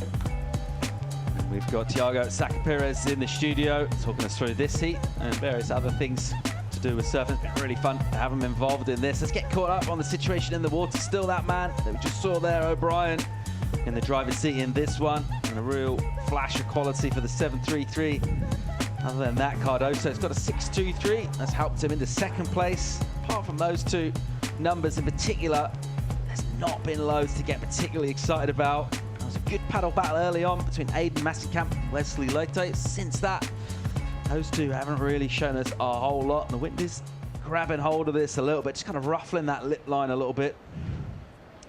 Yeah, it's a good time of the tide too, huh? We'll see a bit of a push. You know, this place likes the high tide, the incoming tide. So these next heats should be good heats for waves. And I think we'll see probably the biggest scores of the day soon, you know, going on, because it has a bit more push, so it will allow surfers to be a bit more aggressive, you know, put more power in the turn. So I'm hoping we see a very good end of the day of action. But you were asking about EDP projects for tomorrow, you know, and that I'm really happy that I've pulled that one with my team, and it's an amazing year and a half now. We created this project, which is sort of like an elite training program with EDP. They were bright enough to understand our vision, and I think the main thing is to get kids on the WCT, to get Europeans on WCT, which has been lacking, you know, in the last few years. As we see, everybody wanted a piece of this one. but I think Leon is going to kick out. Yeah. So it's been really cool, you know, and we got some amazing surfers on board. You know, we have 5 kids. They all have amazing potential. And we got Zé Seabra, which is my ex-coach, you know, and the guy with loads of experience working with the kids. You know, it's been a year and a half now, and they've been doing some really good results. And soon enough, we'll be bringing the kids to the challenges, I hope. And then we'll see what kind of results we're going to achieve with the program. But yeah, it's been fun. Sounds really cool. Here's Wesley Leite. Backhand from him. We saw that maneuver early on. Not a huge point scorer. But a little bit of flashiness from him and technicality. He's going to need to try and take on the lip, though, really here to go up through the scale and get anything close to that big score he needs. 7.63 right now. And he's kind of leaning into these turns reasonably hard with speed. Maybe just pulling it a little short of the lip. And he'll get a nice vertical section for a finish. And looking like he's on his way to a really strong finish, and he'll be bitterly disappointed to go incomplete on that last turn, Chico. Yeah, I think he was having a hard time to connect the dots there because the wave was really lacking the power. I think he was doing the best he could, but the power of the wave wasn't there. So I think he did a good job. He really needed to make that last turn. I think that last turn was the strongest one of the whole wave. So I think the judges have been clear the whole day. They want big turns on the out the back and a big turn to finish. So I think he's going to come up in a mid-range score. And most of the guys tend to want to manufacture too many turns a wave. And to be honest, judges are not looking to quantity of waves, you know. So if you do like 3 massive turns on a wave, well put in the best sections of the wave, it's going to be a 8 or a 9, you know, and no one is really looking for that. They're just looking to do as many as they can, you know, like Wesley here, he did so many turns, but they're like small turns, you know, and he could have maybe waited for bigger sections and maybe put 3 or 4 big turns on this wave. Instead of that, he put like 6 or 7 small turns and didn't find himself the best timing for this last section. So for me, it's like a poor reading of the wave, but you know, he still had a lot of turns, so he's going to score. I think it was all the way yet speed was something that you could tell he has. He's technical, he has speed, but I think he didn't really allow the wave to breathe and give it space to the face of the wave to really open up. That's why it came in as a 4.17. But as I said, I think if he had made that last turn, the score would be a bit higher. And yeah, with 4 minutes to go, everything is really close, especially for that second place. But both third and fourth, they need 7-point ride. So quite a good wave for today. Just over 4 minutes, 15 seconds remaining in this one. It's still O'Brien, the Australian, who got really unlucky, got his spot on tour, got himself injured. Yeah, and poor missed guy. out by Amazing virtue. surfer though, huh? Really, really good surfer. He'll certainly be feeling he's hearing like us. He deserves his spot on the championship tour, and a big result here will go towards helping him get back there. A lot of surfing yet to come. We saw flashes also getting ready of Zhao Xianke, another surfer. Somehow didn't get that mid-season cut, and he just looked so good on the championship tour from pipeline to all sorts of venues. Looked so complete. Had the excitement, the progression was good in the tubes as well. So another surfer would just really want to see more of on the championship tour. He's coming up in the next heat. Yeah, Zhao is an amazing hungry surfer, you know. He's ready for anything. I like those kind of surfers, you know. Give him 12-foot chopes, give him 1 foot Ericeira, he will be ready. He will be out there and train and surf better than anyone. Good you see another bomb, you know. You see this incoming tide, you know, producing more waves and more powerful waves. So there we go. A bit of innovation on Liam surfing. But I like the way, you know, it's calm. It's just waiting for it to stand up and go and unleash, you know. In the meantime, is, you know, pretty surf, not pumping the board too much, just using the speed of the wave. And then we go again. Wave is starting to stand up. He's waiting for that last turn. Complete the wave. And yeah, the rock saw it at least. Getting past that awkward rocky section and through down to that next cove. Leon O'Brien with a long wave, and almost as if he was tuning into those insights from Saka about not trying to force too many turns on the wave. Quality over quantity in terms of number of maneuvers. Good stuff from him. The wave did a lot of it as well. He's looking to improve on a 5.83. It'll be close, though. Yeah, I think he will improve, probably. And we'll give him a little bit more oxygen. I think what amazes me about his surfing, as we see the replay of White now, 18 Mexican. Important wave for this guy, huh? He surfs really well this wave. He's from South Africa. He's used to long and good right-handers, and he's done well in the past year. So any Mexican just lacking the rhythm of the ocean. But what amazes me about Liam is how he adjusts his feet throughout the wave. You see here, he blows the tail, and his front foot is straight back to the place where it was after the turn. And guys that are able to move their feet a lot on the board normally are more technical than the others. And Liam is one of those. You see Philippe on the CT doing that, and Liam is doing just that. And I think it's something that if you're able to use that shift of weight all the time in between turns, you're gonna look way better on the wave, as we saw there, getting smashed on the shore. Right over that thing, mate. Went right over it. Just highlined that rock. Yeah, not always easy in booties as well. Sometimes they can get really stuck in the wax to shift the feet around, but he was having no trouble at all there, looking very much in control throughout that wave. Final minute now, 50 on the clock. Leithe's on the inside. Score to come in for him. He needs a big one. 7.23, that requirement. Massenkamp, he's in the hunt for a 7 still. Cardoso with priority. If he can get a wave, he'll look to try and just put that extra bit of daylight. This guy's not really been his heat, is it? He's been busy, he's expended a lot of energy, but a little bit of a lack of quality from Wesley. Yeah, that's right. And nothing really surprising in his heat, you know. The most experienced surfers are making it. All right, counting down now, 15 on the clock. Looks like Liam O'Brien is going to get this one, as we'll just pick up the countdown here. Massenkamp in the hunt for a 7, so under Williams' priority, and the reason why Cardoso let him go that way is because it was basically a straight hander, and no points really on offer there. Certainly nothing like the 7 that he needed.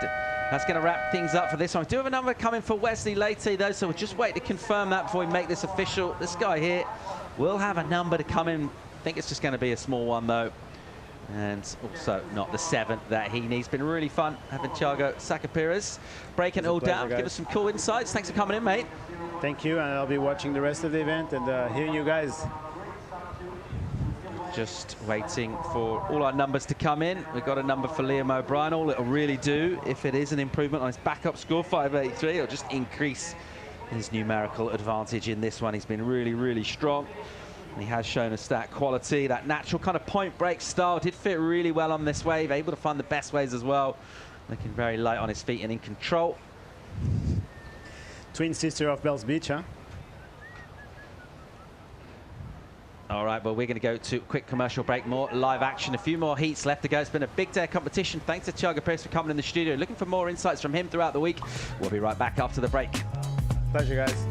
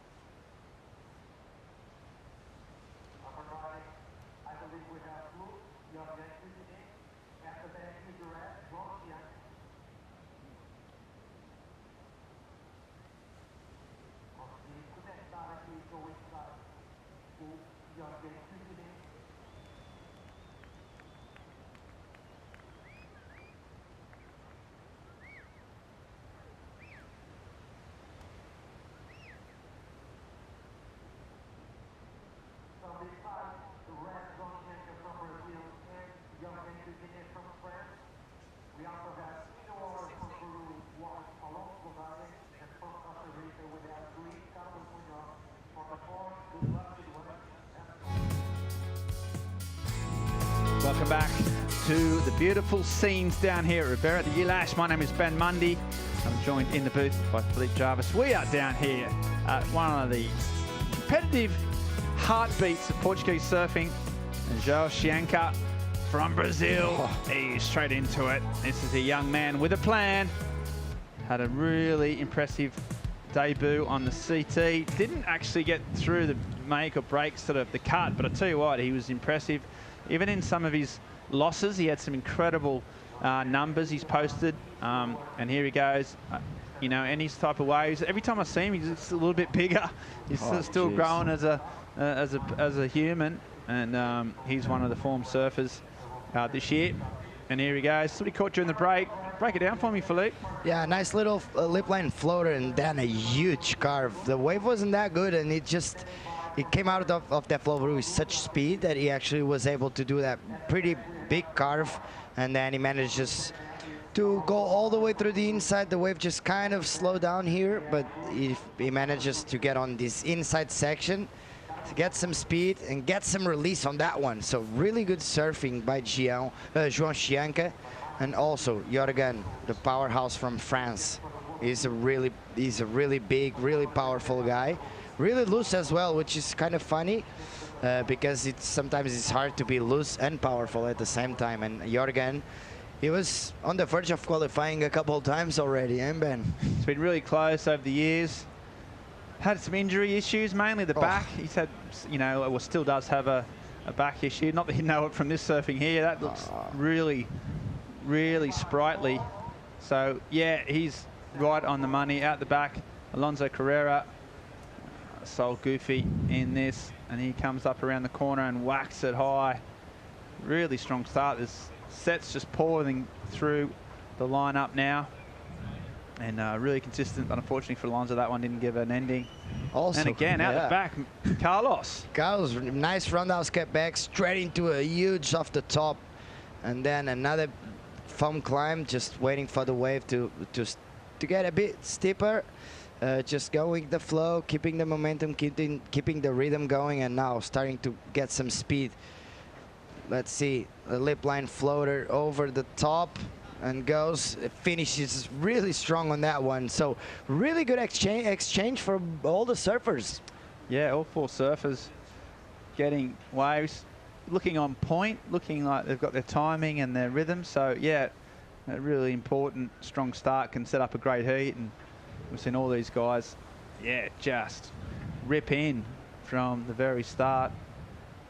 You've been down there on the beach, Philippe, having a bit of a look around. What's the vibe down there, mate? It's such a nice day. It's super warm down there. Usually when this north wind just appears, that it gets a bit chilly, but it's not. It's actually really, really hot down there. There's a lot of people on the beach, a lot of people in bikinis and board shorts, so and plenty of action. It's pretty insane. It's pretty cool to watch all the crowds just gathering to watch and clap and cheer for the surfers. It's really cool. Yeah, really great atmosphere down on the beach, real sporting sort of festival kind of vibe.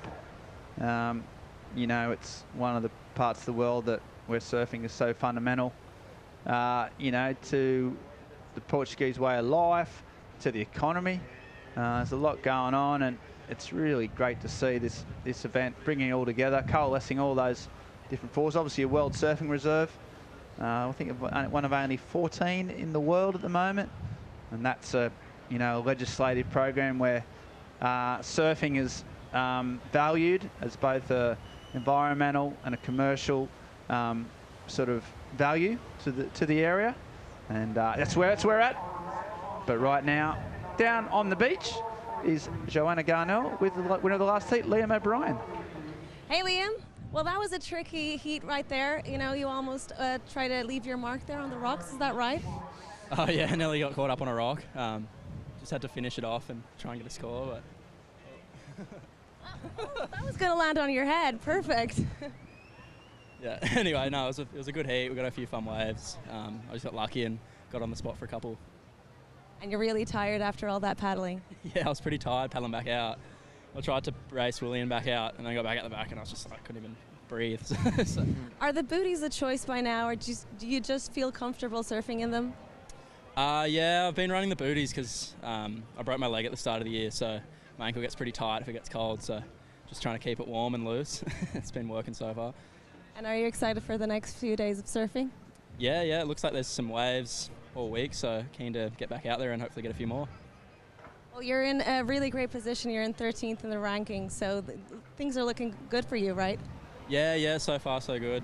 Still got a bit of work to do, and yeah, there's so many good surfers in all these events, so just trying to plug away at it and keep making it through each heat. Well, you got a pretty good crew with you, keeping all the support, and good luck in the next round. Thanks very much. Cheers. Okay, thanks, Joanna. Thanks, Liam.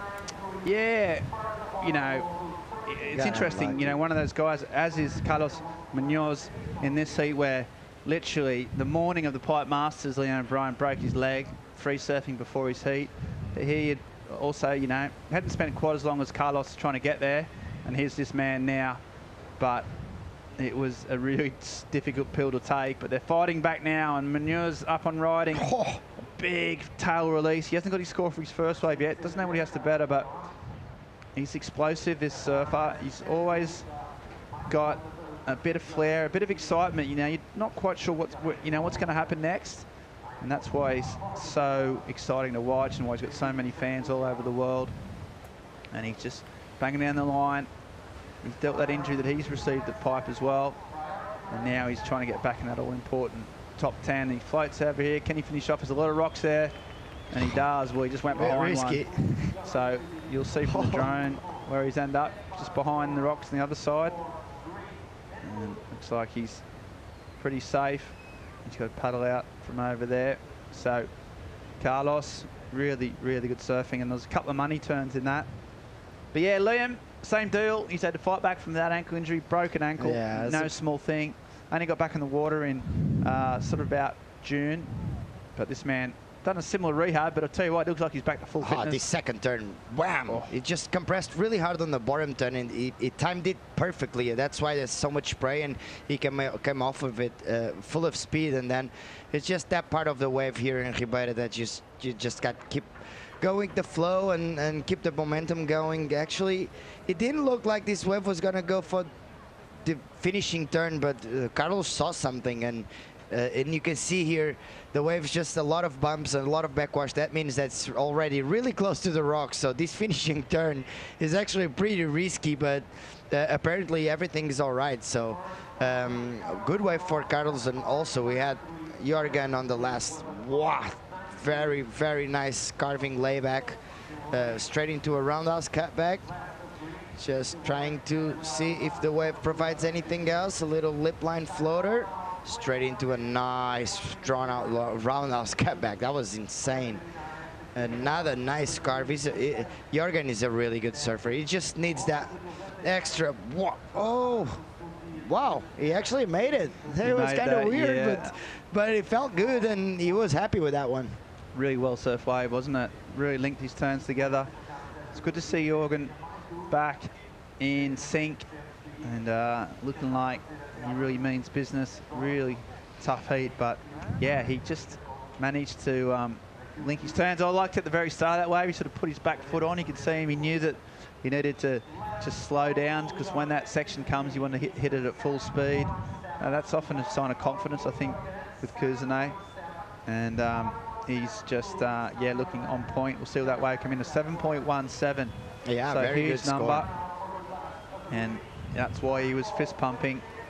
Got a 7. He's already got a 5.17 to his backup, so straight up into double figures. Puts pressure on his opponents. Do have Carlos coming with a score as well, which might be pretty solid too. So, yeah, it's been a great one. Judge went as high as an 8-point ride in the excellent range. And yeah, very strong start by Jorgen, and also pretty good start by Carlos. We're still waiting on that last wave of Carlos, and I think it's going to put him in a pretty good position also.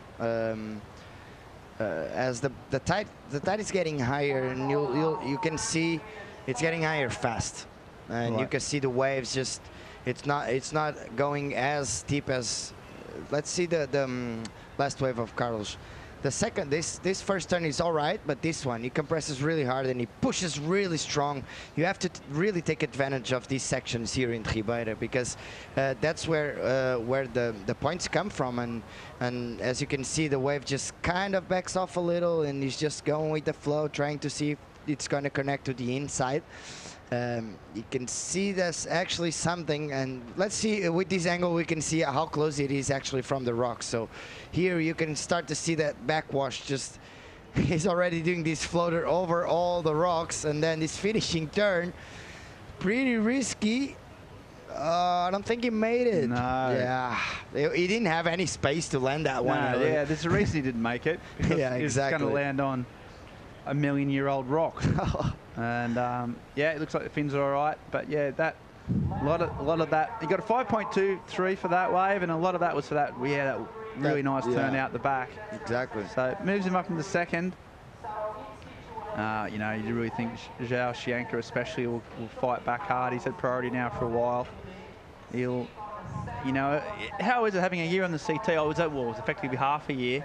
But even still, that's enough experience to, you know, it just elevates you, doesn't it? When you surf with the world's best, even if it's for 6 to 8 months, you know, you can't help but improve, right? You know, yeah, definitely. You know, this first year of João, it kind of remind me one of the first, maybe the first year of Ryan. They actually made the few highest of the highest scores of the events. But unfortunately, they would go up against people that go higher than them, which is João did one of the best hits of the year against John Florence at Bells Beach, and he could have won any other hit of the round. So and Ryan the first year of Ryan in the CT was pretty much the same. So it might be unfortunate, but at the same time it's a learning experience, because you have to get used to go against the best and surfing the best all the time. You cannot give it 50%. You got to go 100%. You got to go for it, and that's what Carrera's doing right now. You see him, but just we get out. Yeah, exactly. You know, all these guys that if they get the top 10 of the Challenger Series ratings, they go up to the CT, but they get the lowest seeds. And you're right, you're up against all the good guys. The good guys, and man, it's tough. And I think he had one against Pipe that was similar as well, where he got, I think, an 18-point ride. Exactly, and he still lost. He got 2 waves and then packed some of the most incredible bombs. But that's the way it goes. Yeah, Ryan came back from that disappointment. Had a couple of really good years on the CT until this year injury again upset him. And yeah, you back Xianka to do the same, as we see. That's a little replay. Just went a bit fat here, didn't it? And just kicked out. Yeah, this wave didn't provide anything.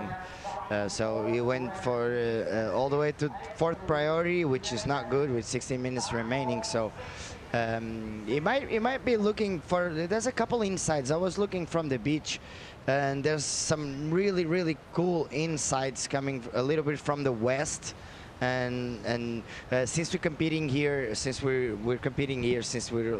pretty young, so one of the things that we always have in mind in Ribeira is when you're paddling out, look out for the insides, because there's plenty of scoring potential, and out of nowhere you can get a wave that actually allows you to do 3 big turns. It's better than doing 10 half turns or 10 cutbacks all the way from the outside to the inside. So and sometimes with this swell direction, they don't appear that often, but they're still there, because I was watching from the sand and you could actually see a couple insides, and the guys are just so far out they don't even look at them.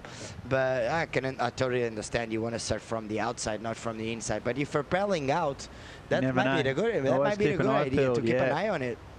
For sure. We see lines still marching through. We got the tides there, so we had the low at about 2, and now we got a good swing. Obviously now it's 20 past 4 or 25 past 4 Portuguese time, so pretty dead mid-tide, but it'll come in quick, as you say. That last half comes in much faster than the first half, and you know, we'll see. It broke through the tide this morning, and that was much smaller, so it'd still be breaking, but we've only got planning to do another 2 heats after this, so still really nice conditions. And we've got, you know, the current stand, the halfway mark. It's one of those sort of insiders a bit more talking about without priority. Alonso deciding to have a swing at this. Goes around the corner. And then gets the fins out. So a bit of spice, a bit of variety. And then again, he's looking at another little section. Really experienced surfer, Alonso. Been on the QS a long time as well. And always does 100%, always well prepared. Unfortunately, you know, it's one of those situations, Philippe, where he doesn't have priority, so it's going the less great waves, and that means he's back in not in priority, you know, so he's never going through the queue. Yeah, exactly. But at this time, he doesn't have nothing to lose, I think, because you know, you can see this is a pretty big turn. Nice little fin drift on that turn on your backhand is actually pretty hard. But you can see that the wave doesn't offer that amount, that big potential that allows him to go for the 7-2-3 that he actually needs. But he's trying to build confidence, and maybe if a couple sets more are coming in during this heat, he might go a little bit bigger, because sometimes when you get in the rhythm, you just need the wave, right? And he's not waiting, but at the same time he's trying to get some jitters off and try to improve on his situation slowly. Yeah, and he's surfing well. So, yeah, not a bad strategy. Trying to get... He needs a 7.23, though, at the moment. So that's a pretty high score. And he's there just trying to pick off some of those insiders. But as you say, no harm, foul. No harm, no foul. He's come back. He'll be back in position and try and wait for a set. Guys there. Bit of a lull in proceedings. And while that is happening, I think we might take a short commercial break, and we'll see the next heat coming up. Charlie Martin there getting ready. Tell you what, we're going to have a short commercial break and come back with more live action right after this.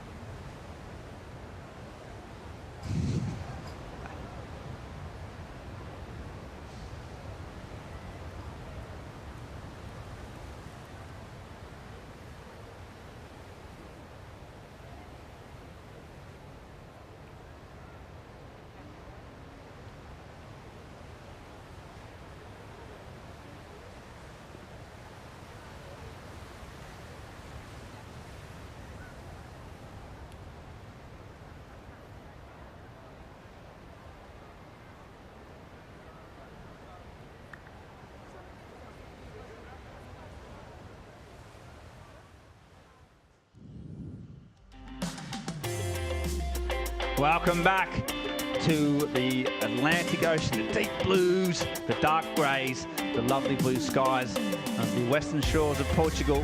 And from above, a beautiful view of Carlos at Munoz. And there's a big top turn from the Costa Rican powerhouse. The top bun flying in the breeze, the surfboard traversing through the bumps. He's a powerhouse. He's exciting. He's trying to line up something here. He's got a 5.93 and a 5.23, so he's got to get above the 6-point range. Would be something that would improve his score. Wade not offering a whole lot of potential at the moment. That glare just starting to click in as that sun starts to melt into this far shore. That wave, you think, it's not going to be a counter. He waited a while for it, and he just couldn't quite hang on. He's got not only one pair of eyes on the job, he's got 2 pairs of spectacles as well. I mean, that is focus, a laser focus. One pair of glasses is not enough. Or he needs a new prescription. But he's watching there, and then the Munoz camp. Carlos pulled the trigger on that one, Shianka's been so patient. He's only got a 4.33. That was caught in the first couple of minutes of the heat, and he's just held on to priority ever since. Hasn't been able to get any big numbers or get anything on the board. So we're going to wait there. He's still waiting, but we're not. But Joanna doesn't wait for anybody. Who have you got, Joanna? What's going on? Hey guys, I've got Summer Macedo, who's actually dating João Shianka, and she's a bit nervous. How are things looking out there? It's definitely a hard situation, but I know the world knows what he can do, and I know what he can do. So 6.83 I think he needs. It's definitely still in reach, but he's just been waiting for so long now, and all the sets have been going straight to the channel, so hopefully we can get one with a little bowl. And you're also competing at this event. Are you excited about that? Yeah, I'm really excited. Maybe women will go on tomorrow afternoon. And yeah, there's always nerves, you know, getting started. And I'm sure Joao's feeling that as well, but I'm excited for sure. Well, things are going to look up. We're going to cross our fingers because it's a lovely, beautiful day. The beach is absolutely packed. And you guys should leave the booth for a second and enjoy the sun. Yeah, well, yeah. Thanks, Joanna. Yeah, I'd love to. Yeah, I'd really like that. If you could just maybe tell the production manager, Wes Schaffner, to unleash the handcuffs and foot clamps on my foot, and I can maybe leave. I mean, I did get here at 7, and I haven't been fed, watered, and left the booth. But it is nice that people down there are enjoying themselves. Summer, yeah, she knows the stuff. She's a great surfer from Hawaii, and yeah, sort of watching on nervously. Great having that sort of partnership where both are in the event. There's a few of that actually going on. I'm going to talk about that after this wave. You'll see Alonso Carrera just winding up on his backhand. There he goes. There's a lot of spray. Just taking his time, and he's not going to make that, or he does. I thought he wasn't going to hang on to that, but he has. 3 big turns from Carrera. You know, well, Shianka's been waiting patiently. He's just been catching these, and you'd think if Joao had some of these waves, he would have been able to get some type of thing, and that just fades out. Still impressive surfing. Yeah, if you were to have a mixed doubles kind of competition in surfing, you know, you could have Summer and Zhao, of course, Jessie Mendez, Tatiana Weston-Webb. That would be pretty. Sheldon and Macy Callahan. I mean, that would be a sort of 3 mixed doubles championships. I don't think this is a good idea. I think we should go to WSL with some of these stuff. That's really good. This bottom turn is pretty good. Oh, it just comes from the second turn without moving his board all the way through the top of the lip. Unfortunately, the wave didn't cooperate as much as he wanted to, but still a couple of really nice turns on the backhand, and on the outside he might improve his situation a little bit. But looking at the waves, yeah, it's a 4.37. Ben, as you said, we have a couple more. Yeah, that could have been a good idea. Mixed hits. It's a great idea. What are you talking about? Like you do in tennis and all that, like just throwing the power couples out there. Get 2 waves each. Exactly. Come on in, add the scores. Winner takes all. That's brilliant. I'm going to actually, every now and again, like every 3 or 4 years, I surprise myself with a really good idea, and that could be one of my better ones. Call it power couples. But yeah, right now, in all seriousness, Summer is just waiting still, because Xiao still, her bow has not caught a wave in a long time. He's still there being patient. He's still going to back himself. He's got 5 minutes to go. We're going to have a recap of how we've got here so far. Take it away, Jervis.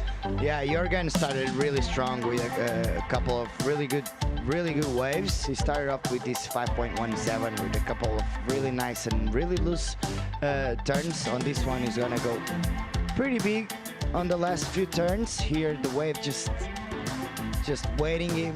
He's just waiting for the wave to stand up, and here he's always finishing off this really strong on that one, and then the wave allows him to go strong on another turn. As you said, he has a back injury. It doesn't look like it because he's absolutely ripping. And this guy, Carlos Munoz, got one of the best waves of the heat. A couple of really nice turns on the outside, a little bit of a foam climb. He just keeps the ball rolling and waiting for the wave to stand up.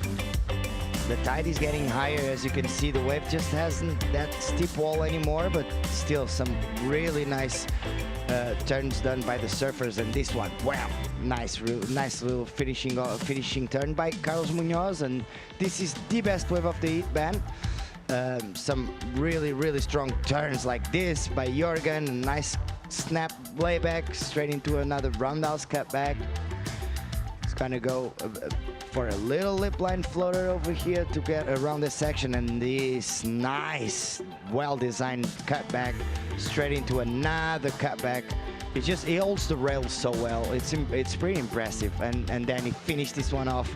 Kind of weird, but it actually paid out for him, and 717, best hit of the best wave of the heat. Yeah, really well surfed. And yeah, that last one was a little bit funky, but I think that was why he reacted so well, because he thought there maybe for a split second he may have made a mistake, but he hung on, finished it off well. And the surfing before that was, yeah, just really great rail work, rail engaged, a bit of flair. You know, some of those cutbacks had a bit of release off the foam, and that got him into first, and he's never looked like losing it. Meanwhile, while that was going on, we had Carrera again. He just keeps swinging. He's had a good sort of rhythm in terms of catching waves. His last wave still to come in, as we see him here just trying to find something, but often he's struggled to get a good finish. I think that's probably what's cost him so far. See if it's going to be any different as he comes in. There's a big section coming his way. He winds up. Hits it nice. He likes it. He likes it, and he gets his best wave of 4.77. Unfortunately, it's not enough to go to second place, as we see finally. So Scianca's back. So this is the wave he's waited for a long time. Needs a big score. At the moment, it looks a little bit foamy. Gets over that section. He's going to have to do something pretty special down the line here to get back in the game, I'd imagine. He's just waiting for it. He's got a good air game. Don't worry about that. He might be forced to maybe do a Hail Mary, do something special. Waiting down the line, here he goes. Nice little S turn, still no money turns, nothing what he's really capable of. And these are all nice turns, but they're not dynamic. And finishes off with a big one, but even he knows that I don't think that's going to be a high 6. And Summer's not happy. It doesn't look too happy. No, if Summer was a judge, he'd be in all sorts, because I think she knew that having waited all that time, and it's not enough. And for a man that's got big designs on getting back onto the CT, he could be facing a first-round loss. What do you think, Philippe? Yeah, the wave just didn't allow him to go that big, as big as he wanted. As you said, it was kind of whitewashy, and he needs a pretty big score, a 6.83. I don't think that's going anywhere near that, but we're not the judges. As we see on the inside, he actually managed to do a couple nice snaps and another one, but yeah, he didn't have that steep wall to go just for a big bottom turn and a big turn. This finishing turn was all right. Unfortunately, he went kind of off timing, but still very well done. But I don't know. He needs a 6.83, so it's not going to be an easy one. And this guy, Carlos Munoz, trying to improve on his situation. Nice first turn, nice second turn. 2 turns, 2 lip turns on the outside. That counts a lot for the judges. And the wave just looks like it's going to be walling up all the way through the inside, as we see the wave just almost hitting the reef. Is he going to get the connection? Yes, he will. A nice little carving. Straight into it. One more carving, and then he's going to finish this one off with a strong finishing turn right on the rocks. Very good surfing by Carlos Munoz. Still waiting on scores of both João and Carlos, as we see Jorgen just defending his first position. Yeah, if João Scianca wasn't already in trouble, he's in more, and I don't think even if Carlos doesn't improve his score wasn't going to be enough. They're looking at it, they're taking their time to make sure they get it right. There's João, I think he knows. He doesn't show any real emotion. He's not really hoping for that score. Although, you never know. He put it all in, he had a big finish. He never gave up, of course he didn't. But it was a big ask. And Kuzane just winding his way in. He looks strong. I like to see Jorgen, bit of confidence, bit of spray. Such a really naturally talented surfer. Really smart competitively. He works a lot on his game. Hey, he's a nice guy. So he's got a heat win. That's all that matters. Shanka's wave came in at a 5.2, so now we're near the requirement. Carlos could jump up to first, depending on what happens, but it's all about getting through that first and second. See Kuznay relief there. He's done his job for the time being. Surfed really well. Surfed strong, surfed consistently. Put himself into the round of 48. Might get a day off tomorrow to regroup. So good surfing. Okay, well, we've got the official results are in. While that's tallied up, we're going to go a short commercial break and come back with the EDP Vissla Pro Ericeira. 2 heats to go, folks. Don't go anywhere.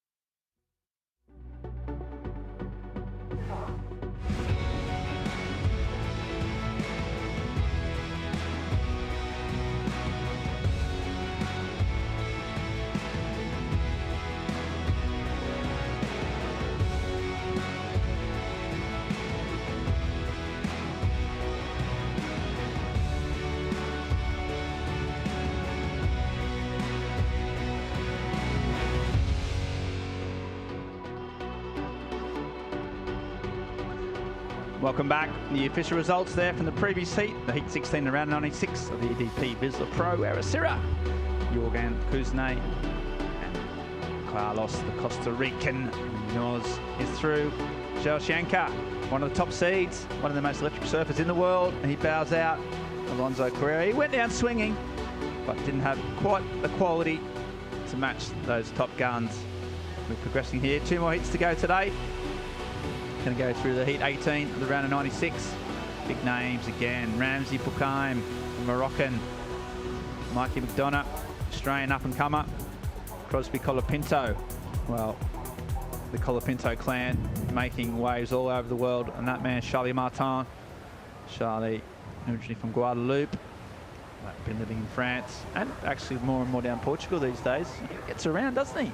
In Caparica. His girlfriend is living at Chico's house. Right. Oh, crikey! Wow. He's actually living with Caparica. Chico's mother, and because of I think it's because she's actually taking a course on a Caparica University. So right. So he knows this area well. Charlie spent a lot of time down here, and such a good dynamic surfer. Really like his style. Looks fit. Looks ready as he just waits this section to try and, but it just doesn't.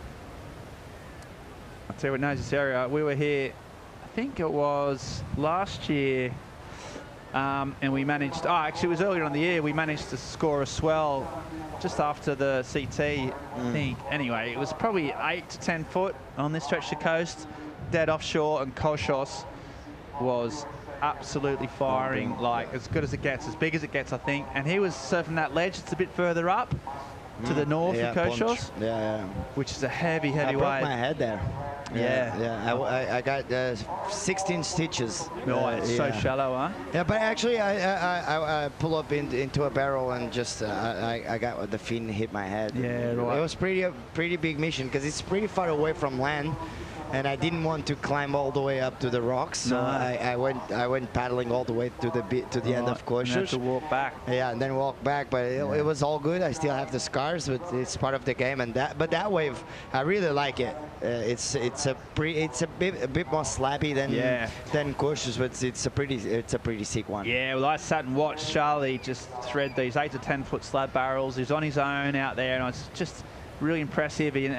It just showed the time he put in at the wave. You know, you can't just paddle out there. You know, you got to spend your time. So yeah, really talented surf up from this part of the world. Ramsey, obviously in the Moroccan, had a really good start to the year as well. Got off to a flyer down there at Snapper Rocks. So hasn't managed to back that score up. You know, it's been a little bit inconsistent ever since. So this event super important. Mikey McDonough is a kid from up there around Byron Bay in New South Wales, and really young, only 20, and well, Crosby Colapinto, his brother obviously is Griffin, who is one of the great surfers, and those two have been hanging out, making films, making an impact, and Crosby is, you know, he hasn't equipped his brother, but he's on his way. He's made his own name, and he's made his in Hawaii. He's been big. Their Hawaiian season last year was absolutely insane. He's such a powerful surfer. So yeah, it's all packed. This is the Australian, Mikey. Really firing now, really nice. You know, he's grown up on those point breaks up that northern New South Wales. And he's just looking for this section here. Nice and smooth. Comes around the corner. A little sort of slash. Beautiful style. Good style, isn't he? No, you know, for a young guy, it's already there. It's already formed. And he's just got that in him. There's no transition. There's no jitters. He's just got a really easy on the eye style, and he surfed that really well, and the Aussies liked it. I mean, it's great to see. This is what this whole Challenger Series is about. It's the feeder for the CT, but you get to see these young kids come through the ranks, and you know, and for some people who haven't seen a lot of their surfing, it's so refreshing to, you know, to see the next generation. But right now, speaking of the current generation, and that's Joanna Garnell with Jorgen Kuznets. That's right, guys. Well, that was a very intense heat for you right there. You're very tired, aren't you? How was it? The waves are super long and they are pretty weak most of the time, so every time you finish a wave, you just feel so tired because like your legs are burning. And I've been surfing cockshows this morning, and I was catching a lot of waves, so I just feel like I should have surfed a little bit less. The guys were talking about your injury. How is it? Is that fully recovered? Because you didn't look like you were hurting at all. No, it's all right. Yeah, I surfed cockshows yesterday or the day before, and I walked into Orsins, and. But it's all right. It took me an hour to get out all the little black, I don't know how we call it. Spikes. Spikes? Okay, you're too good in English. You're much better than me. But yeah, feels better, and the waves were fun. Yeah, if you get the good ones, you can just hit it from start to finish. So yeah, I'm happy with the waves that I choose. And aside from surfing quad shoes, what was the preparation coming into the Ericeira? Yeah, I've been surfing here too, you know, but I'm not really a crowd guy. If there's a lot of people, I'll try to skip and surf by myself. And yeah, this morning I decided to surf somewhere else. But most of the time I have been here, I've been surfing here because you gotta get used to it. It's such a hard wave. Like I put it on Instagram. It's for me one of the hardest wave on the Challenger. So yeah, I'm happy to make this heat, and hopefully I'll be able to make more hits. Yeah, well, this one's done. Congratulations. We'll see you in the next round. Back to you guys. Thank you, guys. Yeah, thanks, Joanna, and thanks, Sugar. Yeah, I like that. A lot to unpick there. Well, it's and also, we were just talking about Koshos, weren't we? A wave just around the corner, and yeah, we mentioned getting hit in the head by your fin, getting slapped on the reef by a wave, and the urchins, man, they are absolutely brutal. They sort of cover most parts of the reef, to be honest, especially where you're paddling out. You know what? This is pretty, for me, it's pretty insane. I've been surfing courses for almost 15 years. I've never stepped on a sea urchin. Oh, you idiot. You've just said that now. I've really never stepped on a sea urchin in my life on that beach. And I go there a lot of times, and I don't understand how people do it, because obviously you have to look where you're going, but if you finish off a wave, you don't put your feet on the rocks, I think. Yeah, well, that would be a help. I say, Colapinto. That's just his wave. Oh, that was really good. His style is pretty different comparing to Griffin, his brother, but at the same time they have some similarities. They're super loose and super powerful, and Crosby is a bit taller than Griffin, but is super agile and super. I'm a big fan of their surfing. Really big fan. Yeah, they're great, and they're real characters as well. It's interesting, the brothers, and you know how they share the surfing. And you know, if you didn't know they were brothers, yeah, you're right, you probably wouldn't, you know, tell from their surfing style, you know. And that's interesting, because there's not many sort of brothers that, I mean, you look at Derek Ho and Mike Ho, you know, very different.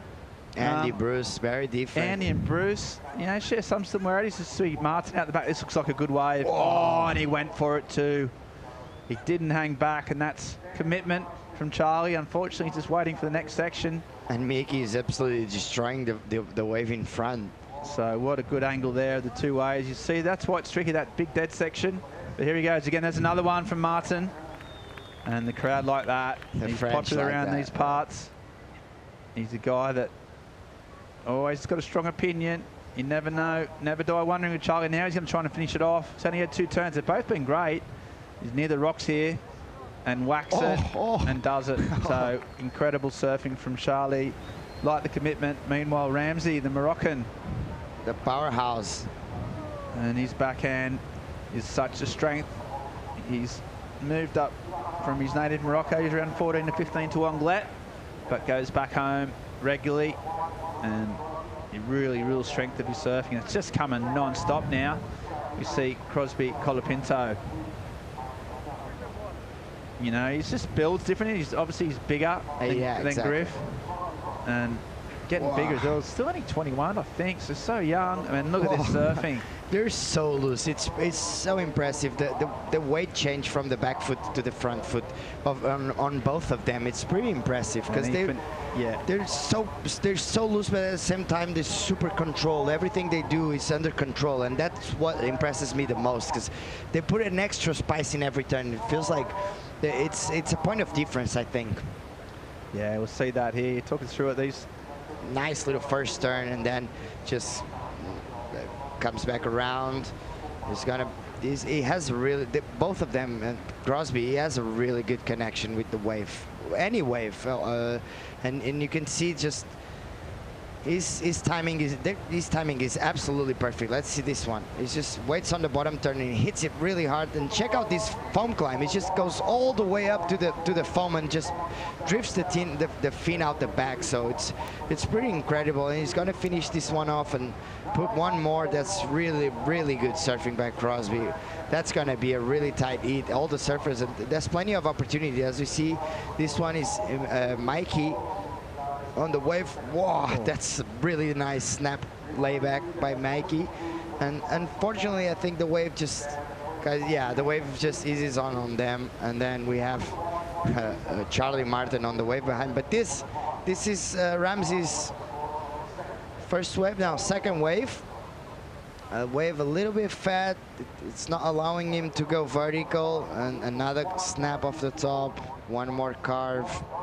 Trying to stay close to the power source of the wave.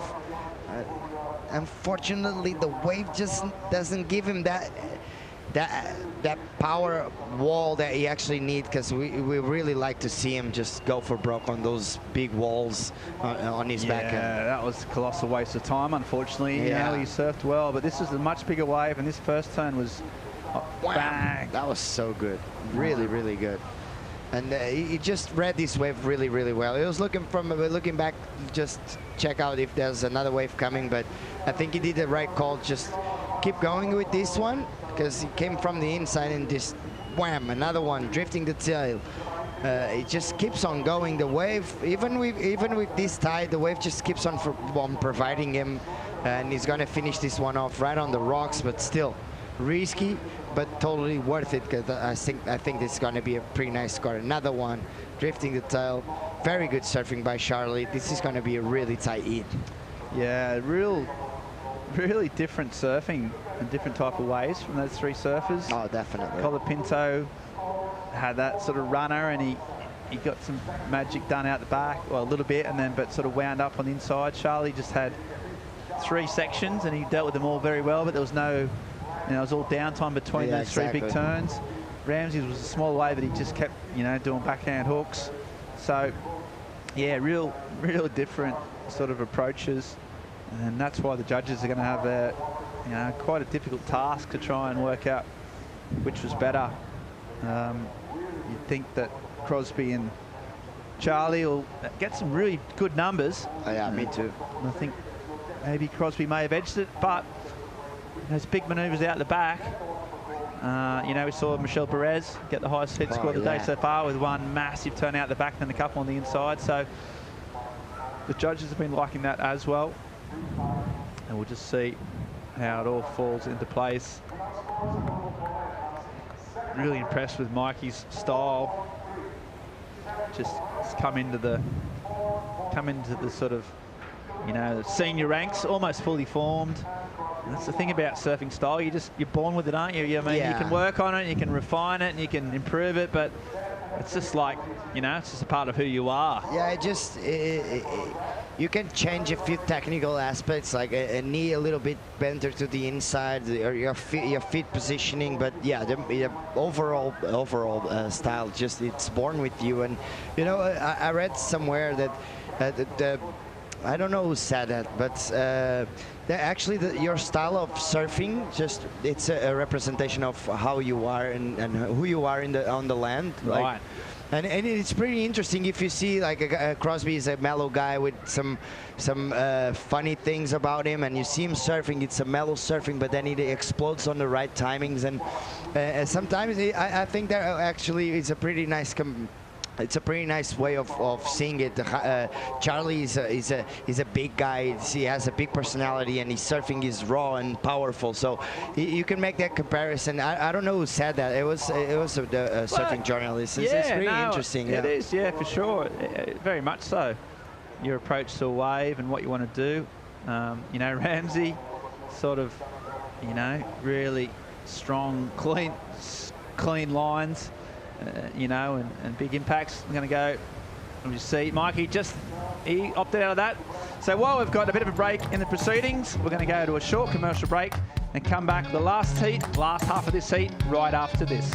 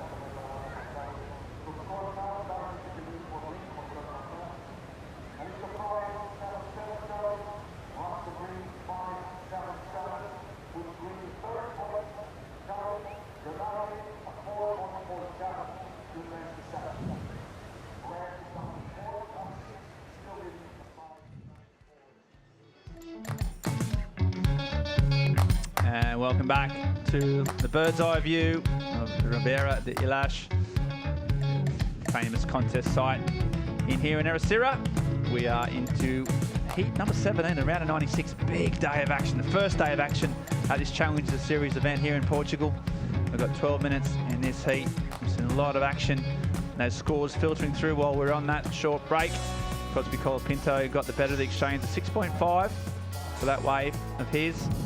Charlie Martin, a 5.77 for that 3-turn combo. So with just 12 minutes on the clock, still really, really tightly bunched. Only Ramsey still only needing a 5.94 to move up into the second. So, and he's the one with the most work to do. So it's all really, really tight. You expect to see some damage happen in the last 10 minutes of this heat. The penultimate heat of the day. We've got one more after this, and then of course the post-show, where we go through what should be an incredible action. You know, let's have a think about that post-show, Philippe. You know, what were your highlights? What would you put in if you were editor? Yeah, definitely Michel's wave, obviously, and then we got some really strong performance from a lot of surfers, because we started super early, so it's plenty of hits. Unfortunately, I don't remember all of them, but I can actually remember that. I know Michel just put a statement on it and just showed everyone that even injured, he can surf better than anyone else. So I think that's a major highlight. What are your thoughts on it? Well, you know what? I don't want to give out the spoilers, if I'm honest. I mean, there's people there just waiting for the post-show. Yeah, exactly. I mean, the post-show fans, I mean, they are a rabid bunch. I mean, you should see the emails, the messages, the tweets. I mean, we've got to talk about the Twitters. Oh, it never stops with the post-show fans. And I'll tell you, it's like, you know, if you're letting you know what happens at the Batman movie out early. I mean, if you imagine you did that. So, we're not... so we're not going to give too much away, but yeah, a lot of high-quality surfing, a lot of action, a lot of great performances, and we'll wrap it all up in a great little package. I think myself and Paul Evans have been booked in for the show, and yeah, can't wait for that. But we've still got time for these guys to make an impact. You know, one wave can change a life. But right now, speaking of someone that did some amazing performance, I think we've got someone down on the beach who was a bit of a star of the show. Who you got, Joanna? Hey guys, I'm just enjoying myself here on the beach, and I just happened to bump into Michel. Who are you rooting for? I'm rooting for Charlie Martin and Ramsey Bukiam. And how's it looking by now? It's not really looking too good. They're like 3rd and 4th, but there's a couple sets coming, so hopefully they're going to make it. If they came all the way to the beach and you could like say a few words to them to hype them up, what would you say? Whoa. Any tips? Any tips? Try to hit as strong as you can. That's all I can say. It's pretty hard, you know, because the sun comes that way and the judges are like in the total opposite. So I feel like they don't really see like the proper turns. But yeah, just throw some spray. Yeah, maybe just throw them some Red Bull as well. That'd be nice, yeah. Well, great chat. Thank you very much, and we'll get back to it. Okay, thanks, Michel. Thanks, Joanna. And the Spartan. Yeah, well, I'll tell you what. He's a great surfer. I don't know, he's such a good coach. He didn't have a whole lot of tips there, did he? Like, what? Just be strong, and then just gave the judges a bit of what for, just because he could. But, it's actually a problem here in Rio Waida. The way the sun just drops right in front of the judges, I don't actually agree with them, because they can actually see the way the turns, and even the WSL provides the replays from different angles. Yeah, exactly. The glare was an issue, but now with the amount of technology we've got, I think we can, you know, put on a very package where no one gets disadvantaged. But yeah, he's really, you know, good mates. Michel, him and Charlie have done a lot of time together. Him and Ramsey have travelled the world. They're really tight-knit, that French-speaking sort of gang. And but yeah, his two mates are in trouble. But Charlie only needing a 4.47. Ramsey needing a 5.94. Part of the problem they've got, though, is they don't have priority, and Crosby's hanging on to that. Oh, sorry, Mikey's got priority, and we're going to need some waves just to shuffle the pack, I think. And that will be a big help. This tide coming in pretty fast, as we mentioned. That is the main issue for me. Not the flare, not the glare, not anything. I think the main issue right now is the tide. And it's not providing enough waves for the surfers, but there's still a few opportunities. And as we see, great Leo Fioravanti, another surfer that unfortunately didn't make out the cut, but as we can see, he just released an incredible video part, just surfing really good waves here in Ericeira. I was unfortunate to not be here on that session in Coxos, but he's still, got back a 18-second tube, didn't he? One of those super long ones. I don't think I've ever seen Coxos like that. Yeah, honestly. Pretty good. That's what he can do. He can turn very, very good waves into exceptional waves. Leo, yeah, had his premiere last night in the Boardmaster store in town. Another great event that was going on. There was all sorts of events on last night. The EDP Surf Tomorrow series had the launch of that. There's a bit of a DB takeover there with Stab in town. So there's all sorts of events. Everyone comes down for this. It's a big industry event gathering. It's a big gathering of the tribe as well. There's plenty of happening around here on the beach and so much around going town. on. I've done around the skate bowls going off. The EDP's got their sort of activations. There's the Millennium crew, who are big supporters of this event. They've got their activations going on. The Vissla, you've got their caravan with the shapers in there. Exactly. So you come down here, there's so much fun to be had, so much cool stuff, really positive too, like real emphasis on sort of helping people, or, you know, like there's kids shaping surfboards in there with the Vissla caravan, you know, and that's something that you just, it's opportunities that you'd never get unless you were here, you know. Exactly. It just doesn't happen. If you're an 8-year-old kid, when's it ever going to get a chance to shape a surfboard? Shape a board, yeah. I did like that one. I was down there watching it with Christian. He had 8 young kids, age 8 to 14, all boys in this instant. One of them had to sign his surfboard, and may have drawn a rude picture on his board. That was his drawing. He drew, he drew something of the male anatomy on the surfboard. Being a 10-year-old boy. Yeah, kids being kids. Kids being kids. I mean, it was old as time itself. But yeah, so I had to laugh at that. But yeah, so much stuff going on, so much fun. But right now, the serious business in the water, and this is a recap. Yeah, we started off really strong with McDonough surfing really good and really nice style. You can definitely see he's an Australian and definitely surfs right-hand point breaks because he reads the wave really well. This is a nice carving. He's sitting on the second place at the moment with a 5.67 on this wave. He's going to finish this one off with this nice little off the top, releasing the fins and one more carve. So Mikey just absolutely, wow, that was a little nice finishing turn.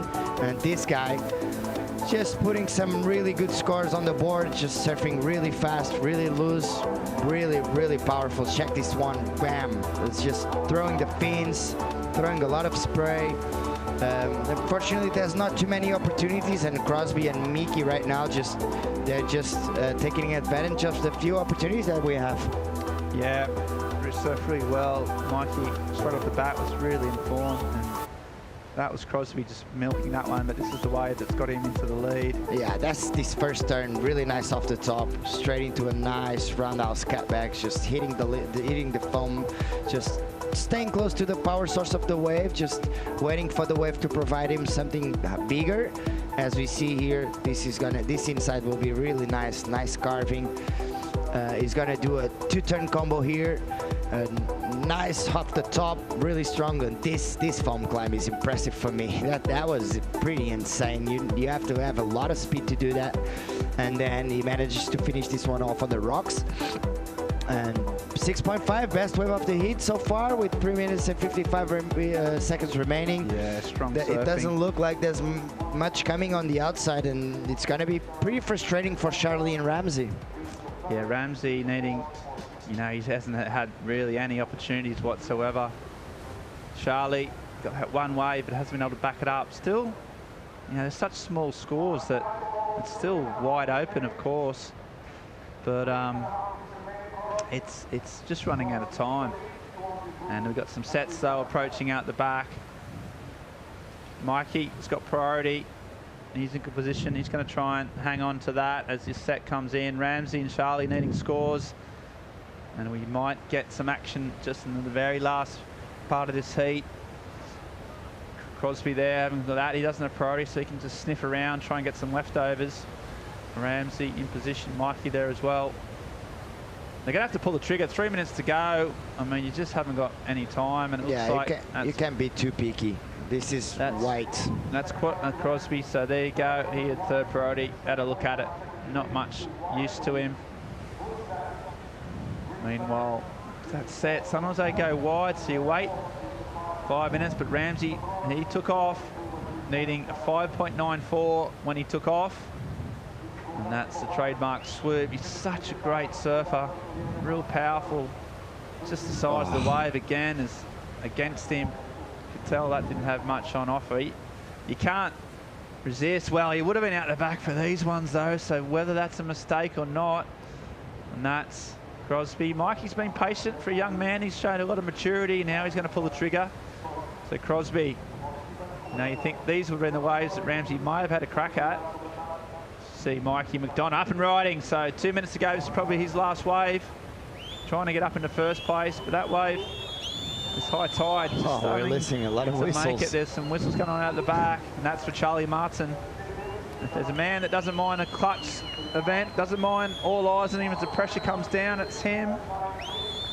And the guys are whistling. That sounds like a French whistle to me. And both of those French shepherds. Yeah. Well, Ramsey is not French, but he lives there and he's part of the French crew. So yeah. So 90 seconds on the clock. Not big scores required. This was this wave of Mikey's. This isn't going to affect the current situation. Yeah, not He'll really. still be in second. He might get out at the back. It's all about Charlie Martin now. He only needs a 4.47. That's not a big score. And he's got priority. The problem is he's got a minute left to go in the heat. What can the Guadalupean do? Well, we're about to find out. Hopefully, Crosby's wave. He was in first place. Third priority. He had to have a crack. He actually improved on this one. Improved. So that we didn't see that one, did we? Maybe the whistles was from this inside. Let's check it out. Nice. That's drifting the tail, really powerful. So loose, straight into a carving, and then finish this one off. That was really well served. That's the second best wave of Crosby Colapinto. Yeah. So that furthers his lead. Doesn't really change Charlie's requirement here, and he's up and riding, needing a 4.47, and he's just staying patient, hoping for something big on the inside. Here he goes. Wide-legged stance, that smooth style. The wave, though, just lacking the energy that he needs. He's sticking with it, though. Here he goes. Puts the afterburners on. There's a turn. Can he finish off big? And there's a big turn, and he finishes off. Good. Does he get the 4.47? Well, he's going to sell it. There's the whistles. There's Michelle. He's pretty happy with it. So, what do you reckon? There's a lot of action going on there. There's a lot of waves got rid at the end. So Crosby out in front. A 4.47. That's a 4.5. That's not a big number. And he's down there on the beach, coming through. He doesn't know himself. He's not, usually he might go a bit crazy. Charlie's not afraid to show an emotion, beat the chest, and claim it. He didn't on that case. So Mikey saying, what do you reckon? To Crosby, they're like, well, you have to find out. It's in the lap of the judges now. Ramsey is out of the picture. We've lost another pretty big seed, another upset. And it's all down to this last wave of Martin. He's often at the centre of some type of controversy, Charlie. Doesn't mind putting all the line. Never gives in. That's probably a factor of that, he'll always back himself, even towards, the very end, the dying embers of any heat. So 4.47. The wave was actually a two-turn combo on the inside because nothing happened on the outside. Yeah, so, but it looks happy. He's pretty confident, doesn't he? Thumbs up, going up to his brain's trust. Yeah, it's those two turns. That's the judge wouldn't have seen those. They'll need the replay for that.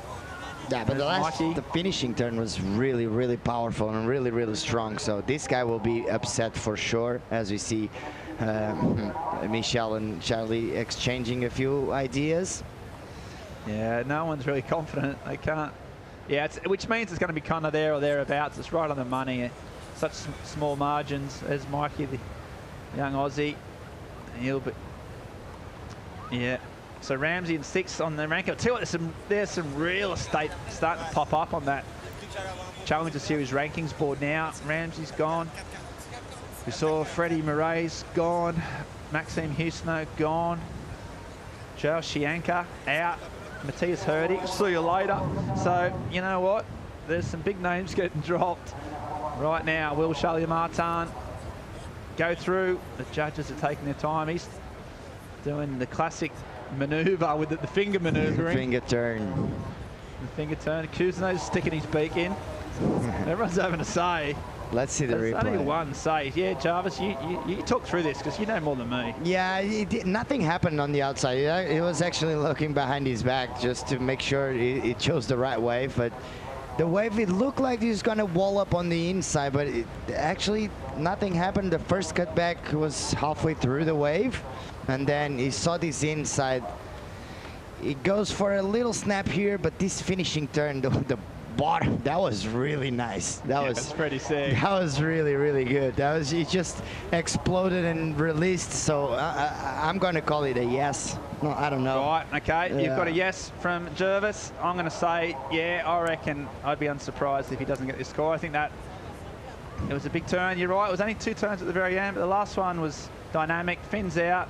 Leo likes it. I mean, how many people? You know, he's got a lot of information. The finger maneuver, the finger turns. The finger turns. I mean, if you got a point for every finger turn, you'd have a 10-point ride.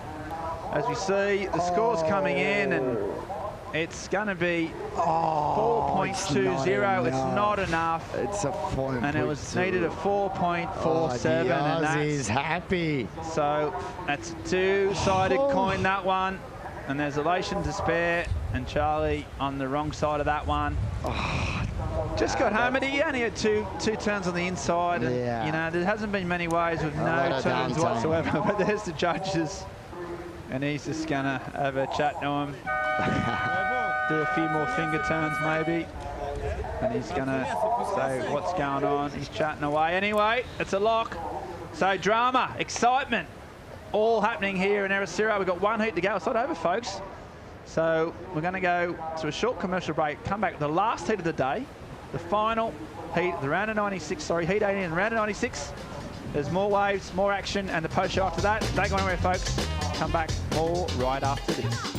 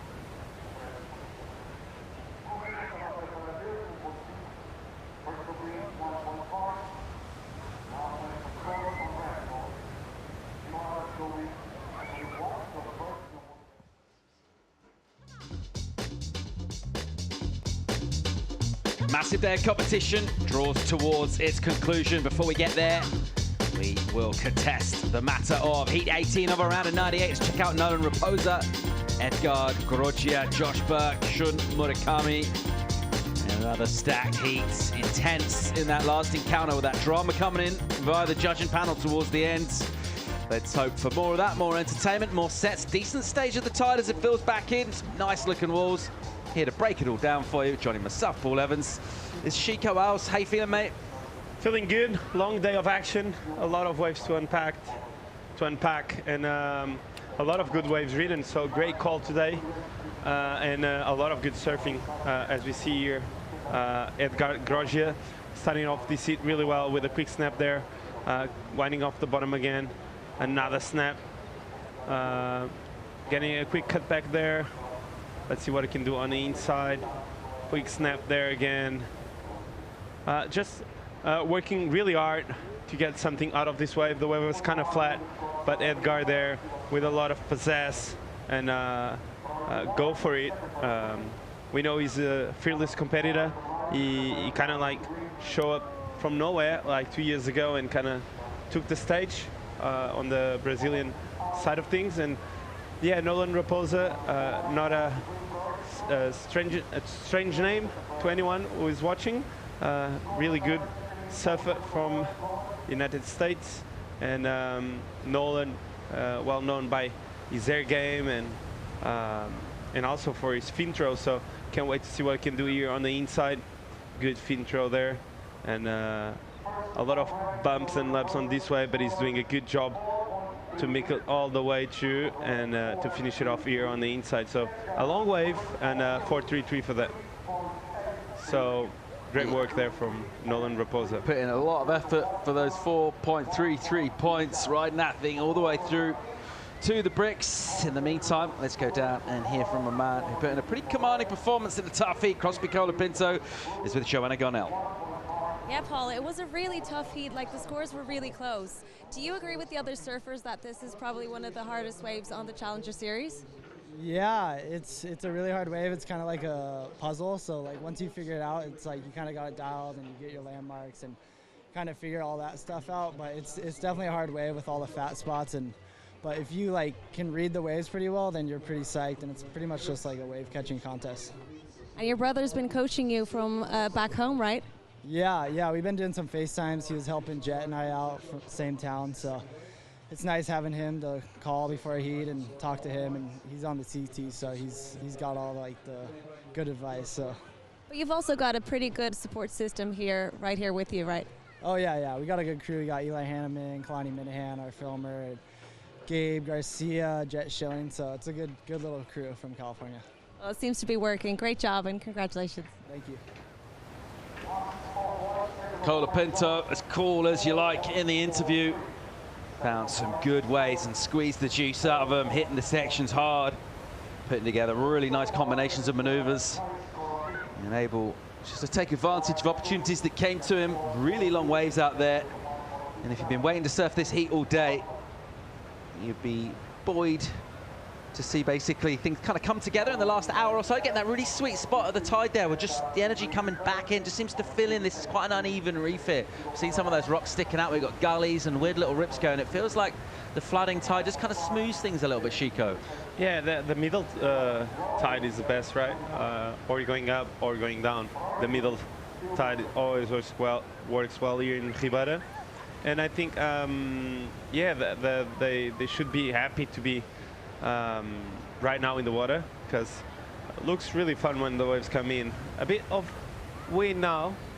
In the morning we didn't saw as much wind as now, but it's not a type of wind that affects a lot the face of the wave. So when they go on the wave, the wave is looking like clean still. So. All right, scores to bring you. Josh Burke's got a couple of ways. A small number, 1.2, got a 4.43 for a second. Groggia rewarded for his effort, 3.83. Shun Murakami, 1.5 for him. Japanese surfer, another very highly rated surfer out of that region, part of that strong push from Japan. And we'll see lines continue to fill in here. The energy's been with us throughout the day. Had some extended lulls. We've also had some 5, even 6 wave sets as well at times. First priorities with our Japanese surfer will be on the backhand, Murakami. Let's see where he puts himself in the lineup for this. Saw the positioning from deep earlier in the morning from a lot of our competitors. We're much more as kind of traditional apex of the reef right now. Here goes Murakami off the bottom hard and hits it. He is such an aggressive and sharp surfer, really accurate where he puts his turns. And this one will run a little soft after some initial work out the back. He'll try and stay with this, keep the board on the rail. Most importantly, just stay right next to that white water. Don't get too far away from it, as we can get into trouble. This thing will go deep all of a sudden. So he's have to fade back quite a long way in here. Now, can he get a strong finish on the inside? Just kind of pushes that up, uses the hips there to go kind of beyond vert for a moment. Putting a nice little bit of flair into a soft section. Here's a man with some good aggression, Nolan Raposa. He rode a really long wave early on, and here he is again, going to the inside, looking for some steepness, keeping it all kind of cash until he gets there. Really nice drift. You mentioned the fins free that he can do, and another fine example of it there from Raposa. Yeah, he's showing what I just said. He really likes to put an exclamation point in his turns, and I think is that his point of difference. He always throws the tail out, and that looks really good. And Shun there with the best wave of the heat so far, that's for sure. Those first 2 turns were massive, and he reminds me a lot of Masatoshi Ono. I don't know if you remember him. That is another generation from Japan, and he was a really tight in the pocket kind of surfer too. And yeah, Shun Murakami has for sure some of that. Groggia swinging here, got that kind of twitchy style where everything's in motion all the time. And they're just trying to dial in that energy to a juicy part of the wave. Groggia going down the line with some good speed here. Just puts it on a rail and then whips it back onto the other one into the bottom turn. Again, just carving down on the wave. And now looking to go into the lip if he can. And it just kind of feathers for him quite cooperatively. Decent pin drop to finish 2. Meanwhile, Josh Burke out of Barbados. We'll just slice through the opening section here. Stands right on the tail, also patient next to the white water. Josh looking down the line here, see if he can find a section to aim at. He's had to just kind of swing through some carving maneuvers, really kind of set up energy to this wave thus far. It's another slightly more snapping energy into that turn. Now here he goes with some speed and a bit of a wall, and that's a really, really nice technical finish right on the rocks.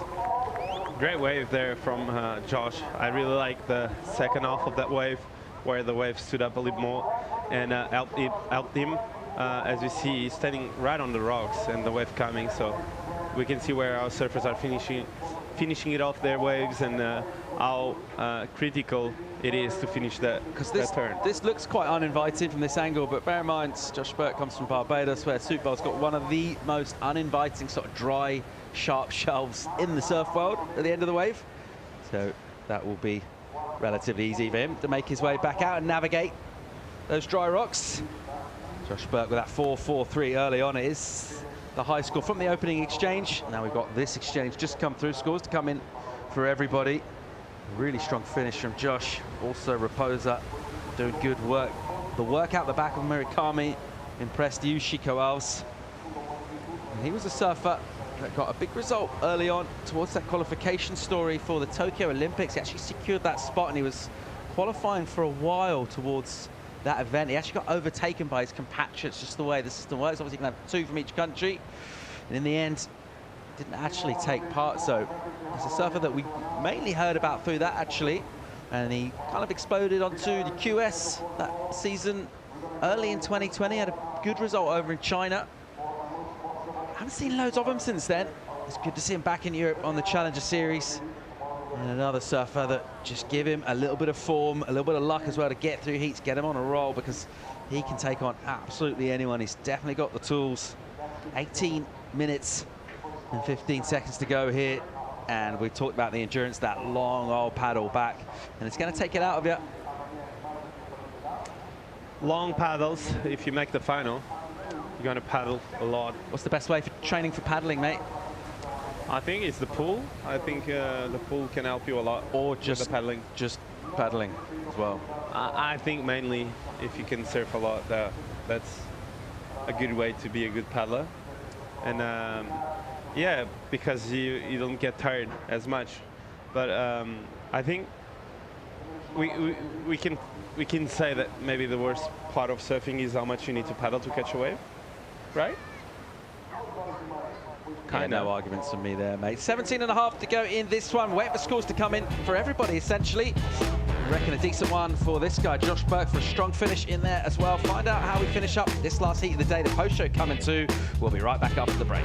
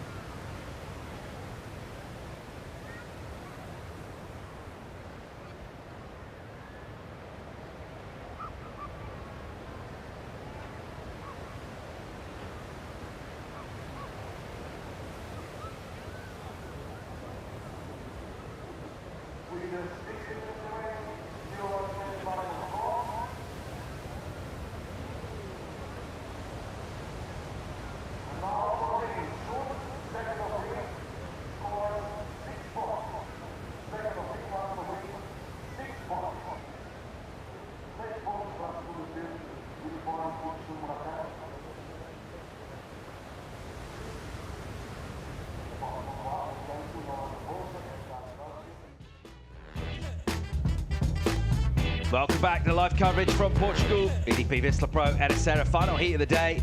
We've run through 18 heats, 9 hours of surfing from the Challenger Series. Great energy from the beach. Spectators have really enjoyed this Sunday afternoon. It's been really summer-like in the weather. It's been fairly autumnal in terms of the swell. We've had a nice little pulse. Picked up a great deal since yesterday, offering some decent conditions. We're able to run throughout the tides as well today. Always a bonus. Let's pick up live action here from Grogia of Brazil. Opens up a big carve on the face. Nice looking wave. Just gets a little bit of foam there, and it just kind of held him up a little bit. And this one, a little lateral through here. Let's see what it does on the inside. Will it cup out for him and offer him a section to hit? Grogia just kind of redoubles his efforts, bends down and applies pressure. Bang, into the lip. Gets a nice little bit of drift and brings that back, enough for a fist clench. A little ripple of golf applause. Let's get caught up the scores here. Murakami-san, 6 points for him for 2 incisive backhand turns out the back. Decent from him outside, 6 points. Raposa, the American, 5-2-3 for him. For another wave where he went all the way through to the inside. And took on the lip as well on that inside section. Due a number for Josh Burke, who got a strong finish. That last effort from Grogia as well.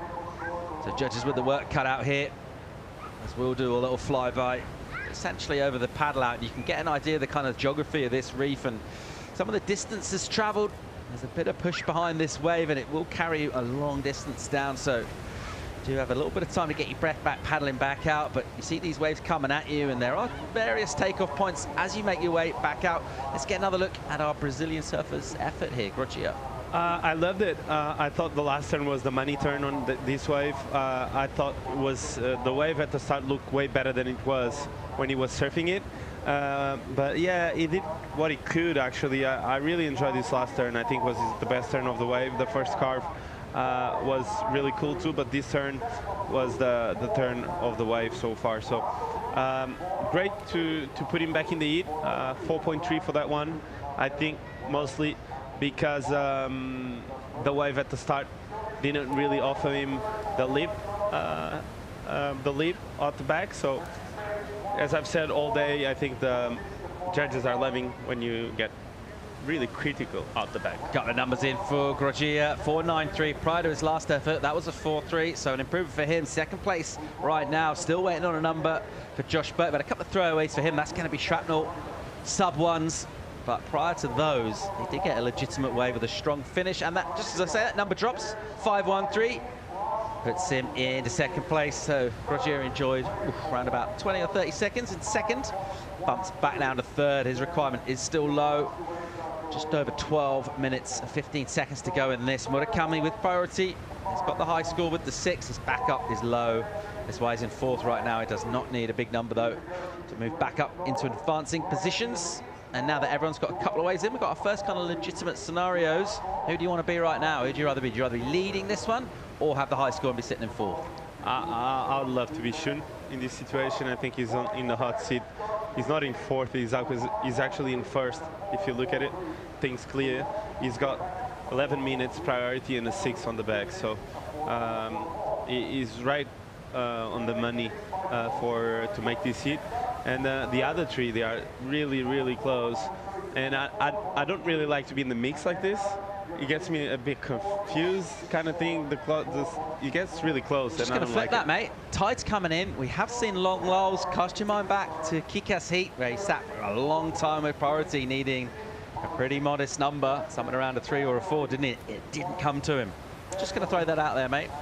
It did come. It did come. Okay. He didn't make the choice to go on that wave in particular because he thought it was a set coming behind, or it's always like a cat and mouse situation where, oh, am I going on this one, and then behind there's like a huge set and it's the 7 or the 8 point. So it's hard when you're competing to make the right decision. But I think Shun in this situation, he needs to wait. He cannot give it away with the 6, because if he chooses to go on a bad wave and the other 2 or 3 surfers get a proper 6, he's going to be behind. So he needs to do to perform on the next set that comes. Yeah, we talked about some of the characters we unearthed through qualifying and then through challenges. One of them is Leonardo Fioravanti. Let's hear from him. I'm from Long Beach, California. There's all sorts of different types of personalities going around in Long Beach, so I like to try and bleed that out into my own type of person, you know?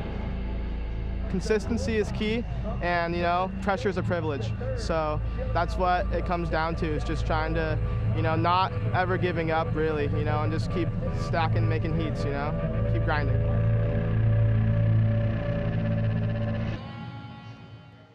Raposa, he talks a good game, doesn't he? I'm convinced. Where do I sign up?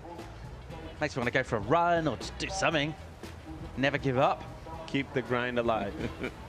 Yeah, I'll tell you what, he is electrifying in the water as well. We've seen him put in some big statement performances in big events. This one's a low-scoring affair. He's in the lead right now, but he'll definitely want to improve where he is in terms of his overall total, 9.56. He's actually tied with Josh Burke for that lead. He does have second priority, though, is the good news for him, assuming Shun gets a wave. Raposa will be next in line. Just over those 9 minutes to go. I've got a question for you, Chico. Bring it. Couple of questions. Have you watched Make or Break, the series about sort of behind the scenes on the Championship Tour? You watched that series on Apple TV? I didn't watch it all. I watched a couple of episodes. Right. What's the link between Josh Burke and that series? I haven't made to that part, mate. It's actually Josh Burke's dad actually had a bit of a role in kind of coming up with the idea of that. He's actually given a surf lesson to one of the executives from the production company, Box to Box, over in Barbados. Told him he'd made this thing about F1. Josh Burke's dad watched it. Alan said he loved it. He's like, you should do that about surfing. A call went into WSL headquarters. Ball got rolling, and now we got that awesome series to check out. I love that narrative. They should make another one about how it happened, because it's looking great. All right, here goes Groggia. Flares up, nice and vertical, and again, bang, big spray from him, and just lets those wings go as he leans into a bottom turn, snapping back into the soup. And the wave will go a little soft here, just kind of little wipe of the face and the brow, clears the vision, looking for a section. Let's see if he gets one. And he's on the gas, bang. Ooh, nicely done. So pretty technical, not loads on offer for him. And goes for a pretty smoothly executed air. Here goes Murakami, once rid of the 1-5. Bang, nice and sharp and steep from him. So he sat with that one for a while. He used the priority. He didn't want to sit there for too long and let time tick away. He's got a really good chance of improving on that one. Will he get the 3.56 required to move up? Ooh, nice couple of turns out the back. I'm really enjoying his wave choice. I think Shun has understand what type of wave he needs to get scores. And as he said before, here he's working on his backup. This wave wasn't like his first one, didn't have the same energy, but Shun here doing really well to connect all the dots. He surfs really low on the board, so looks great. And Edgar here with a big off the top, out the back, and another one, so he gets two out the back, critical snaps, and with a lot of aggression. And he with the pressure and the time being so little, he was able to put an exclamation point on this wave with this beautiful air. So I think the judges will love the aggression there and the start of the wave. So I think this is going to be, in my opinion, the best wave of the heat so far. That ramp was there just for a blink of an eye. Arrived really late, timed that sweetly, got that little extra pop from that speed, from that transition. Numbers in, 5.93 for Groggia. Goes to first. Raposa drops to second now. Burke in third, 4.44. The requirement for the Bajan. Murakami, a number to come in for him, 3.56. To threaten Nolan Raposa in second. And he'll need something around about a high 4 to go to first from fourth place. Judges having a look. So Groggia, his number's in. Well, he just goes, yeah, he's in first place by virtue of that 5.93. And he's clawing his way back into the lineup. We'll get there with probably just under 5 minutes remaining in this heat, though. Even though it's been relatively tight and not high scoring, it's actually been pretty entertaining to see the different approaches here, Chico. Yeah, it's just like, he's a challenger, so all with different tactics and different styles. And it's amazing to see how they perform all the time. I think Edgar is really like tactic, and he's really strong. So he's always a guy that is going to fight until the end. Is something that I've been seeing from him over the last 2 years, and that's why he's one of the best Brazilians on the Challenger over the last 2 years. Yeah, able to generate that competitive intensity as well. And just put pressure on opponents, and crucial. Getting points on the ball when he did. That wave, it started to go soft, and you think, he might kick out here, he might give up. He just stuck at it as soon as that section offered. He went to the air. He got a reasonable number 4 at 2. Second highest wave of the heat, came in just under the 6 from Murakami, who has gone into second place. He's got the 4.83. A Japanese surfer goes to second now. It's all getting quite tense and tight in here. Raposa now with the priority. He mentioned never giving up. 5.61 or better is what he needs to get. Josh Burke right now looking for 5.71. I hope we get some more sets, give everyone an opportunity. We might have something right now. Priority is with the American, the goofy Raposa, and here he goes. He's up and swinging. Decent looking opening section, hard off the bottom, nice clip, and then straight on the speed, again off the bottom. Just kind of carves that one through the lip. Another snap in the pocket, pushing himself back into the whitewater. We'll hope for a finish in here. It's okay-ish stuff out the back, nothing overly electrifying. What's he got for a finish in here?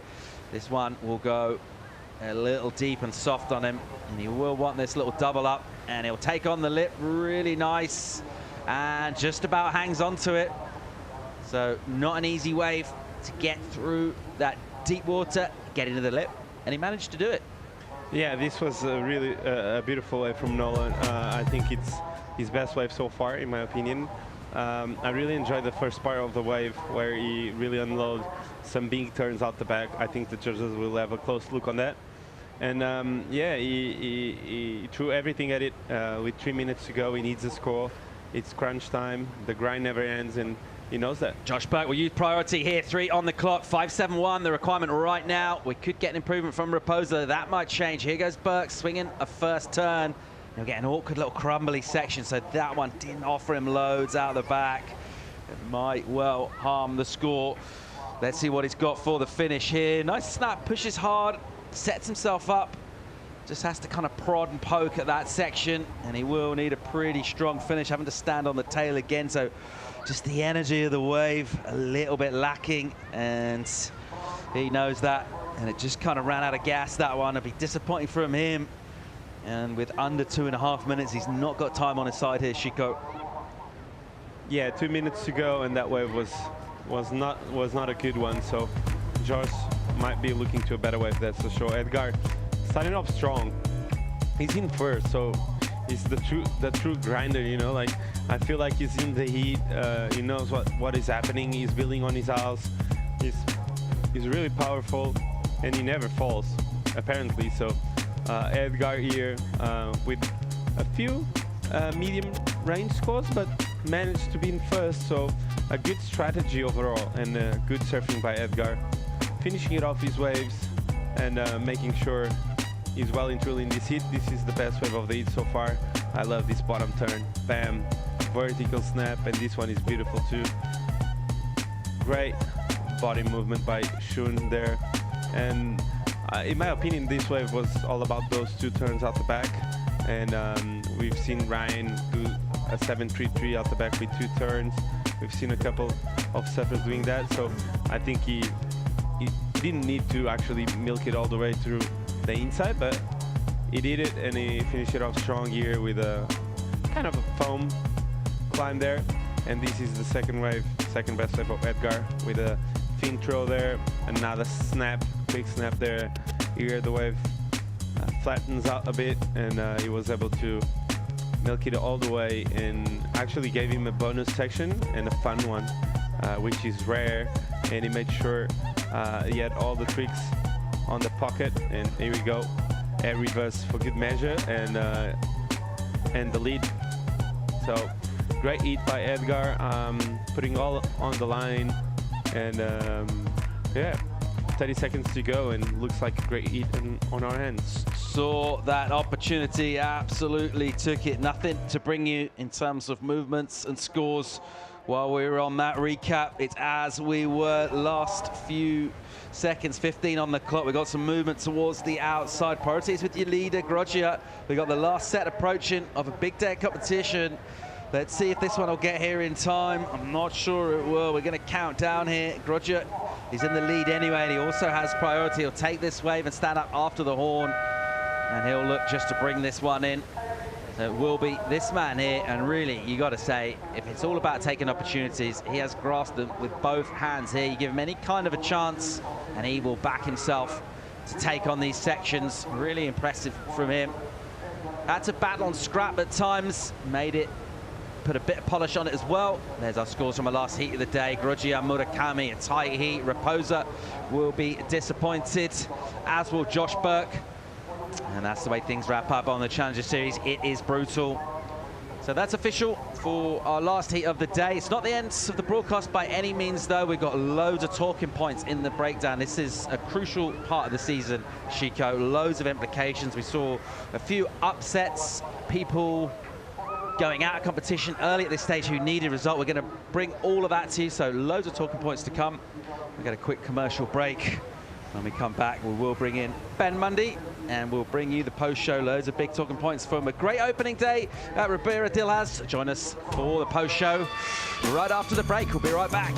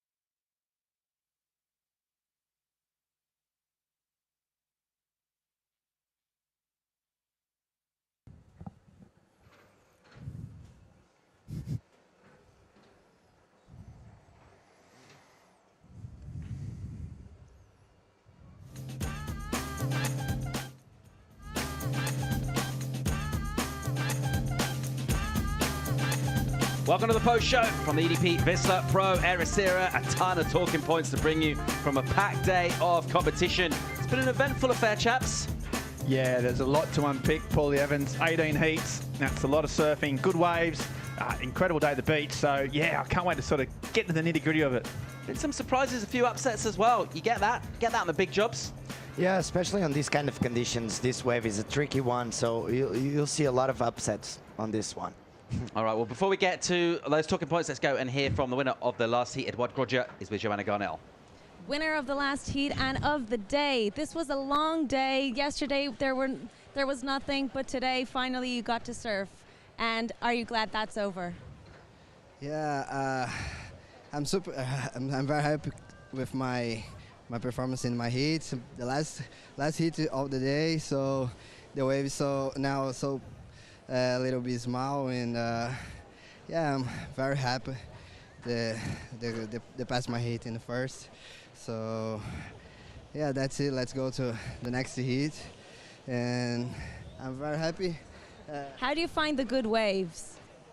Oh yeah, good. No, so because my wave is not good. I think because not strong, big but not strong. So yeah.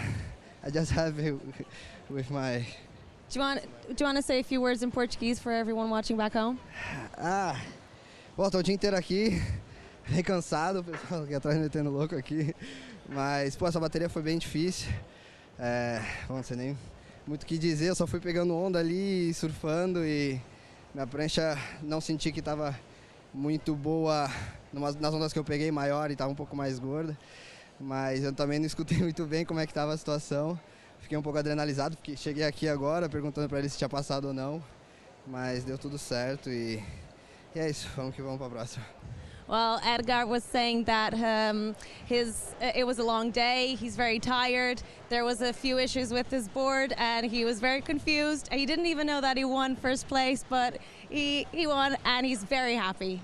Back to you guys. All right, thanks, Joanna. A big performance from him out of a tight heat to get out of that one. Philippe, I just want to, before we get to our top 5 moments, just kind of overall takeaways from today. What was key to successful performances, making it through heats, winning them today? For me, it's yeah, here in Ribeira, it's always the same. Choosing the right waves. If you choose the right waves, you're gonna, even if you're better surfer or worse surfer, if you get the right waves, you're gonna get through hits. And this wave is really tricky, and it's really hard to read the lineup. And so if you get the right waves, you're gonna get through.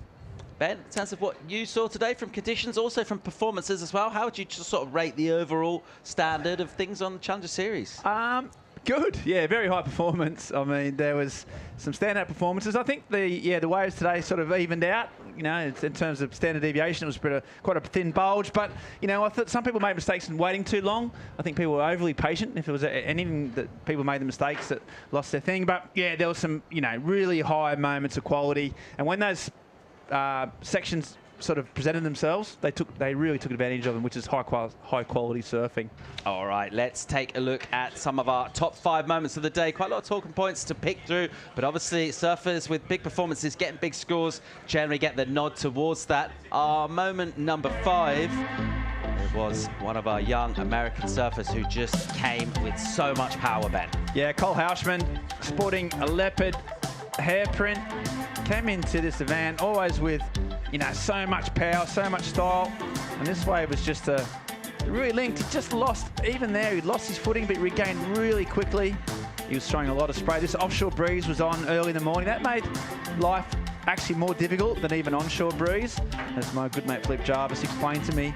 But he just kept banging down the line, and every time he found a section, he would throw buckets of spray. And the judges like that. That means the rail's engaged. And he just kept going when he liked it. You see it from this angle, bang! It's the spray that comes off the wind that makes it so impressive. Almost looking more like Ramsey than Ramsey with some of those turns. Yeah, Ramsey. And obviously, we're going to probably get to upsets later in the day. Ramsey's one of those that went. But yeah, the Giffy footers, wasn't a whole lot of them, and there wasn't that many that made an impact. But Cole Hauschman was definitely one of the standout performers. And he looks calm. He looks like he's enjoying himself. Got a good little crew he's hanging with the Mike Myers gang. He's traveling with Zeke Lau. They've got a good little bubble. And yeah, he'll be dangerous this week. Mark my words. All right, big performance there from Hausman. Noman, number 4, is a guy that maybe you would have heard of through free surf clips before we saw him in competition. He blew it up today. Jet Chili, Philippe, he was pretty impressive. Yeah, Jet was super impressive. He caught some of the best waves of the day, and he actually surfed really nice. Just really in sync with the wave, really in sync. The board was looking really good. Just the same as Cole Hausman. They just took advantage of the main parts and the most critical parts of the wave. As you can see, just every time the wave just stands up a little, they just explode. And Jet Chilling did exactly that. And for me, as I saw what I saw from Cole and here as well, the Jet, the wave choice was on point, and it was pretty impressive with a total. Oh, that's a really nice turn, and he's gonna finish it off. This one was a machine section, really good surfing.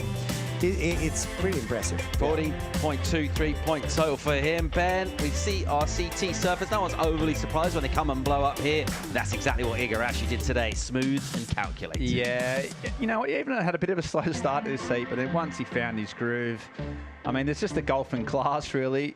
He's, well, the top 5 surfer in the world, a world title contender. He knows this wave. He lives up on the hill, and he showed up. And he got in yesterday, but he just showed up with some smooth, polished. You know, he didn't push the boat out too much. He didn't need to, because when he surfs like this, he can get 7s in his sleep. Always finishing off, no mistakes, a bit of flair, a bit of excitement, calculated, great surfing. Plenty of upsets through the day, but the big one here, and it was a collective gasp from our Portuguese crowd. Frederico Moraes going out, Philippe. Yeah, it was a bit of a mama. Kikas he started off the heat really strong, but then a bit of a mistake. He waited too long. He waited for those waves, and actually with 2 minutes remaining, he let Michael Rodriguez go on one of the best waves of the heat, and unfortunately for Kikas and for the Portuguese crowds, Kikas got eliminated. But I know he knows he's on mistake, so he's going to go home and he's going to regroup and talk a little with Richard Dogmarsh and figure out what to do on the next one. Hard loss to take when it's not self-inflicted, but I think he made a few crucial errors, which is not, you know, not his MO. It's not what he does. That's one of his real strengths. So just to make a couple of clutch errors, he was needing a 4.8. He thought he got it. He got a 4.2, 4.3. It wasn't enough. The wave wasn't big enough. He surfed it well, but yeah, he's gone. Guess what? Our number 1 moment features our number 1 ranked surfer from the Challenger Series, Rio Waida. Impressive. Yeah, straight out of the blocks. He's won 2 events this year. He's the current Challenger Series ratings leader, and he just came out firing, smooth, so much board speed. And, you know, these fat sections, that's the challenge of this wave. You know, there's fast sections and there's slow sections, and they often come at unpredictable parts of the reef, and he just mows it through the flat sections. And then when he hit the, you know, the steep sections, he's put on the afterburners, and he looks great. The boards are looking good. He's got confidence. And, you know, that was the only mistake he made, but he never looked like losing his heat, and I just think he's really ready for another big result. Yeah, we've broken down those stats. I mean, you know, it's not 100% confirmed, but he's basically in for next year. And I just wonder how that can sort of help you surf with more confidence, not feeling the pressure of a lot of the other surfers in and around the bubble. Well, when we called this, Philippe said he's surfing with freedom, and that only comes with that confidence and that ability to back himself. And, you know, he hasn't got the weight of the world on his shoulders, and you know, he's probably got another 5-10% on him, and he can rattle some cages. I really like the way he surfs. I think his surfing suits this wave, and so yeah, look out. Just opening day of competition, loads more surfing yet to come, but from what we've seen so far, it does seem to be like those surfers making good choices, as you mentioned, Philippe, but also having to flare up for our judging panel. It is hard to get good scores out here. You will need to bring your best, and that's what's going to take to get on the championship tour, right? Yeah, definitely. Speaking of surfers getting good scores, let's get to our EDP wave of the day. And Ben, I tell you what, in an uncertain world, does the surf world feel a bit better when the Spartan's back? I think it does. The surfing world needs Michel Perez, and Michel Perez needs the surfing world. You know, he's injured. He's come back from major knee reconstruction. He hurt it again yesterday, and he said himself that he thought he was going to snap his knee on this turn, bang, but he went through. He said, I'd rather snap it in a heat than on the beach. And just when you thought Michel was sort of maybe towards the end of his career, he does stuff like this that shows he's truly world class. Bit of downtime here, but you just knew that he was on. His confidence was back. Another massive. That was Philippe. Loved that turn, and I did too. And then again, he just thought, right, can he get any more? And he thought, has he got anyone more in him? Of course he bloody does. He came around the corner and just boom. And 8.5, EDP wave of the day. Michel Perez, injured, angry, and back where he belongs. Mighty impressive indeed. The Spartan is back. Just one of the stories here from CT surfers, the young up-and-coming generation as well. All of that stuff in the mix. Qualification, well, that's just around the corner as well. It's going to be a talking point, particularly as we get in towards the back end of the event. Come back tomorrow. We've got a call at 7:30 local time. Broadcast will start at 8 if we're running tomorrow. Forecast's looking pretty decent chance of running tomorrow. WorldSurfLeague.com. Thanks, chaps. We'll see you in the morning. Swell filling in out of the North Atlantic to Ribeira del Haz. It's time to welcome you to the EDP Vissla Pro Ericeira. Sunday morning in Portugal. A crisp morning, bright sunshine, and a little bit of action from the swell too. A very good morning from myself.